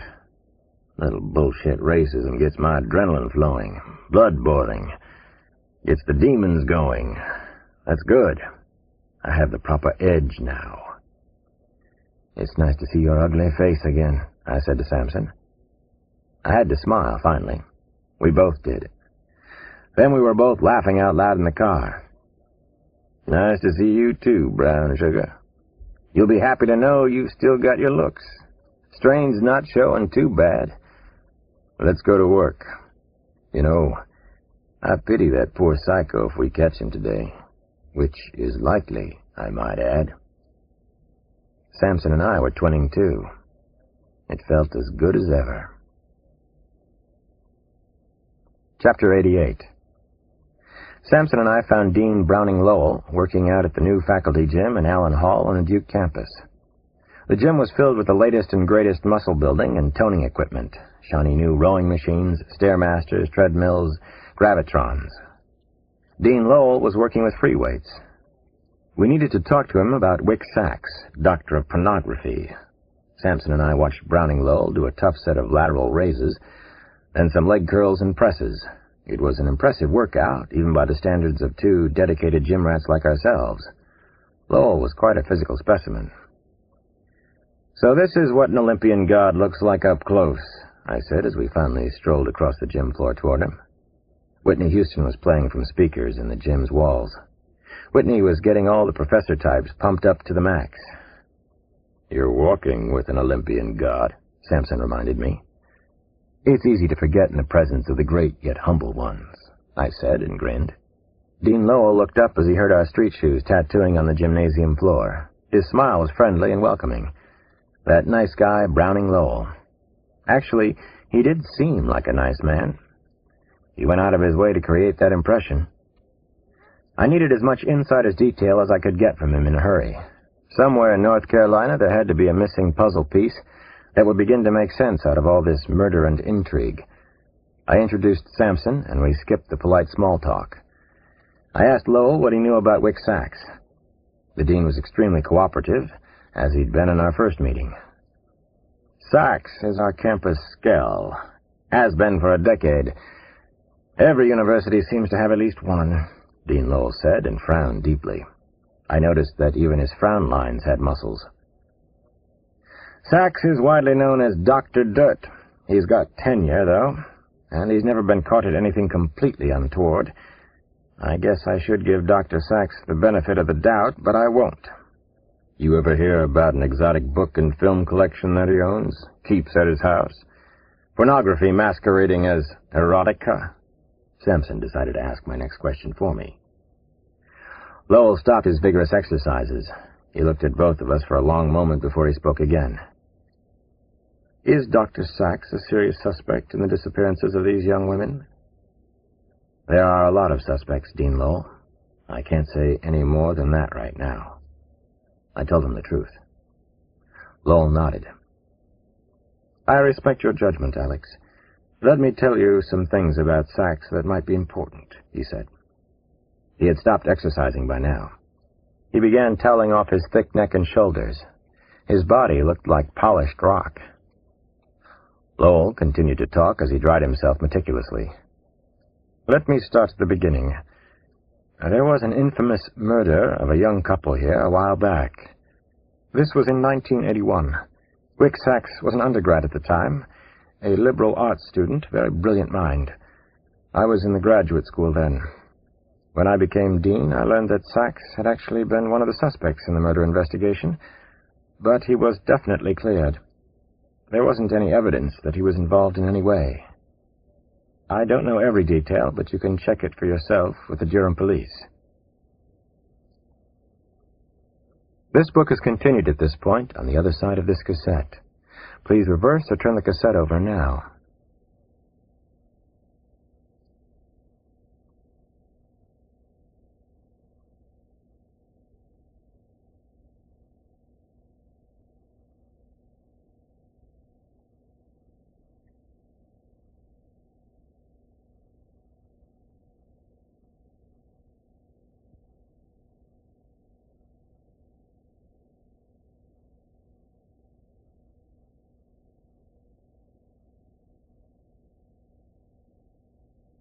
Kiss the Girls by James Patterson, continued. Cassette 6, Side 2.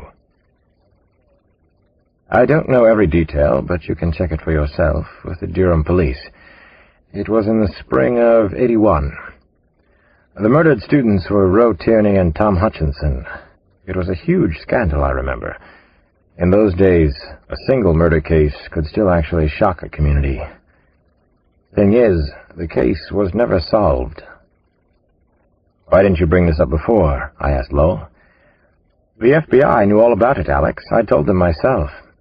I know that they talked to Dr. Sachs several weeks ago. It was my impression that he wasn't under suspicion and that they had decided there was no connection with the earlier murder case. I'm absolutely sure of it. Fair enough, I said to the dean. I asked him for another big favor. Could he dredge up everything on Dr. Sachs that the FBI had originally requested? I also wanted to see the Duke yearbooks from the time when Sachs and Will Rudolph had both been students. I needed to do some important homework on the class of '81. Around 7 that night, Sampson and I met with the Durham police again. Detectives Ruskin and Sykes showed up, among others. They were feeling heavy-duty pressure, too. They pulled us aside before the update on the Casanova investigation. The stress had gotten to them, cooled their jets a little. Listen. You two have worked big, bad cases like this before, Ruskin said. As usual, he was doing most of the talking. Davy Sykes didn't seem to like us any better now than he had the first day we met. I know that my partner and I got a little territorial at first. I want you to know, though, all we want to do is stop the killing now. Sykes nodded his large, block-like head. We want to nail Sachs. Trouble is, our brass has us chasing our tails as usual. Ruskin smiled, and finally so did I. We all understood departmental politics. I still didn't trust the Durham homicide detectives. I was certain they wanted to use Sampson and me, or at least keep us out of the way. Also, I had the feeling they were still holding evidence back. The Durham homicide detectives told us they were mired in an investigation of medical doctors in the Research Triangle, doctors with any kind of criminal record or associations. Wick Sachs was the chief suspect, but not the only one. There was still a strong chance that Casanova would turn out to be someone we hadn't even heard of. That was the way it often worked with repeat killer cases. He was out there, but we might have no idea who he really was. That was the scariest part of all, the most frustrating, too. Nick Ruskin and Sykes took Sampson and me over to the suspects board that had been put up. There were 17 names on it at this point. 5 were doctors. Kate had originally believed that Casanova was a doctor, and Kyle Craig did, too. I read off the doctors' names. Dr. Stephen Rom, Dr. Francis Constantini, Dr. Richard DeLallo, Dr. Miguel Fesco, Dr. Kelly Clark. I wondered again if several people could somehow be involved with the House of Horror. Or was Wick Sachs our man? Was he Casanova? You're the big guru. Davy Sachs was suddenly leaning over my shoulder. Who is he, my man? Help us local yokels out. Catch the bogeyman, Dr. Cross. Chapter 89. Late that night, Casanova was on the move again. He was hunting again. He had missed the thrill these last few days, but this was going to be an important night. He easily penetrated the security of the sprawling Duke University Medical Center complex through a little-used gray metal door in the private parking area reserved for doctors. On the way to his appointed destination, he passed several chirping nurses and serious-faced young doctors. Some of the doctors and nurses nodded and even smiled at him. As always, Casanova fit in perfectly with the surroundings. He could go anywhere, and he usually did. As he hurried down the sterile white hospital corridors, his head was busy figuring out complicated, important calculations about his future. He'd had a hugely successful run here in the Research Triangle area and the Southeast, but it was definitely drawing to an end, starting tonight. Alex Cross and the other dreary plotters were getting too close to him. Even the Durham police were becoming dangerous. He was a territorial wreck. He knew their inadequate terminology for him. Eventually someone would find the house, or worse, someone would probably find him through dumb luck. Yes, it was time to move on. Maybe he and Will Rudolph should go to New York City, he thought. Or sunny Florida, which had drawn Ted Bundy. Arizona might be pleasant. Spend the fall season in Tempe or Tucson, bustling college towns filled to bursting with prey. Or maybe they could settle in near one of the huge campuses in Texas. Austin was supposed to be nice. Or Urbana, Illinois? Madison, Wisconsin? Columbus, Ohio? He was leaning toward Europe, actually, either London, Munich, or Paris. His version of the Grand Tour. Maybe that was the right concept for the times, a truly grand tour for the whiz kids. Who needed to go watch Dracula when there were real monsters roaming the countryside day and night? Casanova wondered if anyone had managed to follow him into the medical center maze. How about Alex Cross? It was a possibility. Dr. Cross had relatively impressive staying power. He had bested that unimaginative child molester, that garden-variety psycho-killer up in D.C. Cross had to be eliminated before he and Will Rudolph left the area for bigger and better things. Otherwise, Cross would follow them to hell and back. Casanova passed into Building 2 of the Byzantine Hospital maze. This was the way to the hospital morgue and maintenance, so the foot traffic was usually lighter. He peered down the long off-white corridor behind him. No followers. No one willing to lead in this gutless, witless age, either. Maybe they didn't know about him yet. Maybe they hadn't figured anything out. But they would eventually. There were clues. They could all be traced back to Roe Tierney and Tom Hutchinson. The unsolved golden couple murder. The very beginning for him and Will Rudolph. God, he was glad his friend was back. Rudolph always made him feel better when he was around. Rudolph truly understood desire and ultimately freedom. Rudolph understood him as no one else ever had. Casanova began to jog down a brightly polished corridor into Building 2 of the medical center. As he quickened his pace, the sound of his slapping footsteps echoed in the empty halls. In a few minutes, he was in Building 4, all the way over on the northwest side of the hospital. He looked back one more time. Nobody had followed. Nobody had guessed right yet. Maybe they never would. Casanova came out into the brightly lit, almost orangish parking area. A black Jeep was parked close to the building, and he nonchalantly climbed inside. The vehicle had MD plates, State of North Carolina. Yet another of his masks. He was feeling strong and sure of himself again. He felt wonderfully free and alive tonight. This was exhilarating. It could be one of his finest hours, actually. He felt as if he could fly through the silky black night. He took off to claim his victim. Dr. Kate McTiernan was next again. He missed her so much. He loved her. Chapter 90. The gentleman caller was on the move. Dr. Will Rudolph passed inexorably through the night toward his unsuspecting prey. His juices were surging, sloshing. He was going to make a house call, as an outstanding doctor should.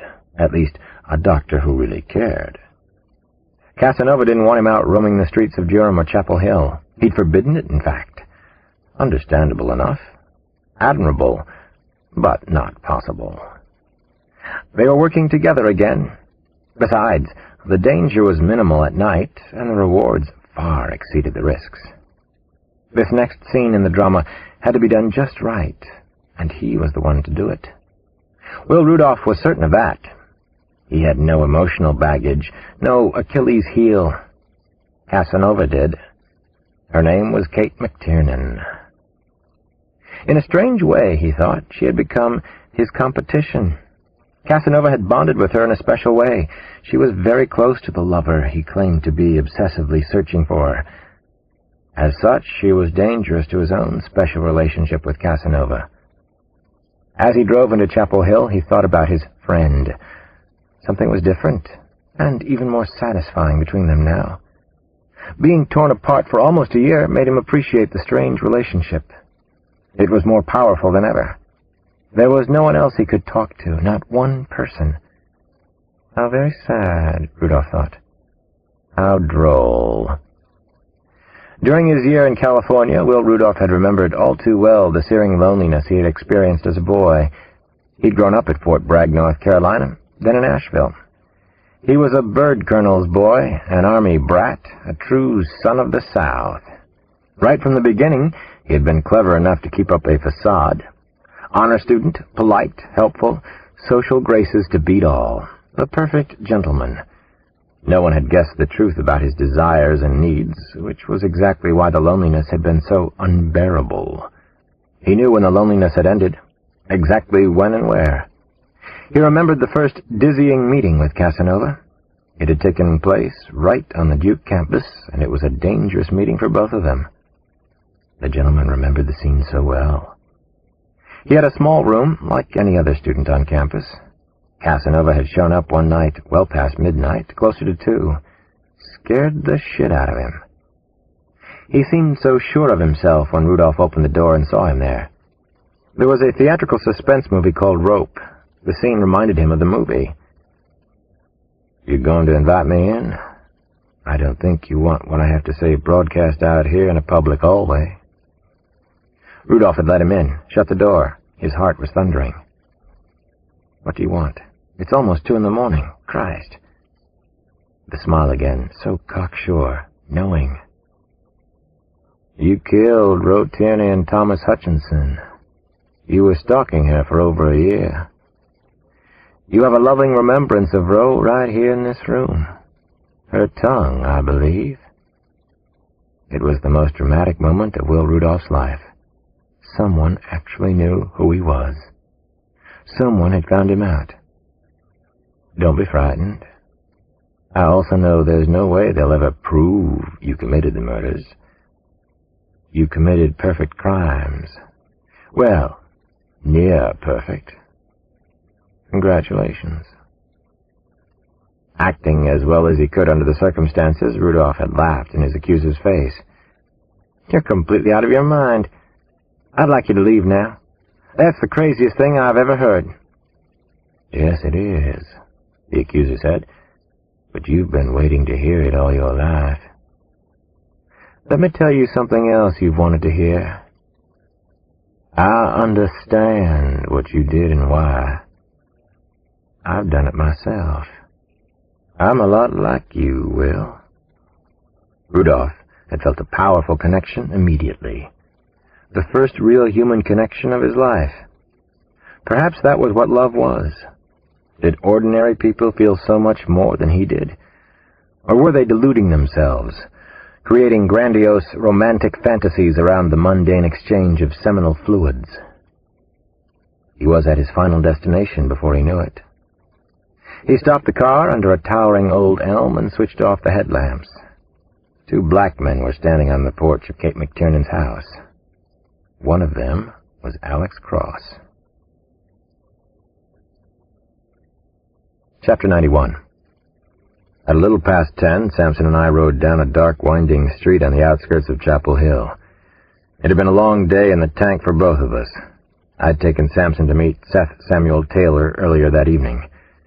We had also spoken to one of Seth's former teachers, Dr. Louis Freed. I gave Dr. Freed my theory about the disappearing house.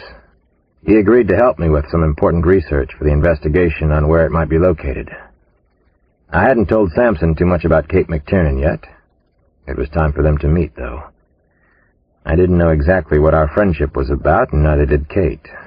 Maybe Sampson could add a few thoughts after he saw her. I was sure he would. You working late hours like this every night? Sampson wanted to know as we eased down Kate's Street, Old Ladies' Lane as she called it. Until I find Scoochie or admit that I can't, I told him. Then I plan to take a whole night off. Sampson chortled. You devil, you. We hopped out of the car and went to the door. I rang the bell. No key? Sampson deadpanned. Kate flipped on the outdoor light for us. I wondered why she didn't keep it on all the time. Because she would save 5 cents a month if she didn't use the light? Because the light would attract bugs? Because she was stubborn and maybe wanted another shot at Casanova? That was more like it, knowing Kate the way I was starting to.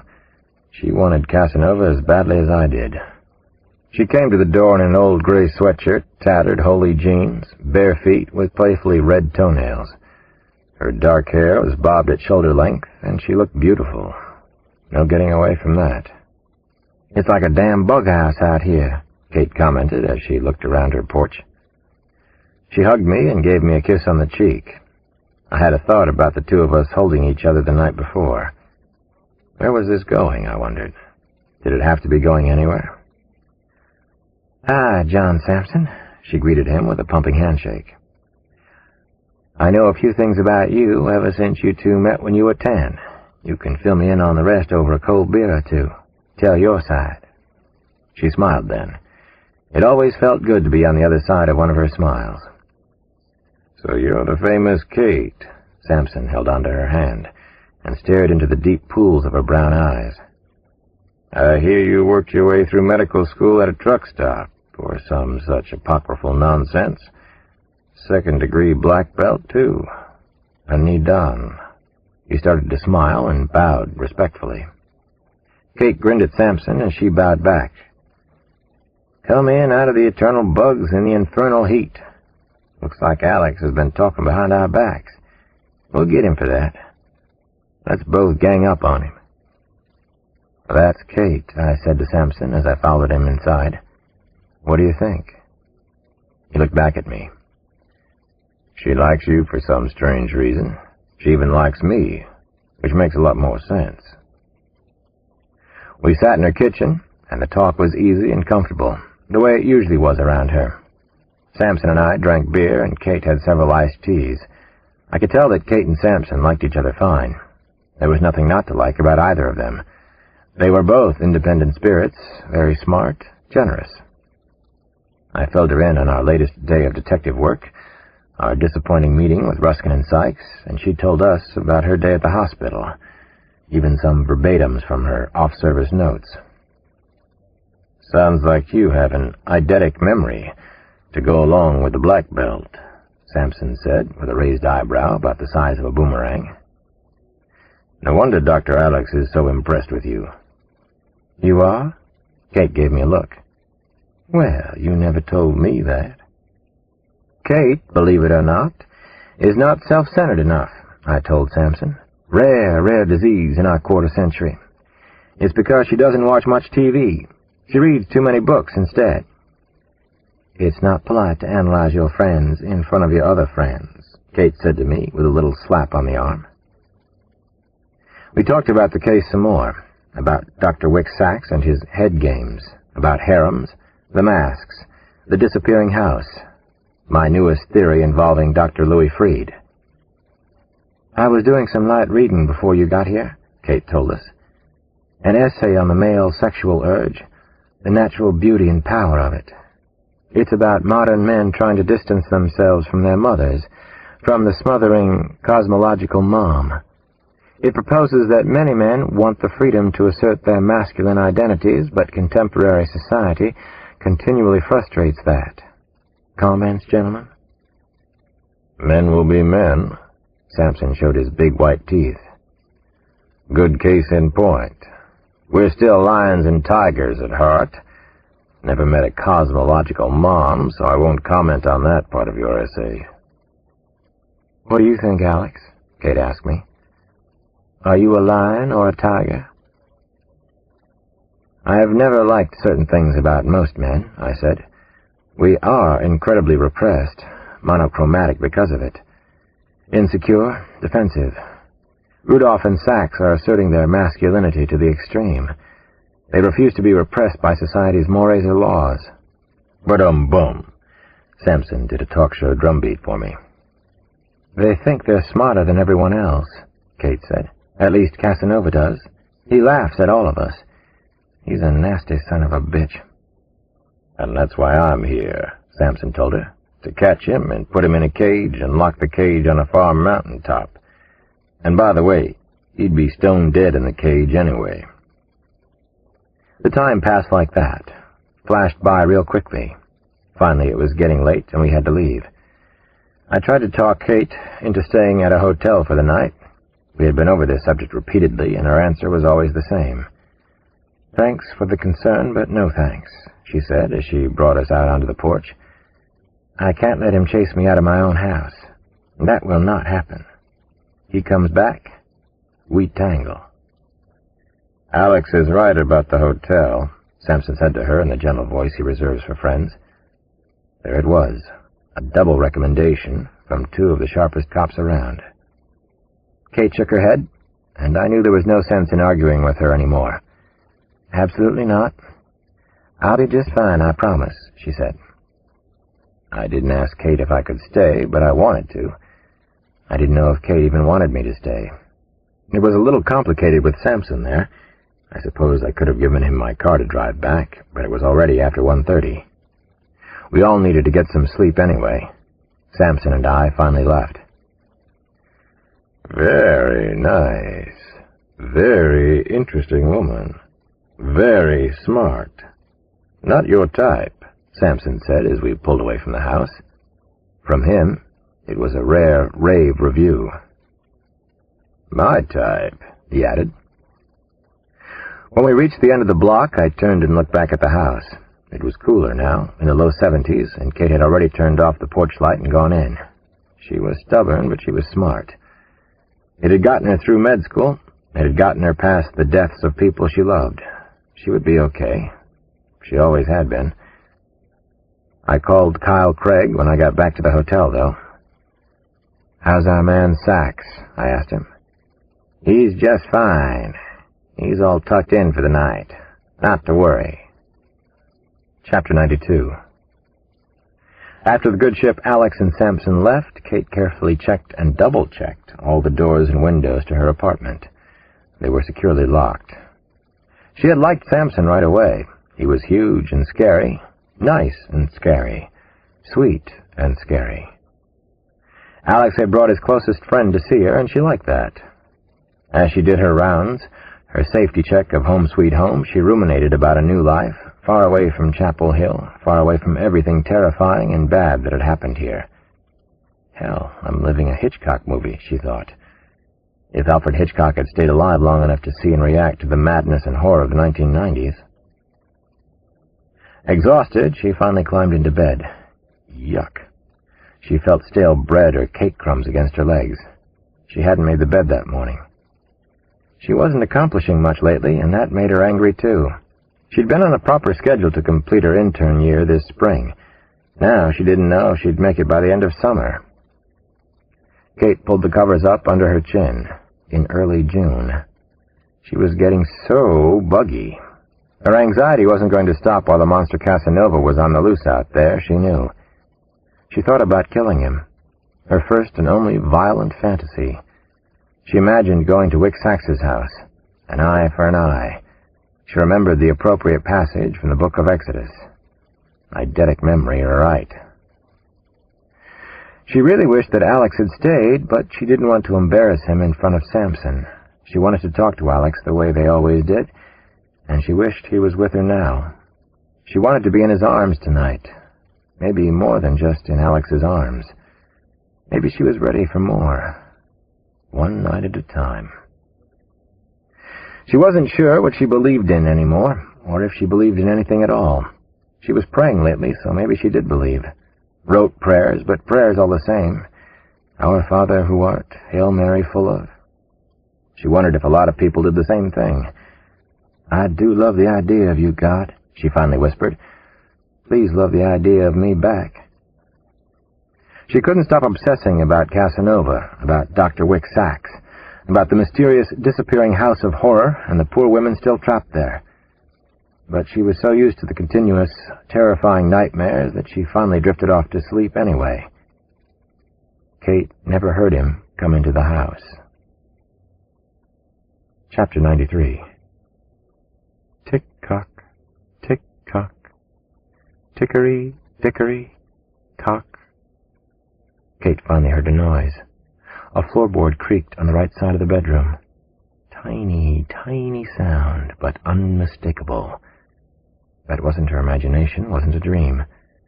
She sensed that he was there in her bedroom again. Let it be a crazy thought. Let it be a scene in a nightmare. Let this whole past month be a nightmare I'm having. Oh, Jesus. Oh, God, no, she thought. He was in her room. He'd come back. This was so bad that she couldn't make herself believe it was happening. Kate held her breath until her chest ached and threatened to cave in. She never really believed he would come back. Now she realized that was a terrible mistake. The worst of her life, but not the last one she was allowed, she hoped. Who was this extraordinary madman? Did he hate her so much that he would risk everything? Or did he think he loved her so much, the sick, pathetic bastard? She sat tensely on the edge of the bed and listened intently for another sound. She was ready to spring at him. There it was again, a tiny creak. It was coming from the right side of the room. Finally, she could see the full, dark silhouette of his body. She gulped in air greedily and almost gagged. There he was, God damn him to hell. A powerful, hateful energy like currents of electricity surged between them. Their eyes finally met. Even in the darkness, his eyes seemed to burn through her. She remembered his eyes so well. Kate tried to roll away from him, from his first strike. The blow came fast and hard. He hadn't lost his quickness. Excruciating pain ripped through her shoulder and down her left side. Karate training kept her moving somehow. Sheer stubbornness, a will to live that was becoming her trademark. She was off the bed, up on her feet, ready for him. Mistake, she whispered. Yours this time. She saw the outline of a body again, this time against the moonlight, streaming in a bedroom window. Fear and loathing gripped Kate. Her heart felt as if it might stop, just pack it in on her. She fired a powerful kick, hit him hard in the face, and heard the crunch of bone. It was horrifying yet wonderful to hear. A high-pitched voice shrieked out in pain. She'd heard him. Now do it again, Kate. She bobbed, moved, kicked hard at the dark, shifting body, striking the stomach area. Again he grunted in pain. "How do you like it?" Kate screamed at him. "How do you like it?" She had him, and Kate vowed that she wasn't going to lose this time. She was going to capture Casanova all by herself. He was ripe for the catching. First she was going to hurt him, though. She punched him again, short, compact, lightning-fast, and powerful. Satisfying beyond anything she could imagine. He was staggering, moaning out loud. His head snapped back hard. His hair flew out. She wanted him down, on the floor, maybe unconscious. Then she would turn on a light. Then she just might kick him while he was down. That was a love tap, she told him. Just a start. She watched him stumble in front of her. He was going down. Woof! Something, someone, struck her square in the back. The blow knocked all the breath out of her. She couldn't believe she'd been blindsided. Pain rushed through her body as if she'd been shot. Woof! It happened again. There were 2 of them in her bedroom. Chapter 94. Kate was in shocking pain, but she stayed on her feet, and finally she saw the second man in her bedroom. He swung hard and struck her in the forehead. She heard a metallic ring and felt herself falling, toppling. Felt herself vaporizing, actually. Then her body bounced off the wooden floorboards. 2 voices were floating above her. 2 monsters inside her bedroom. Stereo nightmares. "You shouldn't be here," she recognized Casanova's voice. He was talking to the second intruder, the demon behind door number 2. Dr. Will Rudolph. "Yes, I'm the one who should be here. I'm not involved with this stupid bitch, am I? I couldn't care less about her. Think it through. Be smart." All right, Will. What do you want to do with her?" Casanova spoke again. "This is your show, isn't that what you want?" "Personally, I'd like to eat her a nibble at a time," said Dr. Will Rudolph. "Is that too extreme?" They kept laughing like 2 buddies talking at a sports bar. Kate felt herself fading away from the scene. She was leaving. Where was she going? Will Rudolph said that he bought her flowers. They both began to laugh at the joke. They were hunting together again. No one could stop them. Kate could smell their body odor, a strong male musk that seemed to combine into an overpowering presence.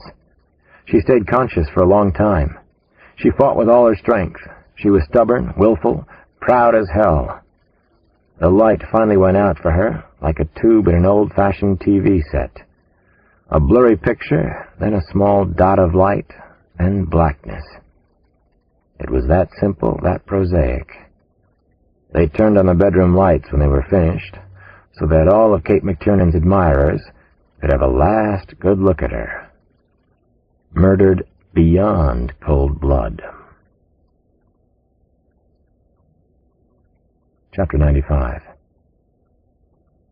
My arms and legs were shaking uncontrollably as I tried to drive the 5 miles or so from Durham to Chapel Hill. Even my teeth were chattering, hitting together hard.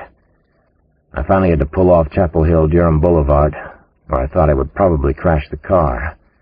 I sat slumped in the front seat with the car headlamps shining across dancing dust motes and light-crazed insects that hovered in the early morning air. I took deep breath after deep breath, trying to suck in some sanity.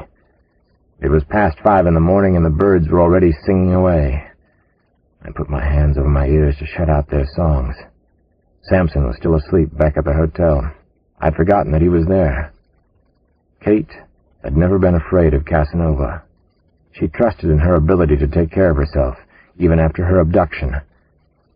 I knew that it was irrational and crazy to blame myself, but I did. Somewhere, at the same time, during the past few years, I had stopped behaving like a professional police detective. There was some good in that, but, in a way, it was bad. There was too much pain on the job, if you let yourself feel it. That was the surest, fastest way to burn out. I eventually eased the car back onto the road. About 15 minutes later, I was at the familiar clapboard house in Chapel Hill. Old Lady's Lane, Kate had dubbed the street. I could see her face, her sweet, easy smile, her enthusiasm and conviction about things that mattered to her. I could still hear her voice. Sampson and I had been at this house less than 3 hours ago. My eyes were tearing, my brain screaming. I was losing control. I remembered one of the last things she'd said to me. I could hear Kate's voice. He comes back, we tangle. Black and white police cruisers, somber-looking EMS vans, and TV trucks were already parked everywhere on the narrow 2-lane blacktop street. They were filling every available space. I was sick to death of the sight of crime scenes. It looked as if half the town of Chapel Hill was congregated outside Kate's apartment. In the early morning light, all the faces looked pale and grim. They were shocked and angry. This was supposed to be a gentle college town, liberal thinking, a safe haven from the whirling chaos and madness of the rest of the world. That was why most people chose to live here. But it wasn't like that anymore. Casanova had changed that forever. I fumbled on a pair of dusty and stained sunglasses that had been sitting on the dash of the car for months. They were Sampson's shades originally. He'd given them to Damon, so he could look as tough as Sampson whenever I gave him any trouble. I needed to look tough right now. Chapter 96. I began to walk toward Kate's house on unsure, rubbery legs. Maybe I looked like the toughest motherfucker around, but my heart was heavy and incredibly fragile. News photographers snapped my picture again and again. The camera flashes sounded like hollow, muffled gunshots. Reporters approached, but I waved them off. "Keep back, man," I finally warned a couple of them. Serious warning. "This is not the time. Not now." But I noticed that even the reporters and cameramen looked dazed and confused and shocked. Both the FBI and the Durham PD were at the scene of the unspeakable, cowardly attack. I saw a lot of local policemen. Nick Ruskin and Davy Sykes had come down from Durham. Sykes gave me the evil eye. Like, what did I think I was doing here? Kyle Craig was already at the scene. He had personally called me at the hotel to give me the terrible news.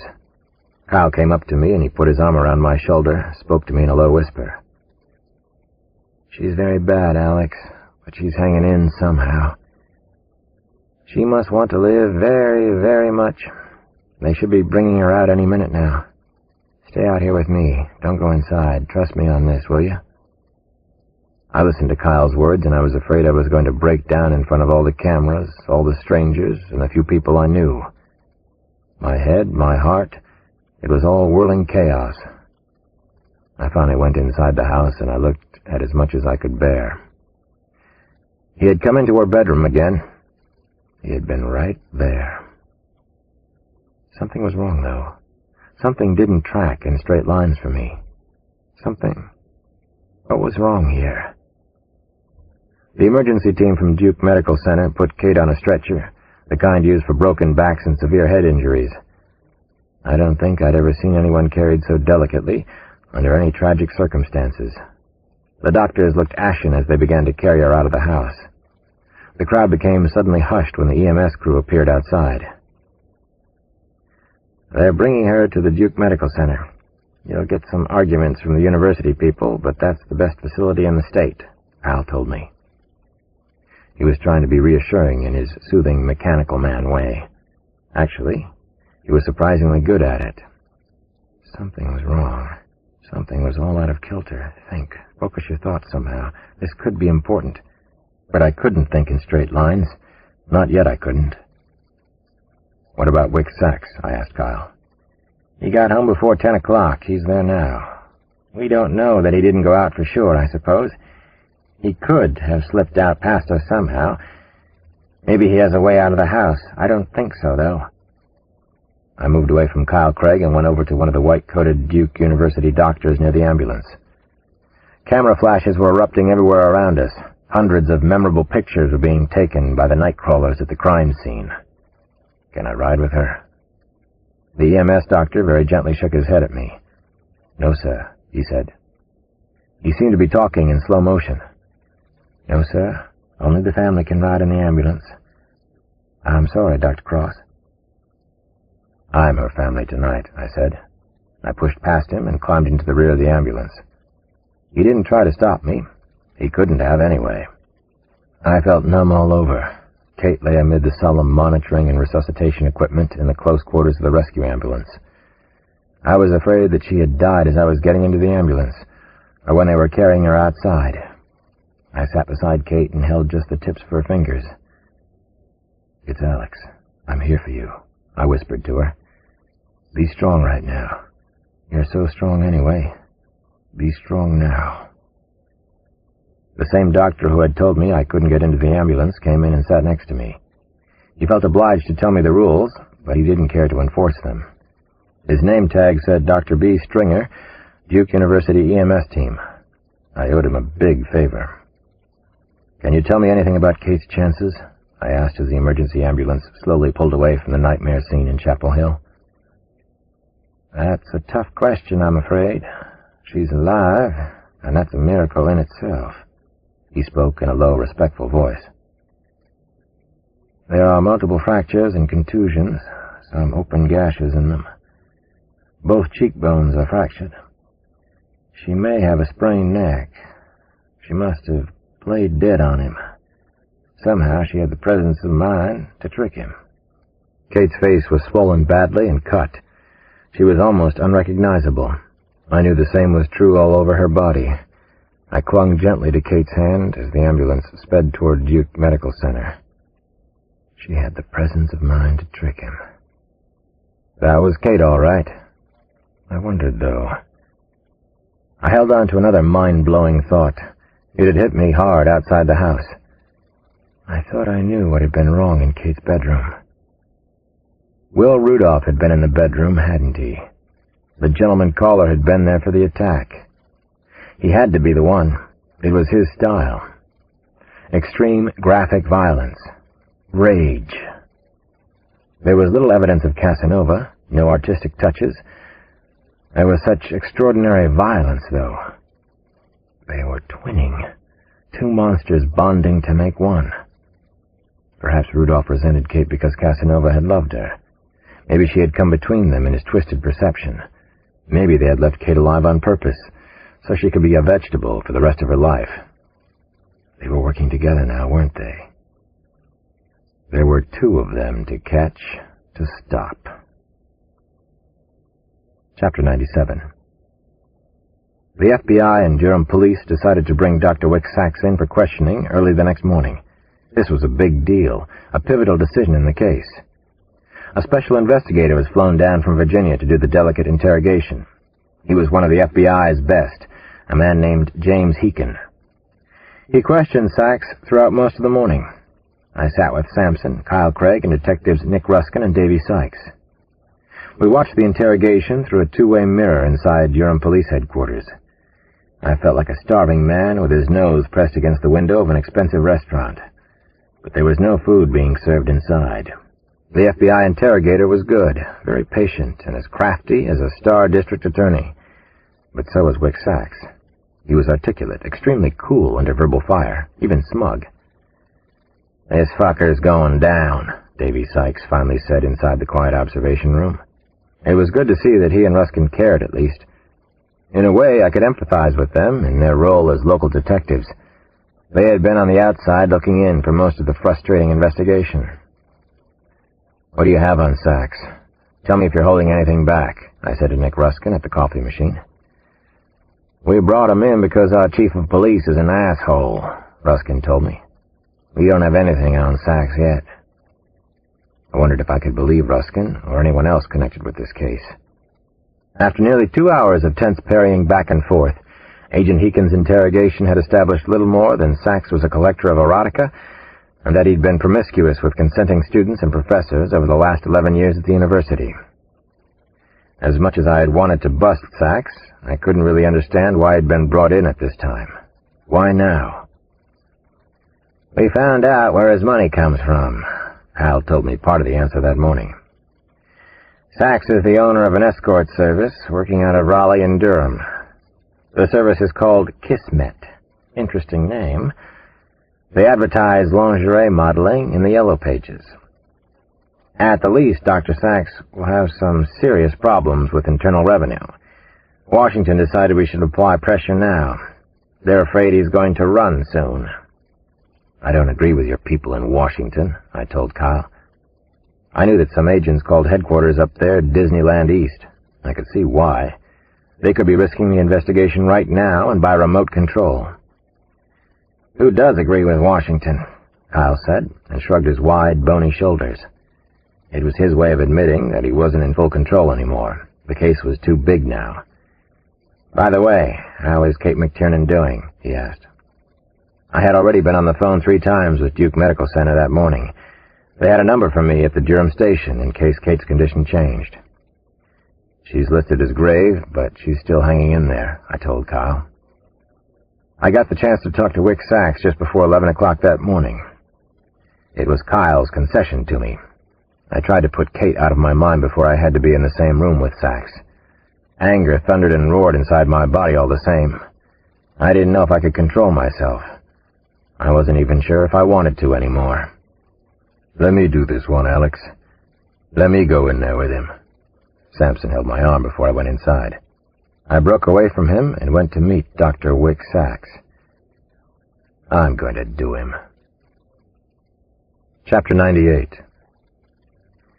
Hello, Dr. Sachs.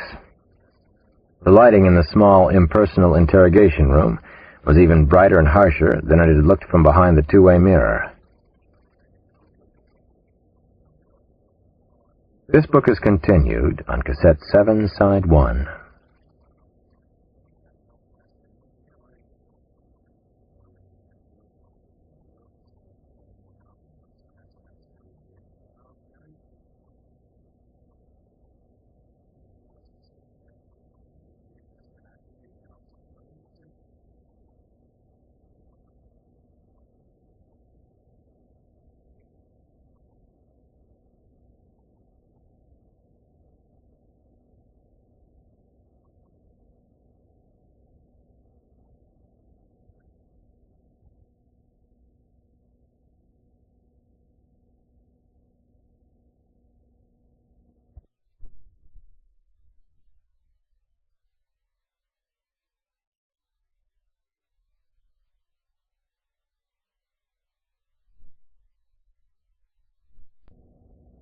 Kiss the Girls by James Patterson, continued. Cassette 7, side 1. The lighting in the small, impersonal interrogation room was even brighter and harsher than it had looked from behind the two-way mirror. Sachs was red-eyed, and I could tell he was as tense as I was. His skin looked stretched taut over his skull. But he was as confident and smug with me as he'd been with James Heekin of the FBI. Was I looking into the eyes of Casanova? I wondered. Could he possibly be the human monster? My name is Alex Cross, I said as I slumped down on a shop-worn metal chair. Naomi Cross is my niece. Sachs spoke through gritted teeth. He had a mild drawl. According to Kate, Casanova had no noticeable accent. I know who the hell you are. I read the newspapers, Dr. Cross. I don't know your niece. I read that she was abducted. I nodded.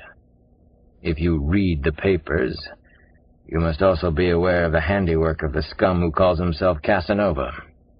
Sachs smirked. At least it looked like that to me. His blue eyes were filled with contempt. It was easy to see why he was widely disliked at the university. His blonde hair was slicked back, not a strand out of place. His horn-rimmed glasses helped make him seem officious and condescending. There is no record of violence anywhere in my past. I could never commit those horrifying murders. I can't even kill palmetto bugs in my house. My aversion to violence is well documented. I'll bet it is, I thought. All of your clever fronts and facades are neatly, perfectly in place, aren't they? Your devoted wife, the nurse, your 2 children, your well-documented aversion to violence. I rubbed my face with both my hands. It took all of my strength to keep from hitting him. He remained haughty and unapproachable. I leaned across the table and spoke in a whisper. I looked through your erotic book collection. I was there in your basement, Dr. Sachs. The collection's full of perverse sexual violence. The physical degradation of men, women, and children. That might not constitute a record of violence, but it gives me some subtle hints about your true character. Sachs dismissed what I said with a wave of his hand. I'm a noted philosopher and sociologist. Yes, I study eroticism, just as you study the criminal mind. I don't suffer from libertine dementia, Dr. Cross. My erotic collection is the key to my understanding the fantasy life of Western culture, the escalating war between men and women. His voice level went up. I also don't have to explain any of my private affairs to you. I've broken no laws. I'm here voluntarily. You, on the other hand, entered my house without a search warrant. I tried to keep Sachs off balance by asking him about something else. Why do you think you're so successful with young women? We already know about your sexual conquests of students at the university. 18, 19, 20-year-olds. Beautiful young women. Your own students in some cases. There's a record of that, certainly. For a moment, his anger surfaced. Then he caught himself and did something odd and maybe very revealing. Sachs showed his need to exert power and control, to be the star of the show even to me, insignificant as I was to him. Why am I successful with women, Dr. Cross? Sachs smiled, and he let his tongue play between his teeth. The message was subtle, but also clear. Sachs was telling me that he knew how to sexually control most women. He continued to smile, an obscene smile from an obscene man.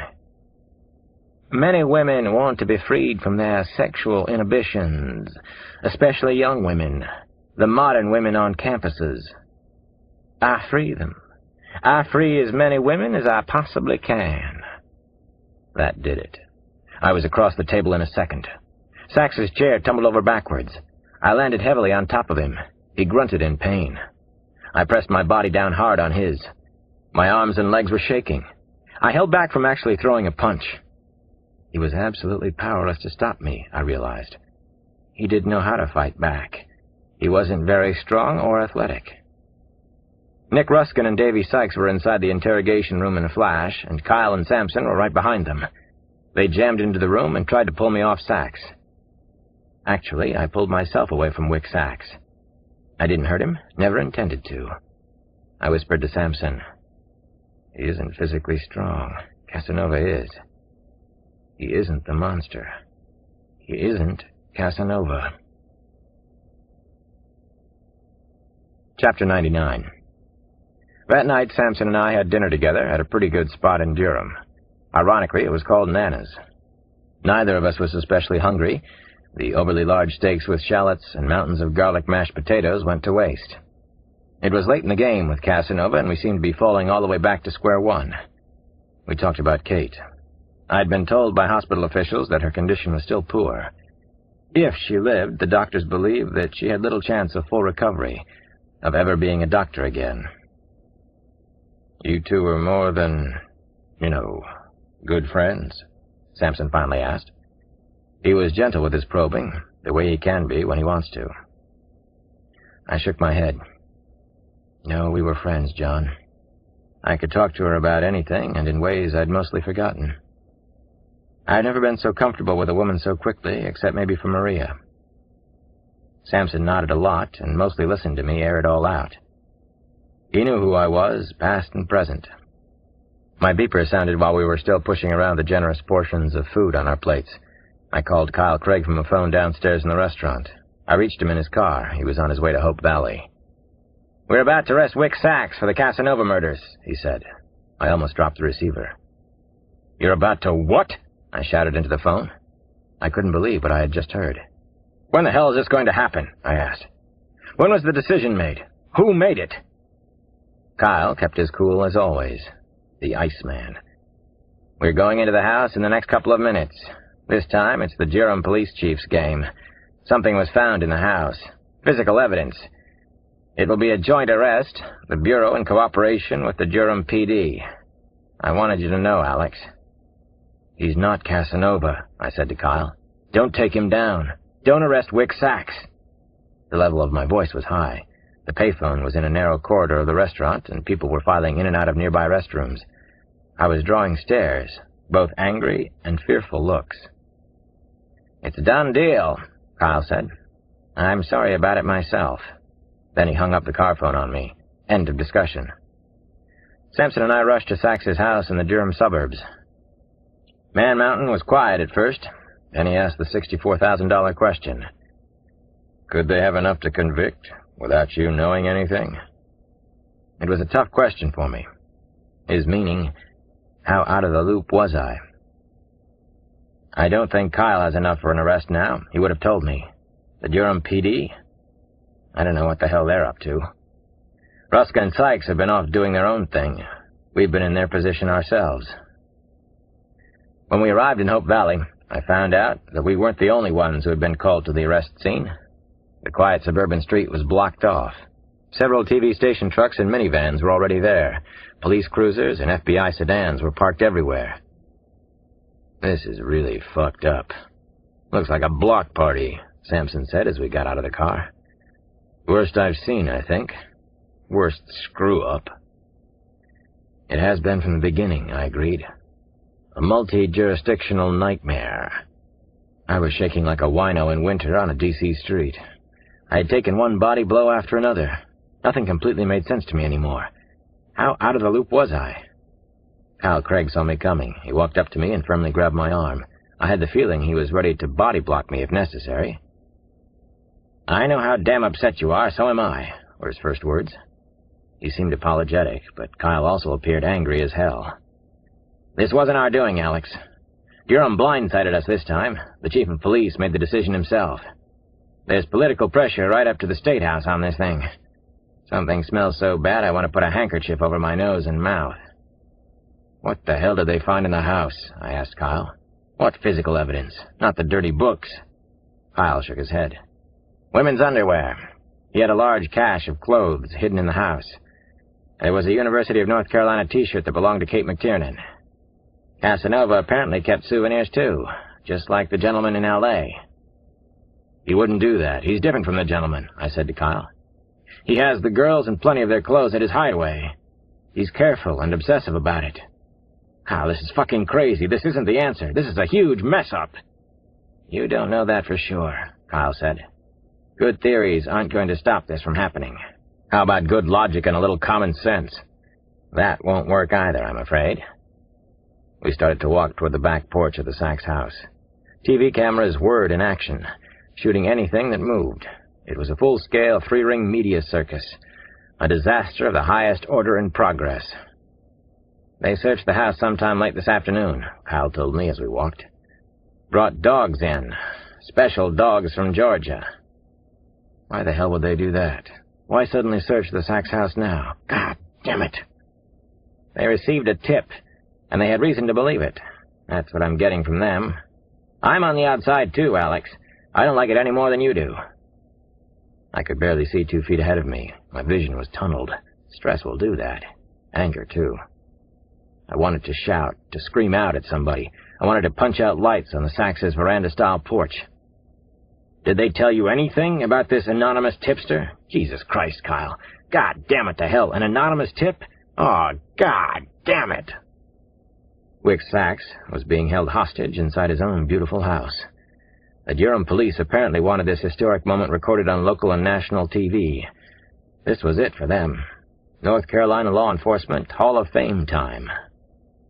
They had the wrong man, and they wanted to show him off to the world. Chapter 100. I recognized the Durham chief of police right away. He was in his early 40s and looked like an ex-pro quarterback. Chief Robbie Hatfield was around 6'2", square-jawed, powerfully built. I had a wild, paranoid thought that maybe he was Casanova. He looked the part anyway. He even fit the psych profile of Casanova. Detectives Sykes and Ruskin were flanking the prisoner, Dr. Wick Sachs. I recognized a couple of other Durham detectives. They all appeared nervous as hell, but jubilant and mostly relieved. Sachs looked as if he'd taken a shower in his clothes. He looked guilty. Are you Casanova? Are you the beast after all? If so, what the hell are you pulling now? I wanted to ask Sachs 100 questions, but couldn't. Nick Ruskin and Davy Sykes joked around some with their brother officers in the crowded foyer. The two detectives reminded me of a few professional jocks I'd known around D.C. Most of them liked the spotlight. Some of them lived for it. Most of the Durham police force seemed to operate like that, too. Ruskin's hair was shiny and slicked back, combed back tight against his skull. He was ready for the spotlight, I could see. Davy Sykes looked ready, too. "You two bozos should be checking your list of doctor suspects," I wanted to tell them. "This thing isn't over, it's just starting now. The real Casanova is cheering for you right now. Maybe he's watching from the crowd." I made my way up closer to Wick Sachs. I needed to see everything here, just as it was, feel it, watch and listen to it, understand it somehow. Sachs's wife and the two beautiful children were being kept in the dining room off the vestibule. They looked hurt, very sad, and confused. They knew something was wrong here, too. The Sachs family didn't look guilty. Chief Robbie Hatfield and Davy Sykes finally saw me. Sykes reminded me of the chief's favorite bird dog. He was pointing at me now. "Dr. Cross, thank you for your help on all this." Chief Hatfield was magnanimous in his moment of triumph. I had forgotten that I was the one here who'd brought back the photo of Sachs from the gentleman's apartment in Los Angeles. Such great detective work. Such a convenient goddamn clue to discover. This was all wrong. It just felt wrong and it smelled wrong. This was a setup of the First Order and it was working perfectly. Casanova was escaping. He was getting away right now. He would never be caught. The Durham chief of police finally put out his hand. I took the chief's hand and squeezed it tight, held on to it. I think he was afraid I was going to walk out into the camera lights with him. Robbie Hatfield had seemed like a hands-off administrator up until now.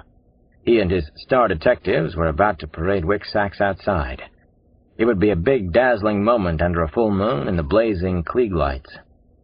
All that was missing were the baying bloodhounds. "I know I helped find him, but Wick Sachs didn't do it," I told Hatfield straight to his face. "You're arresting the wrong man. Let me tell you why. Give me 10 minutes right now."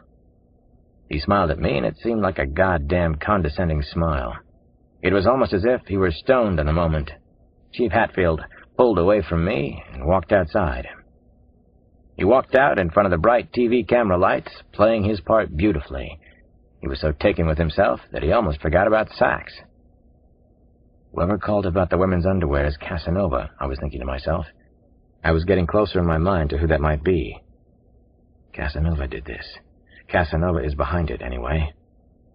Dr. Wick Sachs passed by me as they led him outside. He was dressed in a white cotton shirt and black trousers. All of his fine clothes were drenched through with his sweat. I imagined he was swimming in his shoes, too, gold-buckled black loafers. His hands were cuffed behind his back. All of his arrogance was long gone. "I didn't do anything," he said to me in the softest, choking voice. His eyes were pleading. He couldn't believe this either. Then he said the most pathetic thing of all. "I don't hurt women. I love them." I was struck with a mad, absolutely dizzying thought on the Sachs porch. I felt as if I were in the middle of a somersault, and then I just stopped. Time stopped. This is Casanova, I suddenly understood. Wick Sachs was the original model used for Casanova, anyway. That was the monster's plan from the start. They had a fall guy for their perfect murders and the Desaad-like adventures. Dr. Wick Sachs was actually Casanova, but he wasn't one of the monsters. Casanova was a front, too. He knew nothing about the real collector. He was another victim. Chapter 101. "I'm the gentleman caller," Will Rudolph announced with a polite, theatrical bow. He was wearing a dinner jacket, black tie, dress shirt. His hair was tied in a tight ponytail. He'd bought white roses for the special occasion. "And you know who I am, ladies. You all look so very lovely." Casanova spoke at his side. He was a striking contrast to his partner. Tight black jeans, black cowboy boots, no shirt. His stomach washboard hard. He had on a black fright mask with thick, hand-painted median gray streaks. The killers introduced themselves as the women filed into the living room at the hideaway. They lined up in front of a long table. This was to be a special celebration, they had been informed earlier in the day. "The mad dog Casanova has finally been caught," Casanova told them. "It's all over the news. Turned out that he was some crazed college professor. Who can you trust these days?" The women had been asked to wear serious party clothes, whatever they would choose for a special night out. Gowns with plunging necklines, high-heeled evening shoes with sheer stockings, and perhaps pearls or long earrings. No other jewelry. They were to look elegant. "Only 7 pretty ladies here now," Rudolph noted, as he and Casanova watched the women enter the living room and form a receiving line. "You're too picky, you know. The original Casanova was a voracious lover who wasn't choosy at all." "You have to admit that the 7 are extraordinary," Casanova said to his friend. "My collection is a masterpiece, the best in the world." "I quite agree with you," said the gentleman. "They look like paintings. Shall we begin?" They had agreed to play an old favorite game, Lucky 7. At other times it had been Lucky 4, Lucky 11, Lucky 2. It was the gentleman's game, actually. This was his night, perhaps the final night at the house for the 2 of them. They calmly walked down the receiving line. They talked with Melissa Stanfield first. Melissa wore a red silk sheath. Her long blonde hair was pinned back on one side. She reminded Casanova of a young Grace Kelly. "Have you been saving yourself for me?" the gentleman asked. Melissa's smile was demure. "I've been saving my heart for someone." Will Rudolph smiled at the clever answer. He ran the back of his hand across her cheek. He let his hand slowly track down her throat and over her firm breasts. She submitted without showing fear or revulsion. That was one of the rules when the games were played. "You're very, very good at our little game," he said. "You're a worthy player, Melissa." Naomi Cross was next in line. She had on an ivory cocktail dress, very chic. She would have been the belle at some Washington law firm's ball. The scent of her perfume made Casanova feel a little giddy.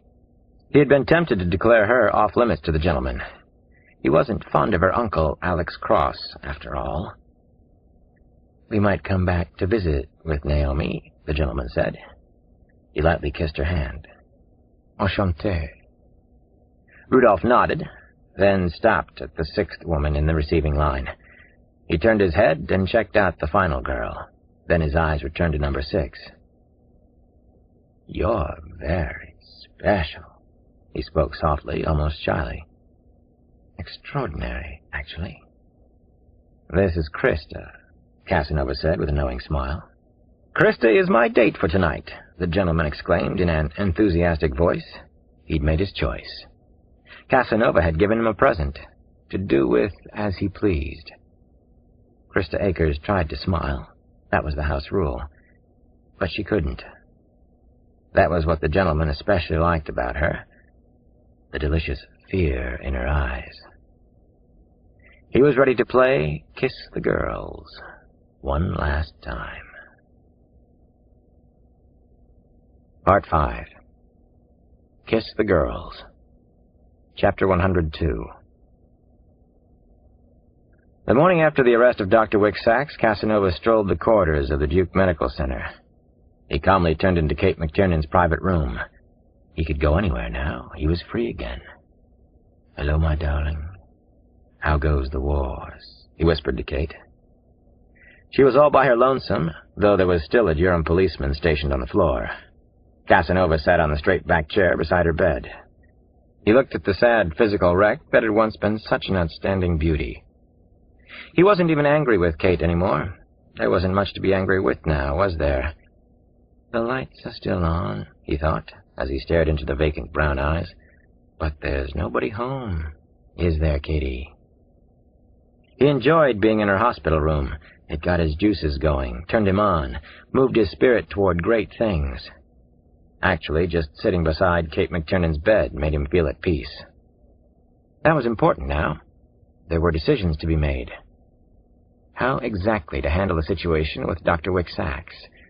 Did more tinder need to be thrown on that fire? Or would that be overkill and therefore dangerous in itself? Another tricky decision would have to be made soon.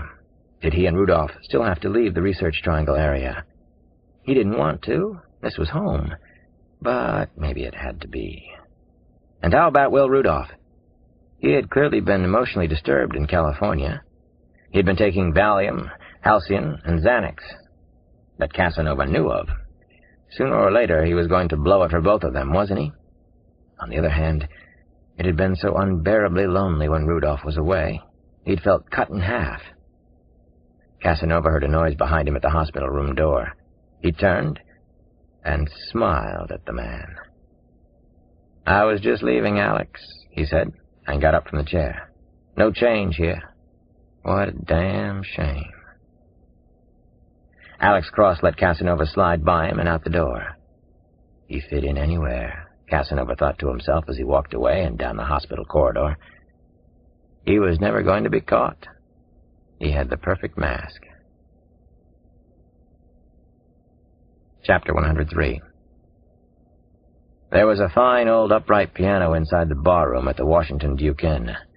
I was there playing Big Joe Turner and Blind Lemon Jefferson tunes between 4 and 5 one morning. I played the blues, the blahs, the doldrums, the grumps, the red ass. The hotel maintenance staff sure was impressed. I was trying to put everything I knew together. I kept circling back to the same big 3 or 4 points, my pillars to build the investigation on. Perfect crimes, both here and in California. The killer's knowledge of crime scenes and police forensics. Twinning between the monsters, male bonding as it had never existed. The disappearing house in the woods. A house had actually disappeared. How could that happen? Casanova's harem of special women. But even more than that, the rejects. Dr. Wick Sachs was a college professor with questionable morals and actions. But was he a stone-cold murderer without a conscience? Was he the animal who had imprisoned a dozen or more young women somewhere near Durham and Chapel Hill? Was he a modern-day Desaad? I didn't think so. I believed, I was almost certain, that the Durham police had arrested the wrong man and that the real Casanova was out there laughing at all of us. Maybe it was even worse than that. Maybe he was stalking another woman. Later that morning, I made my usual visit to Kate at Duke Medical Center. She was still deep in a coma, still listed as grave. The Durham police no longer had an officer on guard outside her room. I sat vigil beside her and tried not to think about the way she had been. I held her hand for an hour and quietly talked to her. Her hand was limp, almost lifeless. I missed Kate so much. She couldn't respond, and that created a gaping, painful hole in my chest. Finally, I had to leave. I needed to lose myself in my work. From the hospital, Sampson and I drove to the home of Louis Freed in Chapel Hill. I'd asked Dr. Freed to prepare a special map of the Waikigo River area for us. The 77-year-old history professor had done his job well. I hoped the map might help Sampson and me find the disappearing house. The idea came to me after reading several newspaper accounts of the Golden Couple murder case. Over 12 years ago, Roe Tierney's body had been found near an abandoned farm where runaway slaves had once been hidden in large underground cellars. These cellars were like small houses under the earth, some with as many as a dozen rooms or compartments. Small houses under the earth? The disappearing house? There was a house out there somewhere. Houses didn't disappear. Chapter 104. Sampson and I drove to Brigadoon, North Carolina. We planned to hike through the woods to where Kate had been found in the Waikigo River. Ray Bradbury had once written that living at risk is jumping off a cliff and building your wings on the way down. Sampson and I were getting ready to jump. As we trudged into the foreboding woods, the towering oaks and Carolina pines began to shut out all light. A chorus of cicadas was thick as molasses around us. The air wasn't moving. I could see Kate running through these same dark green woods only a few weeks earlier, fighting for her life. I thought of her now, surviving on life support systems. I could hear the machines whoosh, click, whoosh, click. Just the thought hurt my heart. "I don't like it in the deep, dark woods," Sampson confessed as we passed under a thick umbrella of twisted vines and tent-like treetops. He had on a Cypress Hill t-shirt, his Ray-Ban sunglasses, jeans, work boots. Reminds me of Hansel and Gretel. Melodramatic bullshit, man. Hated that story when I was a little kid. You were never a little kid, I reminded him. You were 6 foot when you were 11, and you already had your cold stare down to a fine art. Maybe so, but I hated those Grimm brothers. Dark side of the German mind, turning out nasty fantasies to warp the minds of little German children. Must have worked, too. Samson had me smiling again with his warped theories of our warped world. You're not afraid going through the DC projects at night, but a nice walk in these woods gets you? Nothing can hurt you here. Pine trees, muscadine grapevines, briar brambles. Looks sinister, maybe, but it's harmless. Looks sinister is sinister. That's my motto.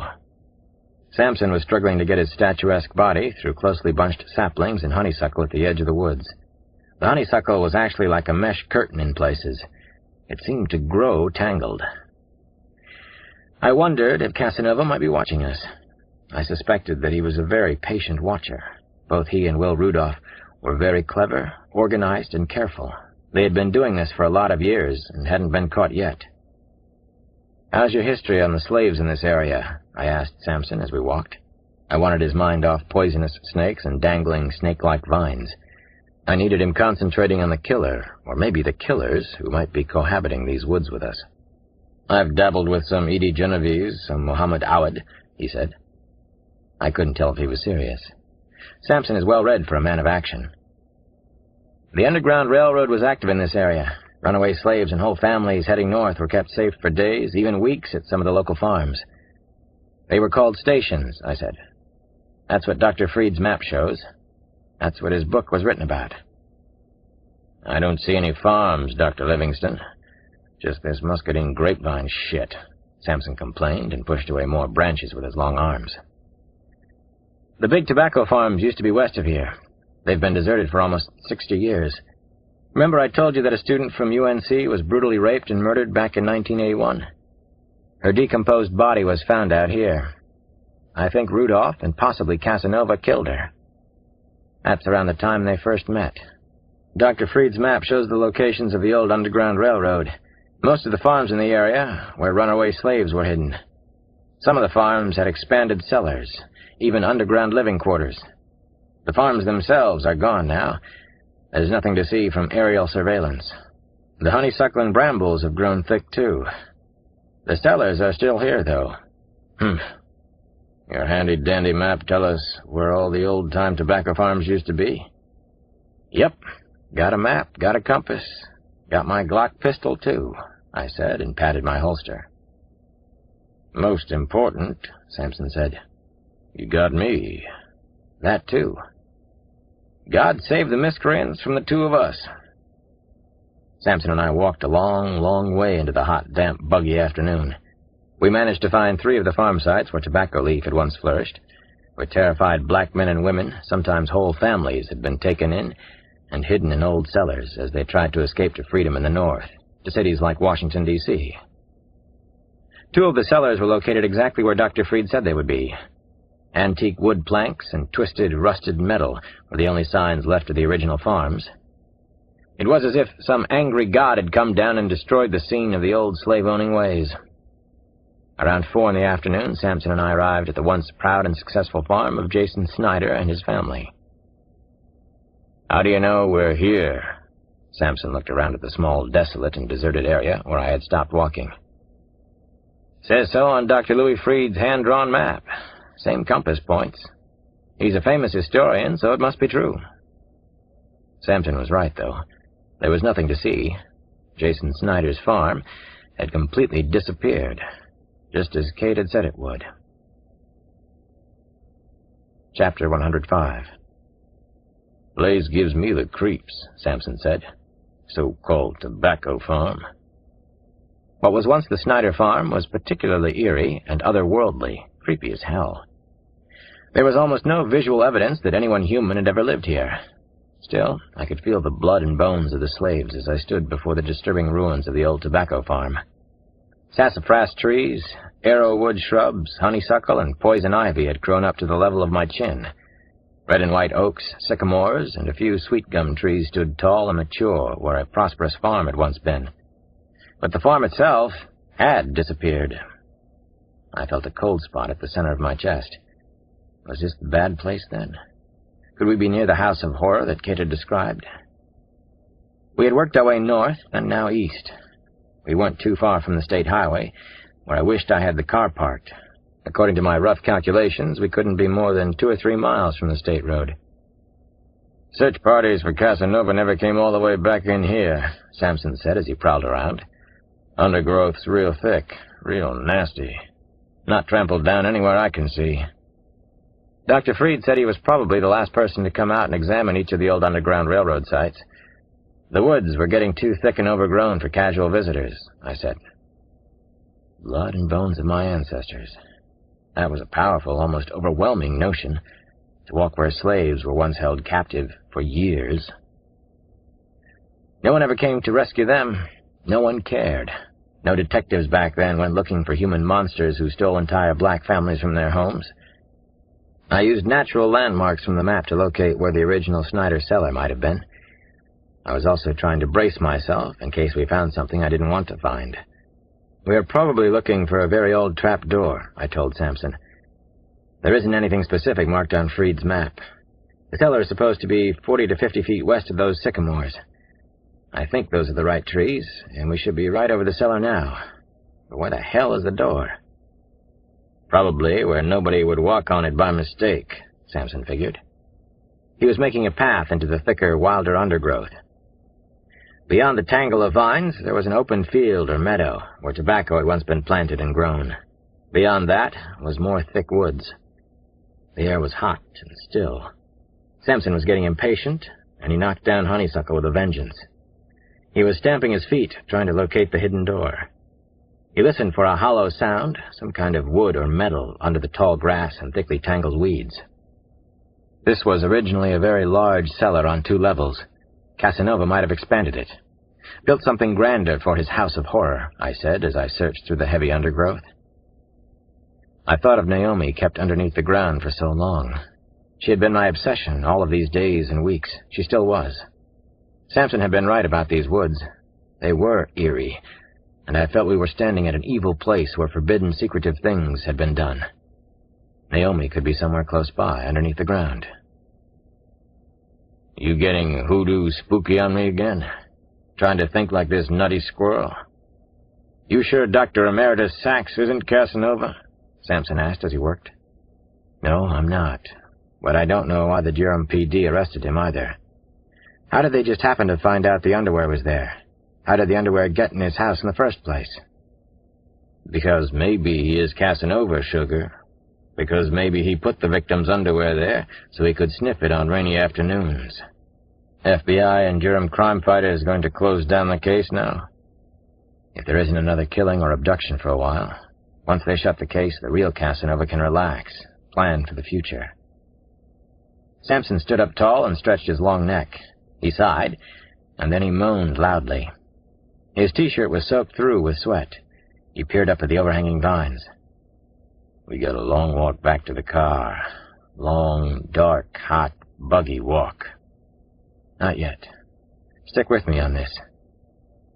I didn't want to leave and stop our search for the day. Having Sampson around again was a major plus. There were still 3 more farms on Dr. Freed's map. 2 of them sounded promising. The other seemed as if it might be too small. So maybe that was the very one Casanova had chosen for his hideaway. He was a contrarian, wasn't he? So was I. I wanted to keep searching through the night. Dark woods or not, black snakes and copperheads or not, twin killers or not. I remembered Kate's terrifying stories about the disappearing house and what went on inside. What had really happened to Kate the day she escaped? If the house wasn't in these woods, where in God's name was it? It had to be underground. Nothing else made sense. Nothing made any goddamn sense yet. Unless someone had purposefully cleared away every last remnant of the farm. Unless someone had used the old wood for other building purposes. I finally took out my pistol and searched around for something, anything to shoot at. Sampson watched me out of the corner of his eye. Curious, but not saying anything yet. I needed to get some anger out, release some venom, some stress, right here and now. There was nothing to target shoot at, though. No underground house of horror. But also no rotting planks from the farmhouse or barn. Not one remnant that I had seen. I finally fired a round at the knobby trunk of a nearby tree. In my incipient craziness, the knot in the tree resembled the head of a man like Casanova. I fired again and again. All direct hits, dead solid perfect. I had killed Casanova. "Feel better now?" Sampson peered over the top of his Ray-Ban sunglasses at me. "You hit the bogeyman in his evil eye?" "I feel a little better, not much." I showed him my thumb and forefinger, spread about a millimeter apart. Sampson leaned against a small tree that looked like a human skeleton. The little sapling wasn't getting enough light. "I do think it's time we packed up and left," he said. That was when we heard screams. Women's screams were coming from under the ground. The screams were muffled, but we could hear them clearly all the same. They were to the north of us and even farther into the thick bramble, but closer to the open meadow beyond the old tobacco fields. A tightly wound ball of tension hit me with tremendous force at the sound of the voices under the ground. My head slumped involuntarily toward my chest. Sampson took out his Glock and squeezed off 2 quick shots. More signals for the trapped women, for whoever was screaming under the ground. The muffled screams were getting louder, rising as if from the 10th circle of hell. "Sweet baby Jesus," I whispered. "We found them, John. We found the House of Horror." Chapter 106. Sampson and I got down on our hands and knees. We searched frantically for the hidden entryway into the underground house, running our fingers in palms over the undergrowth until they were cut and bleeding. I looked down and my hands were shaking. I fired off several more gunshots so the women trapped below would know we'd heard them and that we were still up here. After I fired the shots, I quickly reloaded. "We're up here!" I yelled, with my head close to the ground. The weeds and grass were scratching my face. "We're police!" "Here we go, Alex," Sampson called to me. "The door's over here. There's some kind of door, anyway." Running through the high, thick weeds was like wading in water. The trap door was hidden in honeysuckle and waist-high grass, where Sampson had been searching. The door had been covered over with an extra layer of sod and a thick blanket of pine needles. The door wasn't likely to be found by a search party or anyone else hiking through the woods. "I'll go down first," I told Sampson. Blood roared and echoed in my ears. Usually, he would have argued. Not this time. I hurried, rumbling down a steep, narrow wooden stairway that looked as if it had been there for 100 years. Sampson followed close behind. The good twins. "Stop," I told myself. "Slow it down." At the bottom of the stairs, there was a second doorway. The heavy oak plank door looked new, as if it had been installed recently, possibly in the past year or 2. I slowly turned the handle. The door was locked. "I'm coming in," I shouted to anyone who might be behind the door. Then I fired 2 rounds into the lock, and it disintegrated. The wooden door heaved open with a hard shove from my shoulder. I was finally inside the House of Horror. What I saw made me retch. A woman's body was laid out on a couch in what appeared to be a well-appointed living room. The corpse had begun to decompose. The features were unrecognizable. Maggots were swarming all over the victim. "Move," I had to tell myself. "Go. Go now." "I'm right behind you," Sampson whispered in his deep homicide scene voice. "Watch yourself now, Alex." "This is the police," I called out. My voice was shaky and getting hoarse. I was afraid of what else we might find in the hideaway. Was Naomi still here? Was she still alive? "We're down here," a woman called out. "Can anybody hear me?" "We hear you. We're coming," I shouted again. "Please, help us." A second voice sounded farther away in the underground house. "Be careful. He's tricky." "See? He's tricky," Sampson whispered, never at a loss. "He's in the house. He's in here now," one of the women shouted a warning to us. Sampson was still standing behind me, keeping close. "You want to keep the point, partner? Walk on the ridge line?" "I want to be the one to find her," I told him. "I have to find Scoochie." He didn't argue. "You think Loverboy is down here someplace, Casanova?" he whispered. "That's the rumor going around," I said, and moved forward slowly. Both of us had our guns drawn and ready. We had no idea what to expect next. Was Loverboy waiting for us? Move those legs."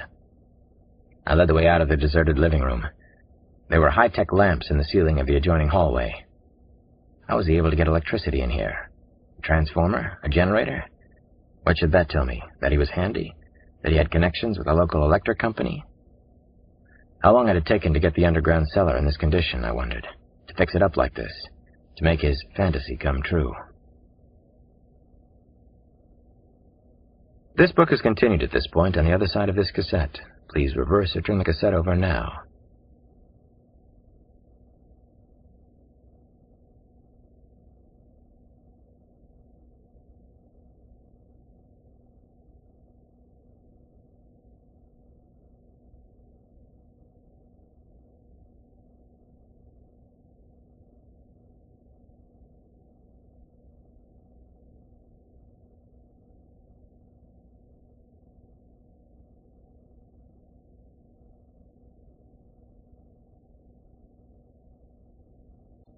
Kiss the Girls by James Patterson, continued.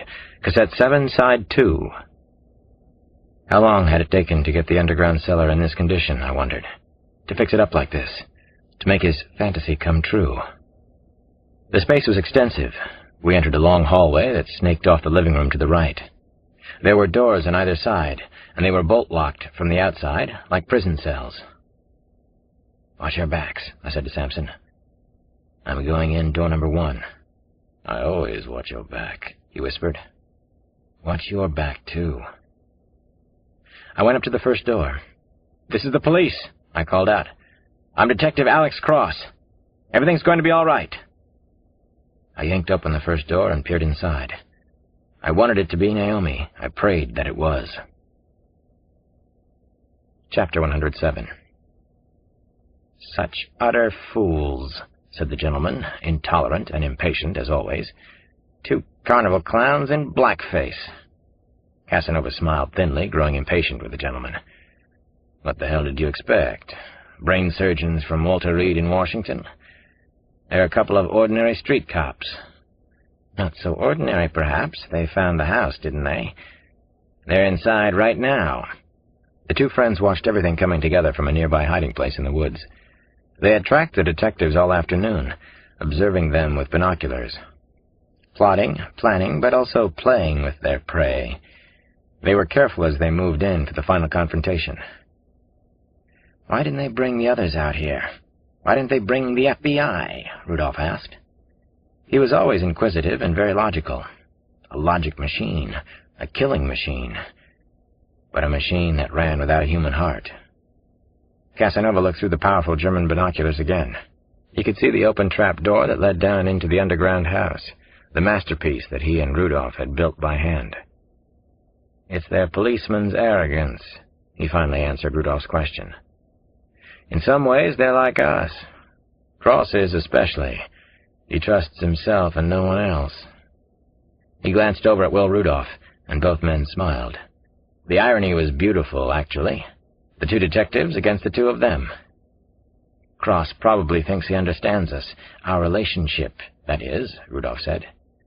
"Maybe he does, a little bit." He had been paranoid about Alex Cross since the close call in California. Cross had tracked him down, after all, and that frightened him. But the gentleman also found Cross interesting as an opponent. He enjoyed the competition, the blood sport.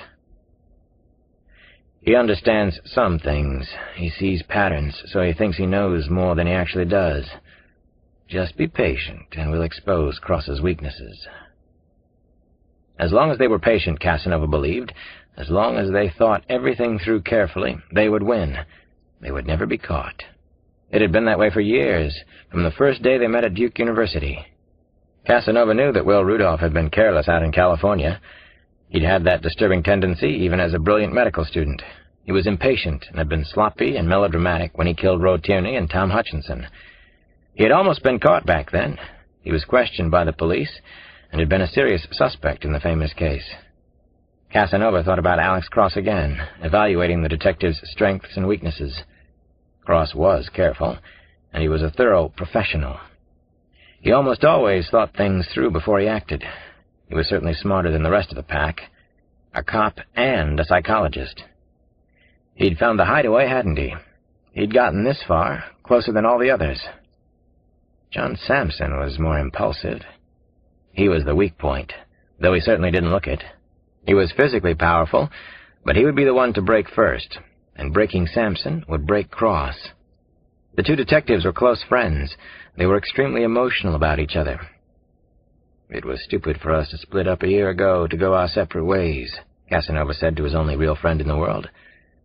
"If we hadn't begun to compete and play egocentric games, Cross would never have found out anything about us. He wouldn't have found you, and we wouldn't have to kill the girls and destroy the house now." "Let me take care of the good Dr. Cross," Rudolph said. He didn't react to the things Casanova had just said. Rudolph never showed much emotion, but actually he'd been lonely too. He'd come back, hadn't he? "No one takes care of Dr. Cross alone," Casanova said. "We'll go after them together. We make it 2 against 1, the way we work best. First Sampson, then Alex Cross. I know how he'll react. I know how he thinks. I've been watching him. Actually, I've been hunting Alex Cross since he came to the South." The two human monsters moved closer to the house. Chapter 108. I switched on overhead lights in the first room, and I saw one of the captive women, Maria Jane Capaldi, cowered like a frightened little girl against the far wall. I knew who she was. I'd met her parents a week or so back. I had seen old, cherished photographs of her. "Please don't hurt me. I can't take any more of this," Maria Jane pleaded in a hoarse whisper. She was hugging herself, rocking gently back and forth. She had on ripped black tights and a wrinkled Nirvana t-shirt. Maria Jane was just 19 years old, an art major and aspiring painter at North Carolina State in Raleigh. "I'm a police detective," I whispered in the softest voice possible. "Nobody can hurt you now. We won't let them." Maria Jane moaned, and she began to cry tears of relief. Her whole body was quivering. "You can't hurt you now, Maria Jane," I reassured her in the softest voice I could manage. I could barely speak, actually. "I have to find the others. I'll be back, I promise you. I'm leaving your door open. You can come out. You're safe now." I had to help the others. His harem of special women was right here. Naomi was one of them. I broke into the next room in the passageway. I still couldn't catch my breath. I was exhilarated, frightened, saddened, all at the same time. A tall blonde woman in the room told me her name was Melissa Stanfield. I remembered the name. She was in nursing school. I had so many questions, but there was time for only one. I gently touched her shoulder. She shuddered, then collapsed against me. "Do you know where Naomi Cross is?" I asked her. "I'm not sure," Melissa said. "I don't know the whole layout here." She shook her head and began to cry. I don't think she even knew who I was talking about. "You're safe now. The nightmare's finally over, Melissa." "Let me help the others," I whispered. Out in the hall again, I saw Sampson unbolt a door. I heard him say, "I'm a police detective. It's safe now." His voice was soft. Sampson the Gentle. The women we had freed were wandering, dazed and confused, out of the prison rooms. They hugged one another in the hallway. Most of them were sobbing, but I could feel their relief, even their joy. Someone had finally come to help them. I entered a second hallway at the end of the first. There were more locked doors. Was Naomi here? Was she alive? The pounding in my chest was unbearable. I opened the first door on the right, and there she was. There was Scoochie, the best sight in the entire world. Tears finally streamed from my eyes. I was the one who couldn't talk now. I thought that I would have a permanent memory of everything that happened between the two of us. Every word, look, nuance. "I knew you'd come for me, Alex," Naomi said. She staggered into my arms and held me tightly. "Oh, sweet, sweet Naomi," I whispered. I felt as if thousands of pounds had been lifted off me. This makes it worth everything. Well, almost. I had to look at her up close. I held her precious face in both my hands. She seemed so fragile and tiny in the room, but she was alive. I had finally found her. I called out for Sampson. "I found Naomi! We found her, John! In here! We're in here!" Scoochie and I folded into each other's arms, just like old times. If I had regretted becoming a detective at any other time, this made up for it. I realized now that I'd thought she was dead. I just couldn't give up the fight. Never give up. I knew you'd be here just like this. I dreamed it. I lived for this instant. I prayed every day, and here you are." Naomi managed the most wonderful smile I've ever seen. "I love you." "I love you, too. I missed you like crazy. Everybody did." After a moment, I gently pulled away from Naomi. I remembered about the monsters and the way they had to be thinking now, still plotting everything. Leopold and Loeb, all grown up, committing perfect crimes. "Are you sure you're okay?" I smiled finally, the beginning of a smile anyway. I could see some of the old intensity returning to Naomi's eyes. "Alex, go. Get the others out," she urged me. "Please let the others out of these cages he kept us in." Just then, a strange, terrible sound echoed in the passageway, a scream of pain. I ran from Naomi's room and saw the one thing I could never imagine happening, not in my worst nightmares. Chapter 109. The loud, deep-voiced call for help had come from Samson. My partner was in trouble. Two men, both wearing ghoulish masks, were struggling over him. Casanova and Rudolph? Who else could it be? Samson was down in the hallway. His mouth was open in shock and pain. A knife or ice pick protruded from the center of his back. It was a situation I had faced twice before, riding patrol on Washington's streets. A partner in trouble. I had no choice, and probably only one chance. I didn't hesitate. I raised my Glock and fired. I surprised them with the quick shot. They hadn't expected me to shoot while they were holding Samson. The taller of the monsters grabbed his shoulder and fell back. The other looked down the hallway at me. The cold glare of the fierce death mask was a warning. Still, I'd taken away their edge. I fired the pistol a second time, aiming at the second death mask. All the lights went out suddenly in the underground house. At the same time, rock and roll music erupted from speakers hidden somewhere in the walls. Axl Rose howled, "Welcome to the Jungle." Pitch blackness fell over the hallway. The rock music shook the foundations of the building. I clung to the walls and moved steadily toward where Samson had gone down. My eyes pressed into the darkness, and a terrible fear swept over me. They had jumped Samson, and that was no easy task. The two of them seemed to have appeared from nowhere. Was there another way in or out? I heard a familiar low growl. Samson was up ahead. "I'm here. Guess I didn't watch my back." He gasped out the words. "Don't talk." I moved closer to where his voice had come from. I knew approximately where he was now. I was afraid that maybe they hadn't left. They had just improved their odds, and I was sure they were waiting to jump me. They liked to work 2-on-1. They needed to twin. They needed each other. Together they were unbeatable, so far.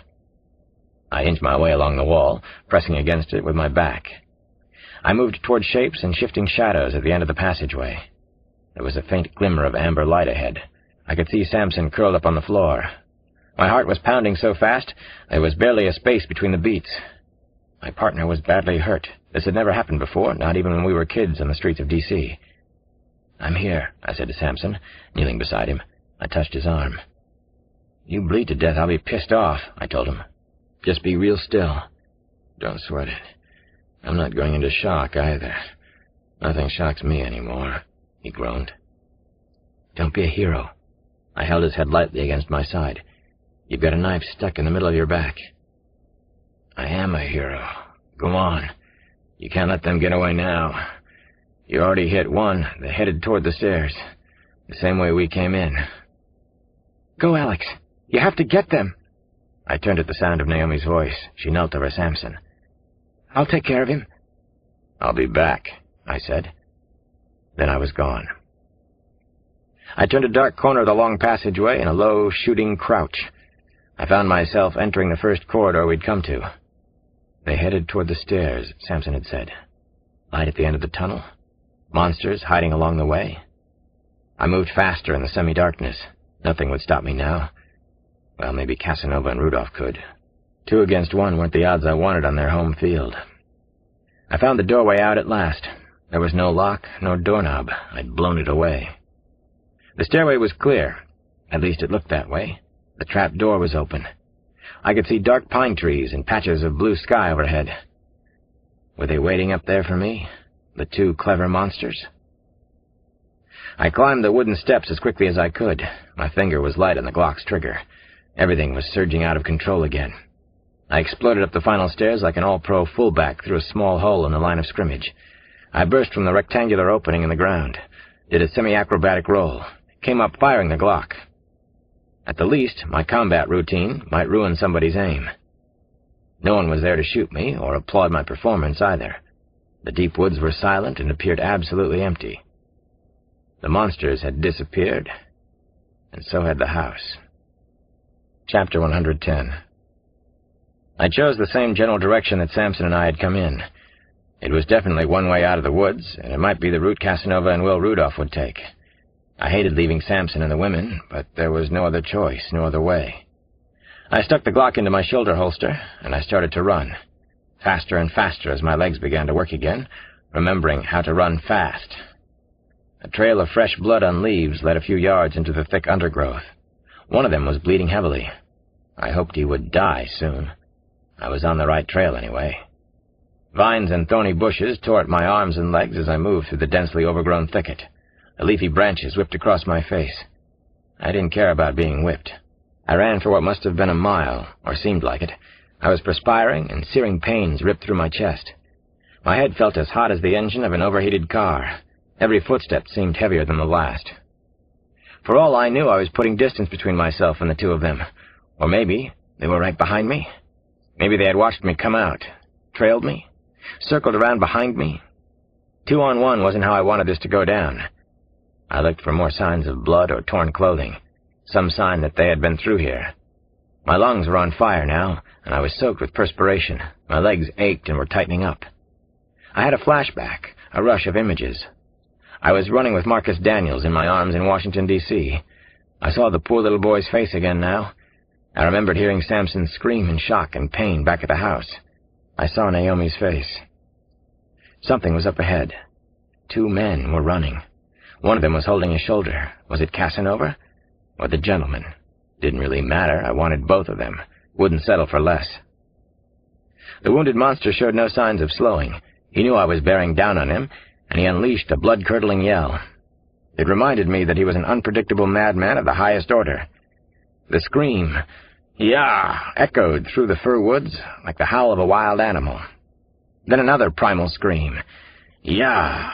It was the other madman. Twinning, I thought. They were both natural animals. They couldn't survive anymore without each other. The sudden sound of gunfire caught me off guard. A chip flew off the bark of a pine tree and whipped past my head. It came within an inch or two of cutting me down, killing me on the spot. One of the monsters had turned around that fast, fired off a shot.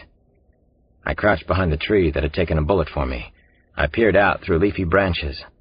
I couldn't see either of them up ahead. I waited, counted off the seconds, tried to get my heart to start again. Which one of them had fired the shot? Which one was wounded? They had been near a crest of a steep hill in the woods. Had they gone over the top? If they had, were they waiting for me on the other side? I slowly moved out from the safe cover of the tree and looked around.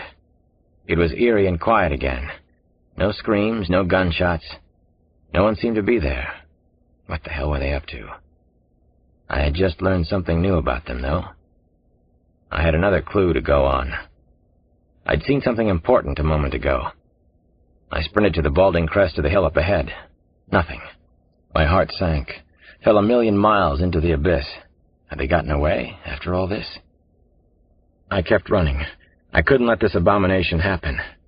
I wouldn't let the monsters go free. Chapter 111. I thought I knew the direction to the state highway, and I headed that way. I had my second wind, or maybe my third, and ran more easily now. Alex the Pathfinder. Maybe 200 yards ahead of me, I spotted them again. Then I saw a familiar flash of gray, a curling ribbon of highway. I could make out a few white-shingled buildings and ancient-looking telephone lines. A highway.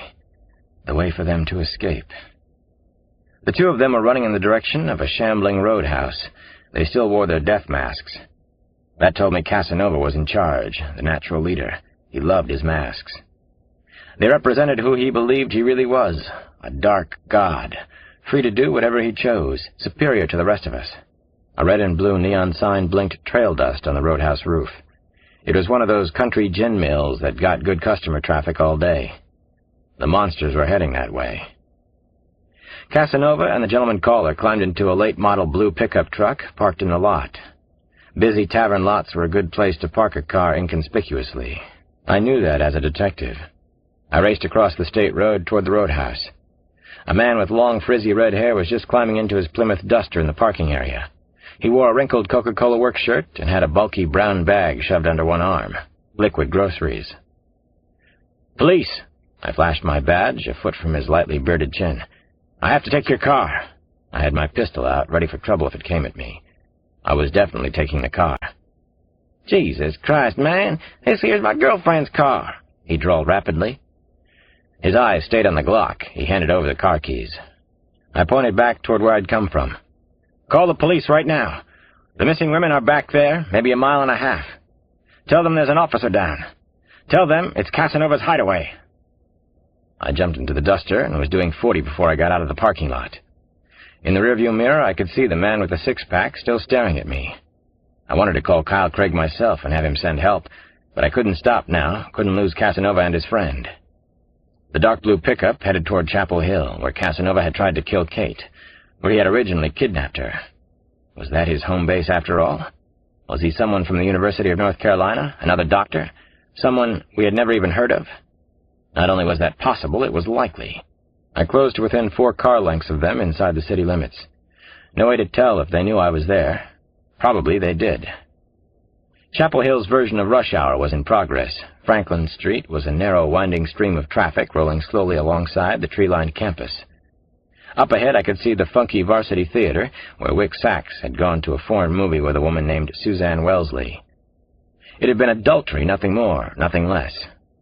Dr. Wick Sachs had been set up by Casanova and Will Rudolph. Sachs had made a perfect suspect in the case, the local pornographer. Casanova had known all about him. How was that? I was close to getting them now. I could feel it.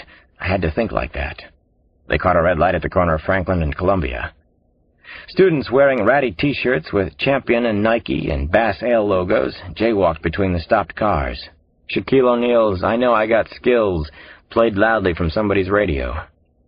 I waited a few seconds after the stoplight turned red with a noisy click-click sound. Then I went for the whole enchilada. Ready or not, here I come. Chapter 112. I slid out of the Duster and ran in a low crouch down the middle of Franklin Street. The Glock was out, but held flat against my leg to be less conspicuous. Nobody panic and scream now. Let this go right one time. The two of them must have spotted the trailing Duster earlier. I'd figured as much. As soon as I hit the street, they threw themselves out of opposite sides of the pickup. One turned and fired off 3 quick shots. Pop, pop, pop. Only one of them had a gun out. Something clicked inside my head again. I remembered a quick scene from the woods, a connection made, a flash of recognition. I ducked down behind a black Nissan Z that was waiting for the light and yelled at the top of my lungs, "Police! Police! Get down! Get down on the ground! Get out of these cars!" Most of the drivers and pedestrians did as they were told. What a difference between Chapel Hill and the streets of D.C. in that regard. I took a quick peek up the sheet metal lane between the cars. I didn't see either of the killers anywhere. I slid alongside the black sports car, bent over more than double in a low-slung crouch. Students and store owners watched me warily from the sidewalk. "Police! Get down! Get down! Get that little boy the hell out of here!" I yelled. I saw crazy things in my mind's eye, flashing images. Samson, with a knife in his back. Kate, after they had beaten her to a bloody, helpless mess. The sunken eyes of the women prisoners back at the house. I was keeping low to the ground, but one of the monsters saw me and went for a headshot. We both fired at almost the same time. His bullet barely nicked a side-view mirror that was between us. It probably saved me. I didn't see the result of my shot. I went down behind the cars again. The stench of motor oil and gas was almost overpowering. A police siren wailing in the distance told me help was on the way. Not Samson, though. Not the kind of help I needed. Just keep moving. Keep them both in sight somehow. 2 of them. 2 versus 1. Better way to think about it. 2 for the price of 1. I wondered how well they would deal with this. What they were thinking, planning. Was Casanova the leader now? Who was he? I looked up quickly and saw a cop. He was near the corner of the street and his revolver was out. I never had a chance to shout a warning. A gun fired twice from his left and the patrolman went down hard. People were screaming all over Franklin Street. Jaded college kids didn't look so blasé anymore. Some of the girls were crying. Maybe they finally understood that we're all very mortal. "Get down!" I shouted again. "Everybody get the hell down!" I ducked behind the cars again and inched my way up on the side of a minivan. I saw one of the monsters as my eyes cleared shiny silver sheet metal. My next shot wasn't so ambitious, no hero crap. I was willing to settle for a hit anywhere, chest, shoulders, lower torso. I fired. Trick shot, fuckhead. Watch this one. The bullet exploded through both passenger windows of a deserted Ford Taurus. It caught one of the bad guys high in the chest, just below the throat. He dropped as if his legs had been pulled from underneath him. I sprinted as fast as I could toward the place I'd seen him standing last. Which one went down? My brain was screaming. And where's the other one? I darted in and out between the parked cars. He was gone. He wasn't there. Where the hell was the one I had shot? And where was the other clever boy hiding? I saw the one I'd hit. He lay spread-eagled under the traffic light at Columbia and Franklin. The death mask still covered his face, but he looked almost ordinary in his white high tops, tan khakis, and windbreaker. I didn't see a gun anywhere around him. He wasn't moving, and I knew he was badly hurt. I crouched on my knees over him, my eyes darting around as I checked him out. Careful, careful, I warned myself. I didn't see his partner anywhere. He's out there someplace. He knows how to shoot. I peeled the costume mask off his face, the last facade ripped away. You're not a god. You bleed like the rest of us. It was Dr. Will Rudolph. The gentleman caller lay close to death in the middle of the street in Chapel Hill. His blue-gray eyes were glazing over. A sopping puddle of arterial blood had already collected under him. People were pushing in closer from the sidewalk. They were gasping in horror and awe. Their eyes stretched wide. Most of them had probably never seen anyone actually die. I had. I lifted his head. The gentleman. The murdering, maiming scourge of Los Angeles. He couldn't believe that he'd been shot, couldn't accept it. His darting, fearful eyes told me that much. "Who is Casanova?" I asked Dr. Will Rudolph. I wanted to shake it out of him. "Who is Casanova? Tell me!" I kept looking around behind me. Where was Casanova? He wouldn't let Rudolph die like this, would he? 2 patrol cars finally arrived. 3 or 4 local cops ran toward me with their guns drawn. Rudolph struggled to focus his eyes, to see me clearly, or perhaps to see the world one final time. A bloody bubble formed on his lips and then popped with a soft spray. His words came slowly. "You'll never find him." He smiled up at me. "You're not good enough, Cross. You're not even close. He's the best ever." A raspy howl rose from the gentleman's throat. I recognized the sound of the death rattle as I placed the death mask back over the monster's face. Chapter 113. It was a wild, jubilant scene, one that I would never be able to forget. The immediate families and close friends of the captive women kept arriving at Duke Medical Center all through the night. On the rolling hospital grounds and in the parking lot near Irwin Road, a large, emotional crowd of students and townspeople gathered and stayed on past midnight. There were nothing but indelible images for me. Photographs of the survivors had been blown up and mounted on placards. Faculty and students held hands and sang spirituals as well as "Give Peace a Chance." For at least one night, everyone chose to forget that Casanova was still out there somewhere. I tried it for a few hours myself. Sampson was alive and recovering inside the hospital. So was Kate. People I'd never met came up and fiercely shook my hand inside the suddenly festive facility. A father of one of the surviving victims broke down and wept in my arms. It had never felt this good to be a policeman. I took the elevator to the 4th floor to visit Kate. Before I walked into her room, I took a deep breath. Finally, I went in. She looked like a mysterious mummy with all of her head bandages and wraps. Her condition had stabilized. She wasn't going to die, but she remained in a coma. I held Kate's hand and I told her the long day's news. "The captive women are free. I was at the house with Sampson. They're safe, Kate. Now you come back to us. Tonight would be a good night," I whispered. I ached to hear Kate's voice again, at least one more time, but no sound came from her lips. I wondered if Kate could hear me or make any sense of the words. I kissed her softly before I left for the night. "I love you, Kate. I whispered against her bandaged cheek. I doubted that she could hear me. Sampson was located 1 floor above Kate. Man Mountain had already come out of surgery, and his condition was listed as good. He was awake and alert when I came in to see him. "How's Kate and the other women?" he asked me. "I'm about ready to leave this place myself." "Kate's still in a coma. I just came from her room. Your condition is good if you're interested."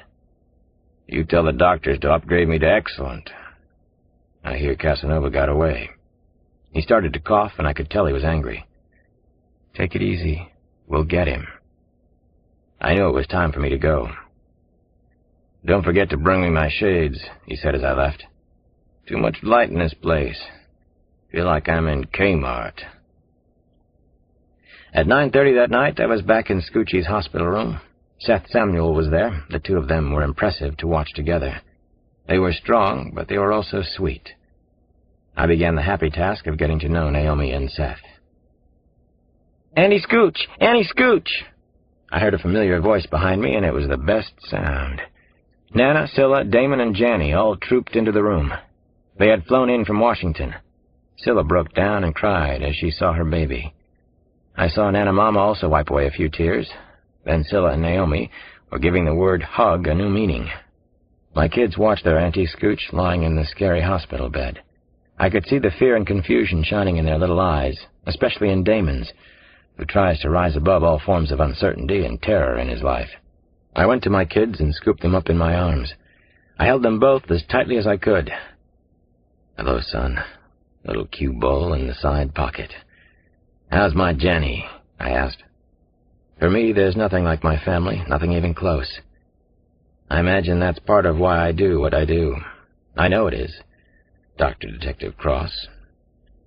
"You found Auntie Scooch," Jenny whispered into my ear. She hugged me tightly with her strong little legs and arms. She was even more excited than I was. Chapter 114. It wasn't over for me. The job was only half done. 2 days later, I trudged down a well-worn path through the woods separating Route 22 and the underground house. The local police officers I passed on the way were somber and quiet.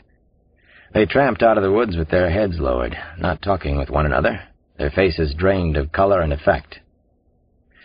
They had met the human monsters on an intimate basis now. They had seen the intricate and ghastly handiwork of Dr. Will Rudolph and the other monster who called himself Casanova. Some of them had explored the House of Horror. Most of them knew me by now. I was a regular at the hellfires with them. Some nodded or waved hello. I waved back. I was finally somewhat accepted in North Carolina. 20 years ago, that wouldn't have been possible, not even under these extreme circumstances. I was beginning to like it in the South a little, more than I would have thought possible. I had a new notion, a plausible theory about Casanova. It had to do with something I'd noticed during the gun battle scene in these woods and on the streets of Chapel Hill. "You'll never find him," I recalled Rudolph's dying words. "Never say never, Will." Kyle Craig was at the House of Horror that warm, hazy afternoon. So were about 200 men and women from the Chapel Hill and Durham police forces, as well as soldiers from Fort Bragg, North Carolina. They were getting to know the human monsters up close and personal. "Extraordinary time to be alive, to be a cop," Kyle said to me. His humor got a shade darker every time I saw him. He worried me. Kyle was such a loner most of the time, such a careeraholic. Apparently such a straight arrow. He had even looked that way in the Duke yearbook pictures I'd found of him.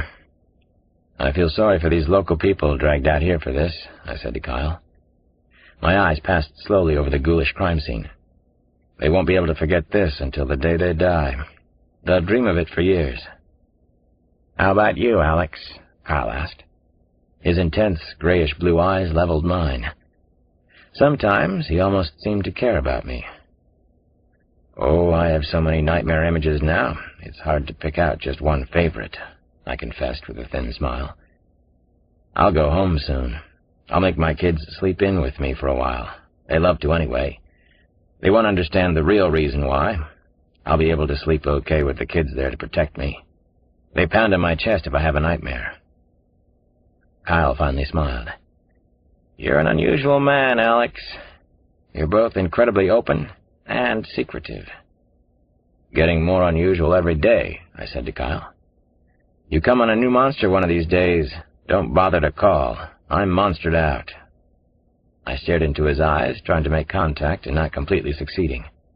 Kyle was secretive too, not very open with anybody that I knew of. "I'll try not to call," Kyle said. "You rest up, though. There's a monster working in the city of Chicago right now, another in Lincoln and Concord, Massachusetts. Someone very evil is taking children in Austin, Texas. Little babies, actually. Repeat killers in Orlando and Minneapolis." "We've still got work here," I reminded Kyle. "Do we?" he asked, his voice dripping with irony. "What work is that, Alex? You mean spade work?" Kyle, Craig, and I watched the terrifying scene that was unfolding near the underground house. 70 to 80 men were busy digging up the meadow west of the disappearing house. They were working with heavy pickaxes and shovels, searching for bodies of murder victims. Spade work. Since 1981, beautiful and intelligent women from all over the South had been abducted by the two monsters and murdered. It was a 13-year reign of horror. First I fall in love with a woman, then I simply take her. Will Rudolph had written that in his diaries out in California. I wondered if the sentiment was his or his twins. I wondered how badly Casanova was missing his friend now, how he grieved, how he planned to cope with his loss. Did he already have a plan? I believe that Casanova had met Rudolph sometime back around 1981. They had shared their forbidden secret. They liked to kidnap, to rape, and sometimes to torture women. Somehow they came up with the idea of keeping a harem of very special women, women who were bright and fascinating enough to hold their interest. They never had anyone to share their secrets with before. Then suddenly they had each other. I tried to imagine never having anyone to confide in, never once in your life, and then finding someone to talk to when you are 21 or 22 years old. The two of them had played their wicked games, gathered their harem of beauties in the Research Triangle area and throughout the Southeast. My theory on twinning had been close to the truth. They enjoyed kidnapping and holding beautiful women captive. They also competed. So much so that Will Rudolph finally had to go off on his own for a while, to Los Angeles. He had become the gentleman caller out there. He'd tried to make it on his own. Casanova, the more territorial of the two, continued to work in the South, but they communicated. They shared stories. They needed to share. Sharing their exploits was part of the thrill for both of them. Rudolph eventually told stories to a reporter at the Los Angeles Times. He tasted fame and notoriety, and he liked it. Not so Casanova. He was much more of a loner. He was the genius, the creative one, I believed. I thought I knew who he might be. I thought that I'd seen Casanova without his mask. I kept drifting in and out of strange private thoughts at the dizzying crime scene. I was burnt toast, but that didn't matter anymore. It hadn't mattered for a while. Casanova, the territorial killer, I was thinking. He was probably still in the area around Durham and Chapel Hill. He had met Will Rudolph around the time of the Golden Couple murders. So far, he'd thought everything through with almost perfect clarity. He had finally made a mistake during the shootout 2 days before.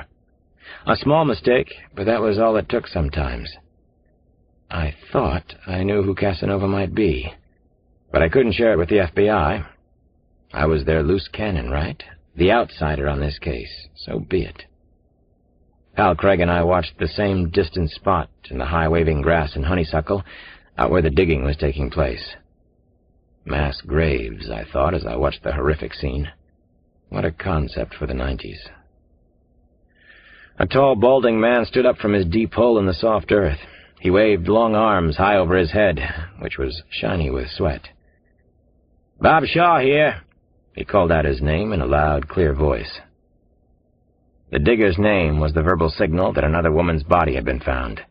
An entire corps of North Carolina medical examiners was at the dreamlike, unbearably grisly scene. One of the MEs ran over to the digger in a strange, lopsided waddle that would have made Kyle and me laugh under different circumstances. He gave Shaw a hand out of the grave. The TV cameras at the scene moved in on Shaw, who was U.S. Army from Fort Bragg. An attractive woman reporter nearby received a dab of makeup before she spoke into the lens of a camera. "They've just found victim number 23, the reporter said, with appropriate solemnity.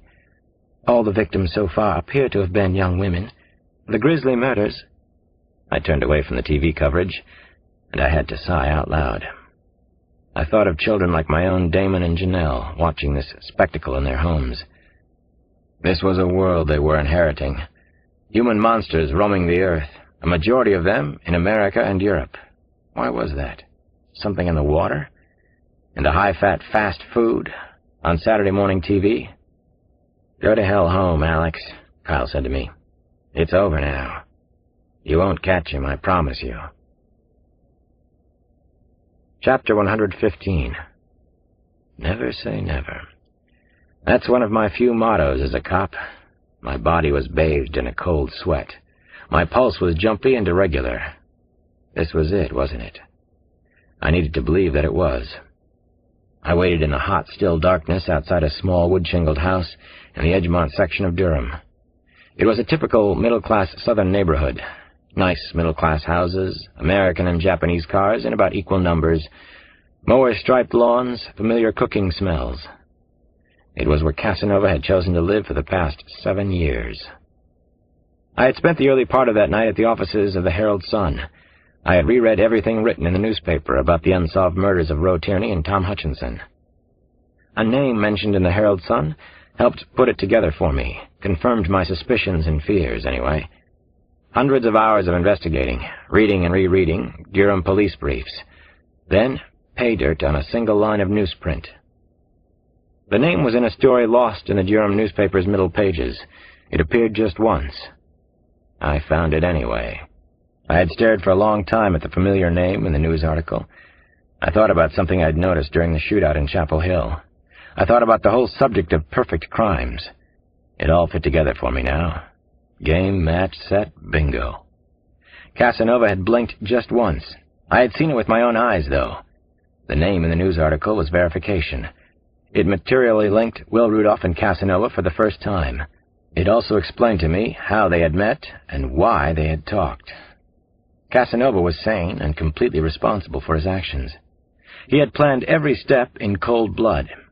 That was the most horrifying and unusual thing about the long trail of crimes. He knew what he was doing.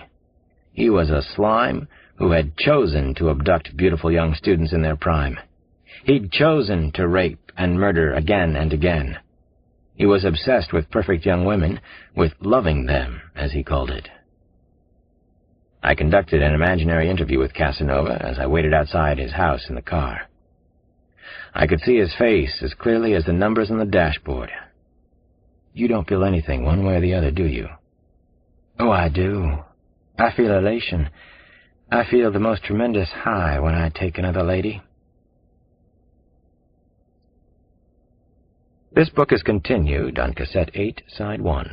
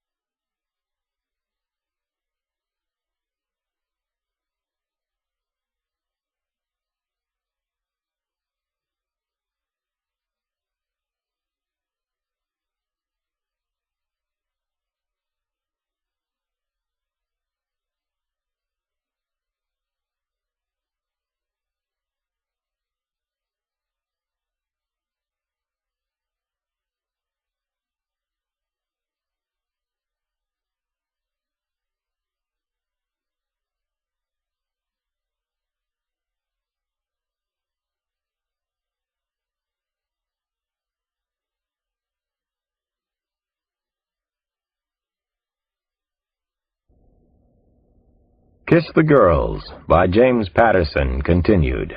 Cassette 8, Side 1. Oh, I do. I feel elation. I feel the most tremendous high when I take another lady. I feel varying levels of excitement, anticipation, animal lust. I feel an incredible sense of freedom that most people will never feel. But not guilt. I could see him smirk as I sat in my car. I'd seen that smirk before, in fact. I knew who he was. Nothing that would make me want to stop. Was there any nurturing, any love given and received when you were a boy? They tried. I wasn't really a boy, though.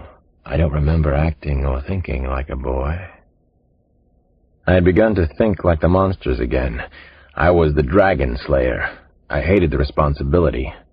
I also hated the part of me that was becoming a monster. There was nothing I could do to stop it at this point. I was outside Casanova's house in Durham. Hammers of fear tapped lightly in my heart. I waited there for 4 nights. No partner, no backup. No problem whatsoever. I could be as patient as he was. I was hunting now. Chapter 116. I sucked in a harsh, deep breath and felt a little lightheaded. There he was. Casanova was leaving the house. I watched his face, watched his body language. He was confident, very sure of himself. Detective Davy Sykes sauntered out to his car at a little past 11 on the 4th night. He was a powerful man, athletic. He wore jeans, a dark windbreaker, high-topped black sneakers. Sykes climbed into a 10- or 12-year-old Toyota Cressida he kept in the garage. The sedan had to be his cruising car, his troller, his anonymous pickup vehicle. Perfect crimes. Davy Sykes definitely had the know-how. He was a detective on the case, and had been for over a dozen years. He'd known the FBI would investigate every local policeman when they entered the case. He had been ready with his perfect alibis. Sykes had even altered the date of a kidnapping to prove he was out of town when it happened. I wondered if Sykes would dare to go after another woman now. Had he been out carefully stalking and hunting already? What was he feeling now? What was he thinking right at this moment, I wondered, as I watched the dark Toyota back out of the driveway in suburban Durham. Was he missing Rudolph? Would he continue their game, or maybe stop now? Could he stop the game? I wanted him so badly. Sampson had said at the beginning that this case was too personal for me. He was right on. No case had ever been more personal for me, not even close to this. I tried to think the way he might. I tried to get into his rhythm. I suspected that he had already picked out a victim, even if he didn't dare take her yet. Would she be another smart, beautiful college student? Maybe he would change his pattern now. I doubted it. He loved his life, his creation, too much. I followed the human monster down dark, deserted streets in southwest Durham. Blood pumped loudly through my head. I couldn't hear much of anything else. I drove with my headlights off for as long as Davy Sykes stayed on the side streets. Maybe he was just headed to the Circle K for cigarettes and beer. I thought that I had finally figured out what had happened back in 1981, that I had probably solved the Golden Couple murder which had shocked the university community here and in Chapel Hill. Will Rudolph had planned and committed the violent sex murders while he was a student. He had loved Rose Tierney, but she was interested in football stars. Detective Davy Sykes had met and questioned Rudolph during the subsequent police investigation. At some point, he had begun to share his own dark, forbidding secrets with the brilliant medical student. They had known about each other, felt it, sensed it. Both of them desperately wanted to share their secret need with someone. Suddenly, they had each other. Twinning. Now, I had killed his only friend. Did Davy Sykes want to kill me for that? Did he know I was coming for him? What was he thinking right at this moment? I didn't just want to catch him. I needed to capture his thoughts. Casanova turned onto Interstate 40 and headed south. He was traveling toward Garner and McCullers, according to bright white-on-green road signs. There was relatively heavy traffic on the interstate, and I was able to follow him in a safe cluster with 4 or 5 other cars. So far, so good. detective against detective. He got off at exit 35, which was boldly marked for McCullers. He'd gone a little over 30 miles. It was approaching 11:30 at night, the witching hour. I was going to take him out tonight, no matter what. I had never done that before, not in all my time as a homicide detective in Washington. This time, it was personal. Chapter 117. A mile from the exit ramp off 41, a Ford pickup truck swerved out of a hidden driveway. It was unexpected, but good luck for me. The dull red truck fell in between Sykes and me, offering me some cover. Not much, but enough for a few more miles. The Cressida finally pulled off the main road a couple of miles outside McCullers. Sykes parked in the crowded lot of a bar called the Sports Page Pub. One more car that wasn't likely to be noticed. That was what had begun to give him away. It was why even Kyle Craig had been on my list of suspects. Casanova seemed to have known every move the police would make before they made it. He had probably abducted some of the women by coming up to them as a police officer. Detective Davy Sykes. He had gone into a professional shooting crouch that afternoon on the street in Chapel Hill. I knew he was another cop. When I searched through the newspaper articles on the Golden Couple murder, I had spotted his name. Sykes had been a young cop on the original investigation team. He had interviewed a student named Will Rudolph back then, but he never mentioned it to any of us. Never let on that he had met Will Rudolph in 1981. I passed by the Sports Page Pub and pulled off the road as soon as I turned the next bend. I got out of the car and hurried back toward the bar. I was in time to see Davy Sykes cross the highway on foot. Casanova walked along the side of an intersecting side road with his hands thrust into his trouser pockets. He looked as if he belonged in the small-town neighborhood. Stun gun in one of those deep pockets, sport? Feeling the familiar burning itch now? The thrill is back? I followed Sykes into a pine-wooded lot, and he began to move quicker. He was fast for a big man. He could lose me now. Somebody's life would be at risk in the peaceful neighborhood. Another Scoochie cross, another Kate McTiernan. I remembered Kate's words. Drive a stake through his heart, Alex. I slid the Glock 9mm out of my shoulder holster. Light, efficient, semi-automatic, 12 deadly shots. My teeth were gritted so tight they hurt. I clicked off the safety. I was ready to take Davy Sykes out. I eyed the ominous shapes of overhanging pine branches as I moved along. An A-frame house was up ahead, set against the backdrop of a full, pale yellow moon. I moved quickly across the soft floor of pine needles. I made no sound. I had his tempo and rhythm down now. I saw Casanova rapidly approaching the A-frame house, gaining speed. He knew his way. He'd been here before, hadn't he? He had been here to scope things out, to study the next victim, to get it just right. I sprinted up closer to the house. Then I couldn't see him. I'd lost him for a second. He might have slipped inside. A single shimmering light had been left on in the house. My heart was going to explode if I didn't blow him up first. My finger was on the semi-automatic's trigger. Drive a stake through his heart, Alex. Chapter 118. Take Sykes out. I fought to control my emotions, to find the calm pool inside me as I ran toward a screened-in back porch that lay in shifting shadows and darkness. Suddenly, I could hear the sputtering hum of an air conditioner inside. I noticed a peeling sticker on the whitewashed porch door. It read, "I live for Girl Scout cookies." He'd found another nice one out here, hadn't he? He was going to take her tonight. The beast couldn't stop himself. "Hello, Cross. Now put down the gun. Very slowly, Ace," said the deep voice behind me in the dark. Both my eyes closed for a beat. I lowered the pistol, then dropped it on the lawn of grass and pine needles. My body felt like an elevator car in freefall. "Turn around now, you son of a bitch. You meddling shithead." I turned and looked into the face of Casanova. He was finally right there, close enough for me to touch. He had a Browning semi-automatic aimed at my chest. There would be no more overthinking, just gut instincts, I told myself. I let my right leg buckle as if I'd lost my footing. Then I sucker-punched Sykes to the side of his head. It was a hard shot, a crushing, heavyweight caliber punch. Sykes went down on one knee, but he came back up in a hurry. I grabbed the front of his jacket and bounced him off the wall of the house. His arm cracked against the shingles and the handgun fell loose. The ground was firm under my feet and I moved in on him again. The moment of the feeling of a good old-fashioned street fight. I wanted it. My body ached for physical contact and release. "Come on, fucker," he challenged me. He wanted me too. "Oh, don't worry," I told him. "I'm coming." Another light flashed on inside the house. "Who's out there?" The sound of the woman's voice caught me off guard. "Who is out there, please?" He threw an arcing roundhouse punch. Pretty good speed and aim. He was a decent fighter, not just a lover. I remember that Kate said he was scarily strong. I didn't plan to spend a lot of time in his killer grasp, though.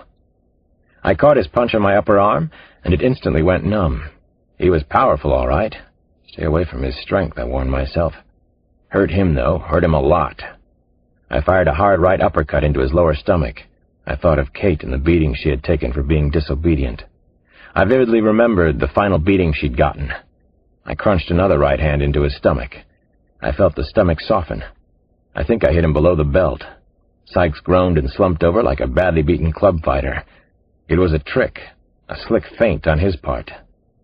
He fired a punch and caught the side of my head. He rang my bell pretty good.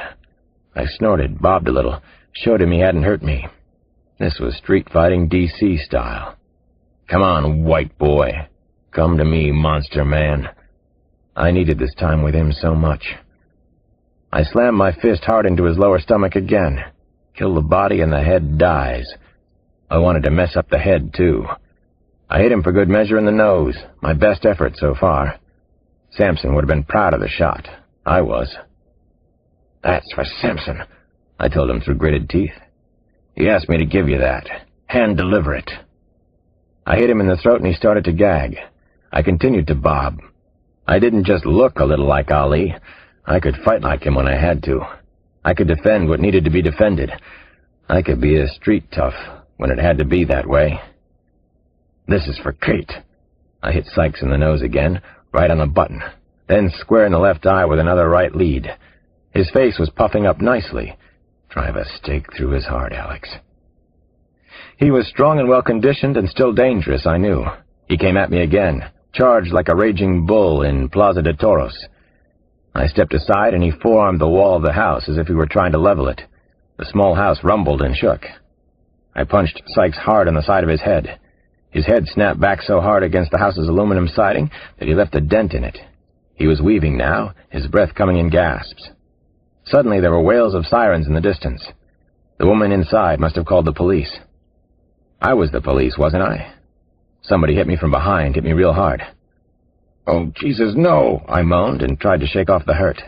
This wasn't possible. This couldn't be happening. Who had hit me? Why? I didn't get it, couldn't understand, couldn't clear my head fast enough. I was dizzy and hurt, but I turned anyway. I saw a frizzy-haired blonde woman wearing an oversized farm-aid T-shirt. She was still holding the work shovel she'd just clobbered me with. "Get off my boyfriend!" she screamed at me. Her face and neck were beet red. "Get away from him, or I'll hit you again! You get away from my Davy!" My Davy? Jesus, my head was spinning, but I got the message. I thought I did anyway. Davy Sykes had come out here to see his girlfriend. He wasn't hunting anyone. He wasn't here to murder anyone. He was Farm Aid's boyfriend. Maybe I'd lost it, I thought, as I backed away from Sykes. Maybe I was finally burned beyond a crisp, beyond recognition or redemption. Or maybe I was like almost every other homicide detective I knew, overworked and fallible as hell. I'd made a mistake. I'd been wrong about Davy Sykes. I just didn't understand how it had happened. Kyle Craig arrived at the house in McCullers within the hour. He was as calm as ever, completely unruffled. He spoke quietly to me. "Detective Sykes has been having an affair with the woman in the house for over a year. We knew about it. Detective Sykes isn't a suspect. He isn't Casanova. Go home, Alex. Just go home now. You're through here." Chapter 119. I didn't go home. I went to visit Kate at Duke University Medical Center. She didn't look good. She was pale and haggard. She was rail thin. She didn't sound good either, but Kate was much, much improved. She was out of the coma. "Look who's finally awake," I said from the doorway into her room. "You got one of the bad guys, Alex," Kate whispered as she saw me. She smiled faintly, and she spoke in a slow, uncertain way. It was Kate, but not quite Kate. "Did you see that in your dreams?" I asked her. "Yep." She smiled again, that sweet smile of hers. She was talking so very slowly. "As a matter of fact, I did." "I brought you a little present," I told her. I held up a teddy bear dressed to look like a doctor. Kate took the bear and she continued to grin. The magical smile almost made her look like her old self. I put my head down close to Kate's. I kissed her swollen head as if it were the most delicate flower ever put on the earth. Sparks flew, strange ones, but maybe the strongest ones yet. "I missed you more than I can say," I whispered against her hair. "Say it," she whispered back. Then she smiled again. We both did. Her speech was a little slow, maybe, but not her mind. 10 days later, Kate was up on a clumsy four-legged metal walker. She was complaining that she hated the mechanical contraption and would be off it within a week. Actually, it took her almost 4 weeks, but even that was considered miraculous. She had a half-moon indentation on the left side of her forehead from the terrible beating. So far, she had refused plastic surgery to repair it. She thought her dent added character. In a way, it did. It was pure, unadulterated Kate McTiernan. "It's also part of my life story, so it stays," she said. Her speech was closer to normal, getting a little clearer every week. Whenever I saw Kate's half-moon dent, I was reminded of Reginald Denny, the truck driver who was so savagely beaten during the Los Angeles riots. I remember how he looked after the first Rodney King verdict. Denny's head was severely dented, actually staved in on one side. It still looked that way when I saw him on TV a year after the incident. I also thought of a Nathaniel Hawthorne short story called The Birthmark. The dent was Kate's one imperfection. With it, in my eyes anyway, she was even more beautiful and special than she'd been before. I spent most of July at home with my family in Washington. I took 2 short trips back to see Kate in Durham, but that was all. How many fathers get to spend a month with their kids, catching up with their wild and woolly run through childhood?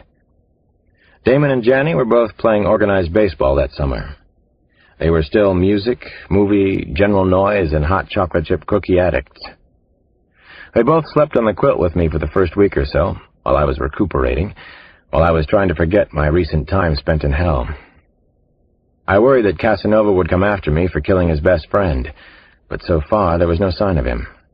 No more beautiful women had been abducted in North Carolina. It was absolutely certain now that he wasn't Davy Sykes. Several area policemen had been investigated, including his partner Nick Ruskin, and even Chief Hatfield. Every cop had alibis, and they all checked out. Who the hell was Casanova, then? Was he going to just disappear like his underground house? Had he gotten away with all those horrifying murders?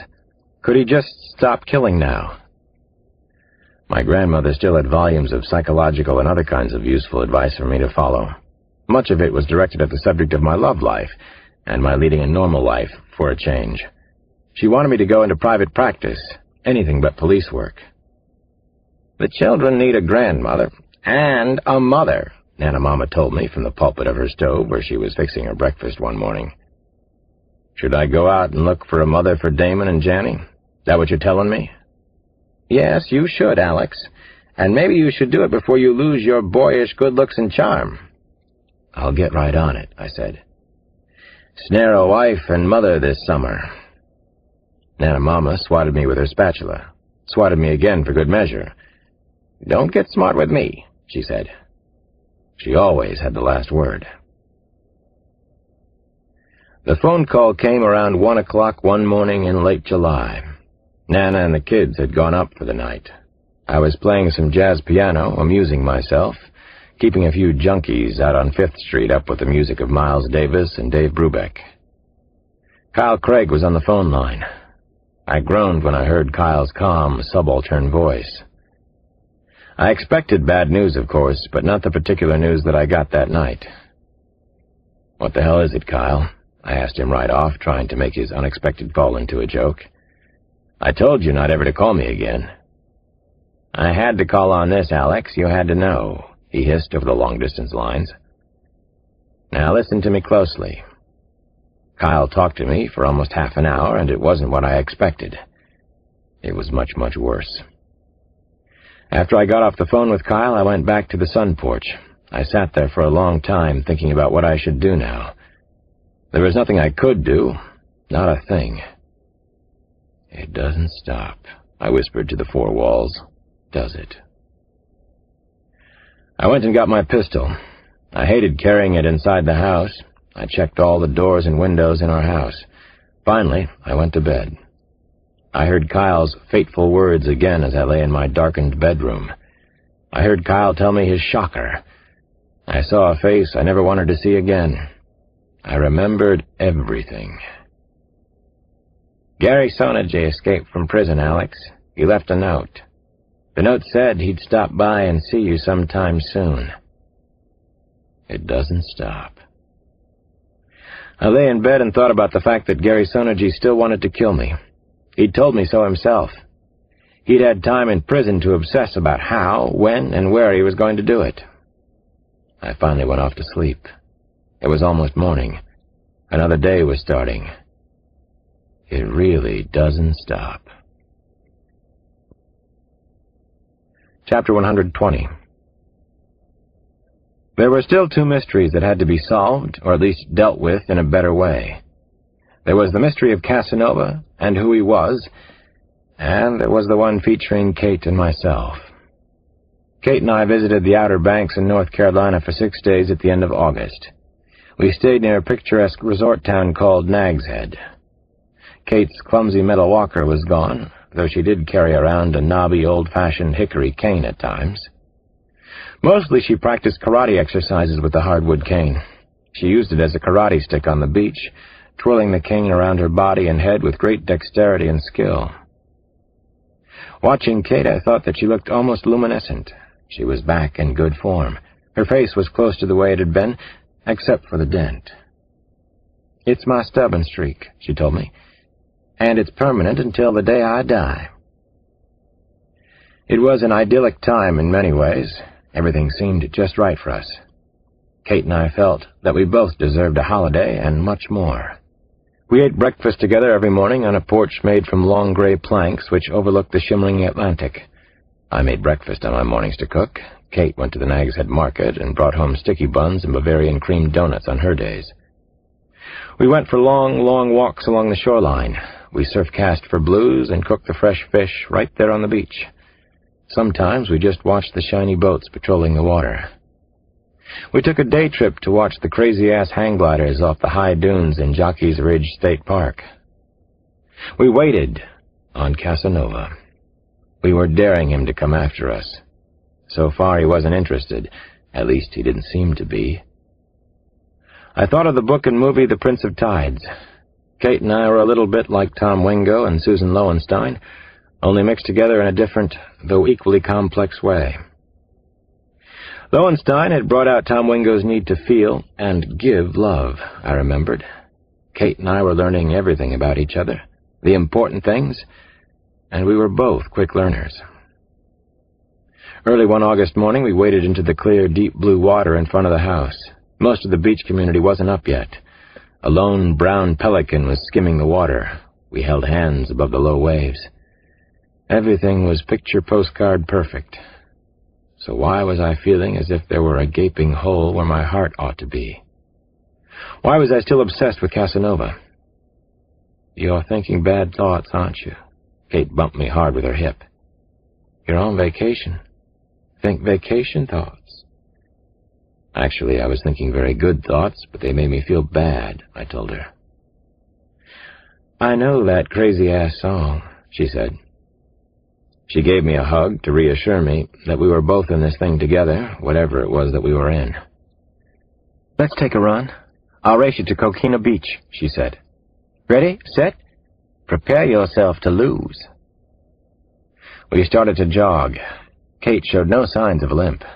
The pace picked up. She was so strong, in all ways. We both were.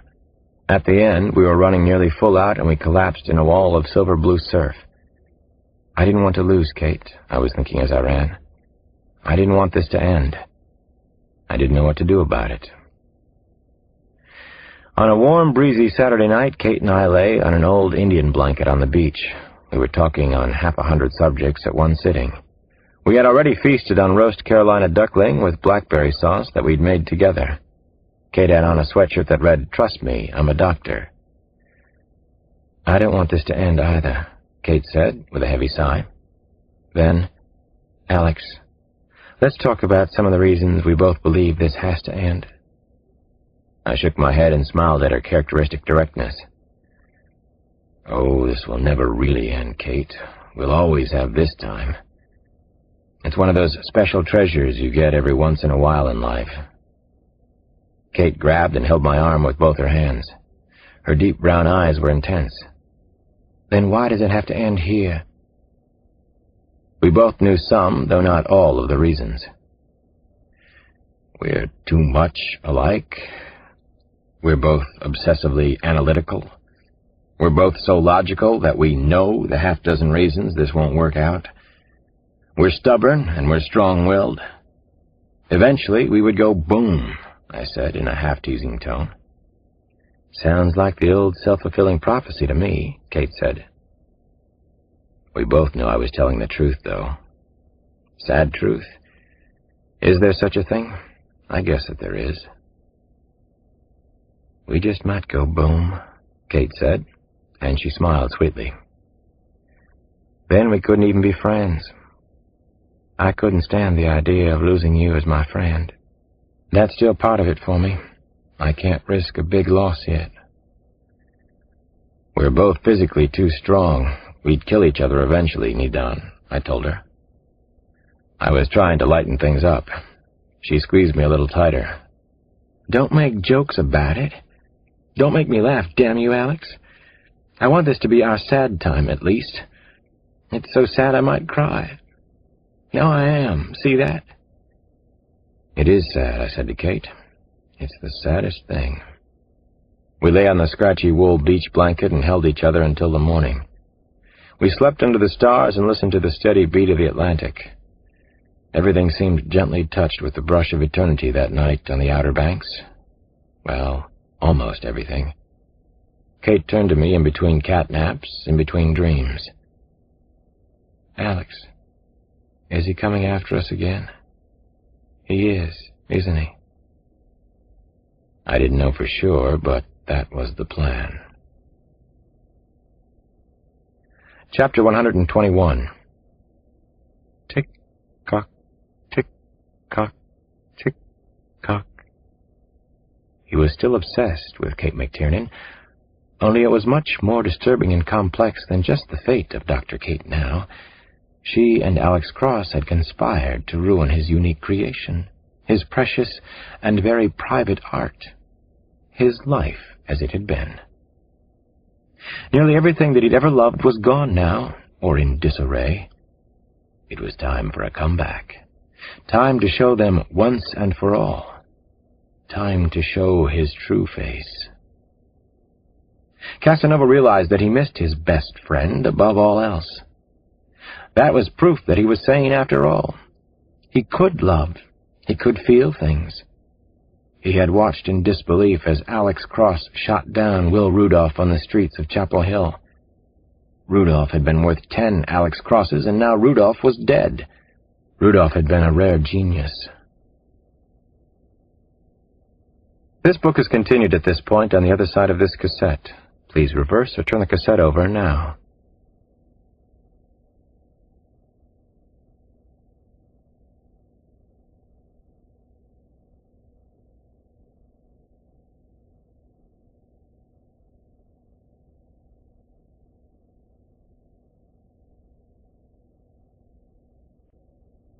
Kiss the Girls by James Patterson.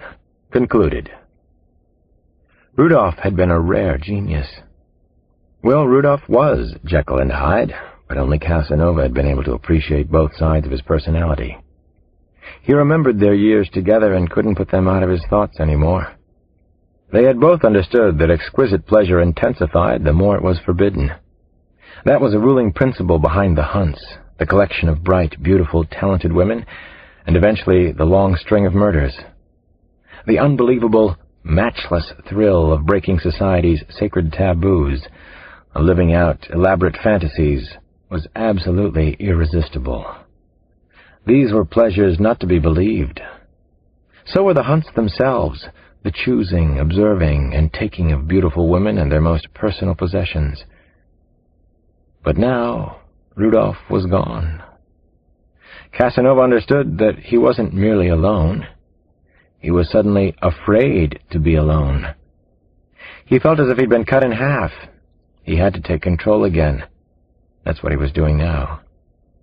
He had to give Alex Cross some credit. Cross had come close to catching him. He wondered if Cross knew how close. Alex Cross was obsessed. That was his edge and all the others in the chase. Cross would never give up, not until he was killed. Cross had set up this delicious little trap in Nag's Head for him, hadn't he? Of course he had. Cross had figured that he would come after him and Kate McTiernan anyway, so why not have it happen under controlled circumstances? Why not, indeed? It was almost a full moon the night he arrived at the Outer Banks. Casanova could make out two men in the tall, wavering dune grass up ahead. They were the FBI agents assigned to watch over Cross and Dr. Kate, the hand-picked guardians. He flicked on his flashlight so that the two of them would see him coming. Yes, he could fit in anywhere. That was just part of his genius, though. Just a small part of his act. When he got within voice range, Casanova called out to the agents. "Yo, it's only me." He tilted the flashlight upward to expose his face. He let them see him, see who he was. Tick-tock. Chapter 122. It was my morning to take care of our breakfast, and I democratically decided on Kate's favorite sticky buns to top off my infamous Monterey Jack cheese and sautéed onion omelet. I figured I would jog to and from the tiny overpriced bakery in Nag's Head. Jogging helps me think in straight lines sometimes. I ran on a zigzag path through softly waving waist-high dune grass that eventually met with the paved road over the marshes and into town. It was a beautiful late summer day. I began to relax as I jogged. My guard was down, so I almost didn't see him. A blond man in a navy blue windbreaker and stained khaki pants lay spread-eagled in the tall grass, just off the dirt path. He looked as if his neck had been broken. He hadn't been dead very long. His body was still warm when I felt for a pulse. The dead man was FBI. He was a pro who wouldn't have been easy to take out.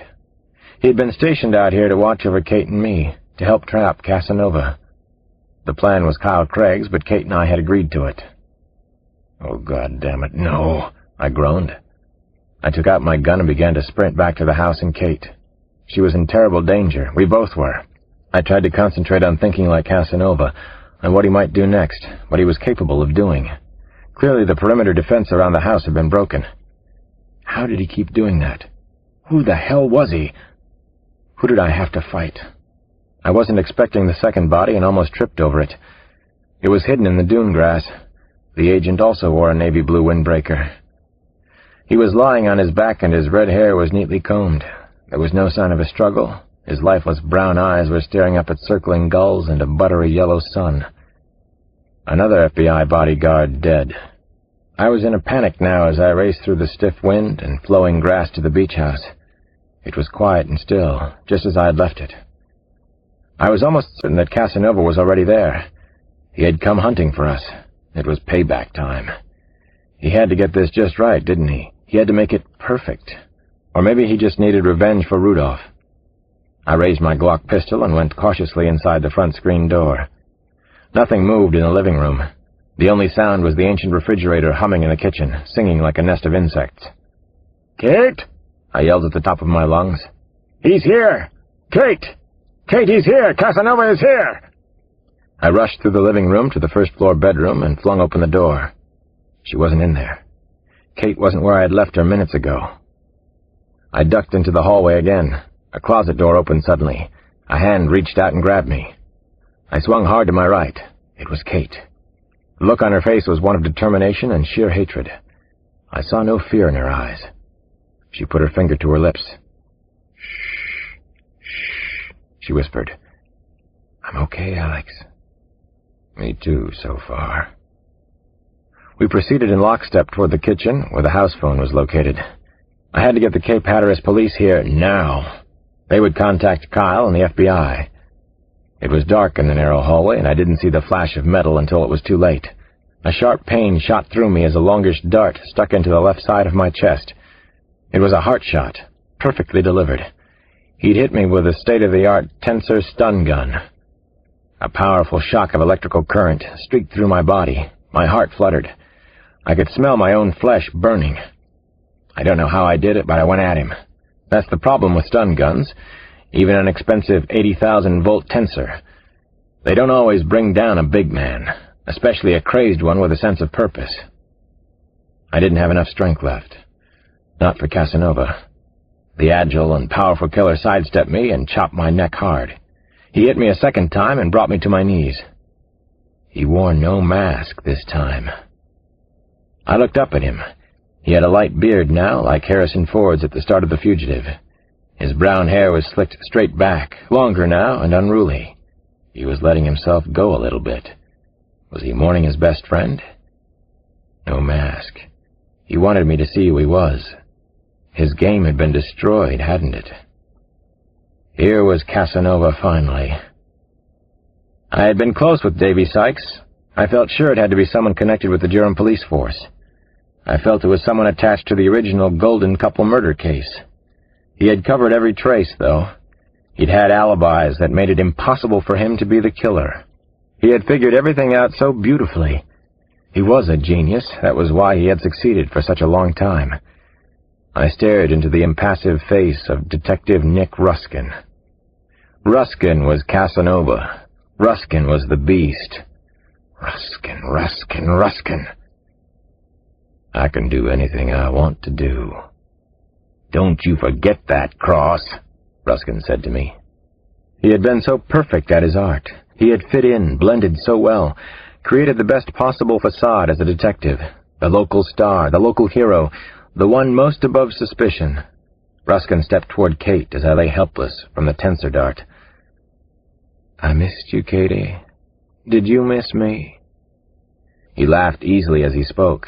There was madness in his eyes, though. He had finally gone over the edge. Was it because his twin was dead? What in hell did he want to do now? So, did you miss me? He repeated as he came toward her with a powerful, incapacitating tensor in hand. Kate didn't answer the question. She went for him instead. She'd wanted this for so long. An explosive kick to Casanova's right shoulder spun the gun from Nick Ruskin's outstretched hand. The kick was a beauty, perfectly delivered. Hit him again, then get out of there, I wanted to yell at Kate. I couldn't speak yet. Nothing came out when I tried. I finally managed to get up on one elbow. Kate was flowing the way she did when she practiced on the beach. Casanova was a big man, powerful, but Kate's strength seemed to surge from a rage equal to his. He comes, we tango, she had said once upon a time. She was a blur, a perfect fighter, even better than I expected. I didn't see the next punch. I was blocked by his body. I saw Nick Ruskin's head snap sharply to the side, and his long hair flew out in every direction. His legs wobbled badly. She'd hurt him. Kate pivoted and hit him again. A lightning-quick punch caught the left side of his face. I wanted to cheer for her. The punch didn't stop him, though. Ruskin was relentless, but so was she. He lunged at her, and Kate hit him yet again. His left cheek appeared to collapse. It was a mismatch all the way.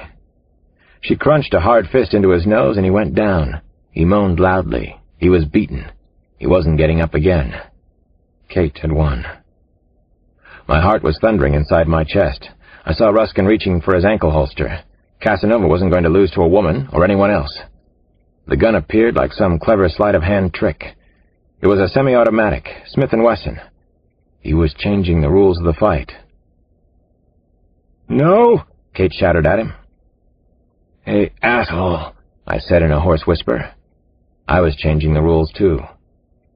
Casanova turned. He saw me and pivoted the semi-automatic in my direction. I was holding the Glock with both hands. My arms were shaking some, but I was able to sit up. I emptied almost a full clip into him. Drive a stake through his heart. That's what I did. Casanova flew back hard against the wall of the house. His body thrashed. His legs didn't work. Numbness was already spreading through his body. The expression on his face was one of shock. He realized he was human after all. His eyeballs seemed to float upward and disappear into the top of his head. Only the whites of his eyes showed. His legs kicked again, then stopped. Casanova died almost instantly on the beach house floor. I stood up on rubbery legs. I noticed that I was glazed with sweat, icy cold, unpleasant as hell. I struggled over to Kate, and we held on to each other for a long time.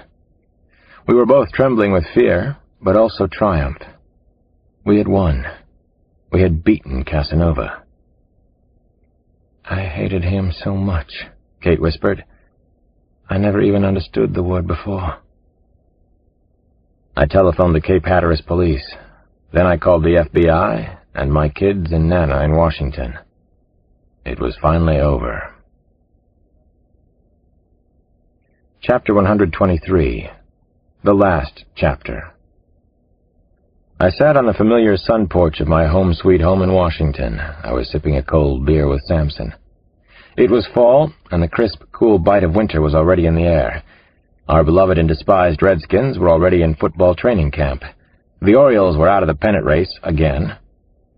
And so it goes, Kurt Vonnegut wrote once upon a time, when I was at Johns Hopkins and susceptible to such easy, breezy sentiments. I could see my kids in the living room. They were on the couch together, watching Beauty and the Beast for the 11th time. I didn't mind. It was a good, strong story, and it bore repeating. Tomorrow it would be Aladdin again, my personal favorite. "I saw today that D.C. deploys 3 times as many police as the national average," Samson was telling me. "Yeah, but we have 20 times as much crime. We didn't get to be the capital city of America for nothing," I said. Like one of our past mayors said, "Outside of the killings, Washington has one of the lowest crime rates in the country." Samson laughed. We both did. Life was finally returning to normal. "You all right?" Samson asked me after a while. He hadn't asked that since I'd been back from the South, from the Outer Banks, my summer vacation, as I called it. "I'm just fine. I'm a big, macho, kick-ass detective like you." "You're a lying sack of shit, Alex. 10 pounds in a 1-pound bag." "That, too, goes without saying." I admitted to my faults with him. "I asked you a serious damn question," he said. He was giving me a flat, cold stare from behind his shades. Kind of reminded me of Hurricane Carter when he was a fighter. "You miss her, man?" "Of course I miss her. Hell, yes. I told you that I'm all right, though. I never had a woman friend like that." "You?" "No, not like that. You understand that both of you are very odd?" He shook his head and didn't know what to make of me. I didn't either. "She wants to set up practice where she grew up. She made a promise to her family. That's what she's decided to do for the time being. I need to be here right now. Make sure you grow up all right. That's what I decided to do. That's what we decided together down in Nag's Head. It's the right thing." "Uh-huh." "It's the right thing, John. It's what the two of us decided." Samson sipped his beer thoughtfully, as us macho men often do. He rocked in his easy chair and watched me suspiciously over the mouth of the beer bottle. He watched over me, is what he did. Later that night, I sat all alone on the porch. I played Judgment Day, then God Bless the Child on the piano. I thought about Kate again, and about the thorny subject of loss. Most of us learn to deal with it somehow. We get better at it anyhow. Kate had told me a powerful story while we were in Nag's Head. She was a good storyteller, a reincarnated Carson McCullers. When she was 20, she said, she learned that her father was tending bar in a honky-tonk near the Kentucky border, and she went to the bar one night. She told me that she hadn't seen her father in 16 years. She sat in the seedy, bad-smelling bar and watched him for almost half an hour. She hated what she saw. Finally, she left without ever introducing herself to her own father, without even telling him who she was. Kate just left. She was so tough, and mostly in good ways. That was how she had survived all of those deaths in her family. It was probably why she was the one who had escaped from Casanova's house. I remembered what she had told me. Just one night, Alex. A night neither of us would ever be able to forget. I hadn't been able to forget it. I hoped Kate hadn't either. As I stared out the porch window into the darkness, I couldn't shake the eerie feeling that I was being watched. I solved the problem in true doctor-detective fashion. I stopped staring out the grime-stained window. I know they are out there, though. They know where I live. I finally went up to bed and had no sooner fallen off to sleep when I heard a banging sound in the house. Loud banging, persistent noise, trouble. I grabbed my service revolver and hurried downstairs, where the banging noise continued. I glanced at my wristwatch. It was 3:30. A witching hour. Trouble for me. I found Sampson lurking at the back door. He was the noisemaker. "There's been a murder," he said as I unlocked, unchained, and opened up for him. "This one is a honey, Alex." This concludes the reading of Kiss the Girls by James Patterson. This book was read by Michael Kramer. This audiobook may be purchased by you and donated to your local library for your friends and neighbors to enjoy. Such a donation qualifies as a write-off for tax purposes. Books on Tape Incorporated produces many new unabridged audiobook titles each month. Please call our friendly operators toll-free at 1-800-88-BOOKS for information about our service, or to set up a library donation, or to speed your next title to you without delay. We hope you enjoyed this reading. Please continue listening to sample another Books on Tape bestseller. Acceptable Risk by Robin Cook. Copyright 1995 by Robin Cook. This recording of the full-length reading of Acceptable Risk was published by arrangement with Audio Renaissance Tapes and was produced in 1995 by Books on Tape Incorporated, which holds the copyright thereto. This book is read by Francis Cassidy. Acceptable Risk by Robin Cook. This book consists of 20 chapters and is 406 pages long. Dedication. For Jean, the guiding light. The devil hath power to assume a pleasing shape. Hamlet, William Shakespeare. Prologue. Saturday, February 6th, 1692. Spurred on by the penetrating cold, Mercy Griggs snapped her riding crop above the back of her mare. The horse picked up the pace, drawing the sleigh effortlessly over the hard-packed snow. Mercy snuggled deeper into the high collar of her sealskin coat and clasped her hands together within her muff in a vain attempt to shield herself from the Arctic air. It was a windless, clear day of pallid sunshine. Seasonally banished to its southern trajectory, the sun had to struggle to illuminate the snowy landscape locked in the grip of a cruel New England winter. Even at midday, long violet shadows extended northward from the trunks of the leafless trees. Congealed masses of smoke hung motionlessly above the chimneys of the widely dispersed farmhouses as if frozen against the ice-blue polar sky. Mercy had been traveling for almost a half hour. She'd come southwest along the Ipswich road from her home at the base of Leach's Hill on the Royal side. She'd crossed bridges spanning the Frostfish River, the Crane River, and the Cowhouse River, and now entered into the Northfield section of Salem town. From that point it was only a mile and a half to the town center. But Mercy wasn't going to town. As she passed the Jacobs farmhouse, she could see her destination. It was the home of Ronald Stewart, a successful merchant and shipowner. What had drawn Mercy away from her own warm hearth on such a frigid day was neighborly concern mixed with a dose of curiosity. At the moment, the Stewart household was the source of the most interesting gossip. Pulling her mare to a stop in front of the house, Mercy eyed the structure. It certainly bespoke of Mr. Stewart's acumen as a merchant. It was an imposing, multi-gabled building, sheathed in brown clapboard and roofed with the highest-grade slate. Its many windows were glazed with imported diamond-shaped panes of glass. Most impressive of all were the elaborately turned pendants suspended from the corners of the second-floor overhang. All in all, the house appeared more suited to the center of town than to the countryside.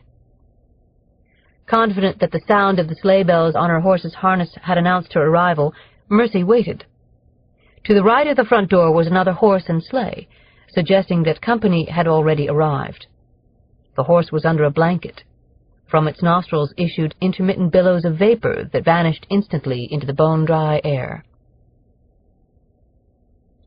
Mercy didn't have long to wait.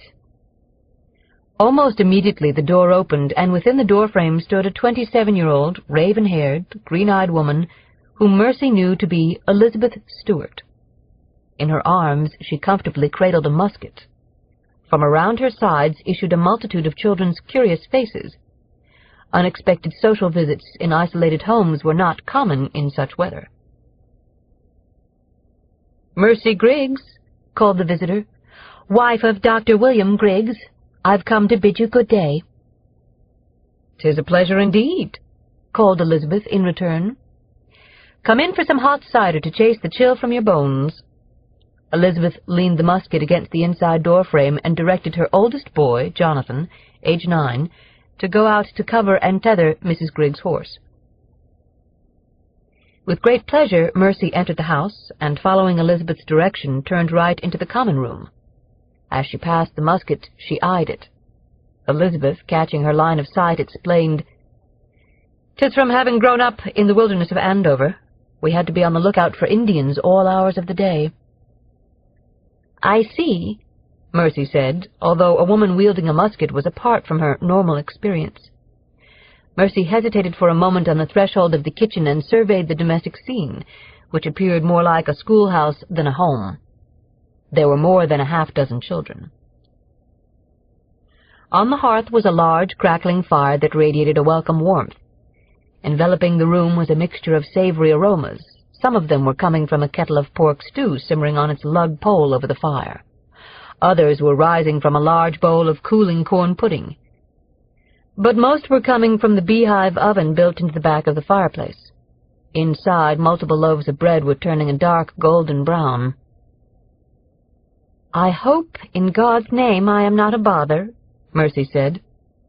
"Heavens, no," Elizabeth replied as she took Mercy's coat and directed her to a ladder-back chair near the fire.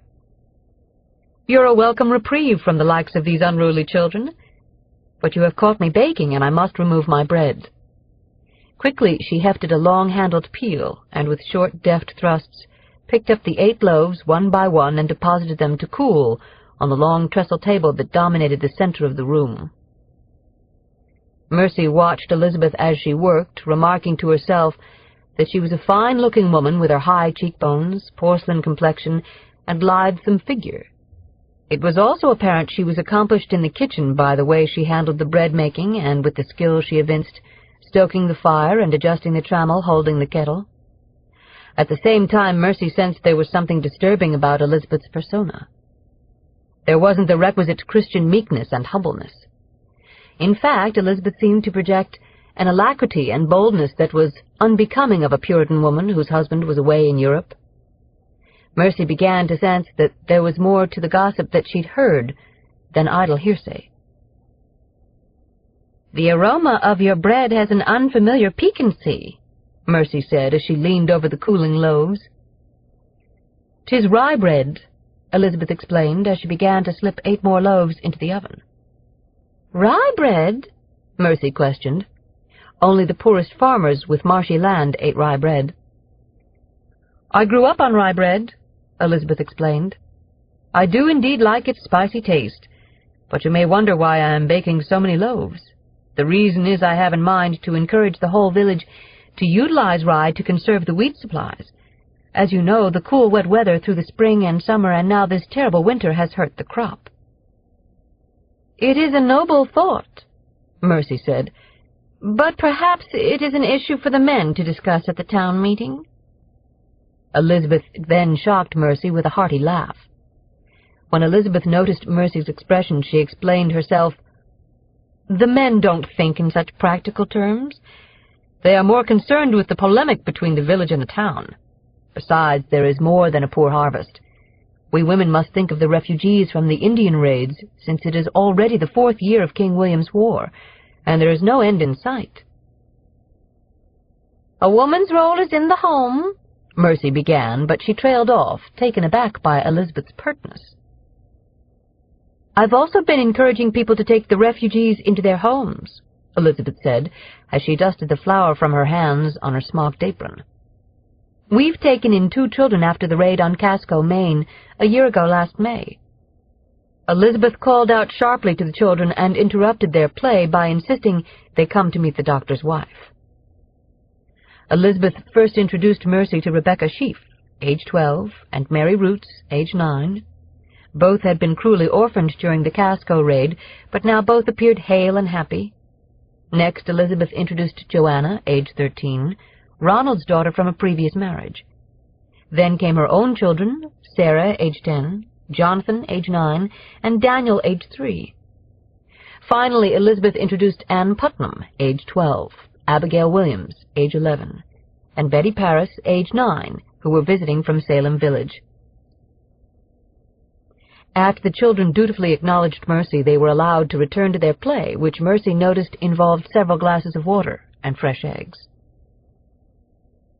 "I'm surprised to see the village children here," Mercy said. "I asked my children to invite them," Elizabeth said. "They are friends from attending the Royal Side School. I felt it best that my children not school in Salem Town with all the riffraff and ruffians." "I understand," Mercy said. "I will be sending the children home with loaves of rye bread," Elizabeth said. She smiled friskily. "It will be more effective than giving their families a mere suggestion." Mercy nodded but didn't comment. Elizabeth was mildly overwhelming. "Would you care for a loaf?" Elizabeth asked. "Oh, no, thank you," Mercy said. "My husband, the doctor, would never eat rye bread. It's much too coarse." As Elizabeth turned her attention back to her second batch of bread, Mercy's eyes roamed the kitchen. She noticed a fresh wheel of cheese, having come directly from the cheese press. She saw a pitcher of cider on the corner of the hearth. Then she noticed something more striking. Arrayed along the windowsill was a row of dolls made from painted wood and carefully sewn fabric. Each was dressed in the costume of a particular livelihood. There was a merchant, a blacksmith, a goodwife, a cartwright, and even a doctor. The doctor was dressed in black with a starched laced collar. Mercy stood up and walked to the window. She picked up the doll dressed as a doctor. A large needle was thrust into its chest. This concludes our program on this cassette. Please call Books on Tape Incorporated for information about it or any title we have recorded. Please wind the cassette forward to its end so it will be in order for the next listener. Thank you.